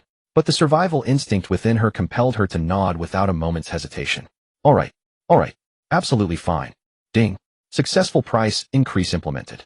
Mission escort points reward increased by 10. Escort mission: escort Luo Li to Taifu Manor, upper capital of Great Zhou. Current mission reward 265 escort points. Hearing the system's prompt resound in his mind, Chen Guan's lips stretched into a wide grin, his face blooming with joy. However, the crimson-dressed woman and all the black-clad assassins behind her were left utterly bewildered by this sudden turn of events. Double the price. 20 taels doubled. That was only 40 taels. Was this fool actually willing to fight and risk his life for a mere 40 taels of silver? Had he lost his mind? Yet Luo Li's eyes grew misty. This man loved money above all else. Yes, that much was certain. But she never imagined that at this critical moment, rather than choosing more money, he would, just for a measly 20 taels, once again resolutely stand guard over her. Gazing at that broad back before her, tears she could no longer hold back came streaming down her face. Young sir, I can raise my offer too. The crimson-dressed woman snapped back to her senses, chuckling once more as she dangled a new lure. I'll double it too, 20,000 taels. How about you simply pretend nothing happened? Chen Guan spun around sharply, murderous intent blazing in his eyes. Originally there might have been room for negotiation. But your hand was a bit too free. You touched something you shouldn't have. There is no opportunity left now. The instant the final word fell, the horse-cutting saber in his hands transformed into a blade of cold light, sweeping forth in a fearsome arc. Path-cleaving / activated saber technique, attack power increased by 100. Mountain splitting / activated ignores 50 of enemy defense. Protect the lady. The middle-aged leader bellowed, thrusting his refined steel sword forward and leaping to shield the crimson-dressed woman. However, the imagined clash of steel, that metallic shriek of sword meeting saber, never came. Only an extremely dull slicing sound echoed, followed by the crisp ring of a broken sword clattering to the ground. Looking closely, that middle-aged man who had thrown himself into harm's way had been cleanly bisected right down the middle. Entrails and blood splushed across the ground. One single slash. A master whose cultivation had at least reached mid-stage Tongxian realm, reduced to two neat halves by Chen Guan falling to the ground with a dull thud. What formidable saber technique! Only now did these people truly realize that this seemingly young escort warrior possessed cultivation so profound it could not be measured, and that seemingly crude horse-cutting saber in his hand was no ordinary weapon either. Such a blade that could slice through steel like mud. Far more valuable than any golden mountain. The woman in red let her seductive smile fade. She had hoped to spend 10,000 taels to avoid a deadly fight, but now it was clear that was impossible. She immediately turned to the masked man before her, her voice cold and sharp. Since this lad refuses to listen to reason, then let him stay here forever. The masked assassins roared in unison, moving with a bizarre, eerie footwork. Their long swords gleamed with chilling light as they closed in on Chen Guan like phantoms. Luo Li, who had just breathed a sigh of relief, felt her heart tighten once more. Her cultivation was not high, but her family had deep scholarly roots, and her discernment far exceeded that of ordinary people. In a single glance, she could tell that each of the 20 masked men before her radiated an aura no weaker than the Tongxian realm. Such power was enough to stir up a bloody storm in any commandery. Swoosh. Just as Luo Li was worrying for Chen Guan, the horse-cutting saber in his hands made no fancy moves at all. Only a simple, brutal horizontal sweep. Where the blade passed, a crimson mist of blood erupted. The three assassins who had charged foremost still maintained their forward lunge with their lower bodies, but their upper torsos had already fallen straight down. Before they could even scream, they were cleaved cleanly in two at the waist. Watch his blade. The woman in red shrieked a warning, raising her guard immediately. The fearless assassins hesitated their attack, faltering as they looked at the horse-cutting saber in Chen Guan's hands. In their eyes, this young escort warrior's prowess came not from his own cultivation, but entirely from the peerless weapon in his hands. sharp enough to slice through iron as if it were mud. How you underestimate me too much.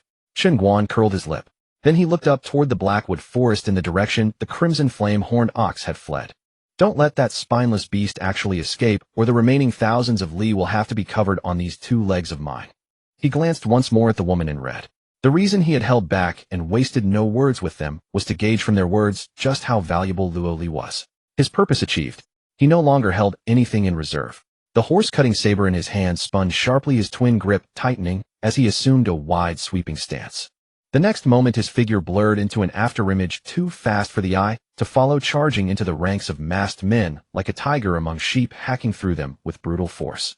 Cleaving, hacking, upward slashes, downward chops, all delivered with devastating power.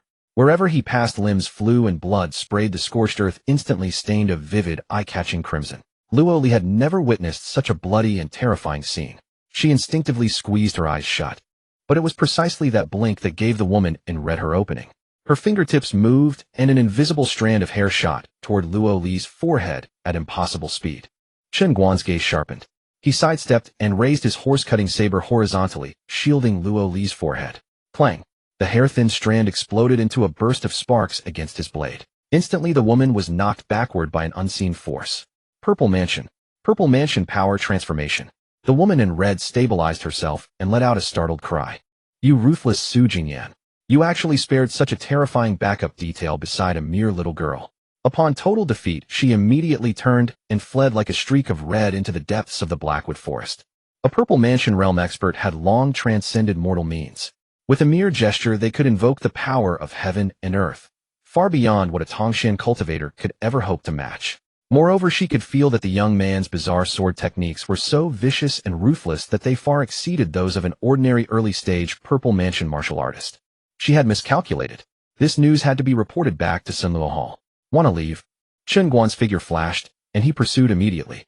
The woman in red, though fleeing, kept her divine sense locked on Chen Guan behind her. Sensing the aura of death closing in from behind, she had no time to hesitate. Her fingers touched her hair once more.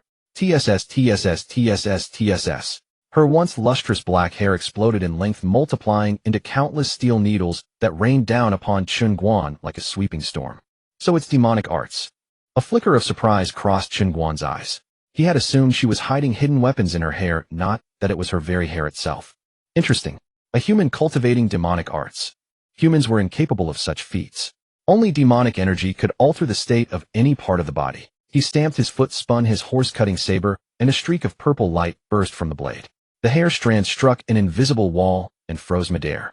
Chen Guan rotated his saber, and all the scattered hair strands wrapped themselves around the blade. He then yanked his wrist backward. The woman in red, sprinting at full speed, felt her scalp tighten. Her body was wrenched backward by an immense force, flying through the air uncontrollably. Yet having risen to the position of Sunluo Hall's guardian, she was no ordinary fighter. Seeing that she was about to be dragged before Chen Guan, she made a split-second decision. With a sweep of her sleeve, a razor-sharp gust of wind sliced through, severing all her long hair clean off. Then her figure spun in place. Her body suddenly transformed into a swirl of red mist, rising and shooting into the Blackwood Forest at a speed invisible to the naked eye. She vanished without a trace. Concealment art. Chen Guan frowned. Concealment art was in essence a secret technique for masking one's presence. But what this woman used was not the ordinary concealment art. Standard concealment never transformed the body into mist. The only explanation was that she not only practiced demonic arts, but was herself slowly transforming into a demon. No wonder she plucked that little flower and absorbed its pure demonic essence. An answer instantly formed in Chen Guan's mind. He glanced at Luo Li, whose face was still pale, standing not far behind. He abandoned the thought of pursuit. This was his principle. No matter the circumstances, he would never stray more than 100 meters from his charge. But he had no intention of letting this woman go either. Having exposed his true strength, these people had to die. That was also his principle. Chen Guan tossed his horse-cutting saber into the air. The saber spun once in midair, and then hung suspended, its blade humming with vibration. Chen Guan looked up at the Blackwood Forest and called out sharply, "Heaven detecting art." As his words fell, he struck the hilt of the floating saber with a powerful palm strike. Whoosh! The 2-meter horse-cutting saber, as if imbued with life, tore through the air with a blinding purple light and shot straight into the Blackwood Forest. The moment it entered the forest, the saber changed trajectory, weaving between the dark ancient trees like a guided missile hunting for its target. Suddenly, bang! The saber nailed itself into the trunk of a massive ancient tree thick enough for 3 men to embrace. Ah! A piercing, inhuman scream echoed from within the tree trunk. Then a red mist erupted, and within it slowly emerged the figure of the woman in red. Her chest was impaled by the horse-cutting saber, and blood streamed steadily down the blade. "Young man, you will regret this day." The woman's voice oozed with venom. Her soul-capturing peach blossom eyes burned with endless hatred. Before finishing her words, she tilted her head and fell lifeless. Then an even more bizarre scene unfolded. Crack crackle. A series of bone-cracking sounds emanated from her alluring figure, which had once stirred the imagination. Suddenly, like a deflating leather ball, it began to rapidly shrivel and shrink. In just a few breaths, the once dazzling enchantress had transformed into a withered white-haired and decrepit old woman of 80 with bark-like skin and a skeletal frame teetering on the brink of death. Chen Guan watched this horrifying spectacle reminiscent of a Sichuan opera face change, feeling his stomach churn violently, almost losing the meal from the night before. Damn it. After all this, it turns out to be an old hag pretending to be young. At that moment, from within the rapidly shriveling body, a section of gray translucent tree vine shot out, with a sharp whistle heading straight for him. What is this? Chen Guan was taken aback. However, the translucent vine was not aimed at him. It brushed past his shoulder like a cold, venomous snake lunging straight for Luo Li's face behind him. Luo Li had been watching the scene with trepidation, and seeing the gray twisted thing hurtling towards her, she was terrified, her face losing color, instinctively raising her arm to shield her face. But the expected cold, sticky sensation never came. She waited for a long moment before peeking through her fingers. She saw Chen Guan, who had somehow turned around, gripping the snake-like gray thing in his palm. "This is a demon's soul." Chen Guan frowned. As soon as he spoke, a system prompt appeared before his eyes, visible only to him. Demon Atlas collecting. Demon name Jioding Laomu, reward demon points, 10 horse-cutting saber, level 4, 310,500. What kind of insult is this? Chen Guan watched as the demon's soul in his palm dissipated into a wisp of smoke, scratching his head in confusion. This type of demon was not recorded in his demon atlas, and he had never even heard of it. When he first activated the system, the demon atlas, gifted to him, had automatically included most of the known demon species in this world. Demons not included were either recently emerged anomalies or demons that did not belong to this realm. Whenever he killed such unrecorded demons, their information would be added to the atlas, granting him demon points, which could be used for weapon enhancement points to upgrade the weapon's level. Over the years, he had slain no fewer than 100 anomaly demons, if not 80. But those so-called anomalies mostly had some degree of folklore circulating among the people. He generally knew their names and treated them as mere experience points when encountered. Yet this one before him was utterly unheard of and unseen. However, after reading the simple description provided by the atlas, he immediately understood. After all, this old hag's lifespan was at its end, and she was unwilling to simply turn into a handful of yellow earth. So she took a shortcut, symbiosed with a vine-type demon, forcibly prolonging her life, forging herself into a hybrid that was neither human nor demon. This could be considered a postnatal anomaly. No wonder her attack method was whipping her hair. She truly was Jioding Laomu. This was the first time he had seen a human turn into a demon. Other demons prided themselves on taking human form, but this old hag went against the grain, truly disgracing the human race. The name suited her well. Scared the hell out of me. I almost thought it was some extra-dimensional demon from beyond. After figuring out the truth, Chen Guan couldn't help but spit again. A human walking the demonic path violates the harmony of heaven. In Chen Guan's view, this was too high-sounding. To put it bluntly, walking the demonic path hurt one's own body the most. After all, the body structures of humans and demons are vastly different, and the meridians for true chi circulation in their cultivation methods are worlds apart. Forcibly cultivating the demonic path as a human meant twisting and reshaping one's own meridians into the demonic beast's meridian routes. This kind of pain was unbearable for ordinary people, and after becoming a demon, most ended up looking neither human nor ghost. However, Sunluo Hall was clearly not simple. This old hag, after turning into a demon, was not only ugly, but breathtakingly beautiful. Clearly, they had a special method for the path of demonization. It seems this great Zhou is not so simple. Oh. Just as Chen Guan was muttering to himself, a sharp scream suddenly erupted behind him. Chen Guan spun around abruptly. A black-clad figure with only the upper half of his body intact was still not dead.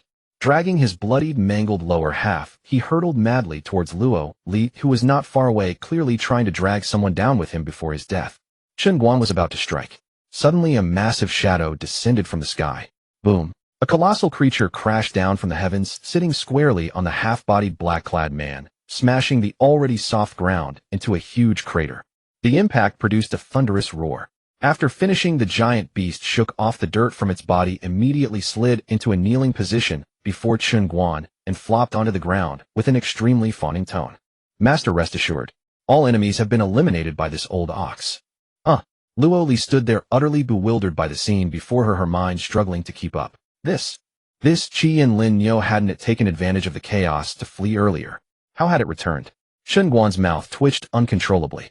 He had never seen such a cautious, such a shrewd and calculating demon. Clearly this beast hadn't run far at all, but had been hiding in some corner nearby, secretly observing the battle. If he had been killed by those black-clad men, it would have bolted immediately. If he won, it would scurry back to pledge loyalty and apologize, possibly saving its own skin. Smart move. Chen Guan glared at it, and to avoid having to retreat to Towu, he could only be bothered to let it slide. Qi and Lin Yo, seeing that Chen Guan did not raise the terrifying saber, breathed a long sigh of relief. The night before last, when Chen Guan dealt with it, he hadn't even used his blade, he had pummeled it senseless with his bare fists. He had even casually ripped off its prized pair of blazing horns. That was the main reason it hadn't dared to run far earlier. It had no doubt that if Chen Guan had survived the attackers, he would definitely have the ability to track it down. By then it wouldn't be just a matter of losing 2 horns. But now it seemed that betting on its own usefulness had paid off. Luo Li, seeing Chen Guan approaching her, immediately rushed forward, her face full of gratitude. Thank you, Brother Chen, for saving my life. No. Please don't. I can't bear it. A small fry like me can't bear it. Chen Guan waved his hands repeatedly, his expression as if he had met a harbinger of disaster.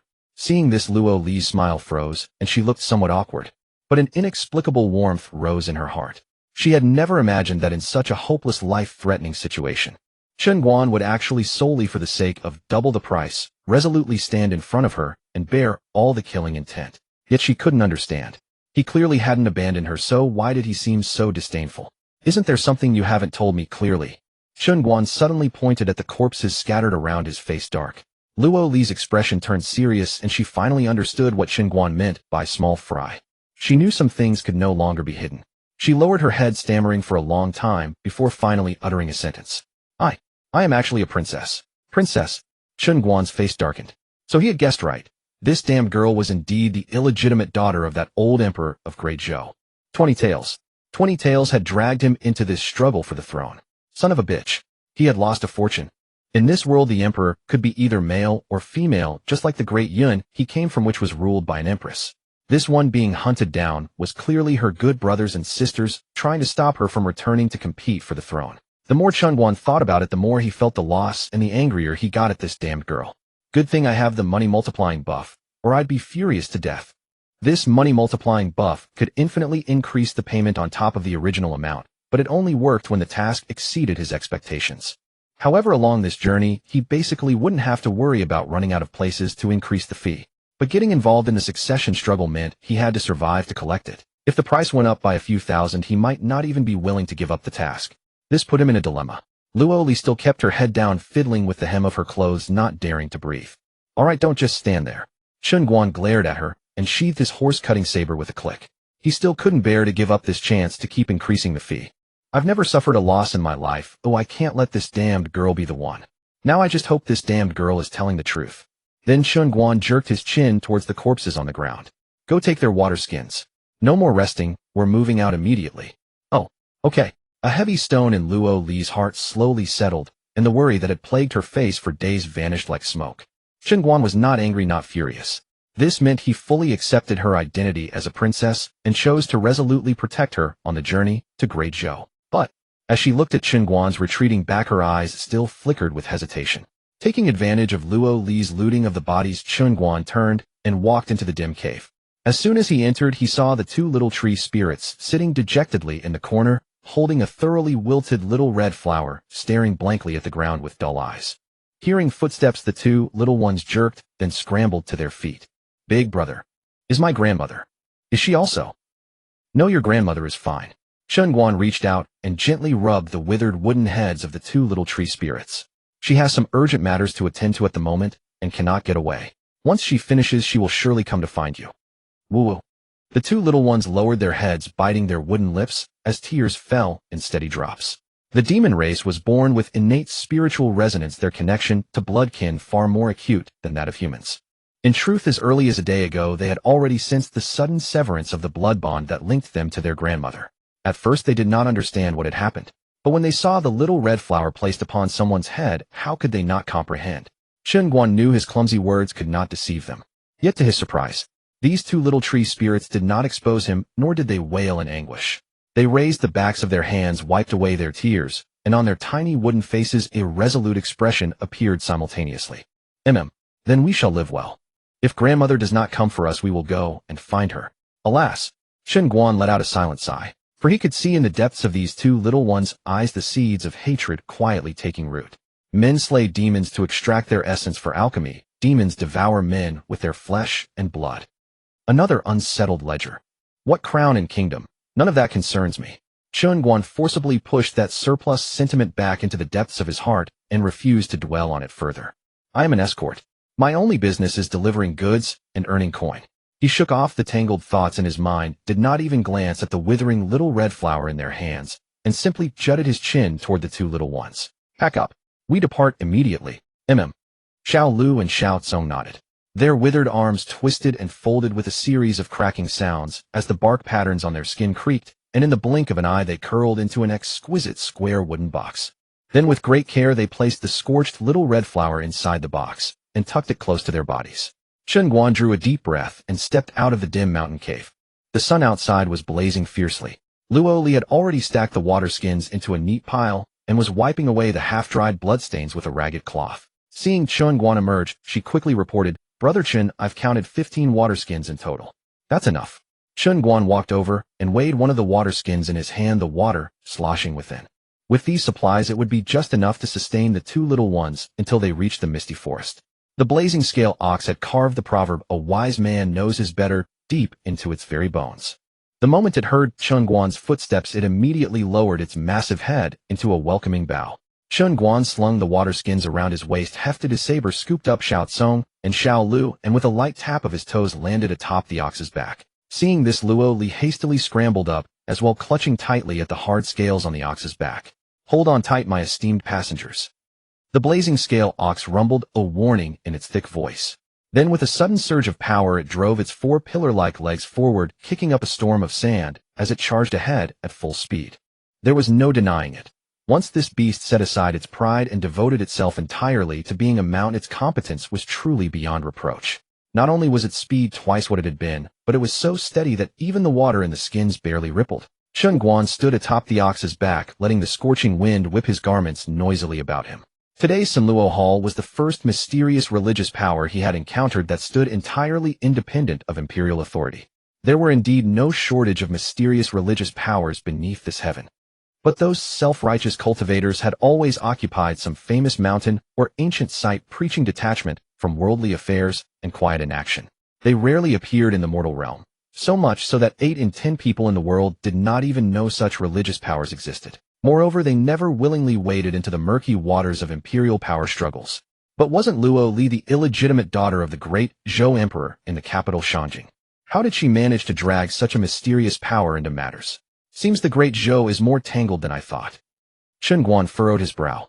And judging by the methods of that red-robed old witch, Granny Huai Shu had likely been killed before the little red flower ever met its end. Had it been otherwise, with Granny Huai Shu's fiercely protective nature, she would have fought to the point of having her very soul scattered rather than watch the little red flower be plucked and drained of its demonic essence, let alone worn upon that old witch's head for all to see.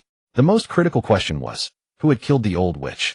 How did demonic entities get dragged into this as well? Chen Guan only just realized it now. This escort job involved not only death-sworn assassins, but also mysterious religions, fiendish specters, and even demon spirits willing to march toward death. Are the relations within the great Zhou royal family truly this complicated? Luo Li, sitting at the front, kept glancing back, secretly observing Chen Guan from the corner of her eye.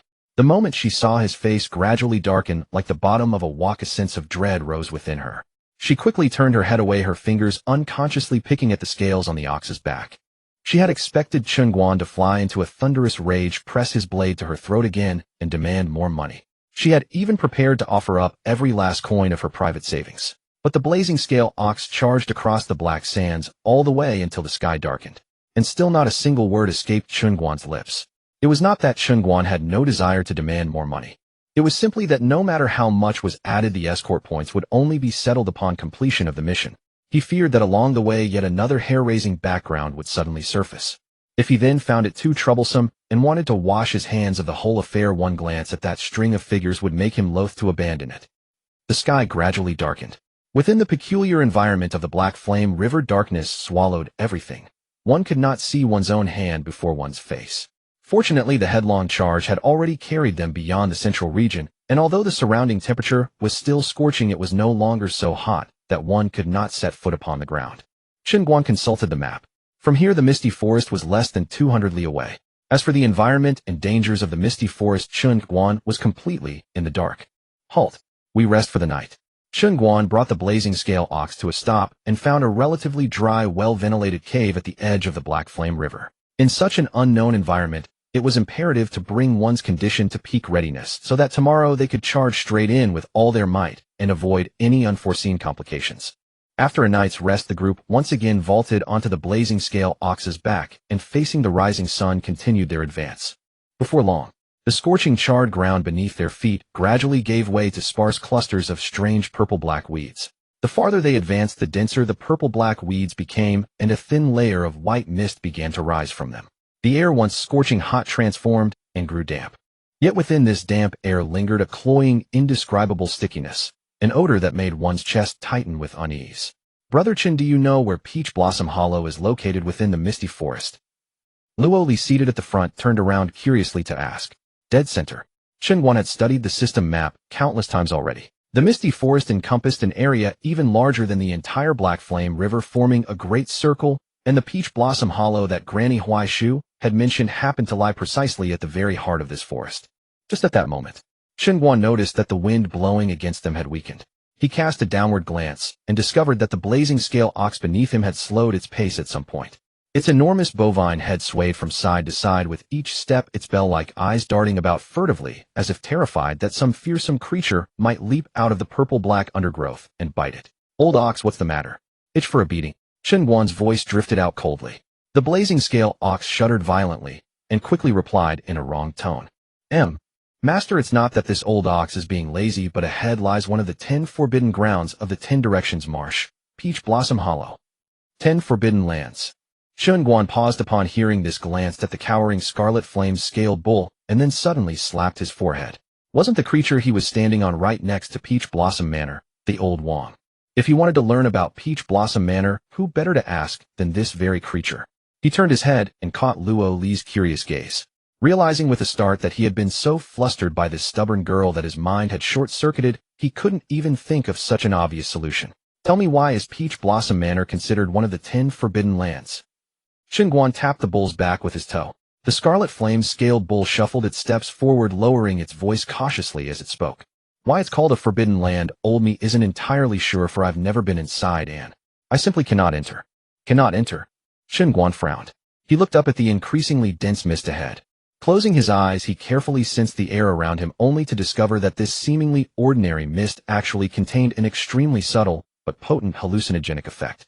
The Scarlet Flame's scaled bull lowered its voice once more, an unmistakable fear threading through its words. Yes, whether demon or monster, once they venture deep into this misty forest, they lose their way completely. Even if they perish, their souls remain drifting within. Since the misty forest came into being, no one in the 10 Direction Swamp has ever entered and returned alive. Chen Guan's expression darkened considerably. This meant the deep mist harbored dangers far beyond mere hallucination. As if fearing Chen Guan wouldn't believe him, the Scarlet Flame scaled bull trembled and added further. Moreover, even if you don't lose your way should you encounter Peach Blossom Manor within the forest, chances are you'll end up as fertilizer. Fertilizer? Luo Li, suppressing her fear, asked curiously, what do you mean by that? The Scarlet Flame scaled bull continued in a hushed tone. Old me once heard a passing demon king elder speak of it. He said that at the center of Peach Blossom Manor resides a Peach Blossom Immortal. This Peach Blossom Immortal, she has a hobby. She loves growing flowers and trees. That sounds quite pleasant, doesn't it?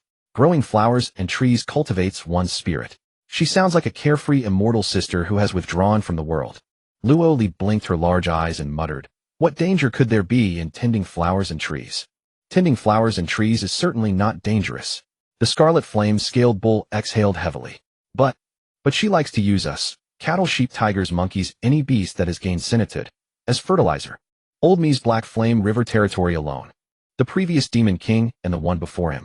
It is said they both suddenly, as if possessed, walked into the heart of the misty forest of their own accord, willingly becoming flower fertilizer for that floral immortal. Huh. Luo Li's face went pale with fright. Chen Guan meanwhile furrowed his brows. Glancing back at the two little tree spirits clinging tightly together, a thought flashed through his mind. Could it be that old tree spirit lacked the ability to enter the misty forest itself, so it deliberately devised a scheme sending him and the two young tree spirits through the mist to Peach Blossom Manor in search of some so-called opportunity? But on further reflection something felt off, for he could see in those two little tree spirits' eyes that their bond had already been severed. This was a unique perception among demon kin, triggered only when a kinsperson's soul had been utterly destroyed. Even if she hadn't died, why would she go to such lengths to set such a trap, pushing her own grandson into a death trap? Just as Chen Guan puzzled over this, his vision began to blur. Looking down, he realized the oaf beneath his feet had without his noticing begun trembling like a sieve. Clearly this fellow was genuinely terrified that his sturdy muscles would be turned into compost. Can you stop being such a coward? Chen Guan scolded, then continued. If even a demon king can be easily manipulated into becoming fertilizer, could this floral immortal be a top-tier great demon? I don't know. The scarlet flame-scaled bull shook its massive head, ears perked, and eyes darting in all directions, speaking in a hushed tone. For anyone who has ever seen her true form has become fertilizer beneath the trees. We lesser demons have only heard of her through various rumors. Master, why don't we take another route? Chen Guan shot him a sidelong glance. He seriously suspected this coward was deliberately exaggerating to scare him. But then again, Peach Blossom Immortal, Peach Blossom Immortal. Is she actually a peach tree demon or a flower demon? Just as Chen Guan was pondering this, creak, the scarlet flame-scaled bull seemed to have spotted something terrifying and slammed on the brakes. Its four hooves carved four deep furrows into the ground, kicking up clouds of dust before it finally came to a halt. Oh. Luo Li, completely engrossed in the conversation, had not anticipated this at all. Losing her balance, she pitched forward with the momentum falling straight ahead. However, the expected impact never came. Her face, at a distance of about a foot above the ground, was suddenly held aloft by an invisible force awkwardly suspended in midair. Wah! What's happening? Luo Li stared at herself floating in the air. Fortunately unharmed, she quickly pushed herself upright and looked up toward the bull's back. But she found Chen Guan standing rigid on the bull, hands clasped behind his back, showing no concern for her at all. Instead, his gaze was locked onto the thick mist ahead. Luo Li instinctively followed his line of sight. Deep within the churning gray-white mist, a slender female figure appeared, holding a red-patterned oil paper umbrella. The woman's bare feet hovered half a foot above the ground, untouched by mud, as she stepped gracefully upon the floating mist, drifting slowly and eerily toward them. She finally came to a halt about 3 meters before the scarlet flame-scaled bull. Raising the oil paper umbrella slightly, a breathtakingly beautiful face emerged. One that could make heaven and earth lose their color. Her beauty was not the worldly charm of ordinary women, but an ethereal purity, like mountain spring water untouched by mortal concerns. Especially those eyes, clear as autumn pools, so captivating that a single glance could draw one into their depths, causing all else to fade from awareness. Those autumn pool eyes first swept gently over the trembling Luo Li, then settled upon Chen Guan. Visitor, have you come to deliver someone? This cold, clear voice snapped the dazed Luo Li back to reality. Before she could even think, she nodded instinctively and replied, Yes, we've come to deliver these two little tree spirits. Chen Guan did not speak immediately. His hand rested on the horse-cutting saber slung over his shoulder as he examined the woman from head to toe, his brows knitting slightly. Strange. He could sense not a single trace of demonic energy on this woman, nor any fluctuation of true qi. And yet she floated quietly above the ground, as if merging with the mist around her, revealing no aura whatsoever, ordinary as a village girl next door. Could it be? This woman truly is a reclusive immortal. But this absurd notion was quickly dismissed. The so-called immortals were ultimately nothing more than legends whispered by mortals. Even though he had now reached the Purple Mansion realm, far surpassing ordinary people, the distance between him and those ethereal immortals remained as vast as 10,000, 8,000 li. Chen Guan withdrew his scrutinizing gaze, reached behind him with one hand, and pulled out the two little tree spirits who had been hiding. He nodded toward the woman. Take a look. Is she the floral Annie you've been looking for? Xiao Lu and Xiao Tsong stretched their necks and examined the woman carefully, then nodded, followed by a confused shake of their heads. HM, what does that mean? Chen Guan was taken aback. Xiao Lu quickly explained, Chen Gij, we've never met floral Annie. but Grandma once described her appearance to us, and she looks very similar. Hearing this, Chen Guan decided there was no point in beating around the bush. Clearly the old tree spirit had no idea who the Peach Blossom Immortal was, and was simply using him as a shortcut. He turned directly to the woman and asked, "Are you the floral auntie they speak of?" The woman glanced at the two little tree spirits beside Chen Guan, her eyes flickering subtly, as if comprehending the situation instantly. A faint smile graced her lips as she nodded. "Indeed it is I." Then her tone shifted, and those clear eyes returned to Chen Guan. "However, I have come not only to collect these two little ones." "Oh." Chen Guan's brow arched, and a playful smile curled his lips. "Not to collect them, then? Could it be that you've come to collect me?" The Peach Blossom Immortal maintained her faint smile and gently shook her head. "Nor is it you." Saying this, her gaze suddenly shifted and fell upon Luo Li, who was peeking out from behind the scarlet flame-scaled bull. "I have come to collect Luo Li." At these words, Luo Li jumped like a startled rabbit, spun around, and scrambled back onto the bull's back, hiding directly behind Chen Guan. Chen Guan's expression grew grave. Was this stubborn girl pulling his leg? Even as a princess, there was no way someone would recognize her everywhere she went, especially the mistress of a forbidden land. Judging by the woman's earlier gaze, she clearly hadn't recognized those two little tree spirits, but had instead anticipated Luo Li entering the misty forest through this path. She had deliberately emerged from the deep mist to wait here. "You know her?" Chen Guan pointed at the girl clutching his robe behind him and asked the Peach Blossom Immortal. "I do." The Peach Blossom Immortal nodded, a hint of nostalgia in her voice. "When she was first born, I was fortunate enough to lay eyes on her. I never expected that in the blink of an eye she would grow into such a graceful young lady." Hidden behind Chen Guan, Luo Li wore a thoroughly puzzled expression. This mysterious woman, so breathtakingly beautiful, who had dwelt deep within the Tendirection swamp, claimed to know her, and had seen her since birth. Then, why had she never heard her aunt or grandfather mention having such an old acquaintance living in demon territory? Chen Guan watched the bewildered expression on Luo Li's face, and understood clearly that this girl had no idea who the mysterious woman before them was. Damn it. He couldn't help but curse under his breath once more. The situation within the great Zhou royal family might be far more complex than he had imagined. Even the lord of the forbidden ground in the Tendirection swamp was entangled in it. This escort mission was going to be a devastating loss. Too lazy to keep speculating, he simply turned around and shouted at Luo Li behind him. "Hurry up and go with her." "No." Luo Li refused without hesitation. The Flower Immortal, unfazed, asked again in a calm tone. "Luo Li, are you truly resolved to go to the Great Zhou?" Luo Li's expression tightened slightly, as if the question had struck a sensitive nerve. After a few seconds of silence, a glimmer of resolution flashed in her clear eyes. The domineering aura she had deliberately concealed surfaced once more. "Senior." Her voice was soft, yet carried an unmistakable firmness. "Going to the capital is my lifelong aspiration and the mission I must fulfill in this life. No matter how many hardships and obstacles lie ahead, I will never turn back." What aspiration? What mission? Chen Guan stood beside her, completely bewildered. Wasn't this just about returning to compete for the succession? Every prince and princess went through that. How could it be treated as a life mission? The Flower Immortal smiled faintly, gently rotating the oil paper umbrella in her hand, and spoke again. "I owe your grandfather Su Jingyan a favor, and I promised him I would wait for you here today, to repay this obligation that has lingered for 50 years. Her gaze fell upon Luo Li, her voice still gentle. "Are you certain you wish to let your grandfather down?" "Huh? Su Jingyan." Chen Guan froze. Could the woman be referring to that damn old man who had tricked him into taking this disastrous escort mission? He couldn't help but draw in a sharp breath.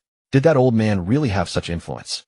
To make this terrifying existence, who could treat a demon king as mere fertilizer, owe him a favor? No, wait, let me sort this out. Chen Guan raised his hand and rubbed his throbbing forehead, beginning to think carefully.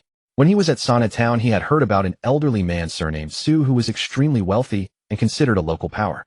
He had originally assumed Luo Li was born there, and came to Sana Town to escape the scheming of the Deep Palace, or perhaps her mother had fallen victim to other concubines' persecution, forcing her to live among commoners before being adopted by that old man and brought to this remote border town of the Great Yin dynasty. But now it seemed the matter was far from simple. Moreover, the most crucial point was that when he had carefully examined Su Jingyan back, then he had detected absolutely no trace of any cultivator's aura. That was nothing more than an ordinary frail old man on the verge of death. What right did he have to be connected to this mysterious woman of the Tendirection swamp? "Senior." Luo Li's voice rang out again, resolute and unwavering. "My mind is made up." Sigh. The Flower Immortal let out a gentle sigh, then turned her gaze toward Chen Guan. You upon entering the Great Zhou will fall into an abyss from which there is no return. Have you truly considered this? Huh, no return. Chen Guan had been pondering how that damn girl's grandfather had colluded with demonic entities when out of nowhere he heard this, and immediately grew irritated. The tone in which this woman spoke sounded as though she looked down upon him. No, it sounded more like she was cursing him. Chen Guan raised an eyebrow and retorted, "The person capable of sending me Chen Guan into eternal damnation hasn't even been born yet." Upon hearing this, the flower immortal's lips curved into a faint smile. Whether she was amused by his words or laughing at his ignorance, it was unclear. Then she spoke again, her voice carrying a distant ethereal quality. "Actually, I had originally intended to detain you here, thereby preventing Luo Li from entering the Great Zhou, and in doing so settle the favor I owe Su Jingyan. But..." She paused, her gaze sweeping over the two young tree spirits behind Chen Guan. "It seems I may have been overly pessimistic. To have these two young tree spirits delivered here. This must be the shift in destiny that Su Jingyan spoke of." Chen Guan listened, utterly lost. Was this old woman who had lived too long simply losing her faculties? Not a single word of what she said made any sense. Su Jingyan was this damn girl's grandfather. On his deathbed, he had personally entrusted Chen Guan with escorting her to the Great Zhou. Yet he had also secretly planted someone here, going to great lengths to prevent her from entering the Great Zhou. Wait, was Su Jingyan fighting with himself, or was this woman's thinking simply chaotic? "Brother Chen, let's go." Luo Li's eyes shifted slightly, clearly unwilling to dwell on this matter further. "Wait." Chen Guan raised his hand to interrupt her, then looked back at the flower immortal, his tone already edged with impatience. Could you please explain yourself more clearly? Why does Su Jingyan want to stop Luo Li from going to the Great Zhou?" The flower immortal merely smiled faintly, then raised her hand and gave a gentle wave. A peach branch glowing with a luminous green light along with a seed radiating green radiance materialized out of thin air before her and slowly drifted toward Luo Li. "Luo Li, take this. The heavenly fragrance cardamom can cure the resentment mark on your body." Luo Li reached out instinctively and accepted it. Then with another wave of her hand, the two young tree spirits were drawn by an unseen force, flying toward Luo Li and settling gently beside her. "If you change your mind along the way, simply break this peach branch. I will come to collect you at the Peach Blossom Manor." With that, she said no more, holding her oil paper umbrella as she and the little spirits stepped gracefully into the churning mist, leaving behind one final phrase that echoed through the misty forest. "Longing from afar is but a hollow dream. True companionship is what matters." Chen Guan scoffed, watching the figure disappear, and couldn't help but scratch his head in frustration. Damn it. This woman even knows how to recite poetry. These old folks. Why did they always have to speak in riddles? He really wanted to rush over, drag the woman back, and get some straight answers. However, after extending his divine sense, he was shocked to discover that the woman's aura had already vanished within a 10-mile radius. He turned his head sharply and glared at Luo Li, who was still staring blankly at the peach branch and the seed in her hands. What on earth did that woman mean by all that? Luo Li shook her head, looking just as confused. "I don't understand either." Chen Guan was stunned. He couldn't read the mind of that ancient woman who had lived for hundreds or thousands of years. But couldn't he read this damn girl? Her expression had been filled with complexity, confusion, and uncertainty. Anyone with functioning eyes could see that something was deeply wrong. You're really a princess. Are you sure you haven't been lying to me?" Luo Li's voice was exceptionally firm. "I am truly a princess." As she spoke, she directly produced a purple bronze token upon which was inscribed the character, "You," symbolizing imperial authority. Chen Guan had some understanding of this type of token. However, the identity tokens used by the royal family of the Dayun Kingdom bore the character Yun. This Yu token was the highest imperial decree token of the royal family, far from a mere identity token. With it, one could even mobilize a demon suppression bureau to serve her. Chen Guan's face darkened. "Then should I call you Zhou Li?" Luo Li seemed struck by a thought, and immediately said coldly, "I only follow my mother's surname." "Luo." Chen Guan looked the troublesome girl up and down. With his discerning eye, he could indeed sense an air of nobility about her. This kind of aura was not something ordinary people could possess, nor could it compare to the officials he had encountered. It could only belong to a member of the royal family. However, there was a heavy resentment on her face. Thinking about it, he could understand. Her mother died in the deep palace she was abandoned from childhood, and she hated that old emperor of the Great Zhou, unwilling to reclaim the Zhou surname. He could sympathize. But no matter how he thought about it, he felt something was off. Forget it. Chen Guan shook his head, suppressing all those messy thoughts. As long as this girl hasn't lied to me. He assumed her position within the Great Zhou royal family was awkward. He also knew that old man didn't want this silly girl to go to that cold palace to die. After all, the most ruthless place in history is the imperial family. This escort mission, though a hot potato, caused Chen Guan to reconsider, and his heart grew brighter. The higher the risk, didn't it also prove the girl's value was higher? Normally a task would earn just a few marks, and a client willing to pay extra wouldn't come along, even in half a month. If on this journey several more assassination attempts occurred, and a few more blind demons crossed their path, wouldn't he be able to keep raising the price until his hands grew tired? If he safely delivered this girl to Shanjing City, the final settlement of escort points, could it be enough for him to lie back and live for 10 years? After all, the greater the risk, the greater the reward. That was the hardcore truth of the escort path. As for the rest, royal power struggles, demon conspiracies, he didn't want to deal with them now, nor could he. Anyway, he was just an escort, only responsible for delivering the goods, not asking about the future. Once the person was delivered, money and goods would be settled, and they would each go their separate ways. Even if the sky fell, it wouldn't have a damn thing to do with Chen Guan. With this thought, Chen Guan looked at the troublesome girl ahead again, as if seeing a walking money god. He felt full of energy. Seeing that Chen Guan didn't pursue the matter further, and even looked relaxed and pleased, Luo Li secretly breathed a sigh of relief. However, her beautiful eyes still carried a lingering complexity, and even her usual mischievous and lively demeanor had subdued somewhat. She lowered her head, silent for a long while, then suddenly asked, "Brother Chen, in the path of life, when fate ebbs and flows, should one follow one's heart or go with the circumstances?" Chen Guan glanced at her, finding it somewhat amusing. This girl still capable of melancholy. Yet he could roughly guess that she was probably troubled by that deadbeat grandfather of hers. After a moment's thought, he replied calmly, "Do your best to satisfy others, and have no shame before your own heart." Luo Li repeated those 8 words, her once dim eyes suddenly brightening.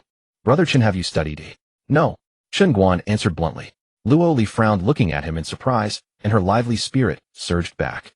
She had only spoken casually, but she hadn't expected Chen Guan not only to grasp the meaning of her words, but also to offer an answer directly. Forget the meaning of those 8 characters. Just understanding the intent of her words was not something ordinary people could do. "You're lying," she immediately retorted. "I have read thousands of books, and I never found this answer in the writings of the sages." Chen Guan's mouth twitched. All right, with the 2 little tree spirits, Xiao Tsong and Xiao Lu, gone, this long journey might really drive him mad with this chatterbox. Fine, I've studied, okay." He changed his tone reluctantly. "If you've studied, then you've studied." Luo Li rolled her eyes.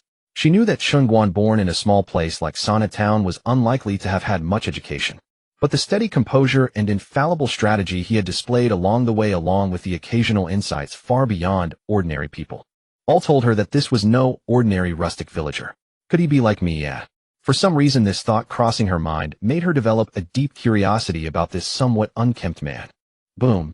Chen Guan ignored her, turned around, and kicked the pile of bull heads lying on the ground as if dead. The crimson flame scale ox shuddered, jerked its head up, its eyes darting around, and then said with surprise, "Gone. Gone. That flower fairy woman is gone. Can't you have some backbone? It's just a woman, what flower fairy?" Chen Guan tapped its skull with the broadside of his horse-cutting saber. "Move. Take us to the Fallen Phoenix Mountains." The crimson flame scale ox was dumbfounded. Fallen Phoenix Mountains. From here to there it's a full 3,000 li.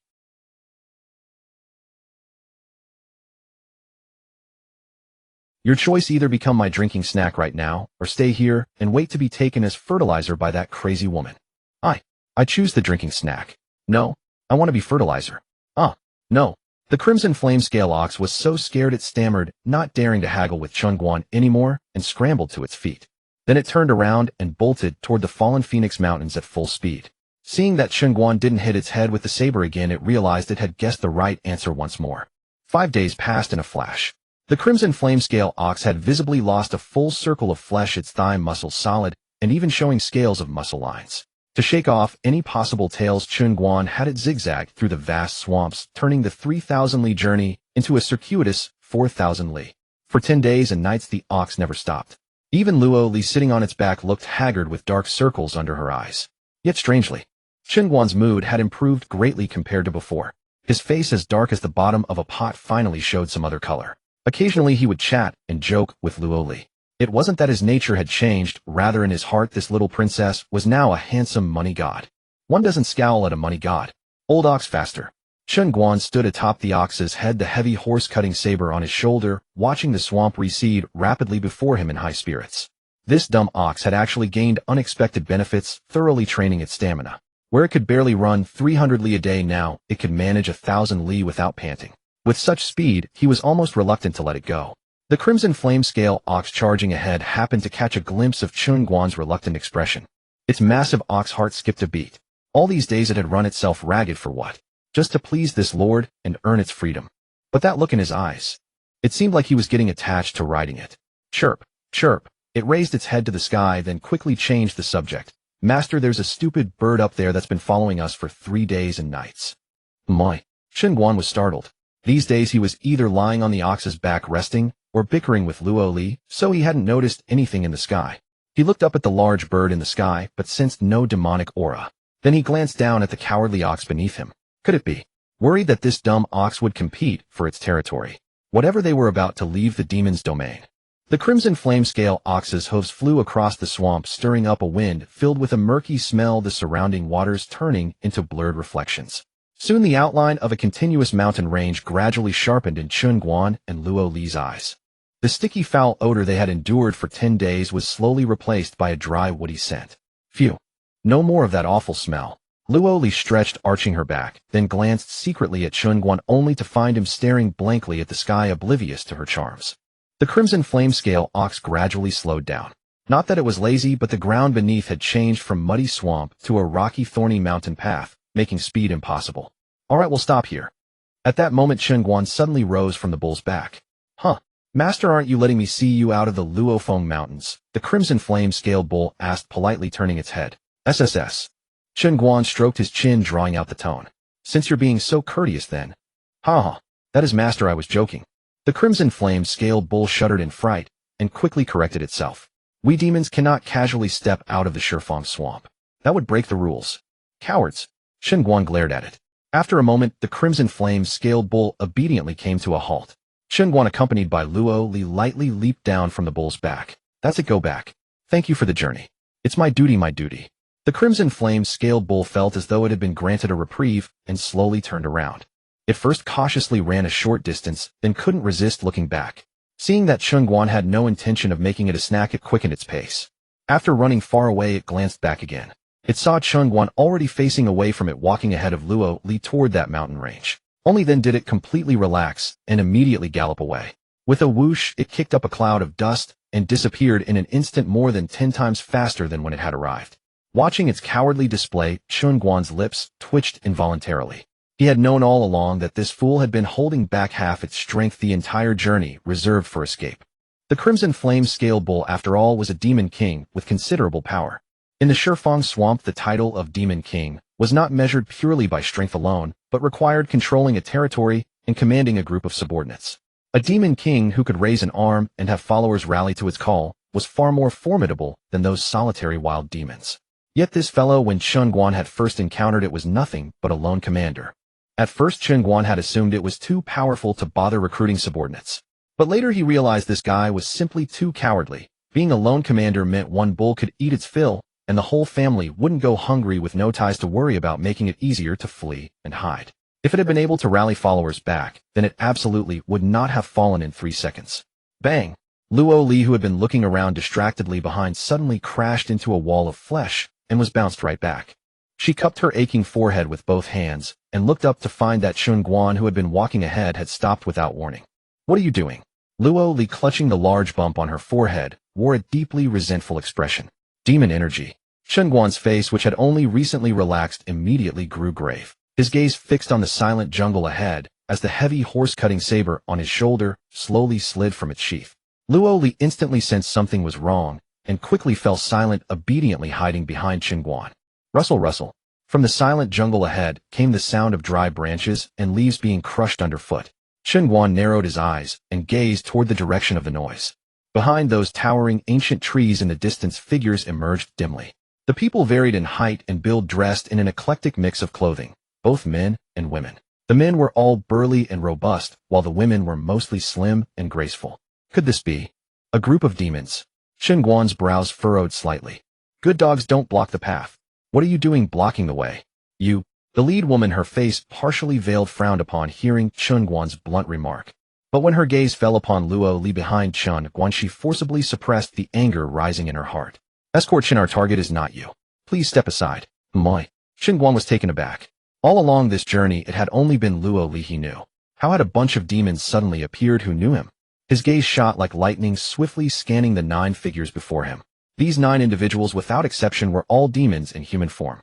The leading woman was a bird demon, though its true form was indiscernible. The burly strong man behind her was a dog demon, who had attained spirit. Further back, the honest-faced man was a horse demon, and the old man with a goat beard at the rear was a goat demon. Great, they've gathered together every livestock animal from a village. Wait a minute. I have no demon friends, nor have I ever taken any demon commissions. Where on earth did these fellows learn my name? Chen Guan simply could not fathom it. These demons who had appeared from nowhere actually knew him. Any demon who held a grudge against him would already have grass 3 feet tall growing on his grave by this season.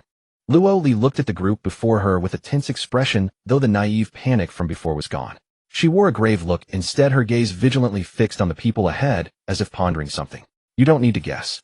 The lead veiled woman spoke again, her voice carrying a chill. Chen Guan, the foremost escort runner of Sana Town, who has never failed in 10 years, daring to take even the deadly Ingui contract. We know your abilities and understand your origins. If you do not wish for the folks of Xiaohe village to simply vanish, then step aside. Chen Guan's expression darkened sharply, and the surrounding air instantly grew heavy. Luo Li beside him couldn't help but shiver. Chen Guan slammed the pointed horse-cutting saber straight into the ground. When his former self was but 1 year old, his parents had perished at the jaws of demons and monsters. It was the women of Xiaohe village who saved him by sparing their own children's milk for him, granting him these 10 years of life. 10 years ago, it was the uncles of the village who paid with 3 lives to procure a demon for him, enabling the critically injured and dying boy to survive. He owed no one in either lifetime except for the uncles, aunts, grandparents, and elders of this one village. Leaving Sanha village while bound by karma, he had come to repay his debts. These fellows actually dared to use this as leverage. How bold! A cold smile appeared on Chen Guan's face. Since you've looked into my background, why didn't you also look into my temperament? Temperament? The veiled woman chuckled lightly, her tone full of disdain. He's nothing more than a mercenary driven by greed for money. Here is 10,000 taels of silver. As long as you step aside now, you'll never have to live as a desperate outlaw again. No. Chen Guan slowly shook his head, his smile growing increasingly cold.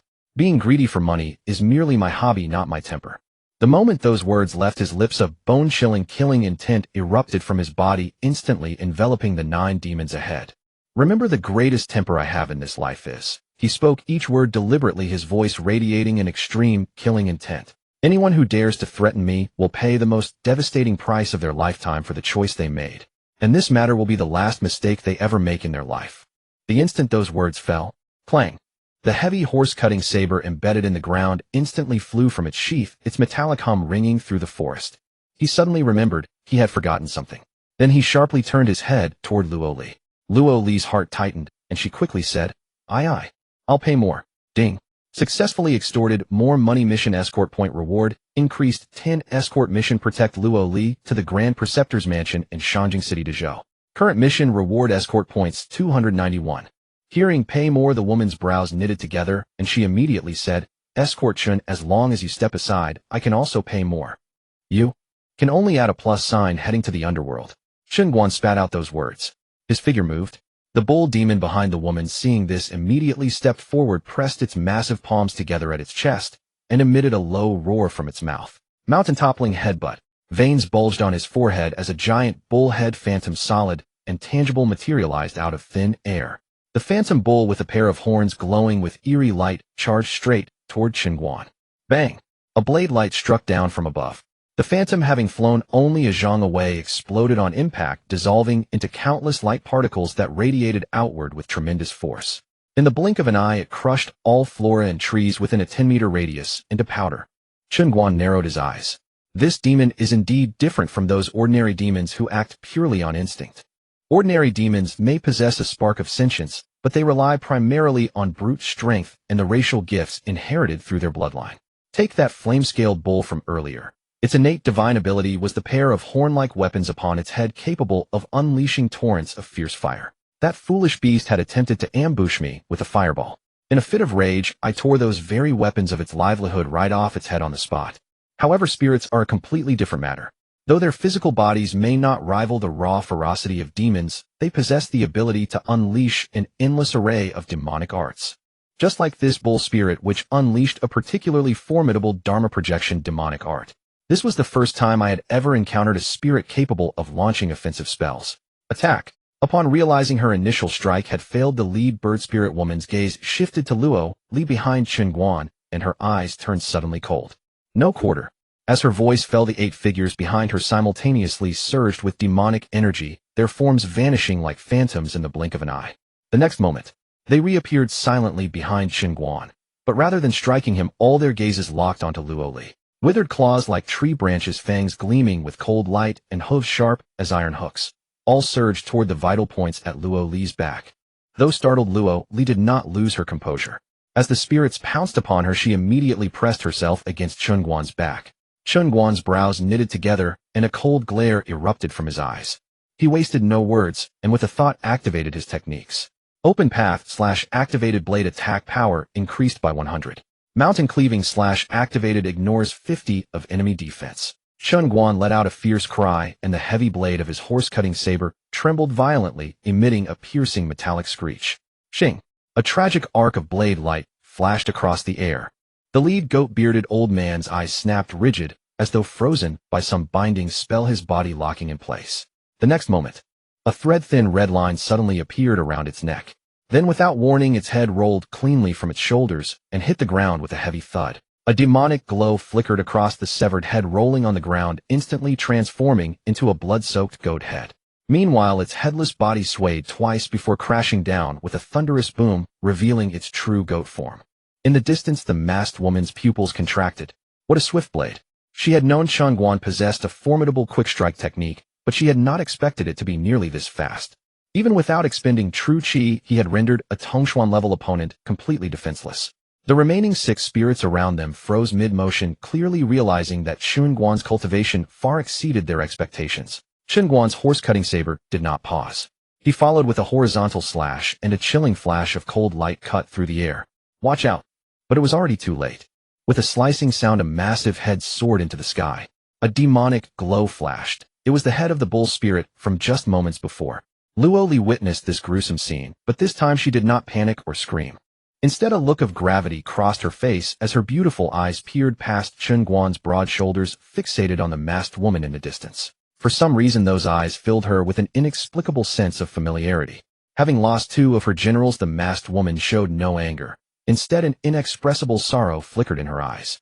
The remaining 6 spirits instinctively retreated a zhang, casting a glance at the 2 corpses of their companions on the ground, then looked at the masked woman with expressions of tragic resolve. They had sensed Chen Guan's realm from the aura of that single slash, Zifu realm. Miss, we shall repay your great kindness in our next life. Allow us to lend you our strength. The old dog let out an inexplicable low growl toward the masked woman, then all 6 pairs of eyes locked onto Luo Li once more. The next moment, a torrent of demonic energy surged wildly around each of their claws, hooves, and paws, their crimson eyes radiating a desperate all-or-nothing ferocity. Attack! With a fierce cry, the 6 figures sidestepped Chen Guan and charged toward Luo Li, fearless of death. Chen Guan cast a sideways glance at the stubborn girl beside him, who still stood with an aura of invincibility, calmly observing the masked woman before them. Not until the 6 were upon them did he withdraw his gaze and swing his horse-cutting saber in a diagonal arc. Shoo! A razor-sharp blade light flashed, and the lead dog spirit was cleaved clean in 2. Blood and entrails splattered across the ground in an instant. Yet the remaining 5 spirits showed not the slightest reaction. Far from retreating, the ferocity in their eyes only intensified, replaced by something far more unhinged. Their footsteps unceasing, surging forward with overwhelming demonic energy, and creating howls of splitting wind, they pounced upon Luo Li in unison. Have these spirits lost their minds? Knowing they were outmatched, and yet resorting to this kind of suicidal tactic. Chen Guan sensed something amiss, but his hands did not hesitate in the slightest. I don't care who you are. You will all die today. The moment the words left his mouth, a look of resolve flashed in his eyes. A brilliant purple light suddenly erupted from the horse-cutting saber in his hand as he struck forward. Swoosh! A crescent-shaped translucent blade aura detached from the horse-cutting saber, tearing through the air with the force of a thunderous strike. Uft, uft, uft, uft, uft. The 5 spirit creatures did not even have time to scream before that fierce blade aura sliced them into 4 clouds of bloody mist scattering through the air. Before the sky-filling blood rain could fall to the ground, chirp! A piercing bird cry suddenly rang out from above. The bird spirit that had been watching from afar had somehow blended into the crimson mist, appearing directly above Chen Guan, a gleaming longsword in hand. Descending from the heavens, it aimed straight for Luo Li's head. Luo Li felt a chilling numbness crawl up her scalp. Looking up, she saw a cold sword tip pressing against her forehead. The veiled woman's heart leaped with secret delight. This was her clan's secret technique, blood mist feather transformation. This technique employed demonic blood activated through secret arts, allowing her to merge completely with the blood mist and temporarily elevate her cultivation, reaching the half step of Purple Mansion. However, just as the sword tip in her hand drew within less than half an inch of Luo Li's forehead, a bone-chilling agony exploded from her chest. Hearing the dull sound of the blade piercing flesh, Luo Li slowly opened her eyes. The woman's chest had been pierced clean through from back to front by Chen Guan's broad and heavy horse-cutting saber, without any hesitation. Blood dripped steadily from the grotesque blood grooves along the blade. Chen Guan, you. The veiled woman stiffly turned her head, anger flashing in her eyes before giving way to an overwhelming mixture of self-mockery and desolation. Her breath growing faint, she murmured, "Could it be? This world truly holds such a calamity." Chen Guan frowned, then turned to the terrified Luo Li and spoke. "Step back, 3 Zhang." Luo Li finally snapped out of her daze and quickly retreated. Then Chen Guan reached out and slowly lifted the veil from the woman's face. Beneath the veil was a familiar face, Sheer, the maid who served Su Yue and Luo Li's childhood companion. His expression darkened immediately, his voice laced with chilling menace. "Why did you attempt to assassinate your own mistress?" Questions best left unasked. With each word Sheer spoke, a stream of blood welled from her lips, and those beginning to lose focus revealed a trace of pity. "If you do not wish for eternal damnation, and do not wish for the common people to suffer, then do not send her to Dezhou." Her voice grew fragmented, and after uttering the final word, her head lolled to the side lifeless. Immediately a flicker of demonic light flashed across her body, and she instantly transformed into a giant magpie, silently perching upon the tip of Chen Guan's horse-cutting saber. Chen Guan's brows knitted together, his face dark as soot. The 10-day dream of a lifetime's wealth was instantly shattered, replaced by bewildered fury. Luo Li's grandfather went to great lengths to prevent her from entering the capital, and her aunt, who had watched him grow up, actually sent the maid who grew up alongside Luo Li to assassinate her. And yet these same people spent a fortune hiring him to protect her. What in the world was going on? A surge of anger at being played erupted from Chen Guan's heart. He realized he had been deceived by this damn girl. What princess? A princess with no real claim to the throne could turn family against family. Before even reaching Dezhou, that demonic entity had specifically emerged from the 10-direction swamp.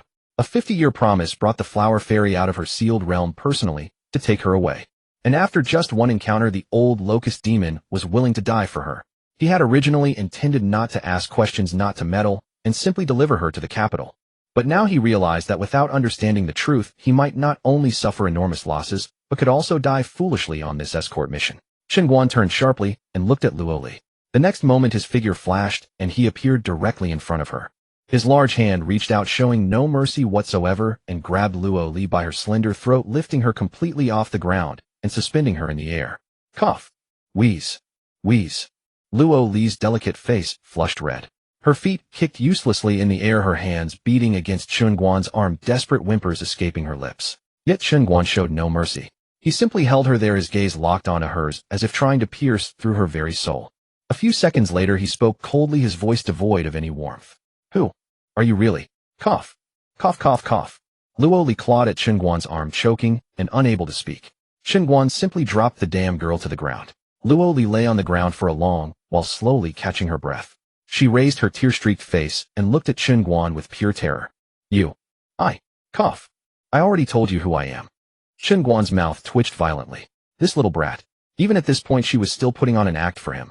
He raised his hand, directly pointing at the magpie corpse beneath the ancient tree in the distance, and roared, "Do you even know who that is?" Luo Li followed his finger and looked over, immediately shaking her head. I don't know. Don't know." Chen Guan was practically driven to laughter by her innocent, guileless expression. This little brat was one hell of an actress. One moment imperious and willful, the next sly and mischievous, then playing cute and adorable. She had put on this entire performance along the way, all to conceal her true identity and make him believe she was merely an innocent little princess, so he would faithfully escort her to Dezhou. He stepped forward, leaning down and pointing at the large bird's corpse, said each word with deliberate emphasis. "That was your handmaiden who grew up alongside you, sure. What a..." When Luo Li heard these words, her body trembled violently, all the color draining from her face in an instant. This can't be. Can't be. I just killed her with my own hands." Chen Guan's voice was cold and sharp. You right now immediately tell me everything clearly. Why did your grandfather try to stop you from going to Dezhou? And why did your aunt send people to kill you? Impossible. This is absolutely impossible. Luo Li seemed not to hear his words, her gaze hollow, shaking her head repeatedly, as if in a trance. While she didn't understand her grandfather's reasons for stopping her from going to Dezhou, she could vaguely discern some context. But her aunt wanted her dead. This was impossible. In truth, Chen Guan had sensed something off about Suyu long ago. The first time he met Shi'er, he had faintly detected a trace of demonic energy on her. And before departing, he had caught a fleeting glimpse of killing intent emanating from Suyu. At the time, he thought she was resentful about the incident outside the city. Now it was clear. All the dangers they had encountered throughout this journey were connected to this woman and that wretched old man. But he couldn't understand. Why hadn't they simply struck before they departed? Why go to the trouble of hiring him only to make their move after they were on the road? Chen Guan took a deep breath, forcibly suppressing the rising fury in his heart, and spoke in a cold voice. Fine, you want me to tell you. The demonic wolves outside Sana Town, the malevolent entity called Don't Look Back, outside Moonview City. Those things didn't appear at just any time, they appeared precisely when we passed by. And the vengeful apes in Qingtsong Mountains. Those were overlords from the depths of 10 Directions Marsh, yet someone had invited them out specifically to block our path. And those 24 escort masters your aunt arranged for you. More than half were assassins who had been hiding in Pingyang Prefecture for over a decade, sent specifically to murder you. Chen Guan's gaze was sharp as a blade, as if trying to slice open Luo Li's heart and examine it thoroughly. And besides that, Suyue, who else could have arranged everything on this route so meticulously for you? I've walked the escort routes in Sana Town for 10 years and never seen a single hair of those demonic wolves. As for something like Don't Look Back, a legendary existence, I've barely even heard of it. You're telling me it's impossible that you don't know. In truth, he had sensed something amiss all along this journey. He hadn't dared to suspect Suyu precisely because Suyu had raised this girl from childhood. If Suyu bore a grudge against this girl, wouldn't she have strangled her long ago? Therefore, no sane person would suspect Suyu. But he was hardly a sane person. Chen Guan looked at Luo Li and, seeing her expression of confusion, spoke with absolute certainty. The demonic wolves, and Don't Look Back from before. They were the first checkpoint set up to stop you from leaving Sana Town. The vengeful apes in Qingtsong Mountains were the second checkpoint to stop you from leaving Diyun Kingdom. And the assassins along the road were the final contingency. Each checkpoint more dangerous than the last. All were lethal schemes designed to stop this brat from reaching Dezhou. At this point, Chen Guan glanced at the beast corpses scattered on the ground. And now this desperate last-ditch assassination attempt. You're telling me it's impossible? Did you really think I was a fool? Hearing his words, infinite sorrow welled up in Luo Li's nimble eyes. After a long silence, she slowly raised her head, her eyes reddened, and looked at Chen Guan. Her voice carried a trembling sob. Chen, brother Chen, if I say I really don't know anything, would you believe me? Chen Guan's mouth twitched violently. Still putting on an act here. He now had the urge to strangle this little brat right then and there. But he held back, because at that moment he suddenly realized the irrevocable doom spoken of by the Flower Fairy and Shi'er was not the kind of danger he had imagined. Chen Guan took a deep breath, forcibly suppressing the urge to strike her dead, and said coldly, I don't care whether your aunt is good or evil. You right now honestly tell me, are you a princess, and what are you really going to Dezhou for? Luo Li lowered her head, her small hands unconsciously gripping each other. The mountain forest fell into deathly silence with only the rustling of wind through the leaves. After a long silence, Luo Li raised her head and said, Brother Chen, I didn't lie to you. Her eyes reddened and her voice steadied. I am a princess. But my surname is not Zhou. Not Zhou? What do you mean? Chen Guan was startled upon hearing this. Then he suddenly had a flash of insight. He realized he had overlooked something critical. The Zhou dynasty had been established for less than 100 years. Damn it! He exclaimed in shock, then quickly asked, Are you a princess of the former dynasty, the Zishao Imperial Dynasty? Luo Li did not speak, only looking at him and slowly nodding. Chen Guan stood frozen in place, suddenly understanding everything. Now he understood completely. No wonder Su Jingyan was risking his life to stop her from entering the capital. No wonder Su Yu was setting up such an elaborate trap to put her to death. It turned out it was not because she was an illegitimate daughter of the emperor at all. It was because this brat's surname was not Zhou, it was Luo. The Zhou Imperial Dynasty had been established for barely 100 years. Zhou had overthrown the once mighty Zishao Imperial Dynasty, changed the reign title, and established the present Zhou. Luo was the imperial surname of the Zishao Dynasty. She was a remnant of the former dynasty. With this realization, Chen Guan's heart lurched violently, his scalp went numb, and he immediately asked, Are you going to Dezhou? To restore the dynasty? Luo Li slowly rose to her feet from the ground. The moment she stood, the seemingly fragile appearance and frightened expression on her face slowly dissipated from her form. What replaced it was an innate noble aura that burst forth from her petite frame. Her chin lifted slightly, and within those moist eyes burned a fierce hatred, a hatred burdened with the weight of national and familial vengeance. Indeed, her voice no longer held a maiden's clarity, instead carrying an air of resolve and cold arrogance. I have come to Great Zhou to avenge the 37627 unjustly slain souls of my Luo imperial clan. I shall reclaim everything that rightfully belongs to my Zhixiao dynasty from those treacherous rebels. Chen Guan suddenly sensed the surrounding temperature plummeting, and this bone-piercing coldness emanated from none other than this petite girl before his eyes. How much hatred, how deep a grudge, could forge such terrifying coldness within a young girl's heart? Luo Li turned around, those eyes blazing with hatred, gazing toward the endless mountains ahead. Beyond those mountains lay the territory of Great Zhou. Her voice turned ice-cold as she spoke. A century ago, my Zhixiao dynasty established the Demon Suppression Bureau to resist the demons. At that time, the Bureau's chief was merely a village peasant. During one of my father's hunting expeditions, he witnessed the man fighting a demon wolf with his bare hands. Admiring his innate ferocity and talent for slaying demons, my father, cherishing such talent, brought him to Zhixiao and nurtured him with utmost care. My father placed absolute trust in him. In merely 10 years, he rose from a commoner to command the vast power of the Demon Suppression Bureau's 300-strong army. Yet who could have foreseen that during our nation's calamity, he would secretly collude with demons from all 10 directions and treacherous officials within the court? He led the very blade meant to protect our Zhixiao dynasty, the 300-strong Demon Suppression Army, in launching a mutiny. In a single night, he slaughtered my Luo imperial clan. To the last. At these words, Luo Li's nails dug deeply into her palms, her voice trembling. That night the capital ran crimson with blood. My Luo imperial clan, 37627 souls, regardless of age or gender, were all slaughtered without mercy. Even the infants in their cradles were fed to those demons. My mother was made into a human terrarium, presented as a spectacle for those demons to gloat over. Only, the infant princess, at that time still in her cradle, was sealed by my father, using his final breath of dragon chi, and in supreme secret treasure. She was then smuggled out of the capital at the cost of countless lives. Chen Guan endured listening to this melodramatic tale, then examined Luo Li before him with a sweeping gaze. This girl was actually over 100 years old. With that explanation, many things suddenly made sense. No wonder this girl possessed innate realm cultivation, yet had no understanding of the most basic chi manipulation. It must have been that sealing technique that kept her in a state of suspended growth, while simultaneously being nourished by some treasure. Over a century of accumulated spiritual energy caused her physique to undergo a transformation. Even without active cultivation, she was forcibly elevated to the innate realm. However, after hearing this litany of national and familial grievances, Chen Guan's expression held not a trace of sympathy. Instead, his tone carried a hint of bewilderment as he said, "With just you? Going to Great Zhou alone for revenge?" "Of course not." Luo Li stepped forward, her voice frostily cold. "My surviving Luo clan forces have prepared meticulously for a full century. Now the 3 armies stand ready. Various organizations and forces have responded. Everything is in place, merely awaiting the final step. And that final step requires me the last drop of Luo imperial blood."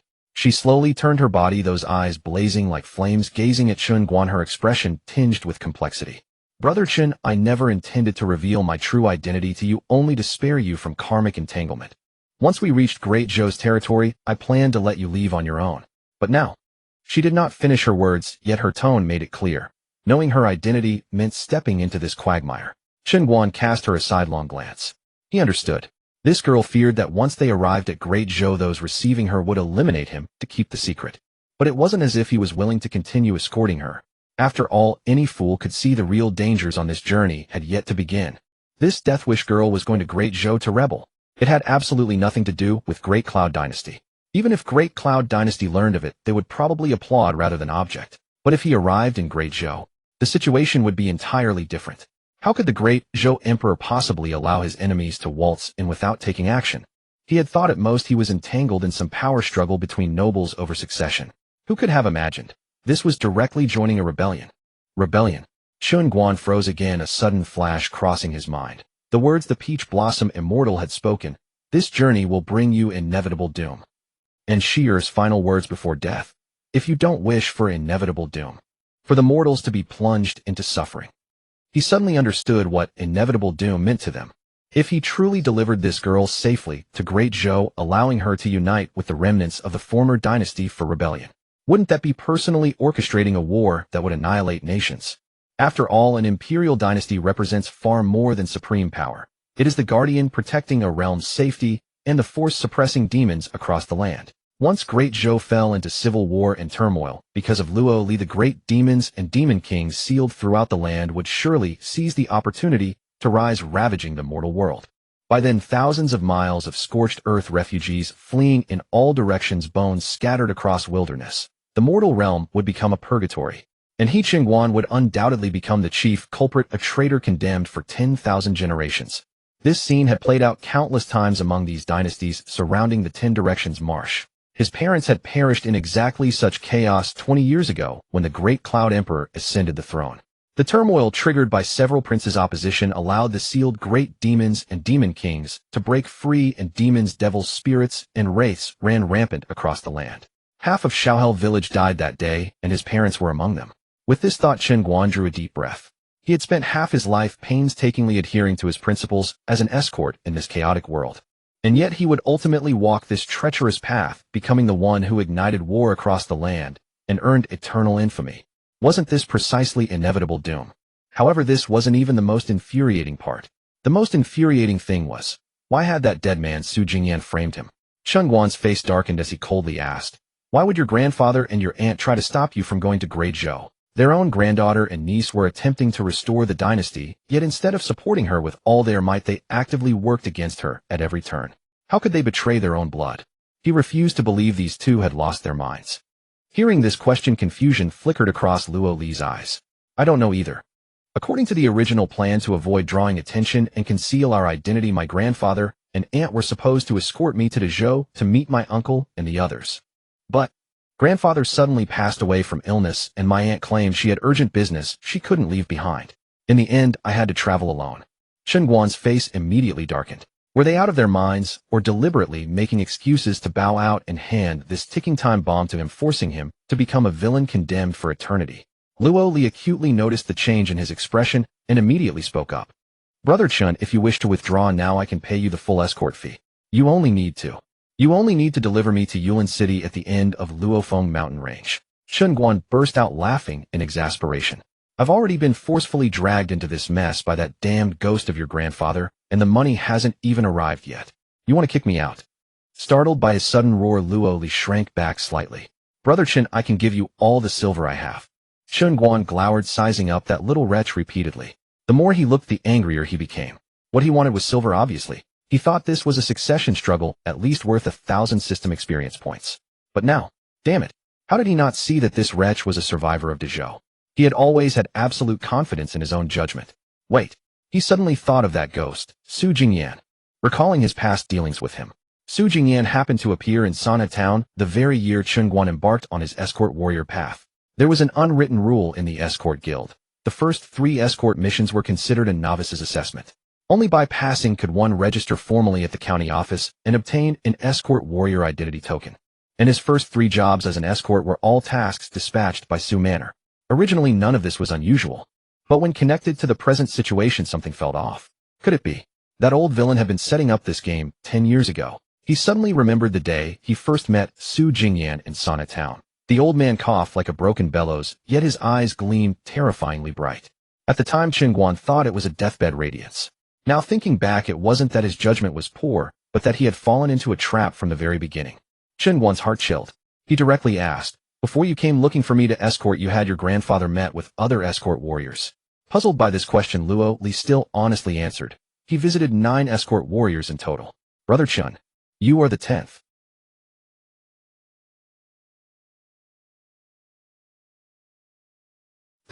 They all seemed not old, all appeared to be under 20. As expected, Chen Guan instantly understood. This old bastard had been planting seeds in Sana Town for a decade, scouting candidates who could escort his granddaughter to rebel. And Chen Guan was his target from the very start. Over these 10 years, he had been observing Chen Guan, learning of his abilities, knowing that since his debut, he had never failed a single mission and always honored his word. So Chen Guan became the most suitable candidate in his heart. What exactly is your grandfather's identity? Chen Guan's voice carried a hoarse edge. Mentioning her grandfather, the grief that had just faded in Luo Li's eyes rekindled, mixed with profound confusion. He was the national preceptor of the former Zixiao imperial dynasty, the one who controlled the nation's fortune and assisted two emperors. National preceptor. Chen Guan's lips twitched. No wonder he hadn't realized he was trapped. No wonder he could know beings like the Peach Blossom Immortal. No wonder he could devise such a far-sighted scheme. Chen Guan took a deep breath, then asked, "What about your aunt? Is she really your biological aunt?" Luo Li shook her head. "I have no blood relation to either my grandfather or aunt." After hearing his explanation, Chen Guan more or less understood their relationship. This Su Jingyan was one of the people who escorted him out of Shangjing a century ago, and this Su Yu was the daughter of the Zixiao Emperor's guard commander. As for her uncle, he was a Luo clan noble who changed his surname to Su to hide his identity. Simply put, they were all survivors of the fallen dynasty. Chen Guan asked again, "Do you know why Su Yu tried to kill you?" At this, Luo Li's expression abruptly turned cold, her voice carrying undisguised coldness. "I don't know." "Enough." Chen Guan waved his hand. He had more or less sorted it out.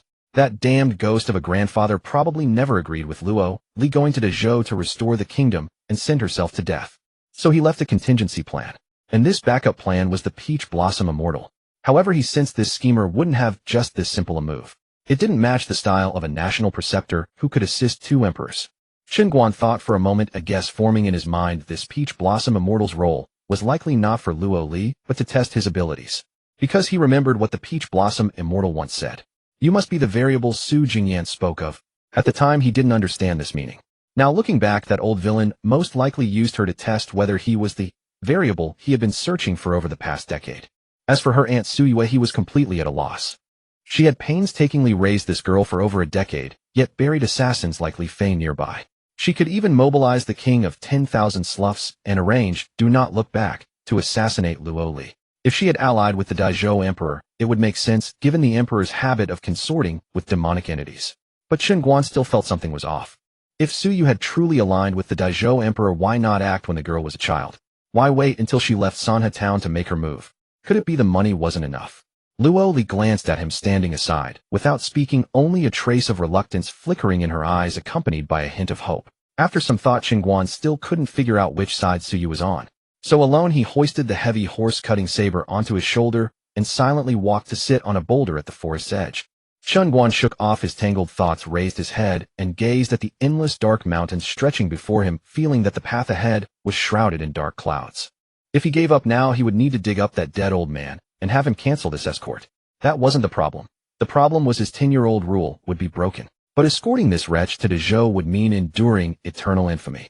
The consequence would be suffering for all living creatures. Chen Guan thought of his parents, whom he had never met, who were devoured by demons with no remains left. He also thought of his uncles who died searching for blood food to nourish his body, also consumed by demons. He thought again of the answer he had been searching for in his heart. Answer. Chen Guan glanced at Luo Li again, looking at her from every angle, and no matter how he looked, he couldn't see this wretch as someone capable of rebellion. Variable. He suddenly thought of something. "I see." Chen Guan suddenly grinned. That dead ghost actually has something to him. He really understands me. Then he glanced at Luo Li.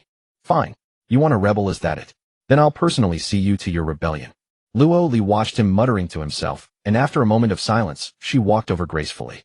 "Brother Chen, I understand your concerns." She reached into her bag and pulled out a money pouch, offering it to him with both hands. "You've already brought me this far. I'm deeply grateful and have nothing to offer in return. Perhaps we should part ways here." "Part ways?" Chen Guan sharply turned his head, his eyes locking onto hers with a predatory glare. She had lured him into this cesspool, and now she wanted him to just walk away. "No way." He sprang to his feet from the boulder and roared, "I am an escort warrior. We deliver goods and collect payment. That's all.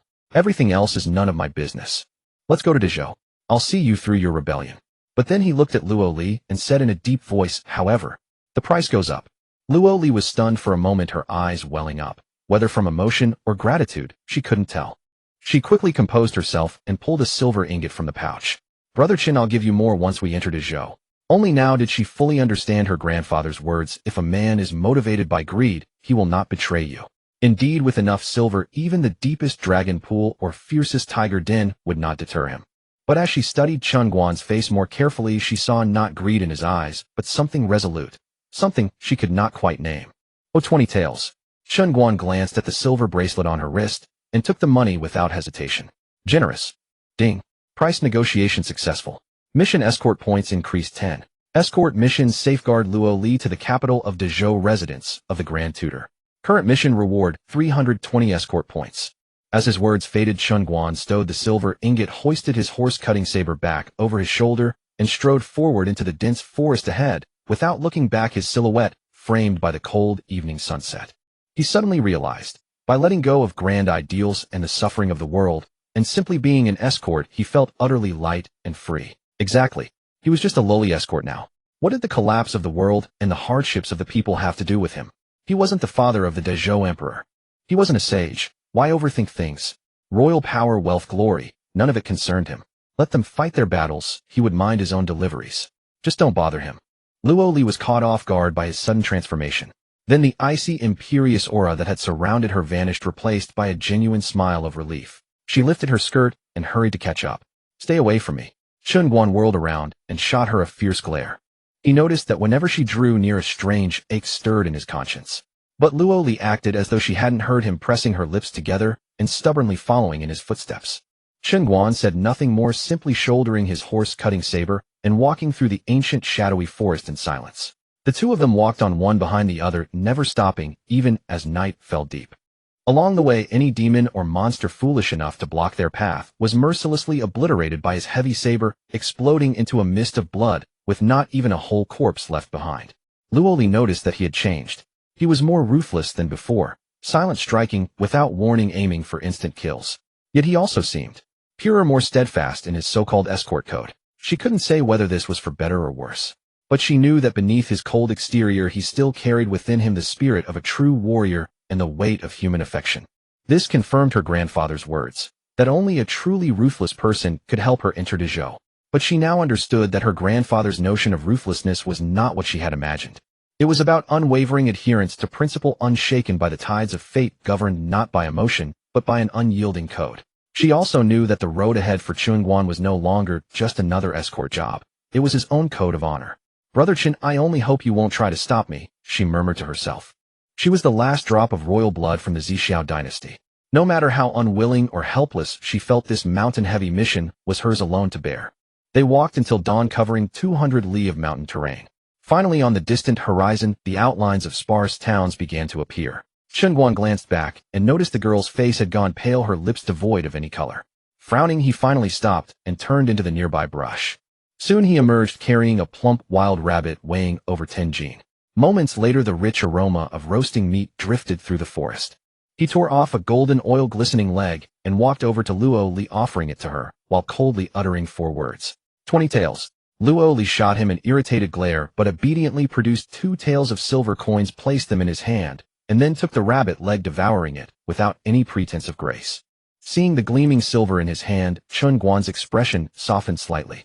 "This escort job may have an ugly reputation, but the pay is excellent. With this I might even break through to the heavenly human realm and dominate the world." He paused, realizing it was a truly profitable venture. Luo Li noticed the fleeting joy on his face and found herself increasingly puzzled by him. She had expected that after his change of heart, he would earnestly try to dissuade her from restoring her dynasty.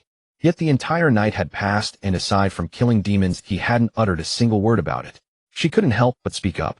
"Brother Chen, I'm heading to Dezhou to wage war. Aren't you afraid?" Chen Guan tore off a piece of rabbit meat, glanced at her, and retorted, "You're just a young girl, and you're not afraid. What do I have to fear?" "That's different." Luo Li lifted her pale chin proudly. "My uncle has already mobilized an army of 1,000,000 and dozens of factional forces.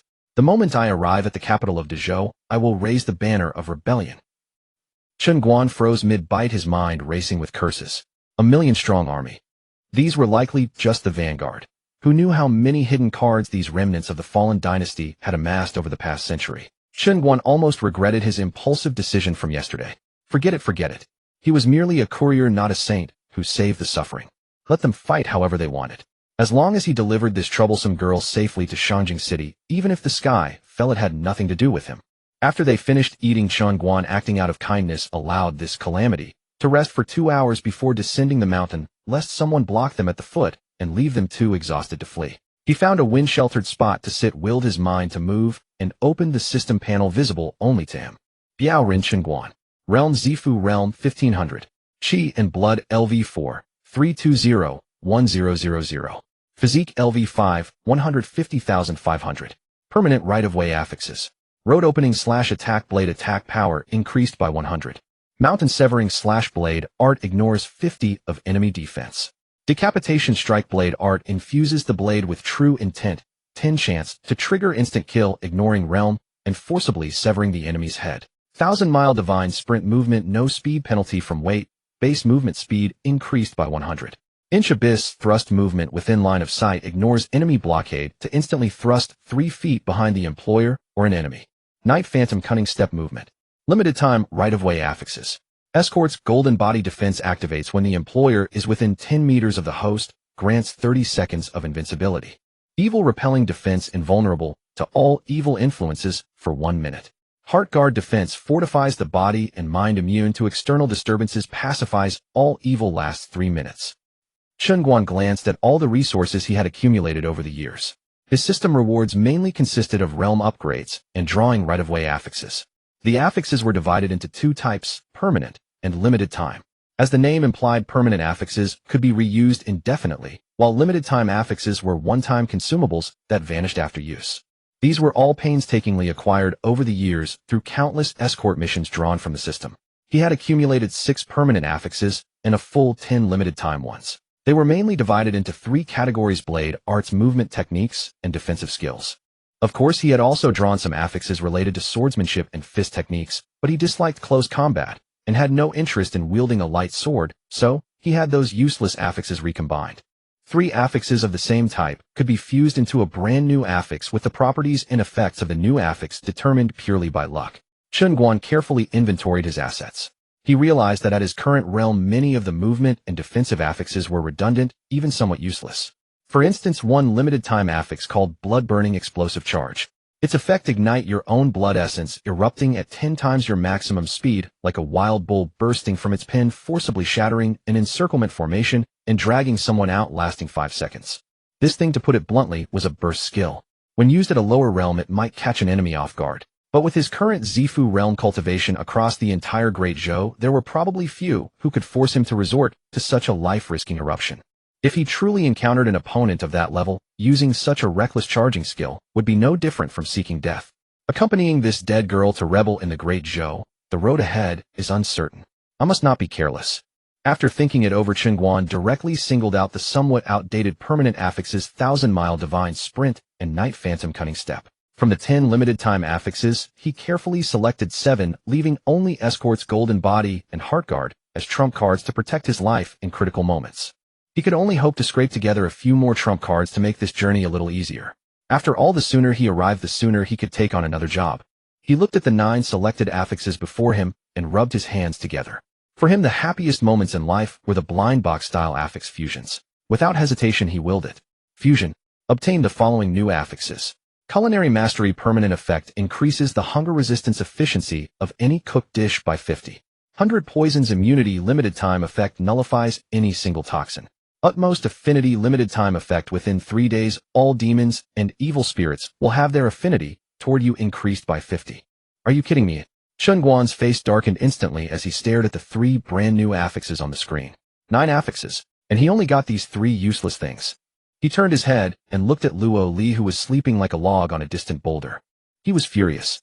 He realized that ever since he met this dead girl, he hadn't had a single stroke of luck. Damn it. He was now tempted to rush over and slap her a few times to vent his anger. The affixes he had painstakingly saved for a year or 2 had gone down the drain, replaced by 3 useless junk. But after cursing and calming down, he realized these 3 affixes were actually not bad. Take Culinary Mastery, for example. Although making delicious food seemed useless, the 50 hunger resistance efficiency boost would be far more practical than most attack affixes when escorting through deserts or desolate lands. And 100 Poisons immunity could nullify any single toxin, including ancient poisons, a rare treasure in this world. As for the last one, Utmost Affinity, increasing demon and spirit affinity by 50 for 3 days.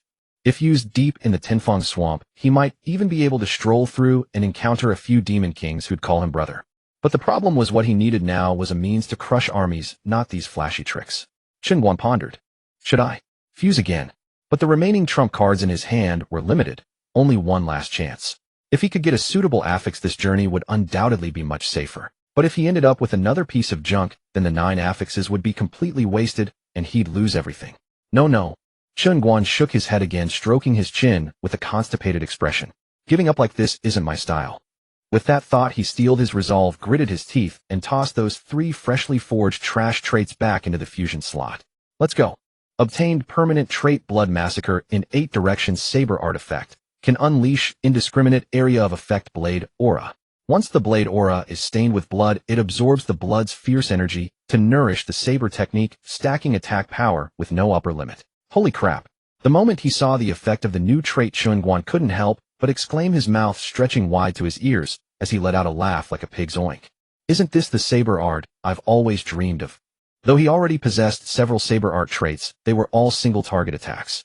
What he lacked most was precisely this kind of wide-area crowd control. And this Blood Massacre in 8 directions not only dealt area damage with Blade Aura, but more crucially, the more blood it stained, the stronger its attack power grew, with no upper limit. In other words, the more enemies he faced, the stronger he became. Wasn't this a divine skill born for the battlefield? With this Saber Art, even if 1,000 armies or 1,000,000 soldiers stood before him, nothing could stop his advance. I've struck it rich. This time I've truly struck it rich. I was right. It's not the quantity of traits that matters, but their practicality. Moreover, this Saber Art could stack with other traits. For instance, activating Path-Clearing War and Mountain-Cleaving Slash alongside Beheaded Strike simultaneously. He could trigger a guaranteed 10 critical strike and a 50 defense ignoring effect at will.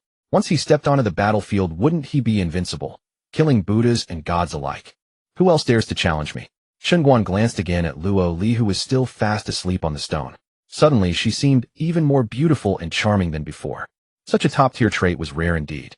Not to mention 9 traits. He felt that even 90 traits wouldn't be enough to trade for this one. This was hands down the best trait fusion he had ever achieved. Delicious. Overjoyed, Chen Guan took several strides forward and grabbed Luo Li, who was still sound asleep on the stone. What are you doing? Luo Li rubbed her sleepy eyes and glared at him with a resentful expression. Didn't you tell me to rest here before heading down the mountain? I only just closed my eyes and you're waking me up again. No need to rest anymore. Chen Guan glanced at her and said impatiently, hurry up and send you off so I can take on the next job. Every second wasted on you is a second wasted on my life, understand? Ignoring Luo Li's grievances, he slung his horse-cutting saber over his shoulder and strode downhill. The reason he had asked her to rest was simply to prepare his trump card in advance. Now that his trump card was ready, there was no need for rest anymore. Luo Li looked around and found the surroundings eerily silent, not even a bird chirping. A chill ran down her spine. She didn't dare linger any longer, quickly slung her small bundle onto her back and hurried after him. The Luofeng Mountains were the last major mountain range north of the Dayan Empire. Beyond them lay the territory of the Great Zhou, where such continuous mountain ranges were rarely seen. For the entire territory of Great Zhou was a land woven from plains and wetlands bordered by seas on 2 sides adjacent to Dayun in the south and the 10 directions swamp in the west. Chen Guan had spent all these years dealing with demons and spirits in these deep mountains and ancient forests. To be honest, he was not accustomed to such flat open plains. For in the mountainous regions, demons were mostly straightforward and direct. But in the plains, cunning spirits and malevolent entities made their homes.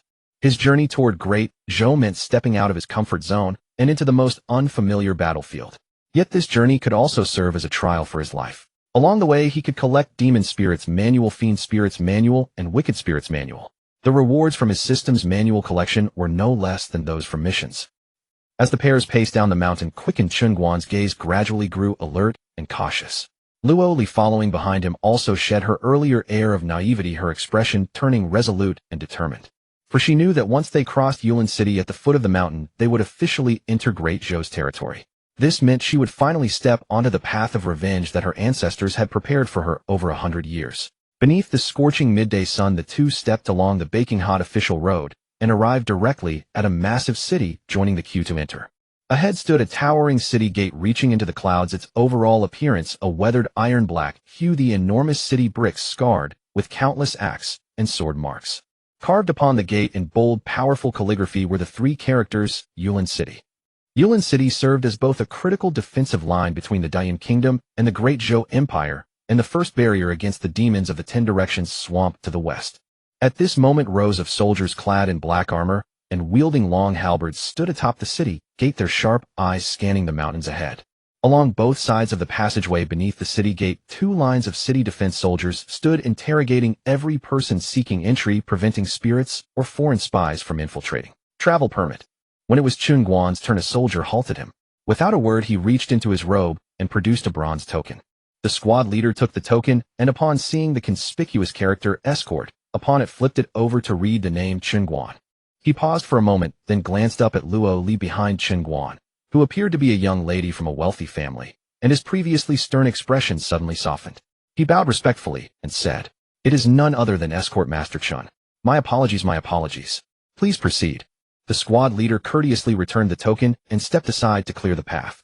His polite gesture immediately drew the attention of everyone in the queue.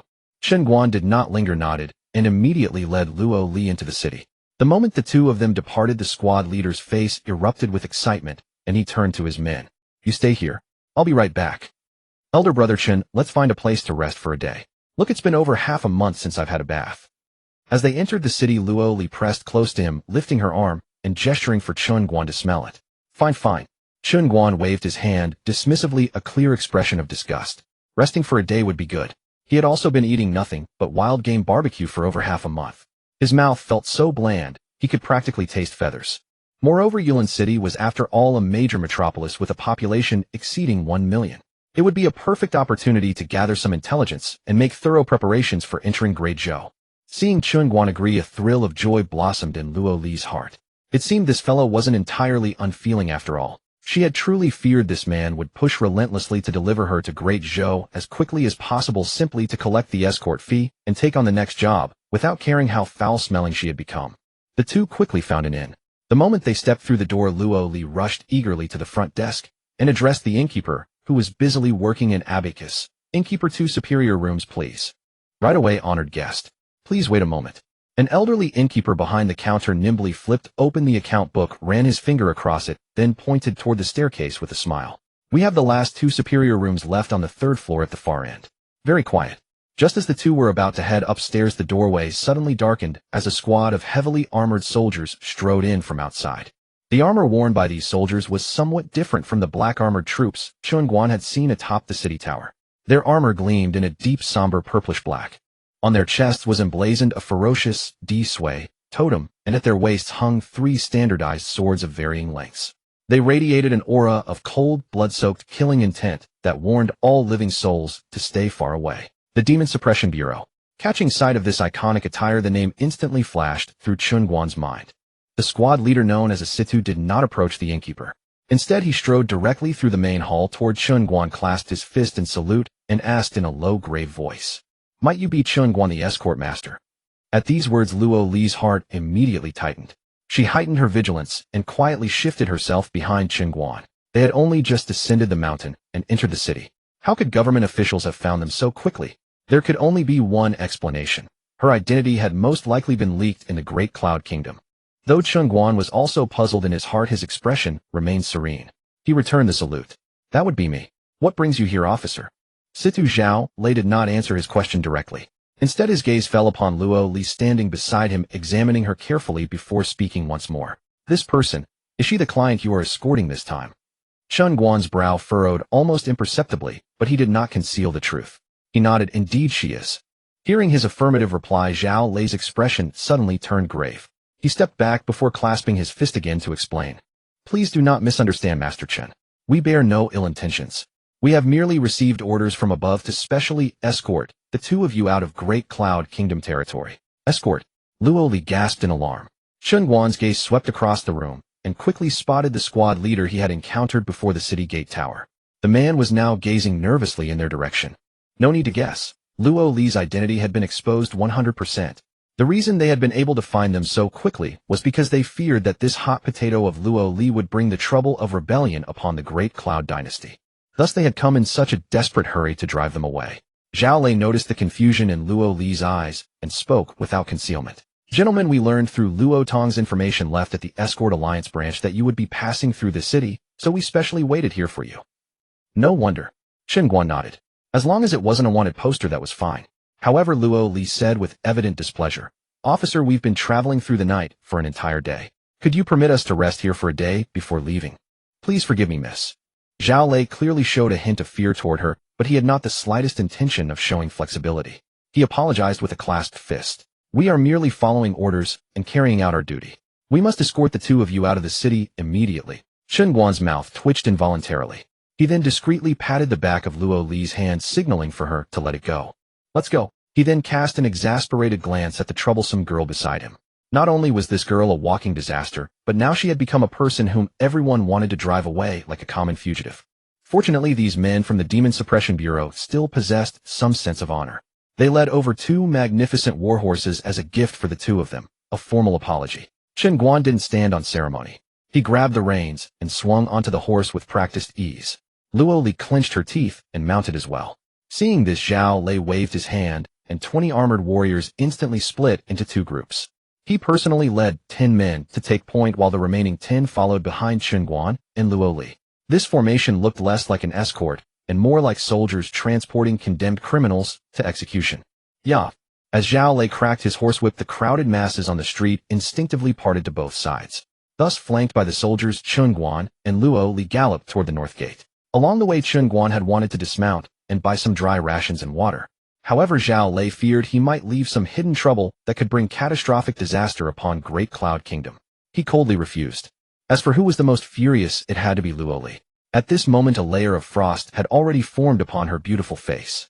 Those pretty eyes of hers seemed as if dipped in ice, chilling to the bone. Chen Guan glanced at her expression and couldn't help but utter flatly, "What's wrong? Can't swallow your anger. If so, why not charge into the Great Cloud Imperial Palace right now and debate the Empress directly? Am I asking for trouble?" Luo Li retorted angrily. "I'm just suspecting whether my dear aunt deliberately leaked my identity. And you're still doubting it." Chen Guan let out a mocking laugh. "Use your ass to think about it. Your Aunt Suyu must have learned that she failed to keep us here. She must be thinking of exposing your identity to the Great Cloud Kingdom, hoping they might create some kind of turning point." However, Chen Guan was becoming increasingly puzzled by this woman Suyu. The biggest possibility for her attempted assassination of Luo Li was that she had been bought off by the Emperor of Great Zhou. But if that were truly the case, she wouldn't have exposed this matter to the Great Cloud Dynasty. After all, one shouldn't wash dirty laundry in public lest others take advantage. Yet she did exactly that. However, Luo Li suddenly spoke, her voice carrying an utterly bone-chilling coldness. It seems she must be deeply disappointed now.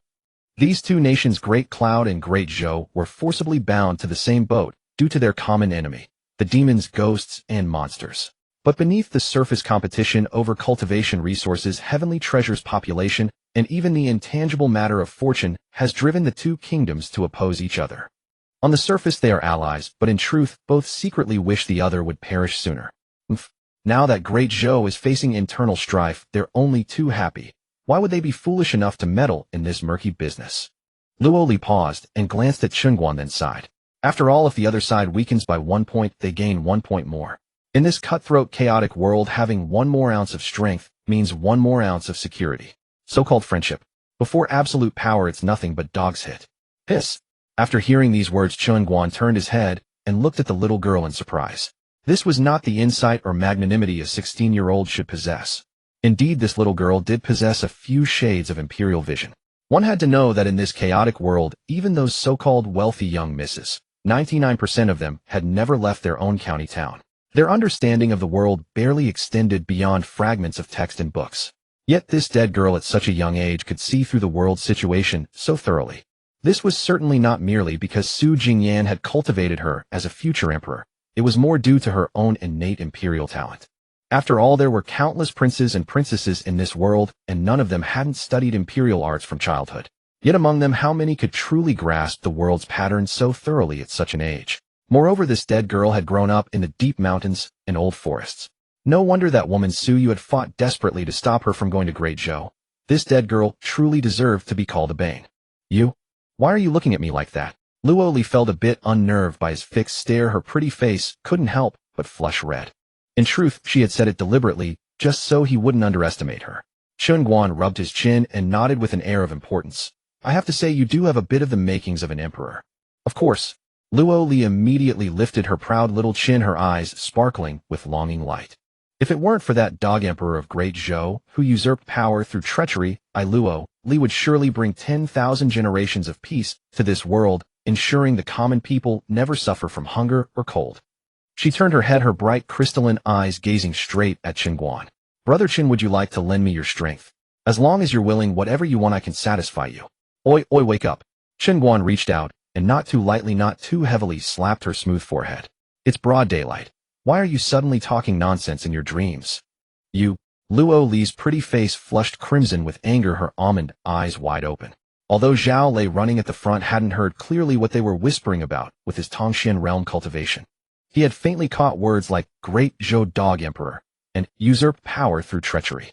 This terrified him greatly. These two young people were truly too audacious to dare speak so recklessly about such treasonous topics right in front of them, the great cloud soldiers.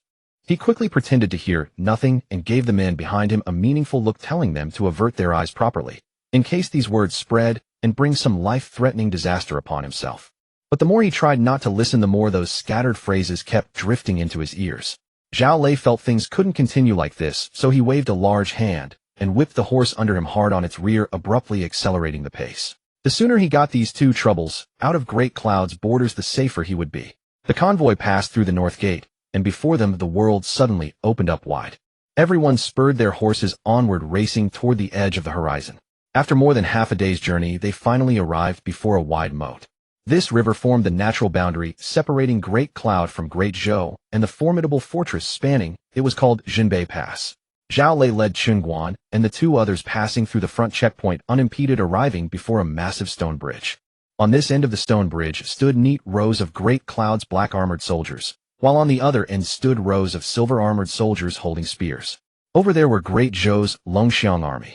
At the sight of the silver armor she had only seen in books, Luo Li's body tensed immediately. Chen Guan rolled his eyes at her and said quietly, with a reaction like that, you still want to rebel in Great Zhou? Haven't you just written, I am a rebel, across your face? Luo Li immediately retorted, I'm just itchy all over, it's uncomfortable. This wasn't entirely an excuse. The two of them had been traveling for over half a month exposed to the elements. While not exactly in rags, the originally magnificent dress on her body had long been torn to shreds by branches and thorns along the road. Now it was full of holes everywhere. This disheveled appearance would inevitably draw close scrutiny. After all, who goes visiting relatives dressed like this? Alright, don't worry. Chen Guan offered a word of comfort, then ignored her. Zhao Lei took the initiative to bring the two of them onto the wide bridge, cutting directly in line, heading straight for the silver-armored soldiers on the opposite side. Upon arriving close, Zhao Lei very familiarly clasped his fists toward the silver-armored officer in charge. Commander Wang, long time no see, hope you're well. This young lady is a distant relative of a friend of mine heading to Great Zhou to visit acquaintances. I hope, old brother, you'll give her extra consideration. With that, he flipped his hand over a heavy silver pouch, silently passed over. However, the Commander Wang didn't even glance at the money pouch. Instead, his gaze fell upon Chen Guan and Luo Li. Suddenly his brow twitched, and he coldly sneered at Zhao Lei. Zhao Lei, what kind of person does this garrison commander think I am? Do you think I can be bribed so easily? Men, seize them for me. The moment his voice fell, clang, a crisp sound of swords rang out in unison across the pass. Dozens of soldiers immediately drew the long blades at their waists and charged forward with murderous intent, completely surrounding Chen Guan and the two others. Luo Li, startled by the sudden turn of events, quickly moved closer to Chen Guan.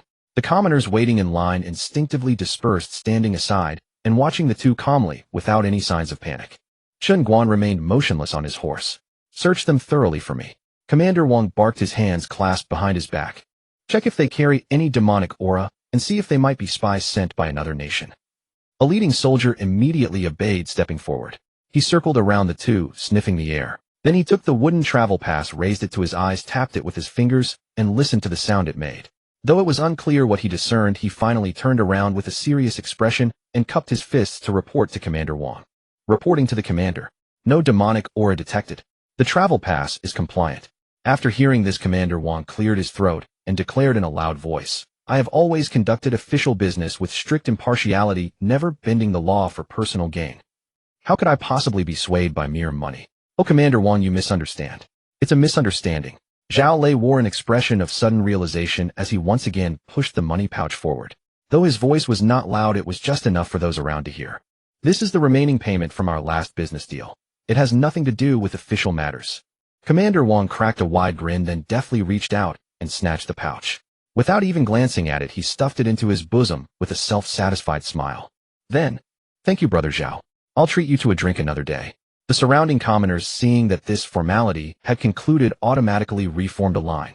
Only Luo Li stared in bewilderment. They could have just taken the money directly. Why stage this whole act? But soon she began to sense something beneath the surface.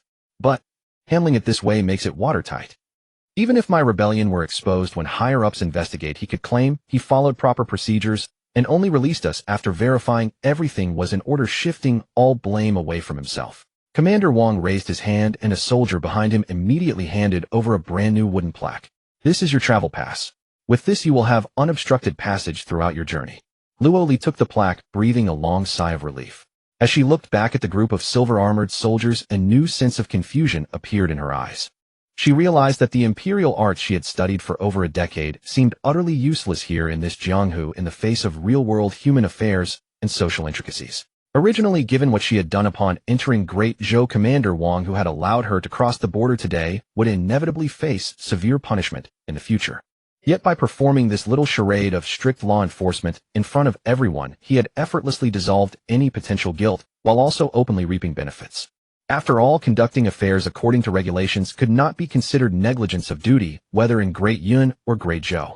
And so the two were escorted into Great Zhou without hindrance under the warm gaze of the silver-armored soldiers. Brother Chen, how did you know that Commander Wang was just putting on a show? Once past the checkpoint, Luo Li finally couldn't help but ask curiously.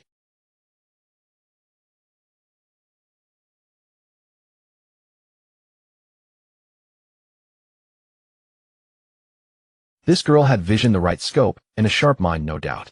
But her so-called imperial arts were learned only from books, and in the end they were still a bit immature. After a moment's thought, he spoke calmly. Every inch of land you've walked, every world you've seen, every person you've met, when you get right down to it, all of it is one vast Jianghu. Jianghu isn't about fighting and killing, it's about human relationships and social finesse. Those who can navigate them survive, those who cannot die. Human relationships? Luo Li furrowed her brow. Clearly, with her current experience, she could not fully grasp the depth of his words. But she wasn't about to give up. She bluntly asked, Brother Chen, then what exactly is Jianghu? Jianghu. You can understand it by splitting the word apart. Chen Guan said, a trace of amusement in his voice. Jiang. Who? Oh. Luo Li seemed to catch a glimmer of understanding, then suddenly had a revelation. I see.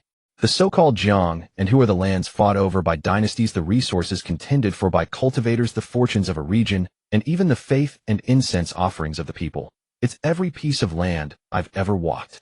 Then why do you say that Jianghu is about human relationships? Why do you have so many whys? Chen Guan, his head spinning from her endless questions, waved his hand impatiently. We've already entered Great Zhou's territory now. You should focus on figuring out how to launch your rebellion next. Luo Li shot him a dissatisfied glare. As if rebellion is some kind of child's play. Child's play. Chen Guan let out a scornful laugh. In his view, this girl going to Great Zhou to rebel was indeed nothing but a grand farce. Seeing that Luo Li still wore a defiant expression, he sighed, and for once turned serious. His voice carried a note of gravity. All right, listen carefully. I'll say this only once. From the moment you were born, you were already placed within this vast Jianghu.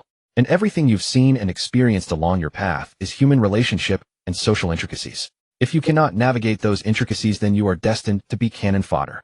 Chen Guan pointed toward the direction of Jinbei Pass. Take Commander Wang, for example. The reason he dared to do what he did is not because he wanted to, but because if he didn't, he wouldn't survive in this chaotic world. And in his position, failure to survive means only one thing: death. He actually felt a bit of pity for this girl. From the moment she was born, her eyes had been blinded, and she was fated to live in someone else's Jianghu. If he doesn't accept it, he'll die. Luo Li still looked utterly confused. Brother Chen, can't you explain it more clearly? Chen Guan shook his head and continued, if you can't even understand what I've said, then I suggest you go back to your mountain and simply be the young lady you were meant to be. Don't end up not even knowing how you were played to death. Though his words were harsh, they struck a chord deep within Luo Li. She seemed to grasp something. Could it be that if Commander Wang hadn't accepted Zhao Lei's gesture or shown him proper respect, Zhao Lei would have made trouble for him, and he wouldn't have been able to keep his position as commander? Thinking it over carefully, it was indeed possible. This man was the commander of the Demon Suppression Bureau of Great Yun, wielding authority over 1,000 troops, guarding an entire region and dealing with demons on a regular basis. If Commander Wang had refused Zhao Lei, he would have made an enemy of him.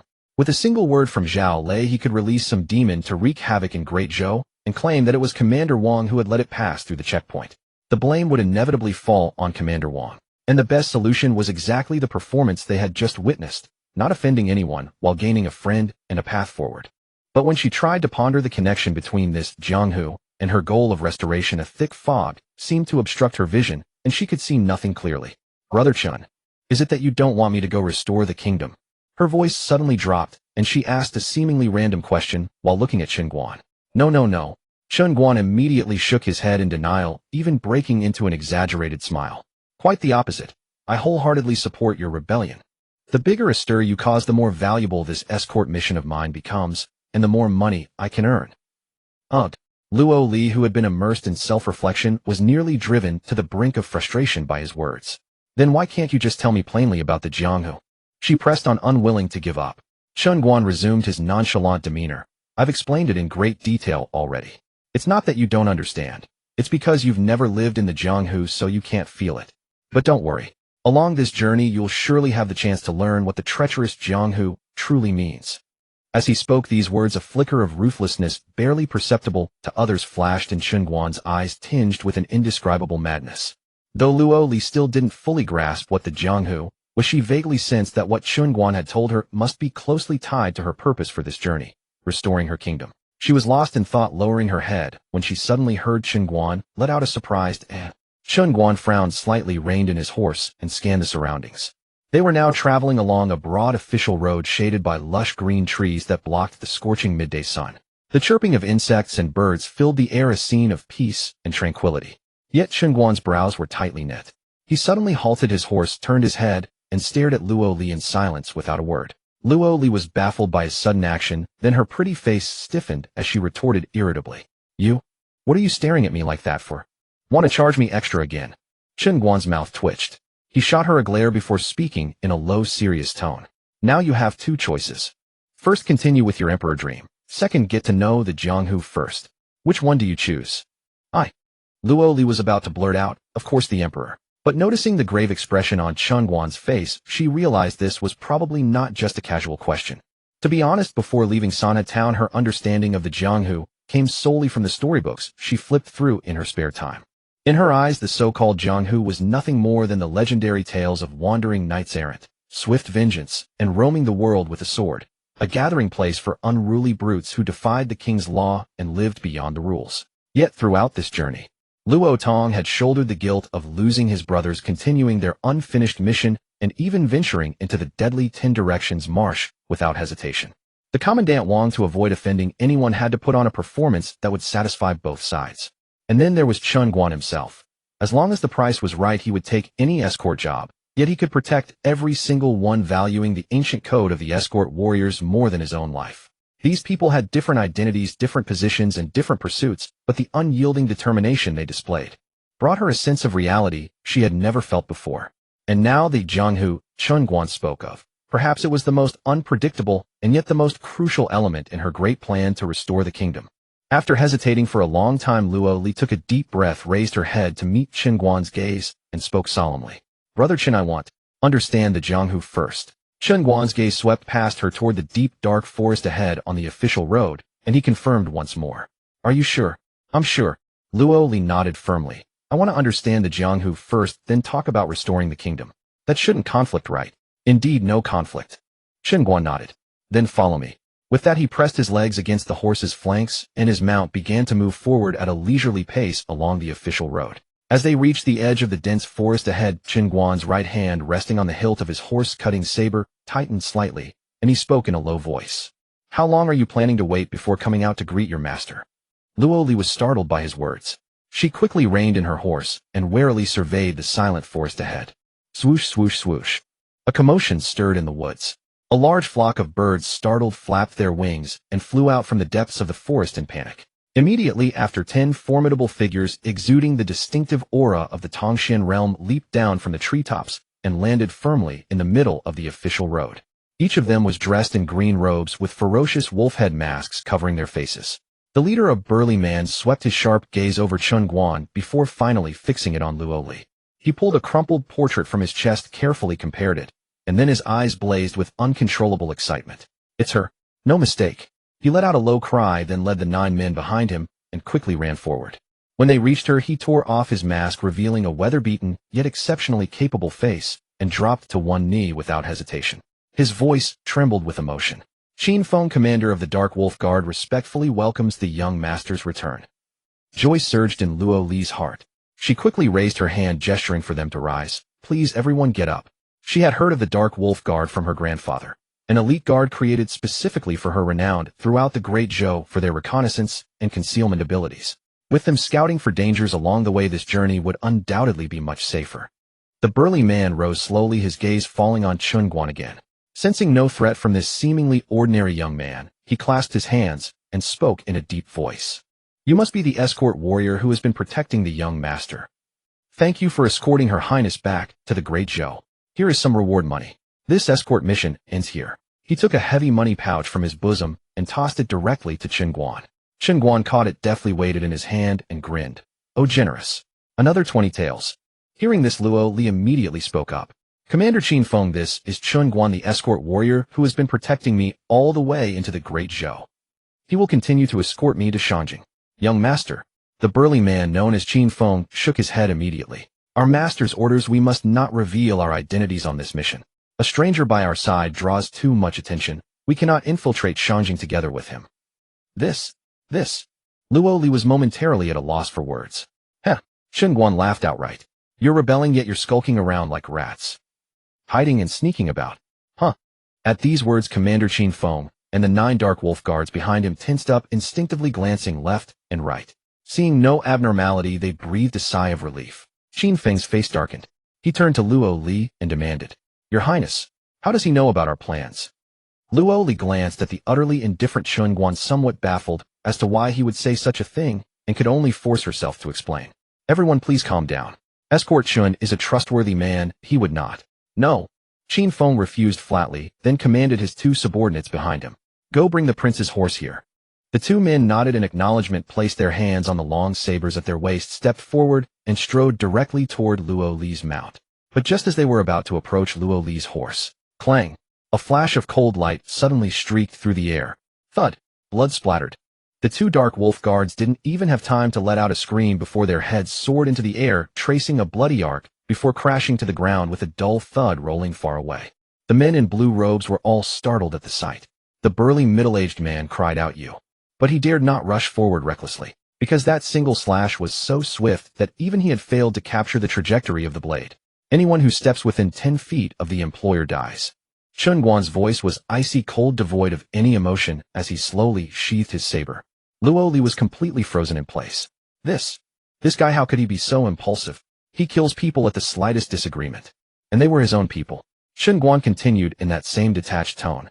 Now she is my charge. Until we reach the destination and complete the mission, anyone who approaches, I will regard as a bandit and kill without mercy. What kind of rule is that? Chen Feng's brow furrowed into a knot as he fixed his gaze on Chen Guan. That single slash, devoid of any spiritual energy fluctuation, was a pure manifestation of physical strength and speed, making it impossible for him to discern Chen Guan's true cultivation level. Could it be a legendary Purple Mansion Realm expert? A Purple Mansion Realm cultivator under 20. How is that possible? His hand unconsciously tightened on the sword at his waist, his eyes shifting wildly, and cold sweat seeped from his palms. They had been dispatched by their bureau master, traveling a great distance to receive the princess. Were they to return empty-handed? After the initial shock, Luo Li quickly calmed herself and did not speak out to stop him. Because throughout this journey, from her understanding of Chen Guan, there must be a reason behind this seemingly rash and impulsive act. After a brief moment of hesitation and weighing his options, Chen Feng forced down his fury and spoke in a low voice. Escort Chen, you are merely a hired escort. Now that the person has been safely delivered to us, the mission should be considered complete. May I ask what the escort fee is? We can pay double, no triple. The fee is not much, Chen Guan said indifferently. Her grandfather gave me a deposit of 20 silver taels. 20 silver taels. Chen Feng was momentarily stunned, then looked at Chen Guan as if he were a madman. 20 silver taels, and you dared to wade into this life-threatening trouble. This guy must be out of his mind. He sneered, pulling a gleaming gold ingot from his robe. Here is 20 gold taels, 100 times your paltry fee. Take the money and get lost. With a flick of his wrist, the gold ingot flew toward Chen Guan with a whistling sound. But the next second, Chen Guan also flew forward.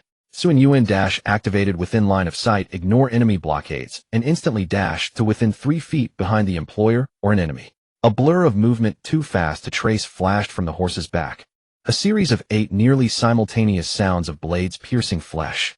Chen Feng and the 8 dark wolf guards behind him, their faces still frozen in shock and disdain, had their heads launched into the air together. Then 9 headless bodies crashed to the ground. The shadow spun in place, landed steadily before Chen Feng, and reached out to catch the gold ingot just before it hit the ground. Luo Li was utterly stunned by the bloody scene, her mouth agape, as she stared in disbelief at Chen Guan, who had returned to his horse. Have you gone mad? Chen Guan shot her a cold glare. Didn't I just say it? Anyone who approaches is considered a robber. Didn't you see that gold ingot enter within 10 feet? What if it hits you and kills you? Luo Li's face flushed with anger at his twisted logic, and she retorted, he was just giving you a gold ingot. He didn't intend to harm me. Couldn't you have let me talk to them first? Talk, eh? Chen Guan's face instantly turned cold. Let me tell you, young lady. In my eyes, you are nothing but a package. And a package can be alive or dead. As long as I deliver you, I can complete the mission. Luo Li trembled with fear, a chill running down her spine. No. Luo Li suddenly realized that Chen Guan's words, a package can be dead, were not a threat, but a cold statement of fact. She understood that if she were killed on the road, he could still deliver her corpse to Shanjing City. That would tarnish the escort's reputation, but the mission would still be considered completed in a sense. Could it be that these people were problematic? Her gaze shifted to the corpses on the ground. Only when she calmed down and thought carefully did she notice many suspicious points. She was supposed to be their future mistress, yet they had shown her no respect from the start. Their every word and action mechanically followed the orders of that mysterious bureau master, without any consideration for her feelings. Luo Li's face turned cold. She suddenly recalled that Chen Guan had asked her earlier whether she would choose the Emperor's Dream or the Jianghu. Brother Chen, are these people problematic? Chen Guan shook his head. I don't know if they are, but I know that they were so tense just now that I detected fluctuations in their aura. Luo Li's face grew cold. Wasn't that obviously wrong? She was their mistress. They should be excited to see her, so why were they nervous? And nervous enough to cause aura fluctuations. Unless they were hesitating whether to assassinate her. Chen Guan paid her no more attention, weighed the gold ingot in his hand, and then tucked it into his bosom with satisfaction. He walked over to Qin Feng's corpse, bent down, and pulled out a worn, tattered portrait from his robe. When Chen Guan unfolded it and saw the bold, flowing characters, "Wanted poster," his face alternated between red and black, shifting dozens of times in an instant. He stood there scratching his head, his eyes filled with inner turmoil. Sensing something was wrong, Luo Li quickly dismounted and leaned in to look. With just one glance, she saw the line that made her heart stop. Wanted Luo Li, remnant of the former dynasty. Reward 1 million silver taels. Her heart lurched, and her entire body went rigid. Just then Chen Guan turned his head, his gaze scanning her from head to toe, as if appraising a rare treasure. Brother Chen. Let's talk this over. Luo Li panicked, her voice stammering. I also. She wanted to say she could add more money, but opening her mouth, she found no words. How could she add 1 million silver taels? That was the expenditure of a 1,000,000-strong army for several years. No matter how you added it up, it wouldn't surpass that figure. This sum of money, let alone spending it for a lifetime, could in any region make a person a local magnate and establish a family that could thrive for 3 generations without decline. Chen Guan truly hadn't expected that this wretched girl would be worth so much. 1,000,000 taels. He wrestled with his thoughts for a good while, then took a deep breath, forcibly suppressing the greed surging in his heart, preparing to give her a chance. You'd better hurry up and add more money quickly. I'm about to lose control. Luo Li was stunned for a moment, then her survival instincts kicked in, and she nodded frantically like a chicken pecking at rice. I'll add 500,000 taels, but I can only think of a way to give it to you after I arrive in Shanjing City. When she mentioned this deadline-bound figure, her pretty face flushed, and she quickly explained. Although it's a bit little. But you must understand, even if you completed the mission, you might not be able to collect this bounty. Moreover, you'll face the frenzied retaliation of my uncle and his men. When Chen Guan saw that she was willing to offer a 50% discount, the discomfort in his heart slowly receded. He quickly averted his gaze, afraid that if he looked any longer he would really be unable to resist tying her up and exchanging her for money. Ding.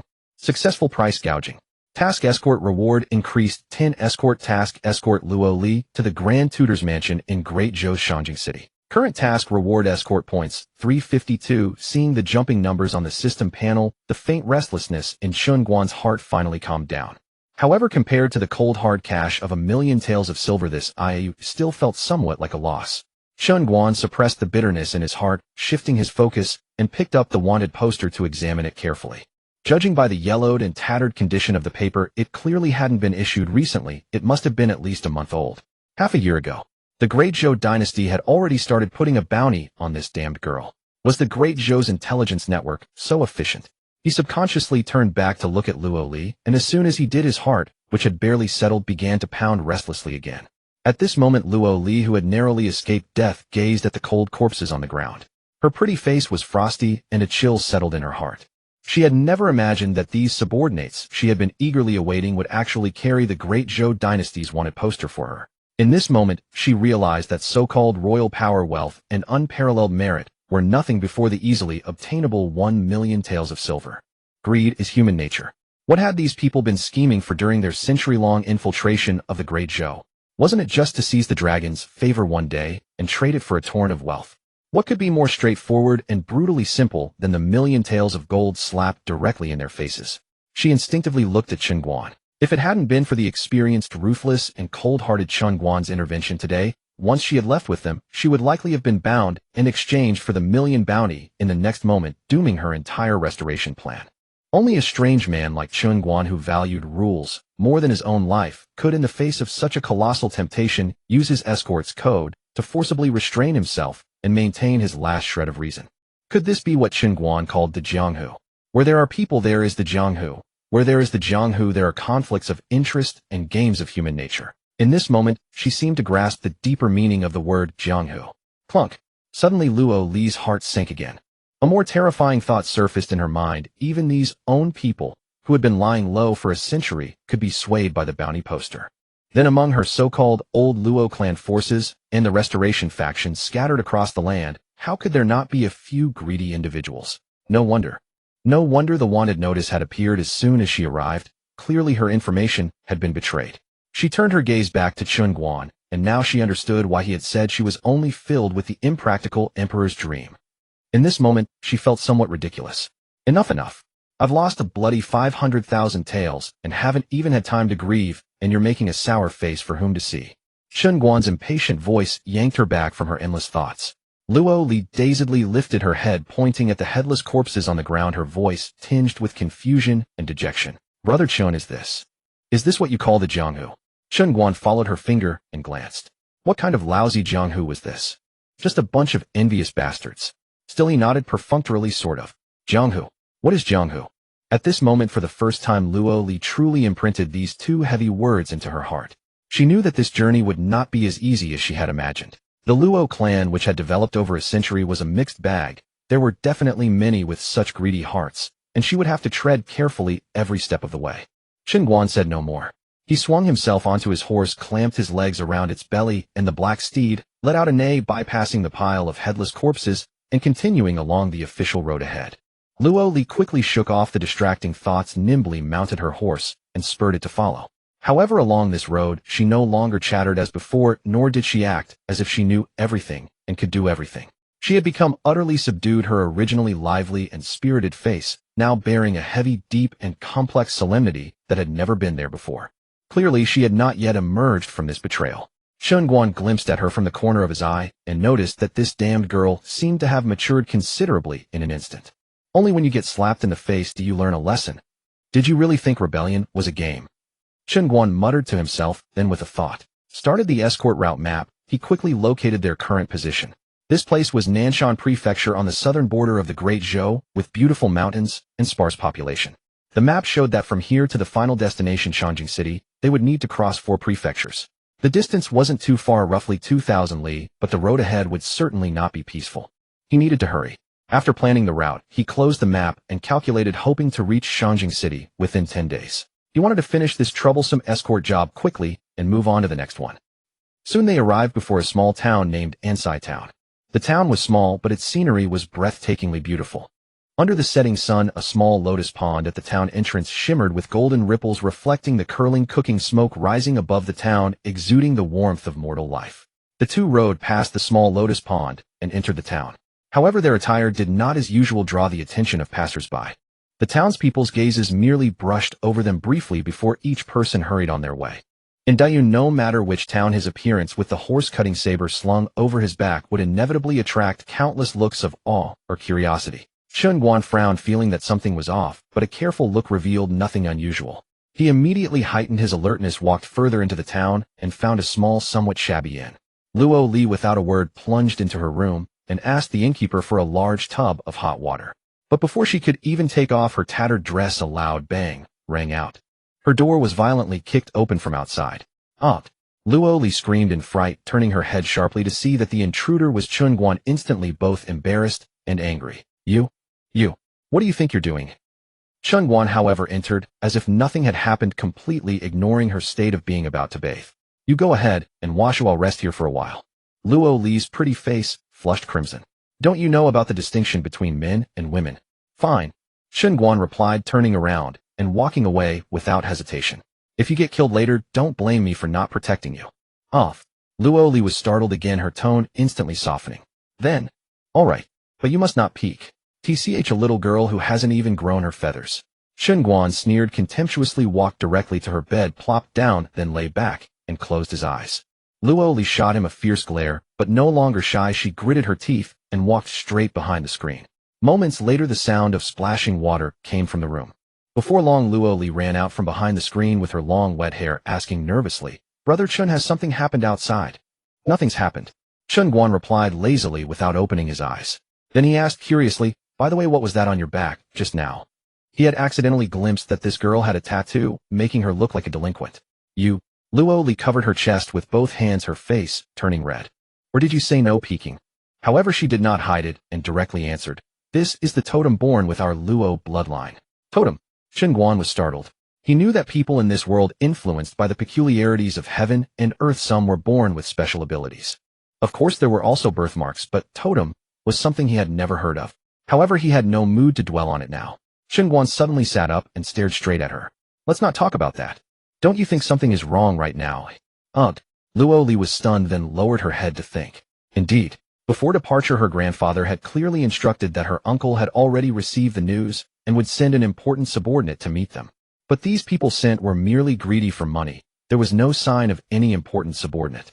Chen Guan stroked his chin, thought for a moment, then suddenly said, "What if your uncle was just wiped out by the dog emperor of Great Zhou? So his men turned traitor and took the chance to make a fortune."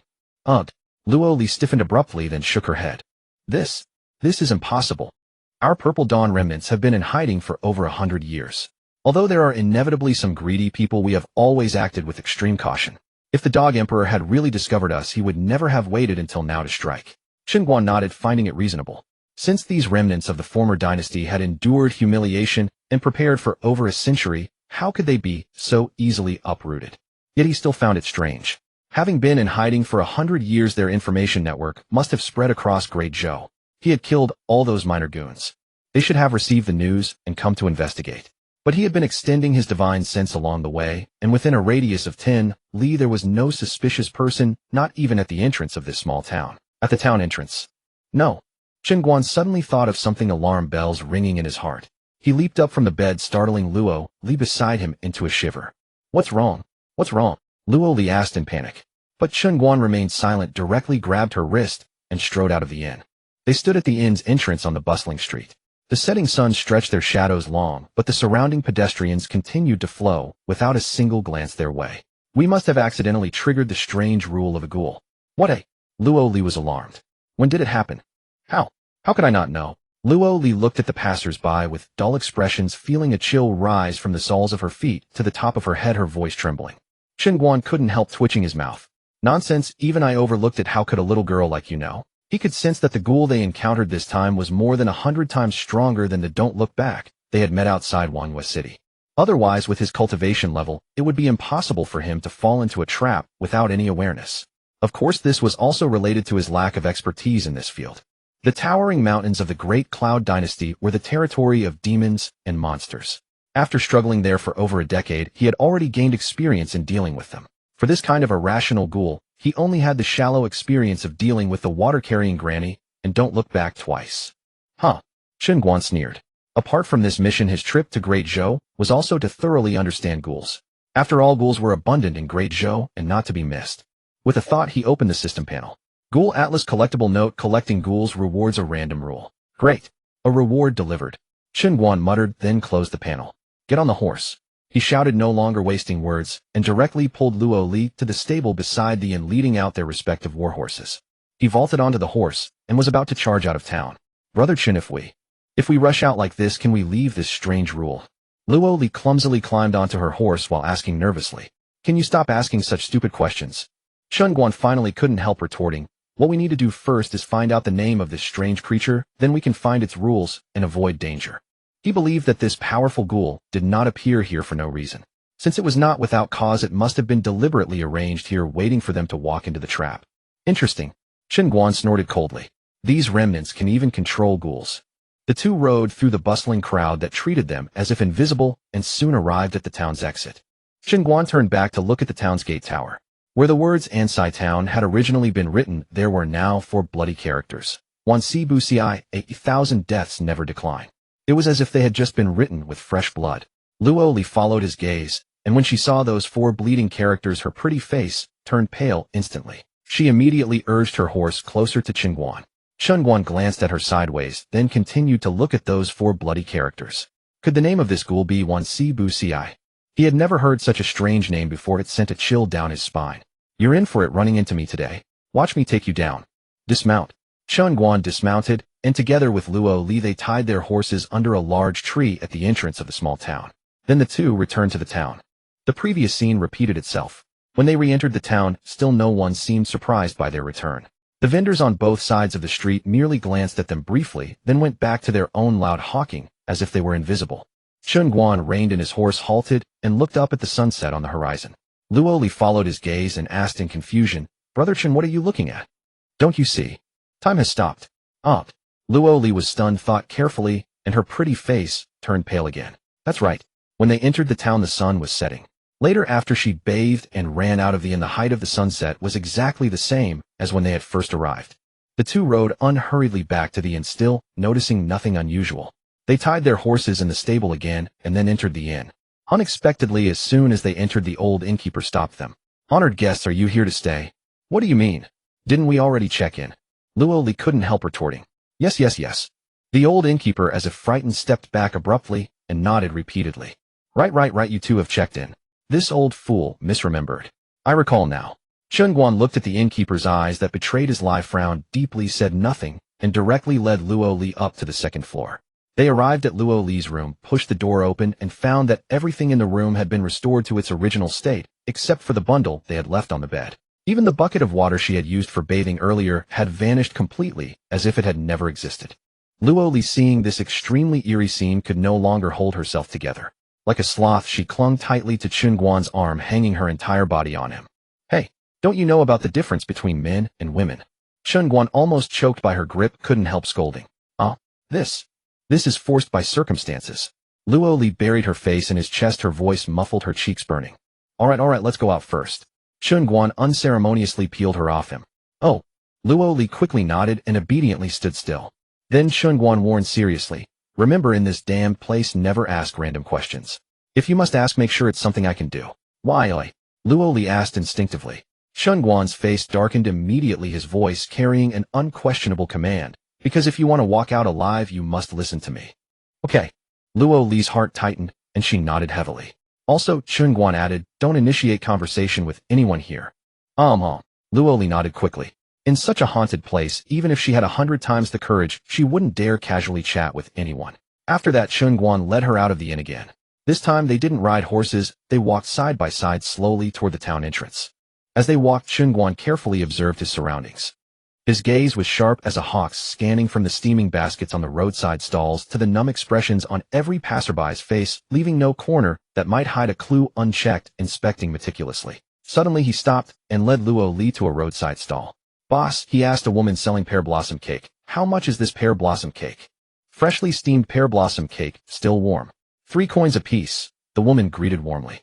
Luo Li looked at the translucent, sweet-smelling cake, instinctively reached out, then thought of something, and quickly withdrew her hand. Chen Guan looked at the woman expressionlessly. 1 coin apiece deal. Sell. To Luo Li's astonishment upon hearing this outrageous haggling, the woman not only didn't get angry, but beamed with joy and nodded repeatedly. The woman swiftly took out a clean piece of oil paper, carefully picked up a piece of pear blossom cake, and handed it over. Chen Guan directly took a copper coin from his pocket, placed it in her hand, and accepted the cake. Luo Li was stunned. How good was he at bargaining? Something worth 3 coins, he cut it down to 1, and the other party was so happy. Next, Chen Guan, holding the pear blossom cake, led Luo Li to the next stall. Uncle, he asked an old man guarding a bamboo cage, how much is this chicken? Honored guest, these are prime reed chickens, 30 coins, each, every one a full 5 caddies. Pick anyone you like. The old vendor immediately introduced enthusiastically. Chen Guan directly extended the pear blossom cake. I'll trade this freshly steamed pear blossom cake for 1 chicken. Deal. The old man's eyes lit up at the sight of the pear blossom cake, and the wrinkles on his face bloomed into a smile. Swap. Of course. Ugh. Luo Li was completely baffled by Chen Guan's actions. Was this old man an idiot? A piece of pear blossom cake worth at most 3 coins traded for a live chicken worth 30. Doing business like this, he'd lose his shirt. Chen Guan, without changing expression, handed the cake to the old man and casually grabbed the fattest rooster from the bamboo cage. The rooster held in his arms was still clucking loudly, appearing exceptionally lively. Having done all this, Chen Guan didn't continue wandering. He simply carried a big rooster, leading a stunned Luo Li, and walked straight to the tall gate tower at the town entrance. Arriving under the gate tower, Chen Guan again looked up at the 4 blood-dripping large characters on the gate tower. Wan Si Bu Si, willing to die 10,000 times without hesitation. The 4 characters began to drip blood drop by drop, like some kind of countdown. Chen Guan stood motionless, his gaze deep, as if contemplating something. Luo Li, sensing the eerie atmosphere, anxiously tugged his arm. Brother Chen, these 4 characters, what's different about them? Nothing different, Chen Guan shook his head. Then, is the solution to break the spell on these 4 characters? Luo Li stared at the 4 large characters and asked tentatively. Chen Guan nodded. Then he asked, so which of these 4 characters do you think is problematic? Luo Li carefully studied the 4 characters, pondered for a moment, then said, Wan Si.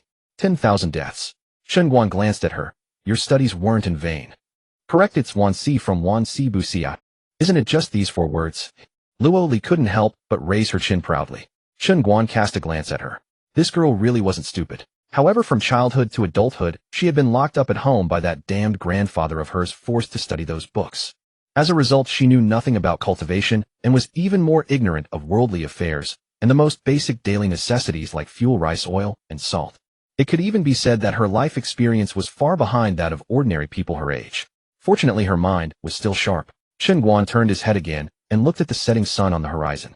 He noticed that nearly 2 hours had passed, yet that blood-red sun was still hanging in the same spot, motionless.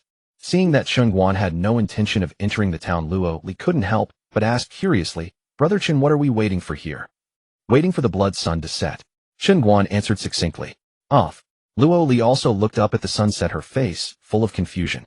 But, isn't time frozen? It's just that the time you see is frozen. Chen Guan crossed his arms, stepped on the rooster, and leaned against the stone wall under the gate tower. Don't ask too many questions, just wait.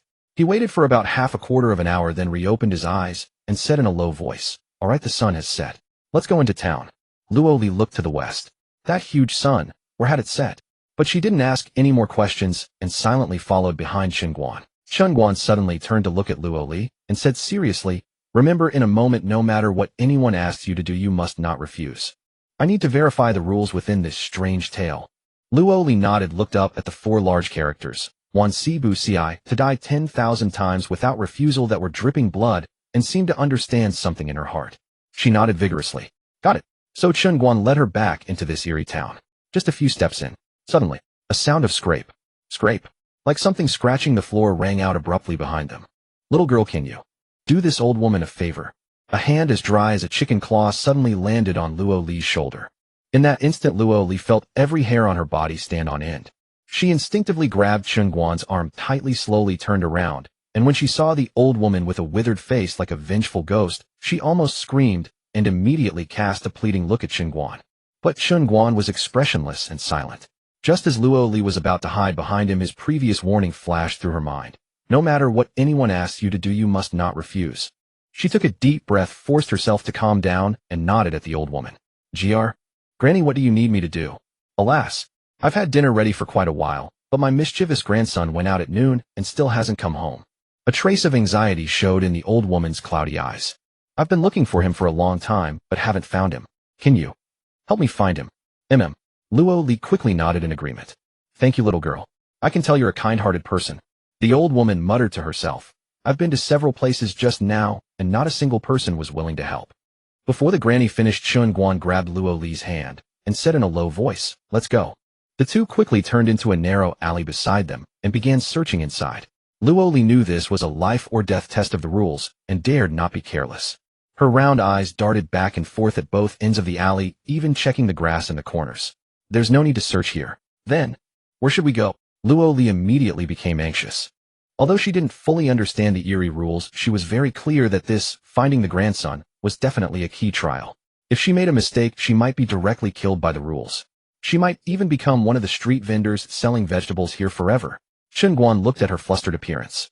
Was this really the material for a rebellion? Sighed. Chen Guan couldn't help but shake his head inwardly. But then he thought if she were truly adept in all aspects, how could she have been so easily drawn into this world of danger? Now think carefully. What habits do children have? Where do they usually like to play? This question really stumped her. Since she could remember, every day she had been holding books and reading. The occasional entertainment was just admiring flowers and feeding fish in her own courtyard. How could she know what children like to play? Chen Guan saw through her embarrassment at a glance and directly took her hand. "Follow me." The two wandered through the alleys and soon arrived at a small lotus pond. From a distance, they could see two children playing and frolicking by the pond. Chen Guan immediately reminded her, "Go ask them. Remember, you must ask about things they can know and do not about things they cannot." But the ultimate goal is to find out the whereabouts of Granny Wang's grandson. Luo Li nodded heavily and mustered up the courage to walk over. She asked the little girl with the sky-high ponytail, "Little sister, do you know where Granny Wang's grandson is playing?" Granny Wang's grandson. The little girl scratched her head, thought carefully, and then shook her head. "I don't know. He was playing here yesterday, but it seems he didn't come today." Luo Li subconsciously glanced at Chen Guan beside her. Seeing no reaction from him, she knew that this trial could only rely on herself. She then looked at the little boy with a runny nose next to the little girl. "Little brother, do you know where Granny Wang's grandson is?" The little boy, like the little girl, scratched his messy hair and thought for a long time, then also shook his head. "He was playing mud with me at noon today. I don't know where he went now." Luo Li panicked. What should she do? Although she was flustered with Chen Guan by her side, she didn't completely lose her composure. She forced herself to calm down and began to quickly review everything she had seen and heard since entering the town. After all, she was someone preparing to rebel. She did have a brain, as she just didn't know how to use it usually. People are forced to develop under pressure. Driven by this, her little mind began to work at high speed. Soon she found the logical flaw behind all the anomalous phenomena along the way. And the key to this flaw was a piece of pear blossom cake that Chen Guan had bought for 3 coppers earlier. Then he used that cake to exchange for a chicken. The eerie flaw in this was the outrageous haggling. He haggled to the death, yet the vendors not only were not angry, but accepted with a smile. What did this mean? It meant that those people were not unwilling to refuse. They were unable to refuse. Once this thought struck her, she immediately recalled the 4 blood characters on the gate tower. Wan Si Bu Si. Wan Si meant dying 10,000 times. Bu Si meant never refusing. Together it meant that even if it required dying 10,000 times, I would never refuse your request. Her eyes instantly lit up. She finally understood why no one dared to refuse when Chen Guan haggled. It was because in this damned place they simply could not refuse. Once refused, one would die. Immediately after, she looked up at Chen Guan with admiration. He was so clever. With just a single turn around the town, he had already uncovered the core rule of the eerie presence. And that rule was Wan Si Bu Si. Even if one died 10,000 times, one must not refuse. Even if one died 10,000 times, one must still carry it out. Having figured out the logical loophole, Luo Li hesitated no longer and immediately commanded the 2 little brats before her. "You two go find Grandma Wang's grandson and bring him to me at once." The 2 kids' big eyes rolled around, and they exchanged a knowing smile before nodding eagerly. "All right, sister. Wait for us here. We'll check the places he usually plays." Before long, the 2 children came running back, dragging along another little brat with a runny nose and a dazed expression. As soon as the little kid saw Luo Li, he blankly reached out a hand to tug at her sleeve, mumbling incoherently, "Sister, you." Seeing this, Luo Li didn't let him finish, and following Chen Guan's earlier hint, she issued her command decisively. "Go home right now. Your grandmother is worried to death." "Oh." The kid was about to say something, but with that command the rest of his words got stuck in his throat. He only nodded blankly. Chen Guan nodded inwardly. This girl, once she applied herself, her mental agility far exceeded ordinary people. Good thing he hadn't let the kid continue speaking. Afterwards, they turned and led the child toward the town's main street. However, Chen Guan deliberately slowed his pace along the way, never daring to look directly at the blood-red sun hanging in the sky. Luo Li also noticed this detail and wisely didn't ask. She knew that Chen Guan was surely searching for the true way to break this bizarre rule. Soon they reached the street corner and saw Grandma Wang still leaning on her cane sitting alone on a stone block. Luo Li stepped forward and handed the little child over to her. "Little girl, your heart is truly kind." Grandma Wang's withered face broke into an eerie smile. "Alas, this old woman has lived in this Wansi town for decades, and I've never seen a girl as kind-hearted as you. You might not, Grandma." Before she could finish, Luo Li spoke up. "The sky is getting late. You'd better take him back to rest early." "All right." The old woman swallowed the rest of her words. Then, smiling, she took her grandson's hand and walked into a pitch-black alley beside them, disappearing from view. Chen Guan nodded in satisfaction, then quickly pulled Luo Li and hurried toward the town's edge. When they once again stood beneath the city gate engraved with Wansi, Luo Li finally let out a long sigh of relief. She immediately grabbed Chen Guan and asked eagerly, "Brother Chen, just now, did I just evade a lethal strike from the rule?" "Yes," Chen Guan nodded. "Then can we use this rule to get out of this bizarre tale, eh?" Luo Li asked excitedly, her eyes sparkling. Chen Guan only gave her a cold glance. "You're thinking too simply." "Huh?" Luo Li was taken aback. "Isn't it so? What you said is correct. To break the rule of this bizarre tale, you must first utilize its rule." Chen Guan turned around, facing the setting sun hanging at the edge of the sky. "But have you ever wondered why this eerie presence suddenly appeared here?" "Well," Luo Li began to think quickly. Soon she seemed to recall something. Originally, there was also a trusted subordinate of her uncle's who was supposed to meet her, but that person had not returned yet. Her delicate brows knitted tightly, and her expression gradually turned cold. How outrageous! Chen Guan was startled by her sudden, queenly aura. Then Luo Li let out a cold snort. "I, a princess, risked my life to come here, and they still dare to test me. Not a fool after all." Chen Guan praised her inwardly. This strange rule must have been set up by the group who were supposed to receive Luo Li. Its main purpose was to test her.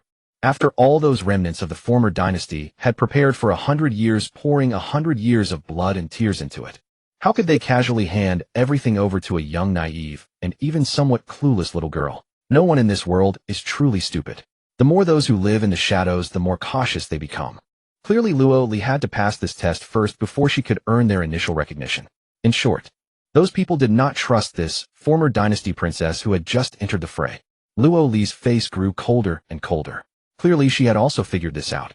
She realized that those people didn't trust her, rather they required her to possess a certain capability before they would entrust her with the 100-year foundation they had prepared. Chen Guan didn't continue this topic. He knew that the girl's current way of thinking was still built on the art of emperorship. She viewed every problem from the perspective of power and checks and balances, and hadn't yet deeply understood what human nature truly was nor what the real Jianghu meant. "Alright, so this is the task those people arranged for you. Tell me, what's your approach to cracking this bizarre rule, eh, Brother Chen?" Luo Li looked at Chen Guan again, tentatively asking, "Is the key to breaking the situation those 4 characters, Wansi Buxie?" Chen Guan nodded, confirming her guess, and added, "I'll give you 2 more key pieces of information. First, this town is divided into the realms of yin and yang." "Huh?" Luo Li was stunned. She only knew that here she couldn't refuse and must comply deathlessly. But what the hell were these yin and yang realms? Chen Guan turned around and gestured with his chin toward the small lotus pond at the town entrance that they had passed earlier. "Take a good look at that pond." "Oh." Luo Li obediently looked over. The small lotus pond shimmered with ripples reflecting the setting sun and clearly mirrored the shadow of the city gate tower behind them. It looked quite beautiful. However, she knew Chen Guan hadn't brought her here to appreciate the scenery. But after staring for a long time, she couldn't spot anything unusual, so she turned her head and looked at Chen Guan with a puzzled gaze. "Remember what you see now," Chen Guan said calmly. "Wait for half a quarter of an hour." And so he made Luo Li stare intently at the pond for a full half hour. Only then did Chen Guan remind her again, "Now take another look." Luo Li looked at the pond again, and the next second her face paled and her lips began to tremble. The reflection of the blood sun is gone from the pond." Chen Guan nodded, his expression grave as he explained, "That's right. Listen carefully. When the blood sun's reflection is present, that is the yin realm, a phenomenon also called water mirroring evil. And when the reflection of the setting sun is absent, that is the true world we need, where the sky is the yang realm. In the yang realm, we can freely enter and leave the town, and we can order the villagers to do anything. They cannot refuse, nor will they refuse. But once we enter the yin realm, the moment we step into the town, it becomes their turn to make us do things. Everything we do becomes a life or death trial. If we fail to complete a task or refuse a request, we will be directly erased by the rule and become part of it." Luo Li's brows knitted tightly upon hearing such an unprecedented and bizarre rule. Isn't this dragging a ghost story into reality? She murmured to herself. No wonder they say the specters are among the most terrifying and inexplicable of curses. Killing without trace impossible to guard against.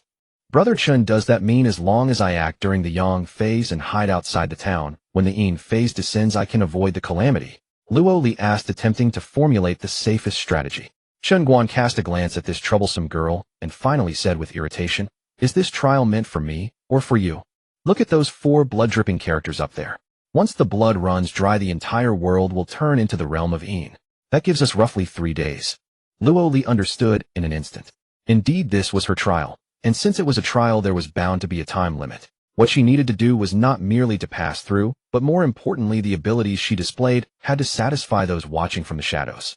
As long as she grasped this core insight, she would surely find the true method to break these rules. She began to ponder deeply. 1,000 deaths without hesitation, to die 10,000 times, and yet never refuse, never give up. If this phrase were placed within the context of sovereign power, it would mean absolute allegiance.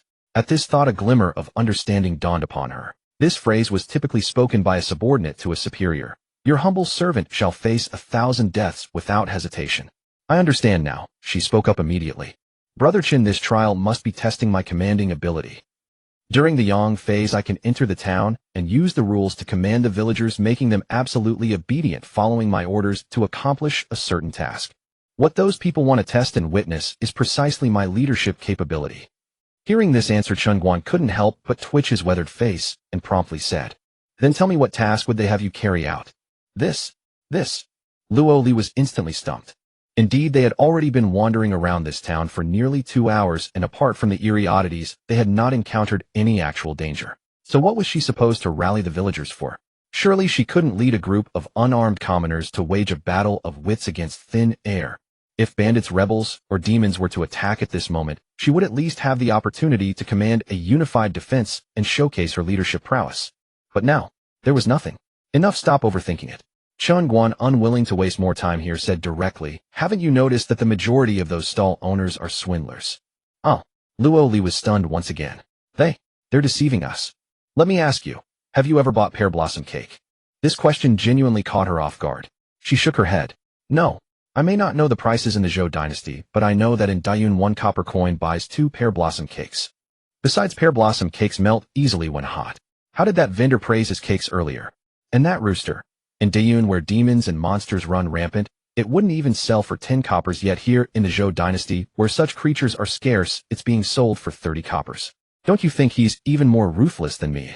Isn't that pure price gouging? In this world, copper coins were not merely currency. They carried the warmth of mortal life, and were called year coins, said to possess the power to ward off evil. Chen Guan continued, "And take this chicken. It weighs less than 4 jin, yet he insists it's 5. Don't you think these merchants keep exaggerating and deceiving people, eh? And that innkeeper, we'd already paid him, yet he still tried to extort more money from us. Didn't you notice that's the classic behavior of a big establishment bullying its customers?" Luo Li was stunned yet again. Over the years, she had rarely gone shopping. Even on the occasional outing, she was always surrounded by attendants who handled the payments. When had she ever paid attention to such prices? Chen Guan took a deep breath and continued. 1,000 deaths without hesitation means that even if completing this task required dying 10,000 times, one would never refuse. But that applies only to ordinary people, to subordinates serving their superiors or lords. But for you, Chen Guan suddenly turned his head, his gaze sharp as lightning, piercing straight into the depths of her heart. For someone about to become an emperor, the meaning of this phrase changes entirely. 1,000 deaths without hesitation. An emperor, in order to accomplish this goal, would sacrifice the lives of 10,000 people and exhaust the entire empire's wealth, all without a moment's hesitation. That too is called 1,000 deaths without hesitation. The words remain the same, 4 characters. But once your identity changes, the meaning shifts from sacrificing oneself to sacrificing the world. Upon hearing these words, Luo Li's face turned deathly pale. She understood. She fully understood Chen Guan's meaning, and she understood the true purpose of this trial. She needed to enter this town during the yang phase and establish order through killing 1,000 deaths, using 10,000 lives to establish a decree of no refusal. That is to make everyone dare not deceive, dare not defy the town's laws ever again. In other words, what she needed to do next was to kill all the profiteering merchants in this town, eradicate all the hypocrisy and deception, and establish an ironclad rule of integrity as the foundation for this town that appeared prosperous, but was in truth already rotten to the core. In short, this task demanded that she use 10,000 lives to establish a rule for this small town. That was what 1,000 deaths without hesitation meant for her. This was forcing her to kill. What? Troubled by it, Chen Guan stared at her conflicted face, his voice icy cold. Luo Li hung her head low, her small fists clenched until her knuckles turned white, her face contorted with pain and inner turmoil. In this bizarre realm's rules, the townsfolk were merely part of the rule's manifestation, not living human beings. Yet they could feel pain, they had emotions, they could laugh and cry, and they would beam with joy over earning 1 extra copper coin. And she too was a person of flesh and blood. She had never even killed a chicken with her own hands in her daily life, and now she was being asked to slaughter thousands upon thousands of people. How could she possibly bring herself to do it? Seeing her irresolute and weak-willed demeanor, Chen Guan immediately snapped at her with disdain. With such a disposition, you still want to raise a rebellion. I suggest you pack up and head back to Sanhua Town right now, and continue playing the role of the young lady. A single general's glory is built upon 10,000 bones. Don't you understand this principle? Let alone an emperor. The path to emperorship has never been a lone charge on horseback. It is a stairway to heaven paved with the flesh, blood, bones, and wealth of countless people. The sacrifices are not merely 10,000 bones. They are the price of millions, tens of millions, even billions of living souls. In truth, there was one thing Chen Guan had never been able to figure out. This young girl before him. In terms of temperament, she had it. In terms of intellect, she had it, as she had been systematically trained in the art of rulership since childhood. Yet she had never so much as stained her hands with a single drop of blood, nor had she ever been touched by the dust and smoke of the mortal world. What she had learned was the slaying of dragons from books, a castle in the air armchair strategy, pursuing an age of peace and prosperity that could never exist in this chaotic era. In plain terms, she was completely detached from the Jianghu that this turbulent world should have demanded, having lived her entire life within a world meticulously woven for her. What she lacked was the decisiveness forged through struggling and grappling in the Jianghu, and even more so the ruthlessness that could only be forced out when teetering on the edge of life and death. Someone like her might serve well as a strategist orchestrating plans from behind the scenes, but as an emperor who expands territories and makes ruthless judgments of life and death, that would be a colossal joke. But Chen Guan also knew that these were words he could not speak aloud, and even if he did, she likely wouldn't listen.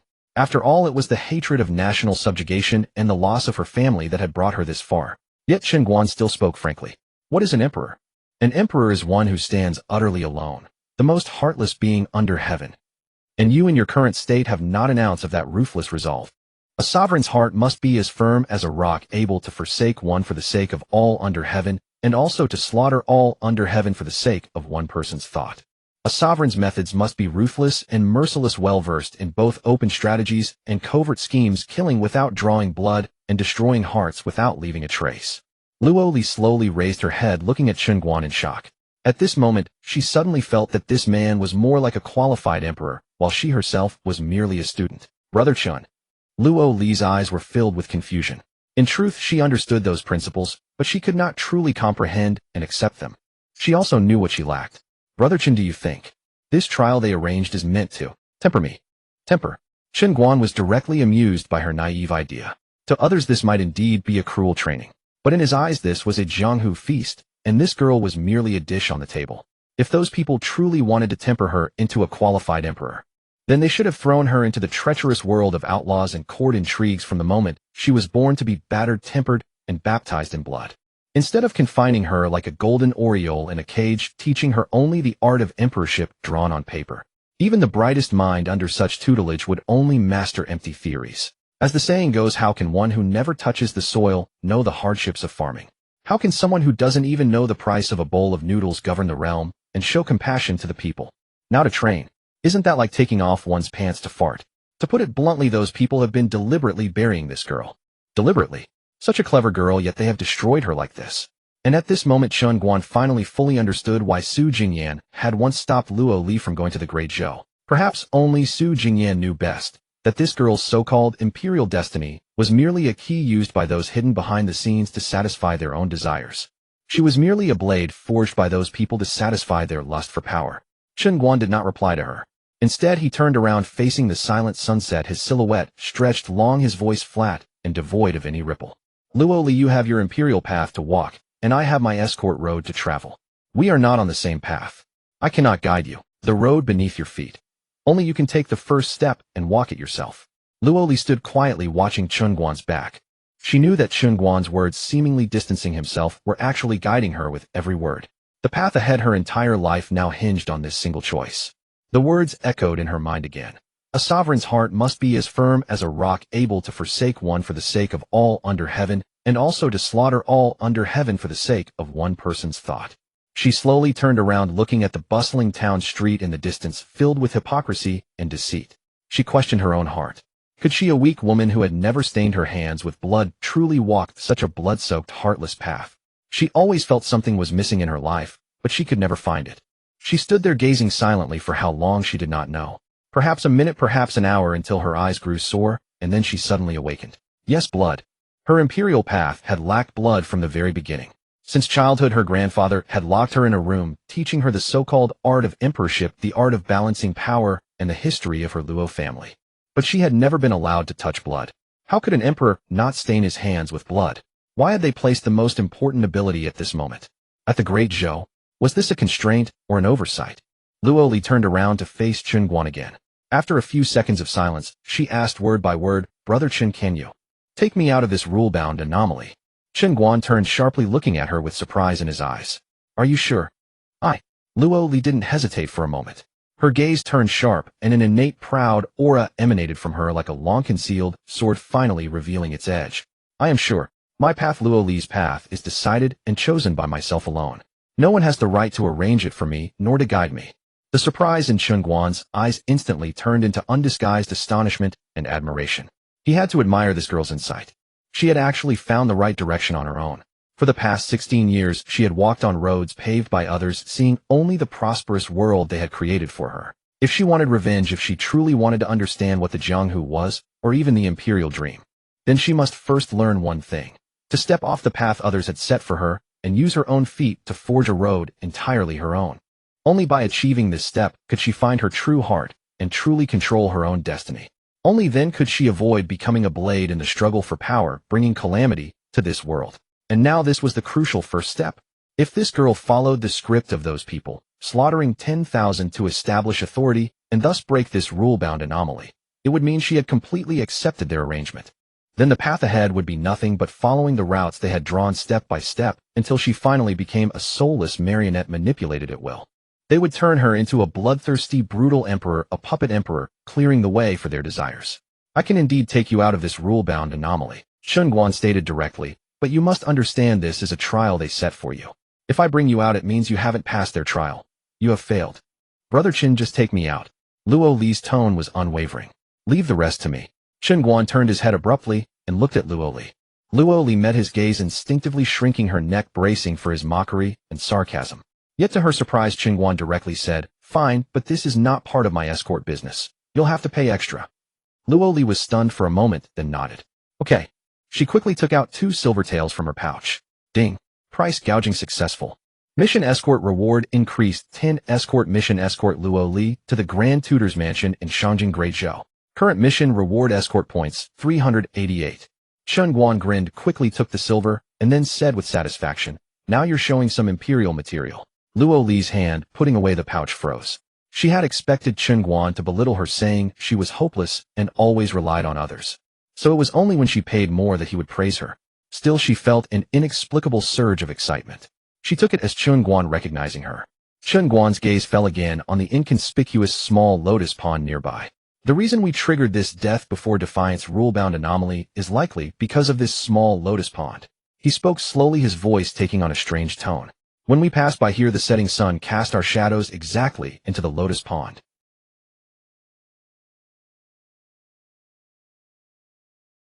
So to counter the rules, we must first follow them. Since it personally brought us, and I will have it personally send us out again. That befits our status." Luo Li did not understand cultivation and couldn't grasp these esoteric concepts, but she could sense Chen Guan's temper. The one who set these rules is likely in for big trouble. She didn't interrupt, just opened her eyes wide, listening intently. Chen Guan continued, "Earlier I told you that this town is divided into Yin and Yang realms. In the Yang realm, it's your domain. You can order them to do anything, and they cannot refuse, right? Doesn't that mean that if I enter the town during the Yang realm, I can command them to find a way to send us out?" Luo Li immediately extrapolated. "Your mind, it really can't handle praise. Chen Guan gave her a disdainful glare. Ugh. Luo Li was taken aback. Chen Guan emphasized, I told you we can only be passively sent out by them, not by following its rules. You the future empress being led by the nose. Don't you find that shameful? Luo Li pouted awkwardly. Chen Guan looked toward the town and said calmly, ghostly rules love to play with yin-yang reversal and blurred reality. In the yang realm it seems like our domain full of vitality, but it is actually the death gate. Any active action will deepen entanglement with the rules. The true gate of life lies precisely in the eerie and terrifying Yin realm. Yin realm. Luo Li's expression shook. Luo Li thought carefully, suddenly understood, and her eyes lit up. Brother Chen, do you mean we can only enter the town during the Yin realm time and exploit their rule loopholes while they force us to execute tasks? That's more like it. Chen Guan nodded, a hint of relief in his eyes, then added, wait until dark. He looked again at the setting sun about to sink below the horizon, a faint sneer curling at the corner of his mouth. You drag me into your rules to play games. Fine then, thank you for giving me a Wanxi Buci. Meanwhile, outside the rule horror story, Wanxi Town. Now it should be said the real world's Wanxi Town. At the eastern end of the town, there is a small temple. The small temple was built from unknown gray-white stones. To one who often dealt with bones and corpses, it would be immediately apparent that this temple was constructed from thousands upon thousands of human bones. Thick moss grew on the roof tiles, forming faces of pain, twisted and struggling. Yet despite its strangeness, the temple never lacked incense and worshippers with a ceaseless stream of pilgrims. Even more bizarre, the door lintel was bare, without any plaque or name. The townsfolk had grown accustomed to calling it the Sign Temple. Legend said that as long as one devoutly kowtowed and made a great vow, the gods in the temple would help them fulfill it with Wanxi Buci, never refusing even unto death. At this moment, in a side room on the east side of the small temple, an old man sat cross-legged, withered. This old man was the master of the Xian Temple. The townsfolk knew nothing of his past or origins. They only knew that from as far back as they could remember, an old man surnamed Ci had always lived in this temple. Everyone in the town affectionately called him Grandpa Ci. Creak. The door was gently pushed open. In walked a man and a woman, followed by a scholar holding a folding fan. The man was exceptionally burly, with knotted muscles like a bear standing upright. A hideous scar ran from the corner of his mouth to behind his ear, adding a fierce and brutal aura. The woman, though appearing barely over 20, had a mature, curvaceous figure, exuding a wild allure from head to toe. The true leader was the last one, a scholar dressed in a Confucian robe, looking gentle and refined. He had a face like jade, a refined temperament, and gently waved a white jade folding fan like a scion of a scholarly family. This man was named Zhang Guan. Mention this name, and few in the martial world might recognize it. But if one mentioned his other alias, the Fatal Scholar, even a 3-year-old child would be scared into silence, and many martial heroes would suffer sleepless nights haunted by nightmares. He was one of the 4 dreaded elders of the underground organization, Tian Hall, within the Great Zhou dynasty, specializing in bizarre assassinations, the Fatal Scholar Zhang Guan. He shook his fan, bowed slightly to the withered old man before him, and asked with a smile, Elder Ci, how are things inside? The withered old man, known as Grandpa Ci, slowly opened his eyes. Strangely, his eye sockets had no pupils, only a murky gray-white, like 2 cloudy glass beads. He looked at Zhang Guan with those hollow eyes, his voice tinged with doubt. Wasn't it agreed that 10 people would enter Wanxi? Yet I only sensed 2. 2 people. Zhang Guan's fan abruptly stopped.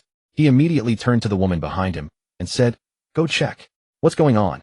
Didn't the contact meet the Highness? The burly man clasped his fists without any hesitation, immediately turned and withdrew. Zhang Guan continued, asking, How is the cultivation of those 2? Elder Ci gave a ferocious smile. The Highness is only at the Xiantian realm. However, the other one I can't quite see through him. But from his qi and blood, he seems no older than 20.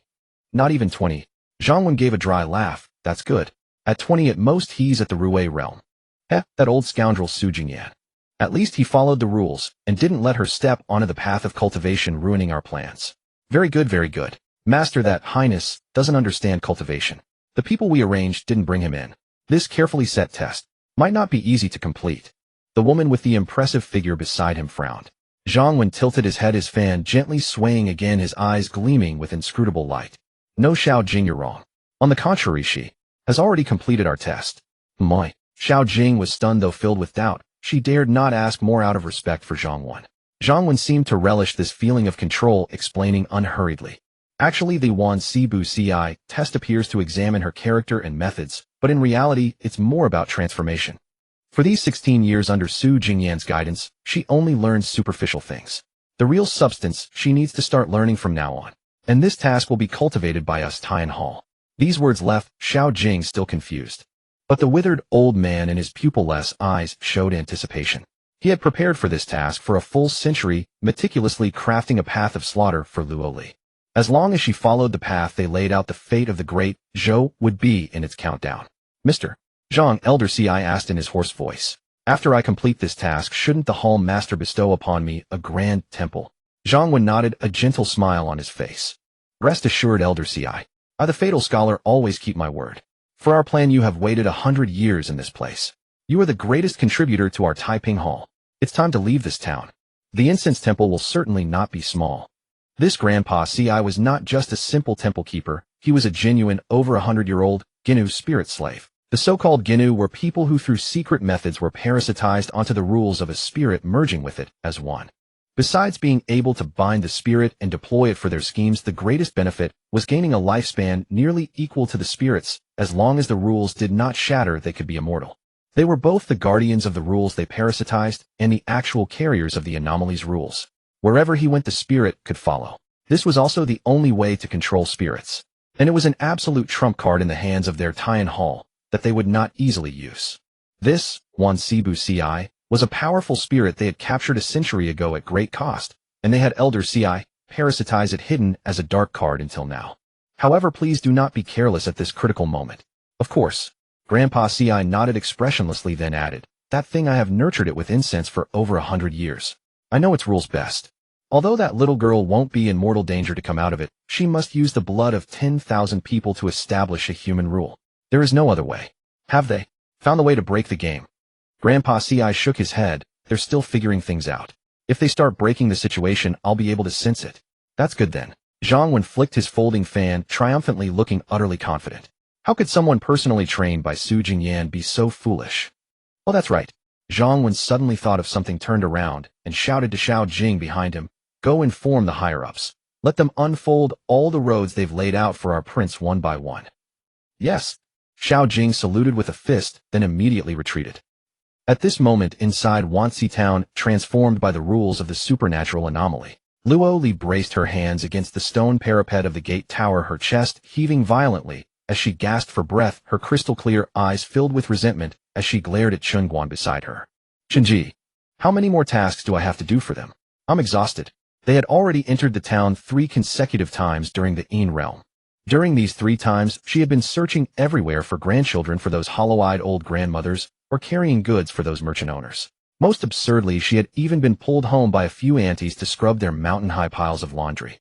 Not only could she not refuse these tasks, but she had to do them well. But this fellow, he showed not a shred of chivalry. He simply stuffed his hands in his sleeves and followed behind her like an overseer watching her work.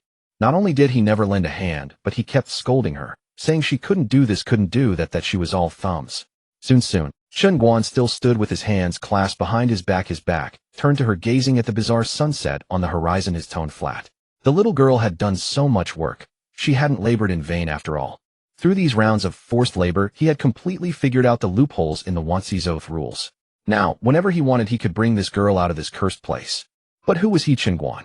He was an escort warrior. The path he walked made spirits and demons scatter. If he didn't subdue this ghostly thing, how could he continue in this trade? Moreover, in all his history, he had only encountered 2 malevolent spirits, and had never actually subdued one, never received a reward from the system.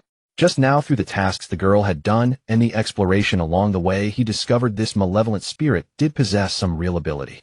And it was quite cunning and cautious, understanding how to set up layered schemes, exploiting weaknesses in human hearts. If he could subdue this one, the reward would definitely be substantial. However, he was also somewhat curious. Logically speaking, supernatural anomalies were manifestations of rules, formless, ethereal, impossible to be captured or controlled by humans. So how had those people managed to use it to test Luo Li? It seemed these remnants of the former dynasty truly had some skill. Of course, if they didn't have some skill, how would they dare harbor thoughts of rebellion? But none of this concerned him, as long as they didn't provoke him. He only walks the path of an escort warrior, only follows the way of the escort. Provoke him, and whether you be rebel princes and generals or demons and monsters wreaking havoc upon the world, no one shall have an easy time. Chen Guan withdrew his gaze, looked at Luo Li, whose small face was flushed red from exhaustion, drenched in fragrant sweat, and continued to instruct. Next, after you finish helping those people with their tasks, don't stop them from continuing to speak. Listen to what final arrangements they have. Previously, whenever Luo Li finished helping the townspeople with their tasks the moment they were about to speak, she would immediately interrupt them to prevent receiving even more troublesome and absurd missions. And this very point was actually the first loophole in this supernatural anomaly, and its fatal weakness. Wanxi's oath. The tasks they assigned Luo Li had to complete, even if she died 10,000 times. And the loophole was hidden precisely within these 4 characters, Wanxi's oath, and also within these seemingly unrelated tasks they had arranged. Shinji, what exactly is a supernatural anomaly? Luo Li couldn't contain her curiosity. Chen Guan didn't hold back and explained directly. The formation of rules generally originates from intense grudges of people, the convergence of malevolent energy between heaven and earth, and the entanglement of worldly orders. In simple terms, it's like a house with a complex structure. It requires many different elements to be born, bricks, tiles, wood, stone, to collectively form an integrated structure. This rule entity is the same. If you want to get out, you need to find a door. Of course, there's a simpler, more brutal method to get out. Simpler and more brutal. Luo Li froze. Since there was such a method, why didn't you say so earlier? She secretly shot Chen Guan a sidelong glance. Chen Guan continued on his own. And this simpler, more brutal method is to directly remove the entire foundation of this house. Without the support of its foundation, the house will naturally collapse with a thundering crash.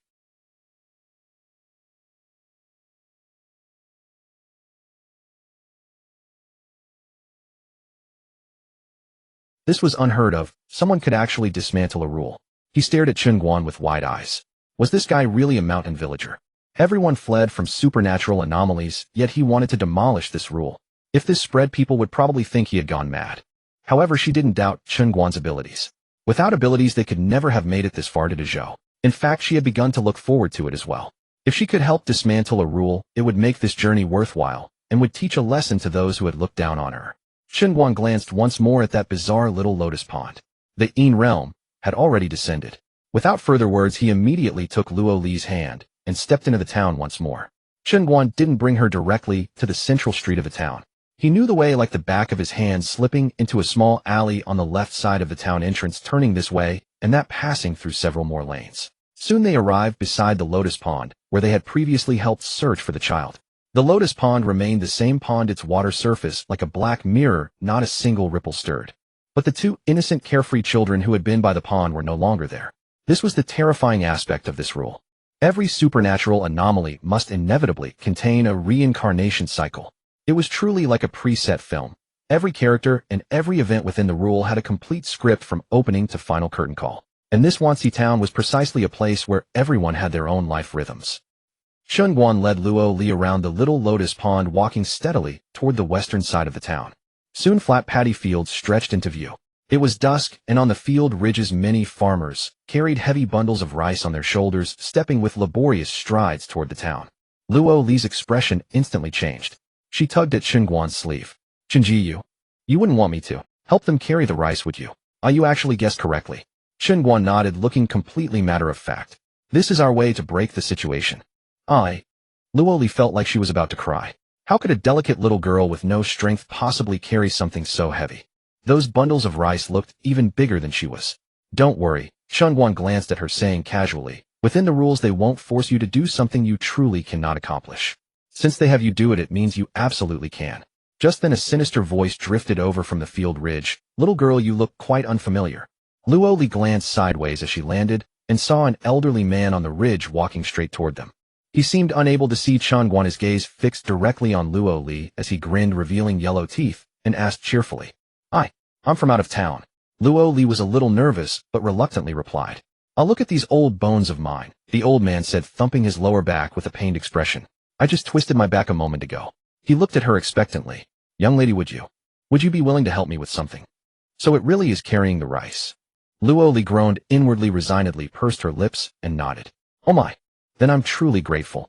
The old farmer's face lit up with joy. I could tell at a glance that you're a kind-hearted girl, young lady. Someday you'll marry into a good family. Come this way. The old man kept chattering praises as he led Luo Li deeper into the ridge. Young lady, just help me carry this bundle back. Luo Li resignedly pursed her lips, then glanced back at the motionless Chen Guan. Seeing no sign of help from him, she gritted her teeth and strained to lift the bundle of rice the old man had pointed to onto her slender shoulders. Then she followed the old man step by step toward the town. Though she could barely manage the bundle of rice, it pressed right to the limit of her strength. Before long, her pretty face flushed with exhaustion and sweat trickled continuously from her temples. Fortunately, the distance wasn't too long.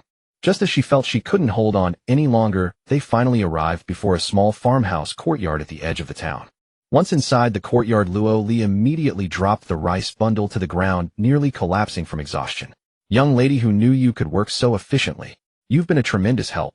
The old man looked at the golden husked grains in the yard, expressed his heartfelt gratitude, then shifted his tone and rubbed his hands as he spoke again. Young lady, could you do me another favor?" Luo Li instinctively looked at Chen Guan, and seeing him nod slightly, immediately agreed. "All right. That's wonderful." The wrinkles on the old man's face crinkled into a chrysanthemum smile. "You see my back? It's really no good. I can't carry these filled sacks. Could you be so kind as to help me carry this bag of husked grain to the granary at the east end to sell?" Chen Guan felt a surge of joy and subtly signaled to Luo Li. Luo Li understood immediately and nodded. Then, with the old man at one end and her at the other, they jointly lifted the sack of grain, weighing over 100 caddies, and staggered toward the east end of the town. After passing through two familiar alleys, rows of tall, ancient granaries came into view. Not bad, Chen Guan thought to himself. These granaries are the vital lifeline of this town's rules. Since it's such a long cycle, these vivid villagers must need food to sustain their existence and money to maintain their operation. And the most direct way to break this rule was their grain. If their food supply was cut off, this vast rule would naturally cease to function. After Chen Guan and Luo Li delivered the sack of grain to the granary, an old woman leaning on a cane walked over with a smile. Her clouded eyes examined Luo Li, and she asked kindly, "Such a pretty young lady. Whose daughter are you?" "Hello, Grandma. I'm from out of town," Luo Li replied directly. "Oh, I see." The old woman nodded knowingly, then rubbed her lower back and sighed. It's getting late, and my old eyes aren't what they used to be. I still have a lot of work unfinished. Kind-hearted girl, would you help me sweep up all the scattered grain outside the granary?" Luo Li had already sensed something. She took the half-worn broom from the old woman's hand and began earnestly sweeping the scattered grains from the ground. It took her nearly half an hour to clear all the scattered grains. Straightening her aching back, she suddenly looked at Chen Guan with a puzzled expression and asked, "Brother Chen, I've noticed. Why is the time I spend on these tasks getting longer and longer?" "Yes, that is the peculiarity of this place's rules." Chen Guan nodded and explained. "If you keep working, not only will the tasks take longer, but what you do will also become increasingly important to this town." Luo Li suddenly understood. Only by helping them more can I earn their trust and get closer to the core matters. Is that human nature part of the rules? But Chen Guan shifted his tone and abruptly spoke again. "This is not trust. It's dragging you step by step into an endless abyss. And that endless abyss is the core of this rule, annihilation. These tasks go from simple to difficult, from trivial to important, making you do critical things, and the more critical they are, the harder and more dangerous they become. In other words, from the moment you help that old man carry the rice, you'll continue until you fail on some impossible task, and once you fail, you'll be completely erased by the rules. This is death before declining. And it's also another way to break the rule. Complete 10,000 tasks without dying, and you can also get out." Luo Li was startled. So that's how it is. She had thought that as long as she obediently worked here, she could follow the rules safely. She never imagined that behind these seemingly simple tasks lay a path, pushing people step by step into the abyss of death. The breakthrough point lies in the next task. Chen Guan's eyes sharpened, and he warned seriously, "Remember, watch my signals and coordinate with me." Luo Li nodded firmly. "Let's go, follow me." Chen Guan signaled her with his eyes and led her straight into the depths of the granary. This chain of tasks was a deadly trap, but conversely, it was also a shortcut to trust. After all, the more dangerous the task, the closer it was to the core of this bizarre rule. After a few steps, they encountered a middle-aged man with a long sword at his waist. He was tall and sturdy, with a stern expression and a rough granary character embroidered on the lapel of his chest. This man was the town's granary clerk, a minor official responsible for guarding the granary. "Whose young lady are you? How did you end up here?" He saw Luo Li, a flicker of doubt in his eyes, and strode over. But before Luo Li could speak, Chen Guan stepped forward, cupped his hands toward the clerk, and said loudly, "Officer, this is my younger sister. She just helped Uncle Li from the town deliver grain and got curious, so she's wandered around here." The clerk was startled by the sudden voice. He turned his head, looking at Chen Guan with a hint of confusion. He stood frozen in place, as if processing some lagging information, and only after a long moment did he nod in dawning realization. So this is the young lady's elder brother. Good. The clerk nodded, then scratched his forehead as if organizing his somewhat sluggish thoughts. Luo Li looked at Chen Guan, then at the clerk, and suddenly thought of something. She looked at Chen Guan in surprise. Could it be? These people had never been able to see Brother Chen. The more she thought about it, the more it seemed true. Otherwise, why would those people always assign tasks to her, while completely ignoring the living person beside her? A moment later, the clerk suddenly smiled, and spoke kindly to Luo Li. Young lady, I have an urgent matter to attend to at home. Could you watch this granary for me for one day? Just one day, until this time tomorrow. Luo Li froze in astonishment. This task scope was rather extensive, wasn't it? Previously these had all been minor errands, easily completed. How had she suddenly been dragged here to serve as a day laborer? Yet she remembered Chen Guan's instructions, and did not refuse, nodding in agreement. The clerk's face immediately lit up with joy, and he hastened to give his instructions. Just help me keep watch around here, and especially be careful of those thieving mice. Whatever you do, don't let them spoil the grain. Luo Li's heart tightened within her chest. This was no simple matter of keeping watch. The key point was preventing mice from ruining the grain. Once any grain was damaged by mice, it would mean failing to fulfill the 10,000 deaths shall not decline rule. This would constitute immediate task failure, and the consequence of failure was being erased by the rule itself. Before her tension could deepen further, Chen Guan spoke directly. Rest assured, sir. My sister here has sharp eyes. I guarantee not a single mouse will ruin any of this grain. The clerk looked at Chen Guan again, his gaze pausing for several more seconds before finally nodding. Yes, I can see that. This young girl looks clever and capable. Following this, Chen Guan led Luo Li through the corridors formed by rows of grain warehouses. Only when they confirmed the clerk had gone far indeed did Luo Li lower her voice and ask nervously, Brother Chen, grain warehouses are generally mouse hotspots. Won't this task of mine fail? Relax. It won't fail. Chen Guan's answer was crisp and decisive. Hearing these words, Luo Li's suspended heart finally settled somewhat. Suddenly she noticed that Chen Guan ahead had stopped in his tracks. Luo Li turned back and asked curiously, Brother Chen, aren't we going to patrol? No need. Chen Guan shook his head, then reached behind him to retrieve that ancient-looking horse-cutting saber. With a resonant clang, he drove it directly into the blue stone ground between two grain warehouses. The blade penetrated 3 cun into the earth, steady as a mountain. Then pulling along the stunned Luo Li, he turned and departed the granary. Leading Luo Li out of the small town, they came once more to stand beneath that solitary city tower facing the setting sun. After waiting about half a quarter of an hour, when another in-world hour arrived, he pulled Luo Li and continued into the town. Time in this town was frozen forever, stuck at dusk. There was neither dawn nor night here. Yet within its one day of labor time, there was no difference from the outside world. As long as one stood outside the city tower gazing at that eerie little lotus pond for half a quarter of an hour, it was equivalent to having passed an entire day within the town. This was precisely why every time he emerged he would stare at the little lotus pond and that blood-red setting sun. Chen Guan, now familiar with the route, brought Luo Li to the eastern granary of the town once more. He surveyed the area, saw no sign of the clerk, and walked straight to the horse-cutting saber. Reaching down, he pulled it free and shouldered it again. After this, he sat astride the wooden steps outside the granary, eyes closed in meditation. Before long, yesterday's clerk came running from the distance. The moment he spotted Luo Li sitting on the wooden steps, he beamed as he walked over. Little girl, thank you so much. The troubles at my home are finally sorted. The honor is mine, sir. Chen Guan directly spoke on Luo Li's behalf, clasping his fists in greeting. The clerk paused as if stuck again, then redirected his gaze to Luo Li with an awkward smile. Little girl, you see, it's autumn harvest season now. Every year at this time we open the granaries to air out the grain inside, letting it dry and breathe. I was wondering, could you help me with another favor? Without hesitation, Luo Li directly nodded. All right. The clerk's face brightened with joy. That's truly too kind of you, little girl. Little girl, the moment I saw you I knew you were a hard-working, kind-hearted child. He continued with his instructions. By the way, when drying this grain this time, you must let it dry thoroughly. Otherwise, being damp, it will mold. Luo Li froze. Dry it thoroughly. That was no simple task. The grain piled like mountains in this granary. If she had to spread it all out to dry, not to mention one day, even 10 days, or half a month wouldn't suffice. Moreover, it was forever sunset here. There wasn't a sun capable of drying anything at all. But under the 10,000 deaths shall not decline rule, she couldn't refuse. Even if it cost 10,000 lives, she had to complete it. Beside her, Chen Guan's heart rejoiced.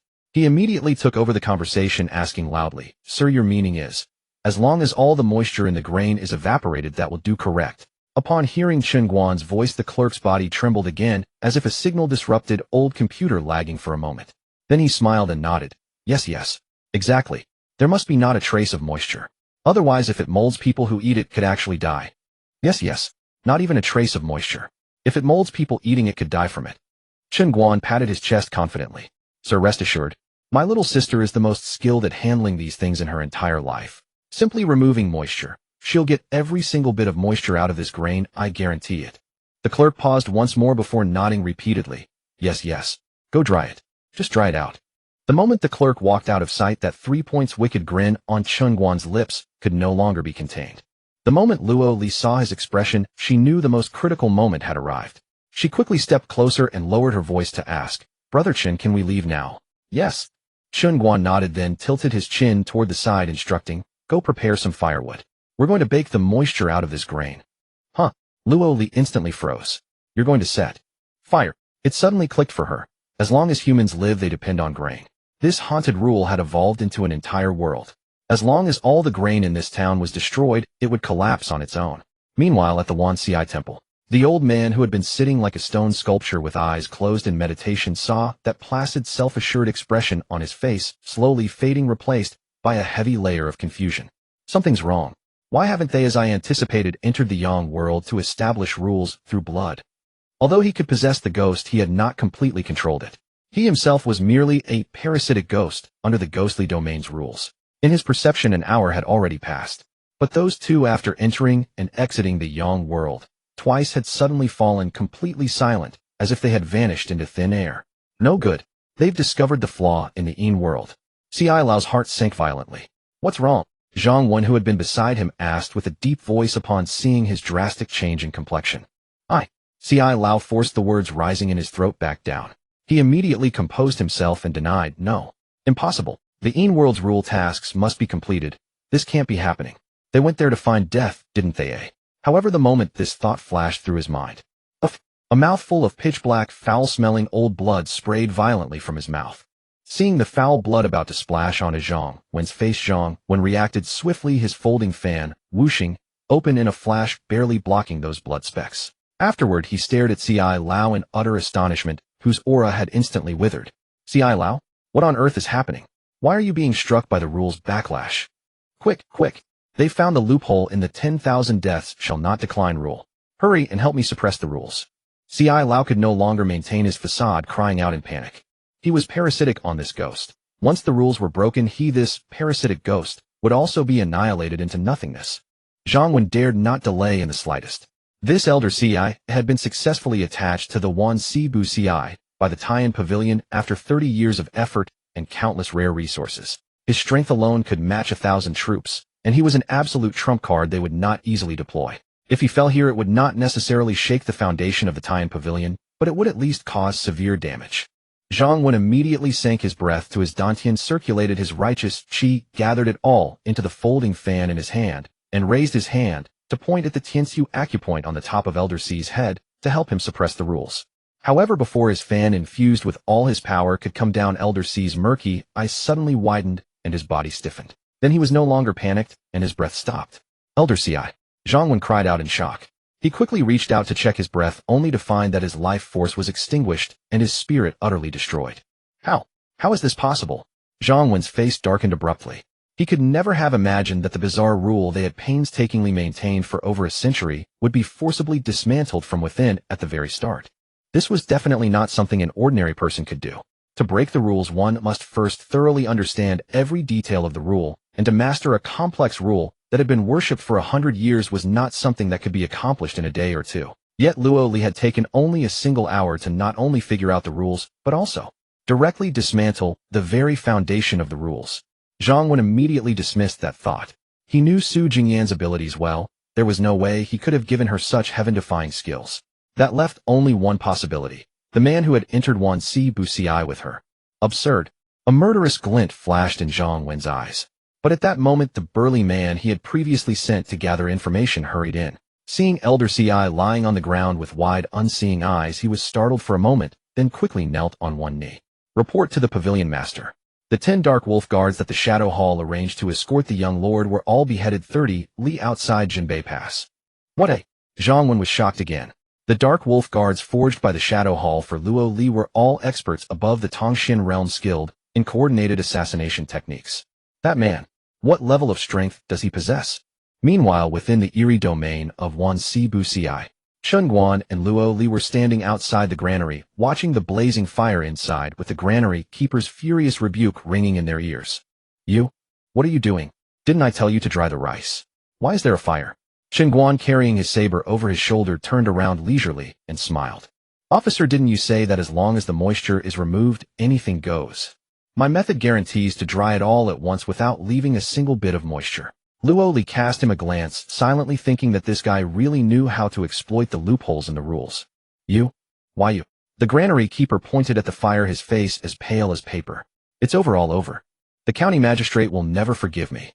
Without grain, we're all doomed. Chen Guan watched this person who was clearly a manifestation of the rules, yet so vividly lifelike, and couldn't help but admire the power of the Wan Si Bu Si rule. All right, you should rest in peace now. Chen Guan muttered, then lifted the saber from his shoulder and gently poked the granary keeper's forehead with it. Buzz! The entire Wan Si Bu Si rule centered on this granary keeper shattered like a glass struck hard, bursting into myriad ashes and dissipating into nothingness. The scene before them shifted. Luo Li instinctively looked around, finding herself standing under a peach tree by the small lotus pond in Wanxi town. Passers-by were staring at them with curious eyes. What are these two standing here for? It's been ages. This? Luo Li was startled, quickly checking her body and finding that she still smelled of the stench of traveling over mountains and rivers. Brother Chen, if we hadn't come out in time, would we have starved to death here? She asked with lingering fear. Yes. Chen Guan nodded. In fact, this rule was essentially a grand illusion. The two of them had merely been sitting under this tree all along, experiencing a long and vivid dream. Of course, there are also eerie tales that drag the physical body in, but those are rarely encountered because such anomalies are vicious and usually don't appear in small places like this. Eerie Codex collecting. Eerie name Wan Si Bu Si reward rule. Keeping one's word effect. While within the eerie rule, one can force a rule entity within the rule to execute a command or answer a truthful question. Holy cow. We struck it rich. Chen Guan was overjoyed. With this rule, ability dealing with eerie creatures would be much easier from now on. This meant that as long as he was within the eerie rule, he could force the rule entity inside to do him a favor or reveal crucial information. This was a trump card specifically for countering eerie creatures. However, Luo Li beside him suddenly turned cold. She realized that without Chen Guan, she would likely have been trapped and starved to death in that hellish place. Suddenly, Luo Li sensed something amiss. The formerly bustling town entrance had become deserted at some point, and all the passers-by who had been pointing at them had vanished. Then from the depths of the town, a scholar holding a folding fan walked out slowly, followed by a man and a woman. The three of them all fixed their gazes on Luo Li. Luo Li's heart tightened, and she instinctively moved closer to Chen Guan. At the same time, Chen Guan's gaze was also fixed on the scholar leading the trio. A Confucian cultivator. Confucian cultivators were rare in this world. This was another cultivation system besides martial arts. Although the Confucian path was extremely difficult to enter, once one achieved something, it was quite sought after. As the saying goes, a ruffian is not scary, but a ruffian with culture is. Especially for nobles and aristocrats, they never spared expense when seeking a strategist. Zhang Wen, right protector of Taiyan Pavilion, pays respects to the young lord. The scholar-like man stepped forward and bowed deeply to Luo Li, his posture extremely humble. The man and woman behind him immediately knelt on one knee with respectful expressions. Luo Li swept her gaze over the three, then glanced at Chen Guan beside her. Noticing that he was merely observing the three with interest and showed no intention to intervene, she raised her hand and said in a low voice, "Rise." The three stood up, and their gazes simultaneously fell on Chen Guan with eyes full of scrutiny and anger. But they did not act immediately because they could not discern Chen Guan's strength at all. But being able to dismantle an eerie domain of the level of Wan Si Bu Si so effortlessly meant this person was definitely not simple. Zhang Wen turned his gaze to Luo Li and asked, "May I ask who this is?" Luo Li said, "This is Chen Guan, an escort from the Dayun dynasty." "A pleasure, a pleasure." Zhang Wen immediately clasped his fists toward Chen Guan, forcing a smile. "Escort Chen, you've had a tiring journey. We three have been ordered to escort the young lord home. From here on, we will take over the escort duty." "No need." Before Chen Guan could speak, Luo Li had already coldly and flatly refused. Had she seen this scene before entering the 10,000 deaths without retreat, perhaps she might have agreed without hesitation at the sight of their three persons so deferential in attitude. But now, after personally witnessing that bloody and insidious scheme that had cost the lives of countless innocent souls merely to test her, she understood in her heart that should she truly go with these people, such trials would keep coming one after another. Chen Guan turned his head to glance at her, nodding secretly to himself. It seemed his deception along the way had been quite successful indeed. When Zhang Wen and the other two heard this resolute refusal, their expressions all darkened.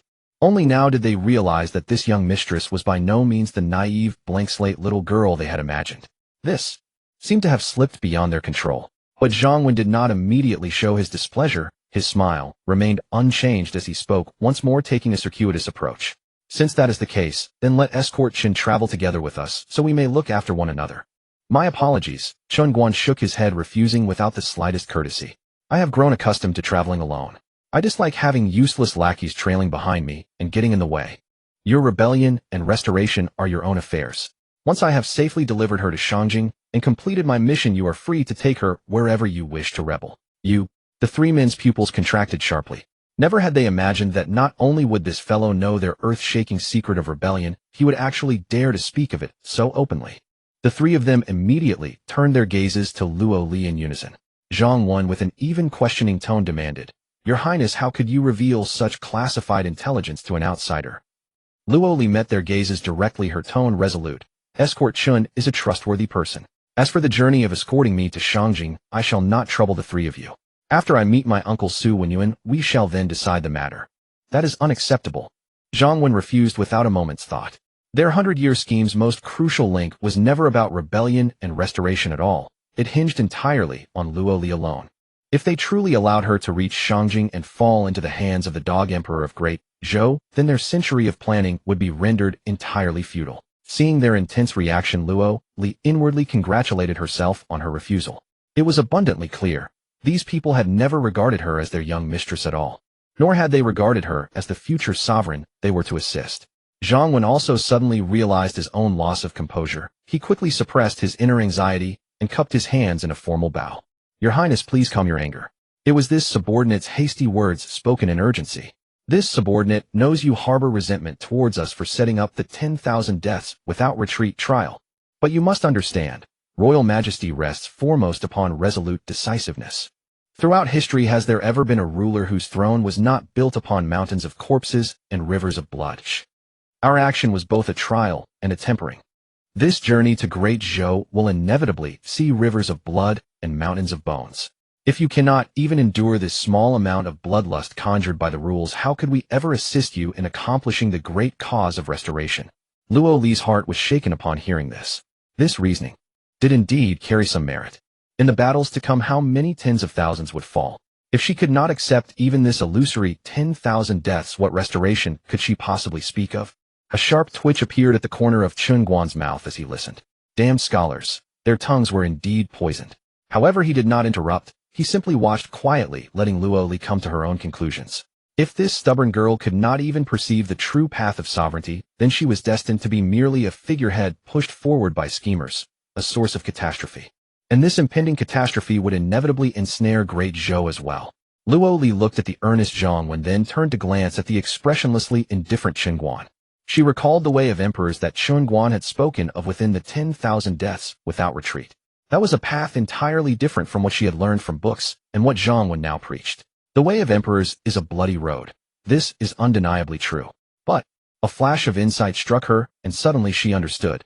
The way of emperors is indeed a bloody road. That much is correct.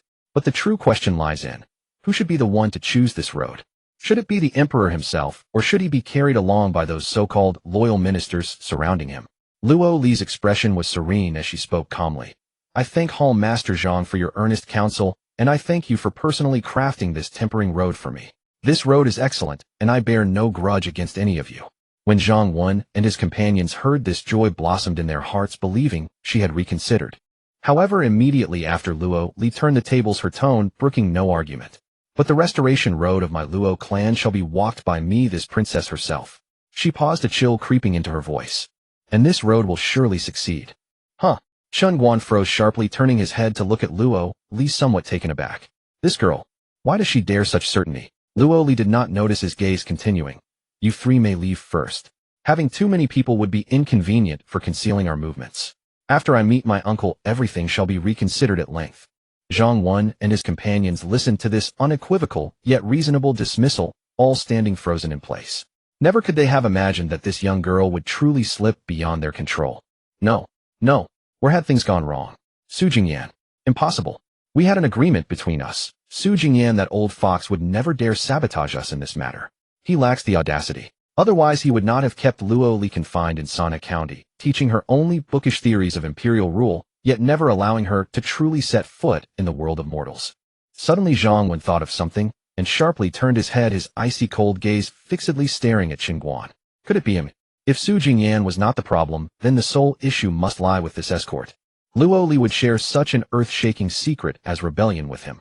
This alone proved to what extent she trusted this man.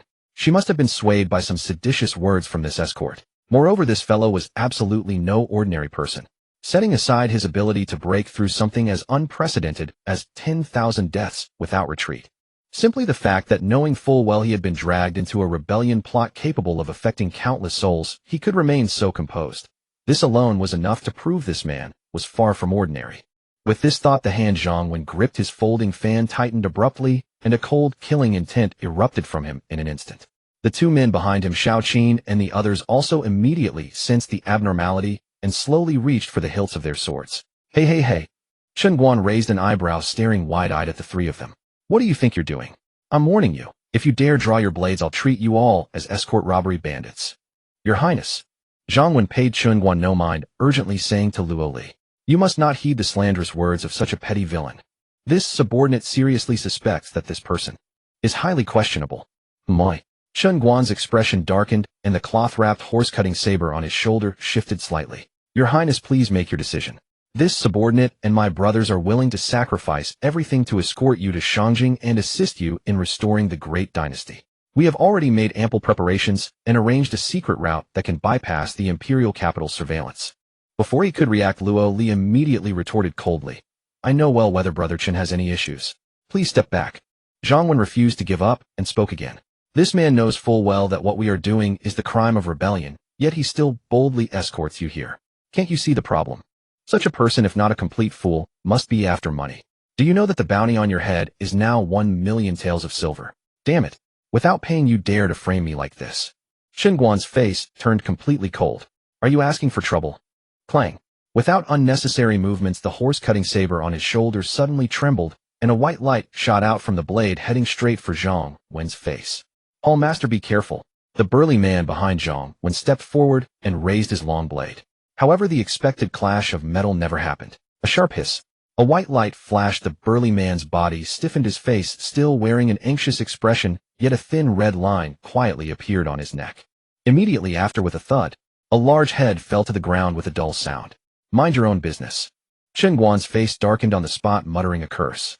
The 10 decapitation effect of the decapitation strike actually triggered on this unlucky fellow. Zhang Wen and the woman named Shao Jing, noticing this sudden event, felt their hearts leap. What a fast blade. Outrageous. Shao Jing, seeing her companion brutally killed, was about to draw her sword when Zhang Wen stopped her. Those who achieve great things do not fuss over trivialities. Zhang Wen suppressed his fury, a hint of calculation flashing in his eyes. This man killing in public gave him the perfect excuse to exploit the situation.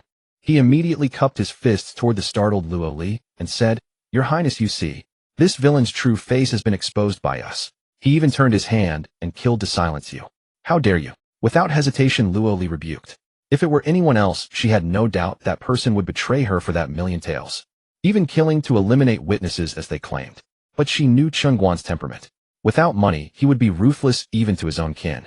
The fact that he hadn't directly drawn his blade and cut down all three was already restrained. Moreover, she had come this far by increasing his payment, each increment timed perfectly.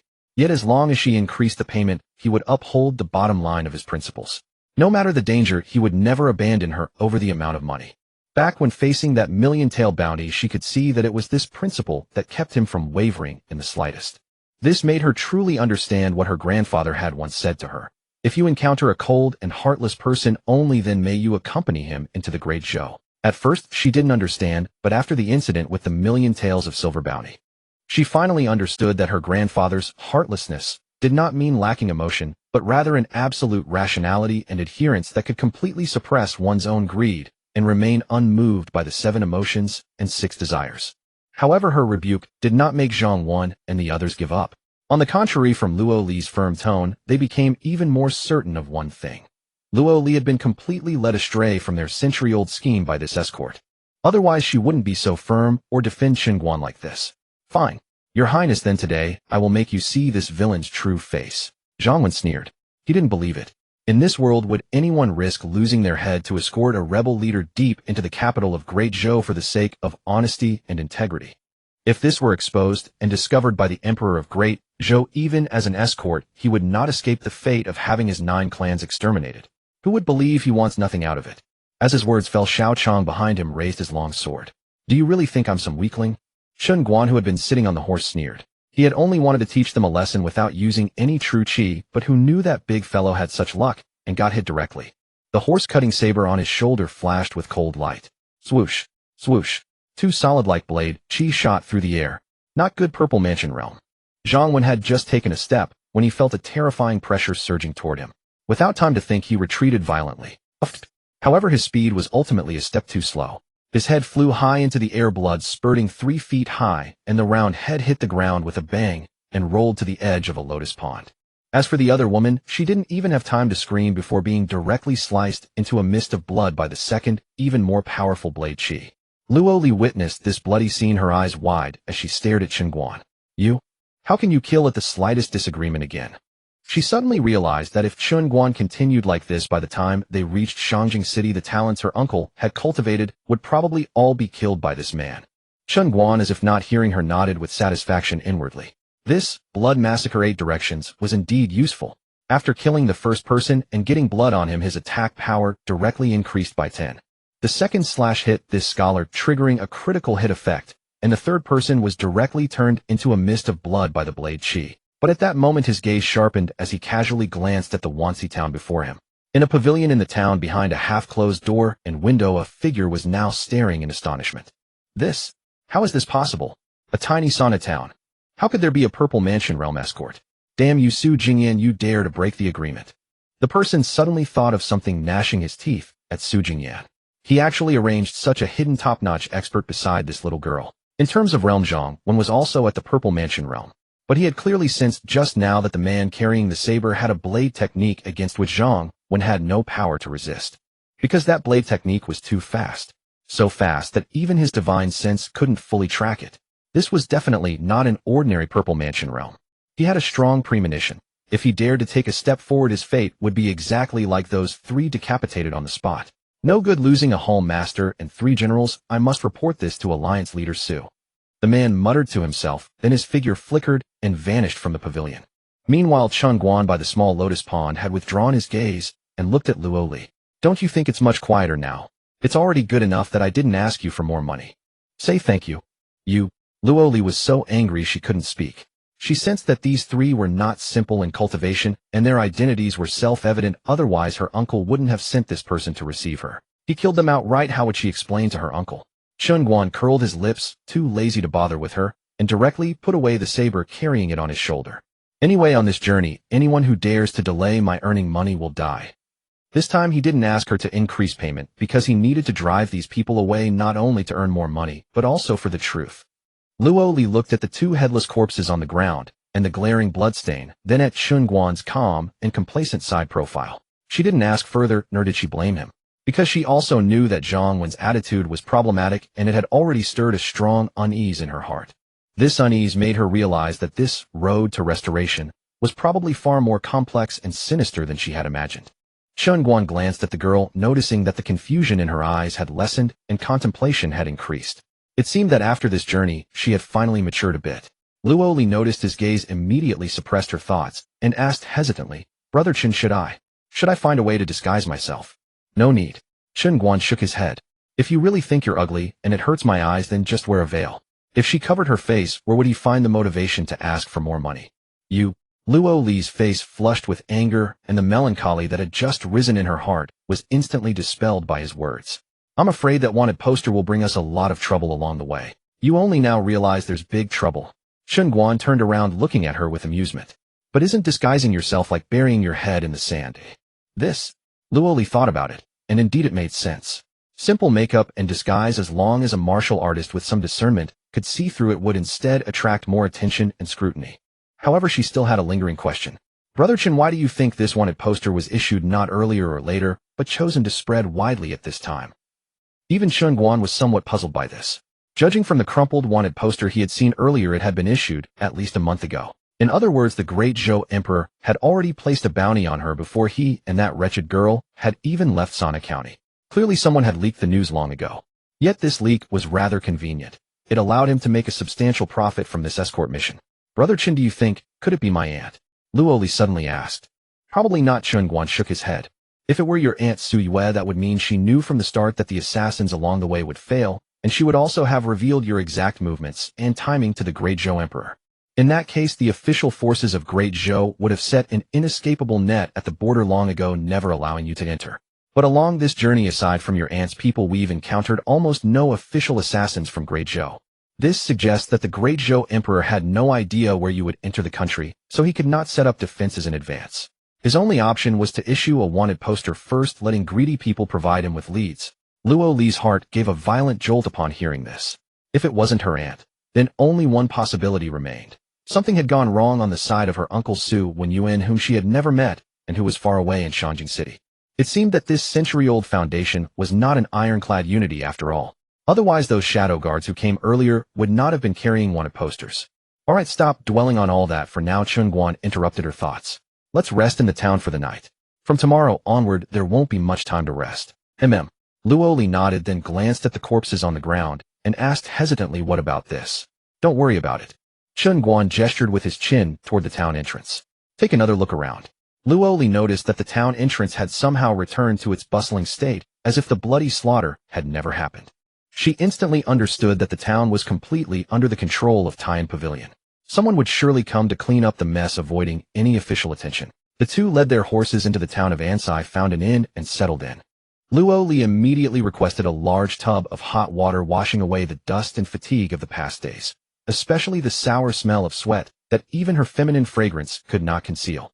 When she changed into a clean dress and stepped out of the room again, she seemed completely transformed, elegant, and ethereal, with no trace of her earlier dishevelment. She had expected Chen Guan to be impressed.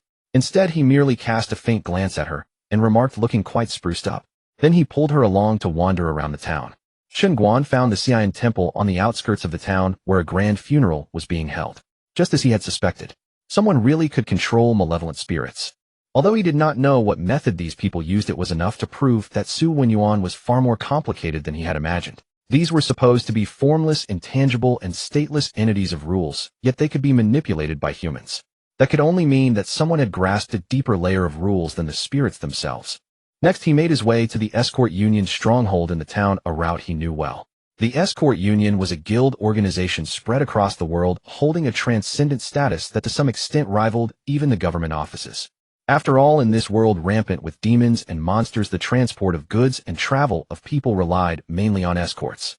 There he successfully obtained the messages left by Luo Tong and his men. The letter said that they had waited in this town for 3 days in vain, and since neither he nor Luo Li had arrived, they had to proceed according to the original plan and head toward Shanjing City. Chen Guan fingered the thin letter paper, a playful smile curling at the corner of his mouth. I wonder if those old fellows can resist the temptation of that million-tael reward. The next morning, the two spurred their horses again, galloping toward Shanjing City. Hooves churned wind swept over the grass, flattening it like green waves rolling across the land to the horizon. Chen Guan glanced sideways at Luo Li beside him and noticed that the little girl had indeed improved after 2 days of trials. At least she no longer peppered him with endless questions like a walking encyclopedia of curiosities, always asking strange, idiotic things. Why are you staring at me? Luo Li was a little embarrassed by his gaze, her cheeks flushing slightly. Chen Guan stroked his chin and said with keen interest, just a bit bored. Oh, why don't you tell me about your uncle's plans? Something to entertain me. Luo Li gave him a sideways glance. Was this something to pass the time? Still, she did not hesitate and began to speak. My uncle Su, or rather Luo Wenyuan, is the second son of the late Prince Xunbei of the former dynasty. My princely uncle loved to travel the martial world all his life. When the great Xia fell, he was away on a journey, thus narrowly escaping the calamity of the nation's destruction. For that reason, he still retains a portion of the old forces of my Luo clan's imperial lineage. So does that mean Prince Xunbei might still be alive? Chen Guan keenly seized the key point. The path of cultivation not only enhanced combat prowess, but also extended one's lifespan. Martial artists lived far longer than ordinary people, The higher the realm, the longer the life. Upon entering the Tongshan realm, one's lifespan could reach twice that of a commoner living to around 120 years without issue. And as for the Zifu realm, even the most ordinary Zifu practitioner enjoyed a lifespan of nearly 300 years. To travel the martial world alone, this Prince Jinbei must be quite formidable. Luo Li shook her head, her expression darkening. I don't know if he is still alive. All I know is that most of the surviving remnants of the Luo clan were those who were not in Shanjing City at the time and thus escaped the disaster. Among them, my uncle Luo Wenyuan's lineage is the only one that still counts as imperial kin. Over the years, he has been the one leading the Luo clan's restoration plan. Chen Guan read between the lines, but a trace of doubt arose in his mind. Imperial succession always prioritized bloodline and legitimacy. When an emperor was alive, it was naturally his children who inherited the throne. But here was the crux: the lineage of Prince Jinbei was also of the Luo bloodline of the Zixiao dynasty, equally qualified to inherit the throne. As long as they found a way to eliminate Luo Li, the legitimate imperial bloodline, they could legitimately continue the lineage and become the first in line for succession. Yet they chose not to do so, instead handing this enormous advantage to Luo Li. Were they truly righteous and utterly loyal? Chen Guan was deeply suspicious. In this savage world where people preyed on each other, where the supreme power could turn father against son and brother against brother, he did not believe in absolute good men. After all, the imperial family has always been the most heartless. No one could resist the allure of that supreme throne. Still, Chen Guan did not dwell too much on this issue. Who knew? Perhaps Prince Jinbei was indeed a simple-minded, loyal fool. He changed the subject. You mentioned earlier that you had prepared 1,000,000 troops and dozens of martial world organizations. Besides that scholar we met yesterday, what other martial world organizations are there? Luo Li said calmly. That man's name is Zhang Wan, and he comes from the Tian Pavilion. The Tian Pavilion has been passed down for several hundred years on the land of Great Zhou, making it a rather ancient top-tier sect in the martial world. There are 25 such martial world sects in total. Most of these forces were once recipients of my father the emperor's patronage, and now they're willing to help me restore the dynasty, which can be considered repaying the kindness from back then. When Chen Guan heard this, he suddenly couldn't hold back and burst out laughing. What are you laughing at? Luo Li frowned, feeling somewhat displeased. That laughter was clearly mockery at her naivety. She immediately defended herself. These people were actually hidden pieces left behind by my father the emperor. After my father was overthrown, that dog emperor of Great Zhou began a ruthless purge of old officials, frantically suppressing them. Their living space has now been compressed to the limit. If they don't join me in rebellion, they'll sooner or later meet their end at the hands of Great Zhou's imperial court. They're helping me, and also helping themselves. No, I was just remembering a joke I heard a long time ago. Chen Guan fought to suppress his laughter as he waved his hand, then continued asking, what about the Shenluo Hall? Is this also a force your father once supported? The Shenluo Hall. Luo Li was stunned and shook her head. I've never heard of that. Chen Guan asked several more questions, and Luo Li didn't hide anything, answering everything she knew. Chen Guan also came to understand that whether it was the 1,000,000-strong army or these 25 martial world organizations, the true mastermind behind them all was Su Wenyuan. That 1,000,000-strong army was currently hidden within the strategic passes surrounding Shanjing City, ready to assemble completely within half a day at a single command. These 25 martial world organizations were scattered across the major counties of Great Zhou, and over a century of concealed development, they had extended their influence into every government institution, military system, and even the noble families. In summary, they had completed all preparations. All that was missing was Luo Li, the legitimate heir, herself to raise her arm and rally them, and the banner of restoration could be raised. On the surface, this plan seemed flawless. But in Chen Guan's heart, he sensed that one crucial piece of information had always been overlooked. Was the fall of the Zixiao imperial dynasty truly the work of the so-called dog emperor of Zhou, Zhou Tanyuan? Although he didn't live in Great Zhou and had never worked as an escort there. But he knew that in this era of underdeveloped information, any major event would certainly be passed down as a story. Moreover, such stories would typically spread across the world within a few years and develop into multiple versions. He had once heard one version saying that the Zixiao emperor had been possessed by demonic entities, transforming into an overwhelming demon. He consumed 100 people daily, and his appetite grew ever larger until finally he would devour an entire village. The people lived in utter misery. The world turned dark and gray, as if it were a realm of purgatory, until one day a savior descended from the heavens. That savior and the demon-transformed emperor engaged in a battle lasting 99 days and 81 nights, finally slaying him atop Shanjing. Just as he was about to retire after his accomplishment, he was embraced by the masses and was thus forced to ascend to that supreme position. There was of course another version. It spoke of the great Zhou emperor being the son of the dynasty before the previous one who had infiltrated the Zixiao imperial dynasty for over 200 years enduring hardships while plotting revenge. When he finally revealed his true intentions, the Zixiao emperor discovered that his entire dynasty had already been infiltrated, leaving him with no hope of salvation. In the past, Chen Guan had dismissed both versions as melodramatic stories. However, as he traveled along this path, he found the first version increasingly more credible. Although the Zixiao emperor might not have been an overwhelming demon, his downfall was certainly inseparable from himself. Because toppling a massive dynasty is never as simple as mere rebellion and overthrow. It necessarily involves the decline of national fortune, public sentiment, the political situation, and the bloodline. Not to mention countless other unknown mysterious factors. At this moment, Luo Li asked the question she had never dared to ask. Brother Chen, as we journey toward Shanjing City, are you not afraid? Chen Guan glanced at her. He knew what this girl was really asking, that he was merely an escort, and sending her, this former dynasty princess, to Shanjing City in Great Zhou was equivalent to sending her into a war of national destruction. If they succeeded, that would be fine. But once they failed, he could only die alongside her. Even if he survived, there would be no place for him in this world.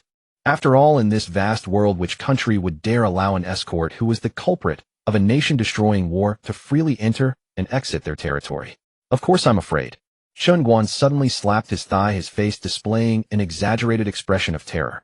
Luo Li's heart sank at his expression, but then she felt relieved and softly said, Brother Chen, if you want to back out, you can leave at any time. I won't let anyone know that you're the one who escorted me all the way to Great Zhou. However, Chen Guan ignored her considerate offer and continued on his own. I'm afraid you'll get slashed to death on this road, and I won't be able to get my money. Ugh. Hearing his frivolous words, Luo Li was both annoyed and amused, unable to resist rolling her eyes. She really couldn't figure out what Chen Guan was thinking. Knowing full well that he was about to rebel, he actually dared to escort her deep into Great Zhou's heartland.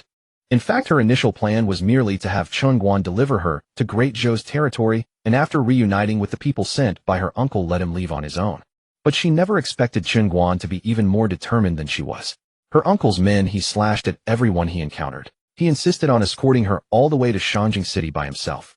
She knew Chen Guan wasn't after money, nor was he after her beauty. As for what he truly wanted, she still hadn't figured it out. But she knew Chen Guan would never harm her. This wasn't merely trust, but an intuition built up along their journey together. This was precisely why she had just been unable to resist asking that question. Yet she still couldn't find the answer. All right, stop dawdling. Chen Guan interrupted her thoughts and reminded her, we must reach Shanjing City within 7 days, otherwise this escort job will cost me more and more. Saying this, he simply nudged his horse's flanks. His steed let out a neigh and immediately spread its 4 hooves, kicking up dust as it galloped away. At the same time, thousands of miles away, within a mansion where pavilions and towers intertwined in a complex arrangement, an elderly man in purple robes, led by a guard, quickly traversed several winding corridors and entered a magnificent pavilion. Arriving before a study door, the guard withdrew with a bow. The purple-robed elder straightened his robes, faced the closed pavilion doors, clasped his fists in salute, and said in a deep voice, Vice Pavilion Master Yin Ren of the Wuchang Pavilion requests an audience with the Alliance leader. Come in. A voice as steady as a mountain emerged from within the pavilion. Before the words faded, the heavy wooden door creaked open automatically inward. Yin Ren stepped inside. The vast study was filled with a multitude of bookshelves densely packed with books that exuded an ancient, profound fragrance of ink and paper, calming the mind. Above the study hung a Namu plaque inscribed with the words Jing Tianwei Di, commanding heaven and earth. Beneath the plaque, behind a wide rosewood desk, sat a middle-aged man in a brocade robe. The man had a refined countenance, a temperament warm as jade, yet faintly exuding an air of long-held authority. He was bent over, writing on paper without ever raising his head. Yin Ren, the deputy pavilion master of the Wuchang Pavilion, stood silently before the desk, not daring to disturb. Only after the final stroke landed did the middle-aged man slowly set down his wolf hair brush, lift his head, and fix his gaze calmly on Yin Ren. What happened? Yin Ren immediately clasped his fists and said in a grave voice, Alliance Master, the young lord is likely slipping beyond our control. Oh. The brows of the man addressed as Alliance Master lifted slightly, his eyes still as calm as an ancient, while signaling the other to continue. Tell me the specifics. Yin Ren took a deep breath, organizing his chaotic thoughts into a clear line, and reported swiftly. The young lord entered Great Zhou accompanied by a purple mansion realm escort named Chen Guan. This man acts erratically and is extremely domineering. Upon first entering Great Zhou, the 10 top guards arranged by the Shadow Hall were all beheaded by him, as if they were bandits attempting to rob the escort.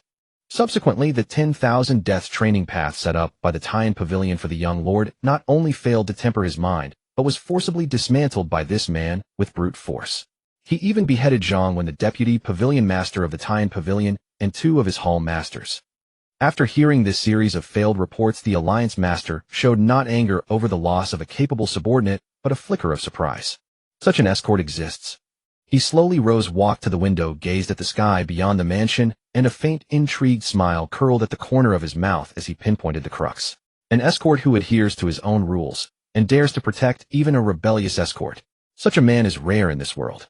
Seeing the Alliance Master unfazed, Yin grew increasingly anxious and hurriedly spoke. Alliance Master, with this Purple Mansion realm escort protecting the young lord, our heaven-defying plan may be impossible to carry out. He lowered his voice and ventured a guess. Could it be deliberately arranged by Su Jingyan? Need you ask?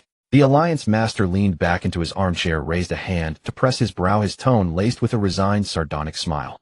That old fool in the end still harbored resentment, leaving me such a hard thorn. Alliance Master, we must find a way as soon as possible. Yin Ren's voice rose sharply. They are already on the road to Shangjing City. Once the young lord enters Shangjing City directly, without meeting our requirements, the plan we have prepared for 100 years may be utterly wasted. Old Yin, the Alliance Master interrupted him directly, his tone flat, but carrying an undeniable authority. How many times have I told you? Stay calm in all matters, haste breeds chaos. He paused, then shifted his tone. Though the Purple Mansion realm is considered a master capable of subduing a region, he is ultimately a man, not a demon. As long as he is human, he must have desires and pursuits. I ask you, why would he risk immense danger to escort a rebellious princess into Shangjing City? This? Yin Ren was momentarily at a loss. Initially, the news he received only said that the escort was a madman who feared nothing and thus dared to accept such a deadly job. But now it seemed things were far from simple. This man must have some ulterior motive, otherwise it made no sense for him to wade into such troubled waters, risking the annihilation of his clan. He looked at the Alliance Master, who sat before the desk, appearing as one with heaven and earth, as steady as Mount Tai, and felt boundless reverence rise within him. Truly worthy of the Alliance Master, who could manipulate human hearts with ease, always cutting to the core with a single sentence.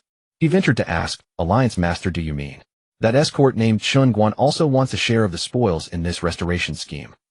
Heh, the refined man chuckled lightly. Then you underestimate the profession of escort too much, and also underestimate human desire. He clasped his hands behind his back and slowly walked to the center of the study, his gaze profound, as if it could pierce the human heart. The so-called escort's adherence to rules is only in pursuit of the goals in their hearts. Well, you could also call it faith. But any escort governed by faith is pure nonsense. Even in the ancient era, such escorts were rare, let alone in this chaotic age. He paused here, then countered, if I am not mistaken, that escort should not be old in age, right? Yes.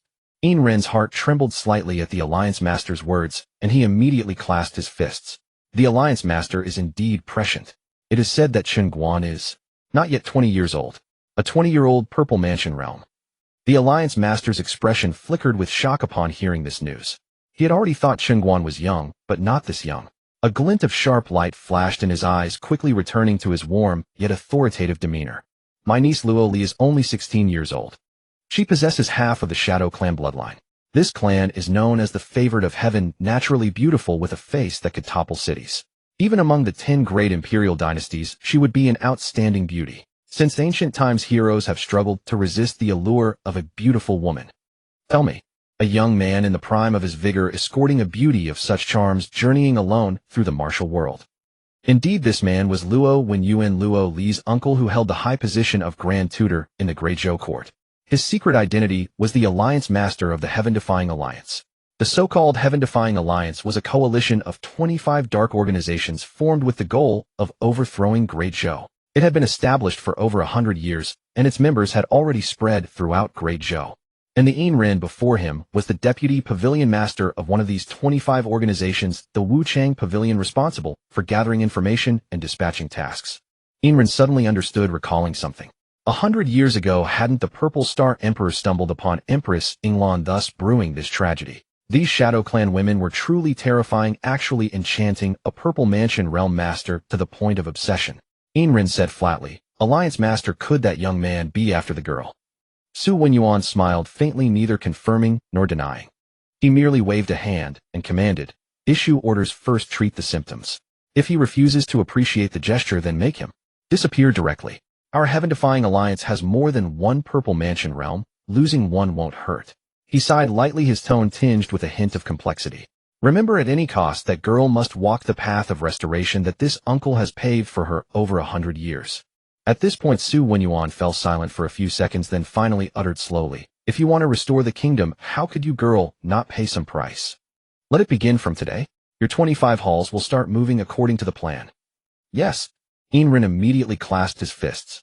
By the way, as Enrin was about to turn, Su Wenyuan called him back. "Remember, before the Emperor, Zhou Tianyuan contacts Luo Li, she must complete the imperial baptism I have arranged for her.